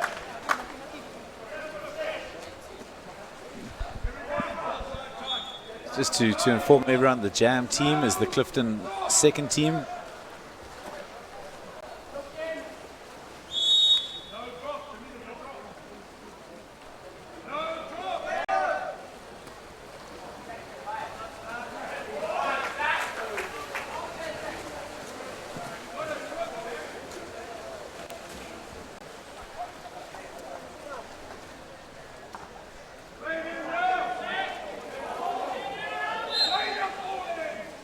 We see a big cross drive coming here.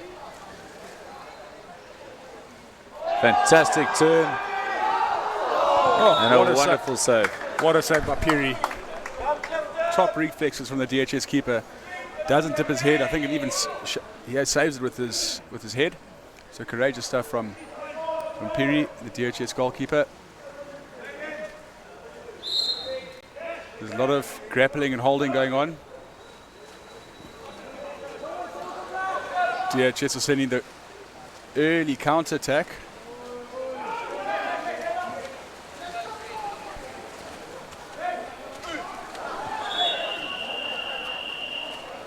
think it was a bit of a guessing game and lottery out there.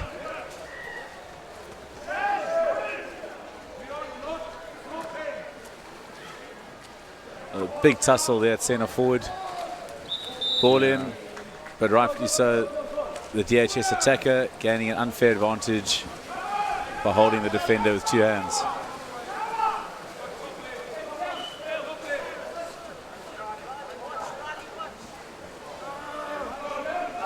Goalkeeper forcing the pass there. No need.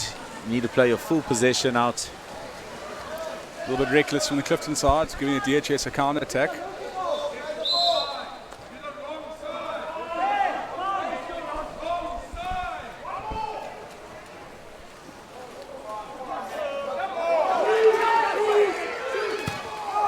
Another good save from Clifton. I must say, both goalkeepers earning their keep here. I think both sides need to slow this down a little bit. Was that pun intended there? No pun intended.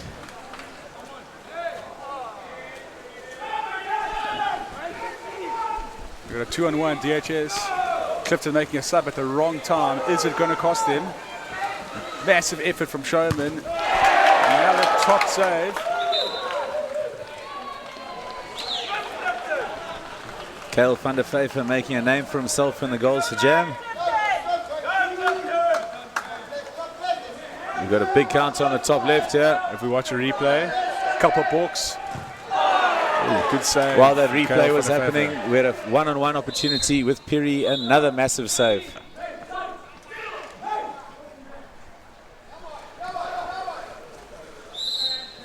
Things getting a little heated and physical.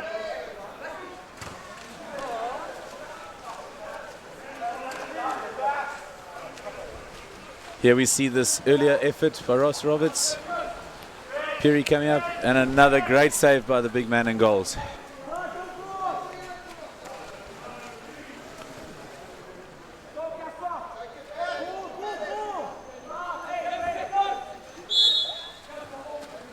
The game becoming very static. I think both sides starting to feel the pressure of a long day's water polo.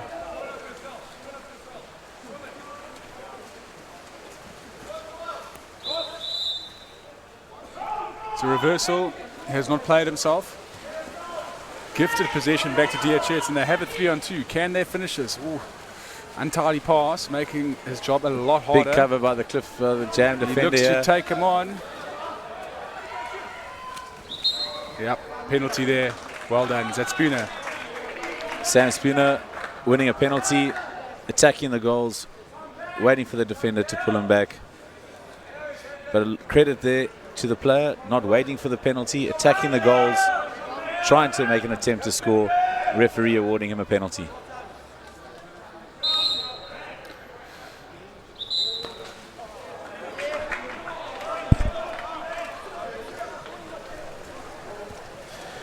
Referee blowing his whistle, deeming the player was ready to take the penalty. Player clearly not ready. Clifton gifting the ball back to DHS. There's a 2-on-1. Can he finish this time? Defender blocking. He does. I think both teams very guilty of rushing things. This situation, one of the teams needs a player to step in there with a calm head, calm things down, slow the game down, and play out the time. We're into our last minute of this third quarter. The score is currently 2-all. DHS versus Jam Invitation.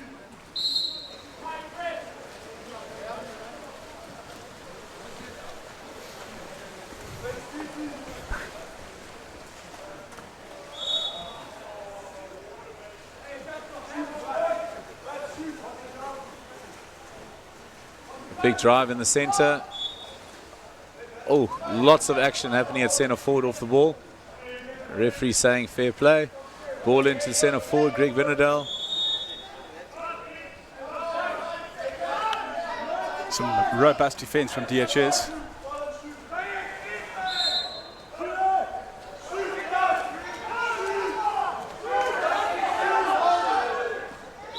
Yeah, it's a reversal. Must play yourself, otherwise it must be one motion.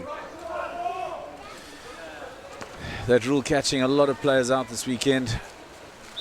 I think players just not adapting to having to play the ball before they look to fake, pass. Same thing applies there.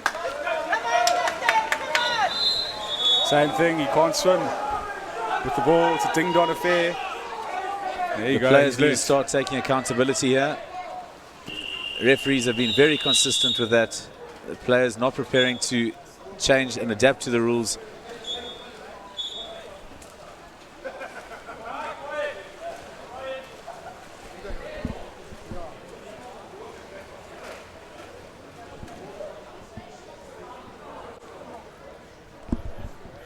See there in picture, Jared Appelgren explaining to the Jam coach exactly what needs to happen in order to put the ball into play.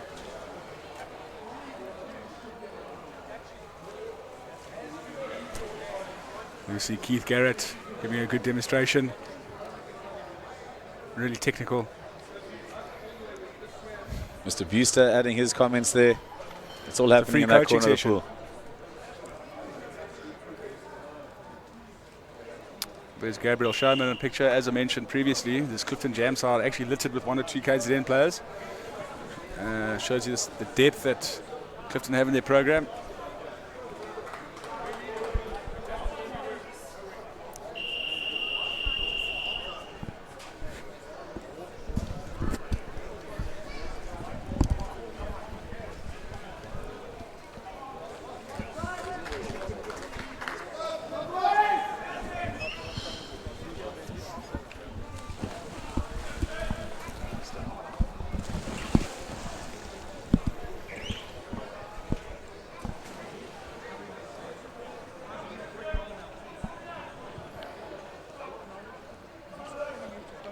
Well, we couldn't have asked for a better finish of the day.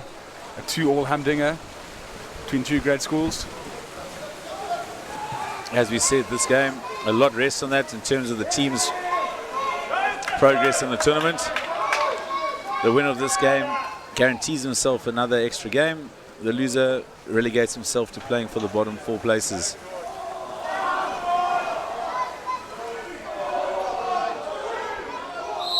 Ooh. A lot of wrestling going in the hole.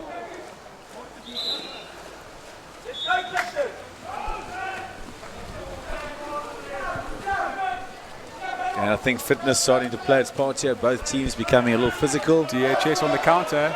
They do a 3-on-2. He needs.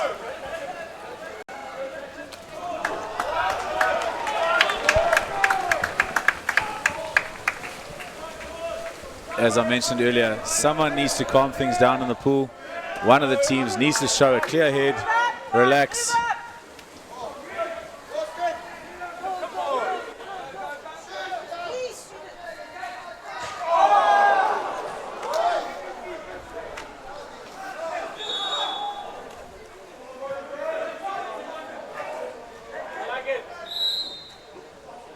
You see another big tussle up front. Way too erratic there, giving away possession. Every single possession is going to count here. 3.5 minutes to go.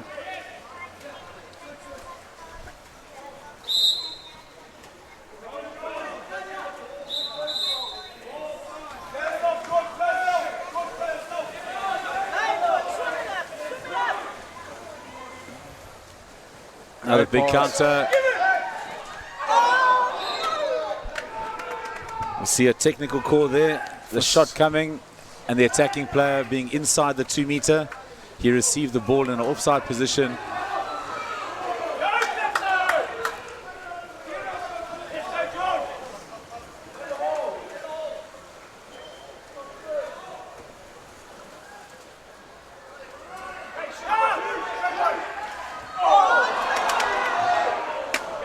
Lots of opportunities here for Clifton. They're creating good chances, but just can't seem to find the back of the net. Between Piri and the goalpost. Jam side having no luck.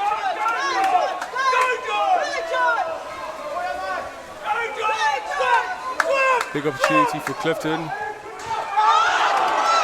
Also found the post. Penalty. Peary out of his blocks, he's fouled him. Andrew, my heart rate's racing here. It's helter-skelter out here. See that replay, hitting the crossbar. The Jam player reacting to that, managing to get there before the goalkeeper. Top camera angle here for the 5 meter. You can see the concentration on the goalkeeper, DHS goalkeeper's face. A vital play in the game.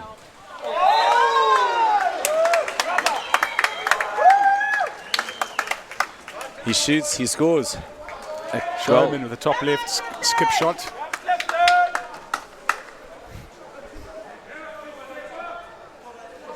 Right, so the score there. Let's watch this replay of the penalty. Fantastic angle. The skip shot, top corner, textbook penalty.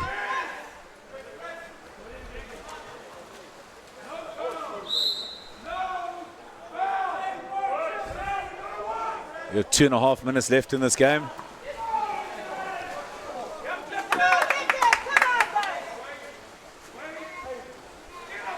I think a game like this comes down to experience, Andrew.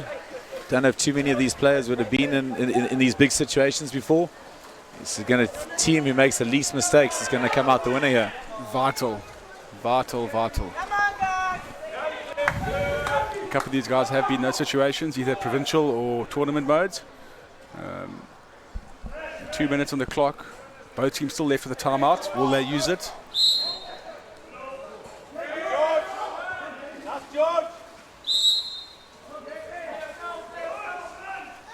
Ball into centre forward. Half turn. And the drive coming there.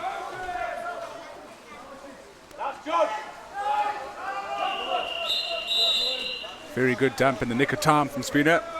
Great game awareness by the young man.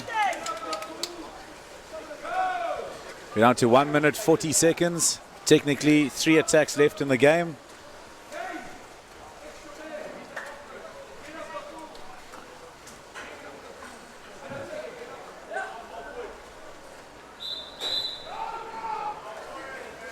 Contra foul.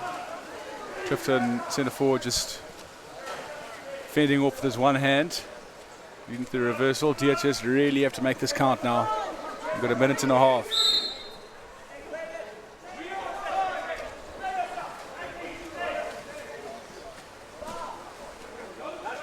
Ball into centre forward. Good play, minor foul there. Foul inside the 6 meter. Has to make a pass. Under 5 seconds on the shot clock.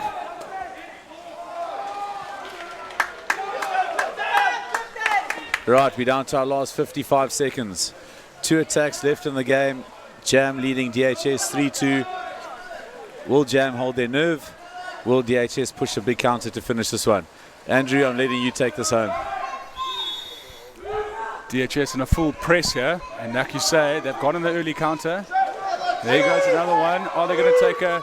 Peary's got it, and they're up on the 3-on-2. They've got a full attack, but they need to get their players up. The one-on-ones are not working.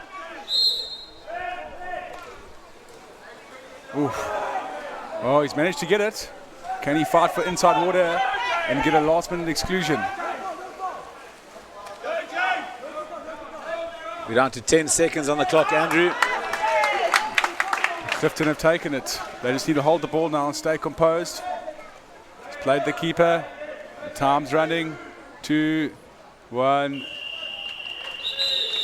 And the Clifton Jam team takes it home 3-2. Fantastic ending there to the evening and a great day's water polo. We'll be updating you with the pool standings early tomorrow morning before the first game.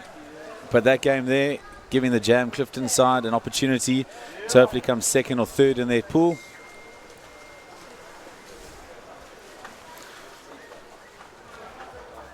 And there we see the scenes, the closing scenes of an incredible day at Clifton Jam Tournament. Sparkling water, fantastic polo, good entertainment, lovely evening. If you're in and around the Durban area, get down here, get watching. Some more polo going on tomorrow. And that's the beauty about the sport, Andrew. When we see these scenes at the end, rivals in the pool, enemies in the water, the mates outside, handshakes, hugs, the works.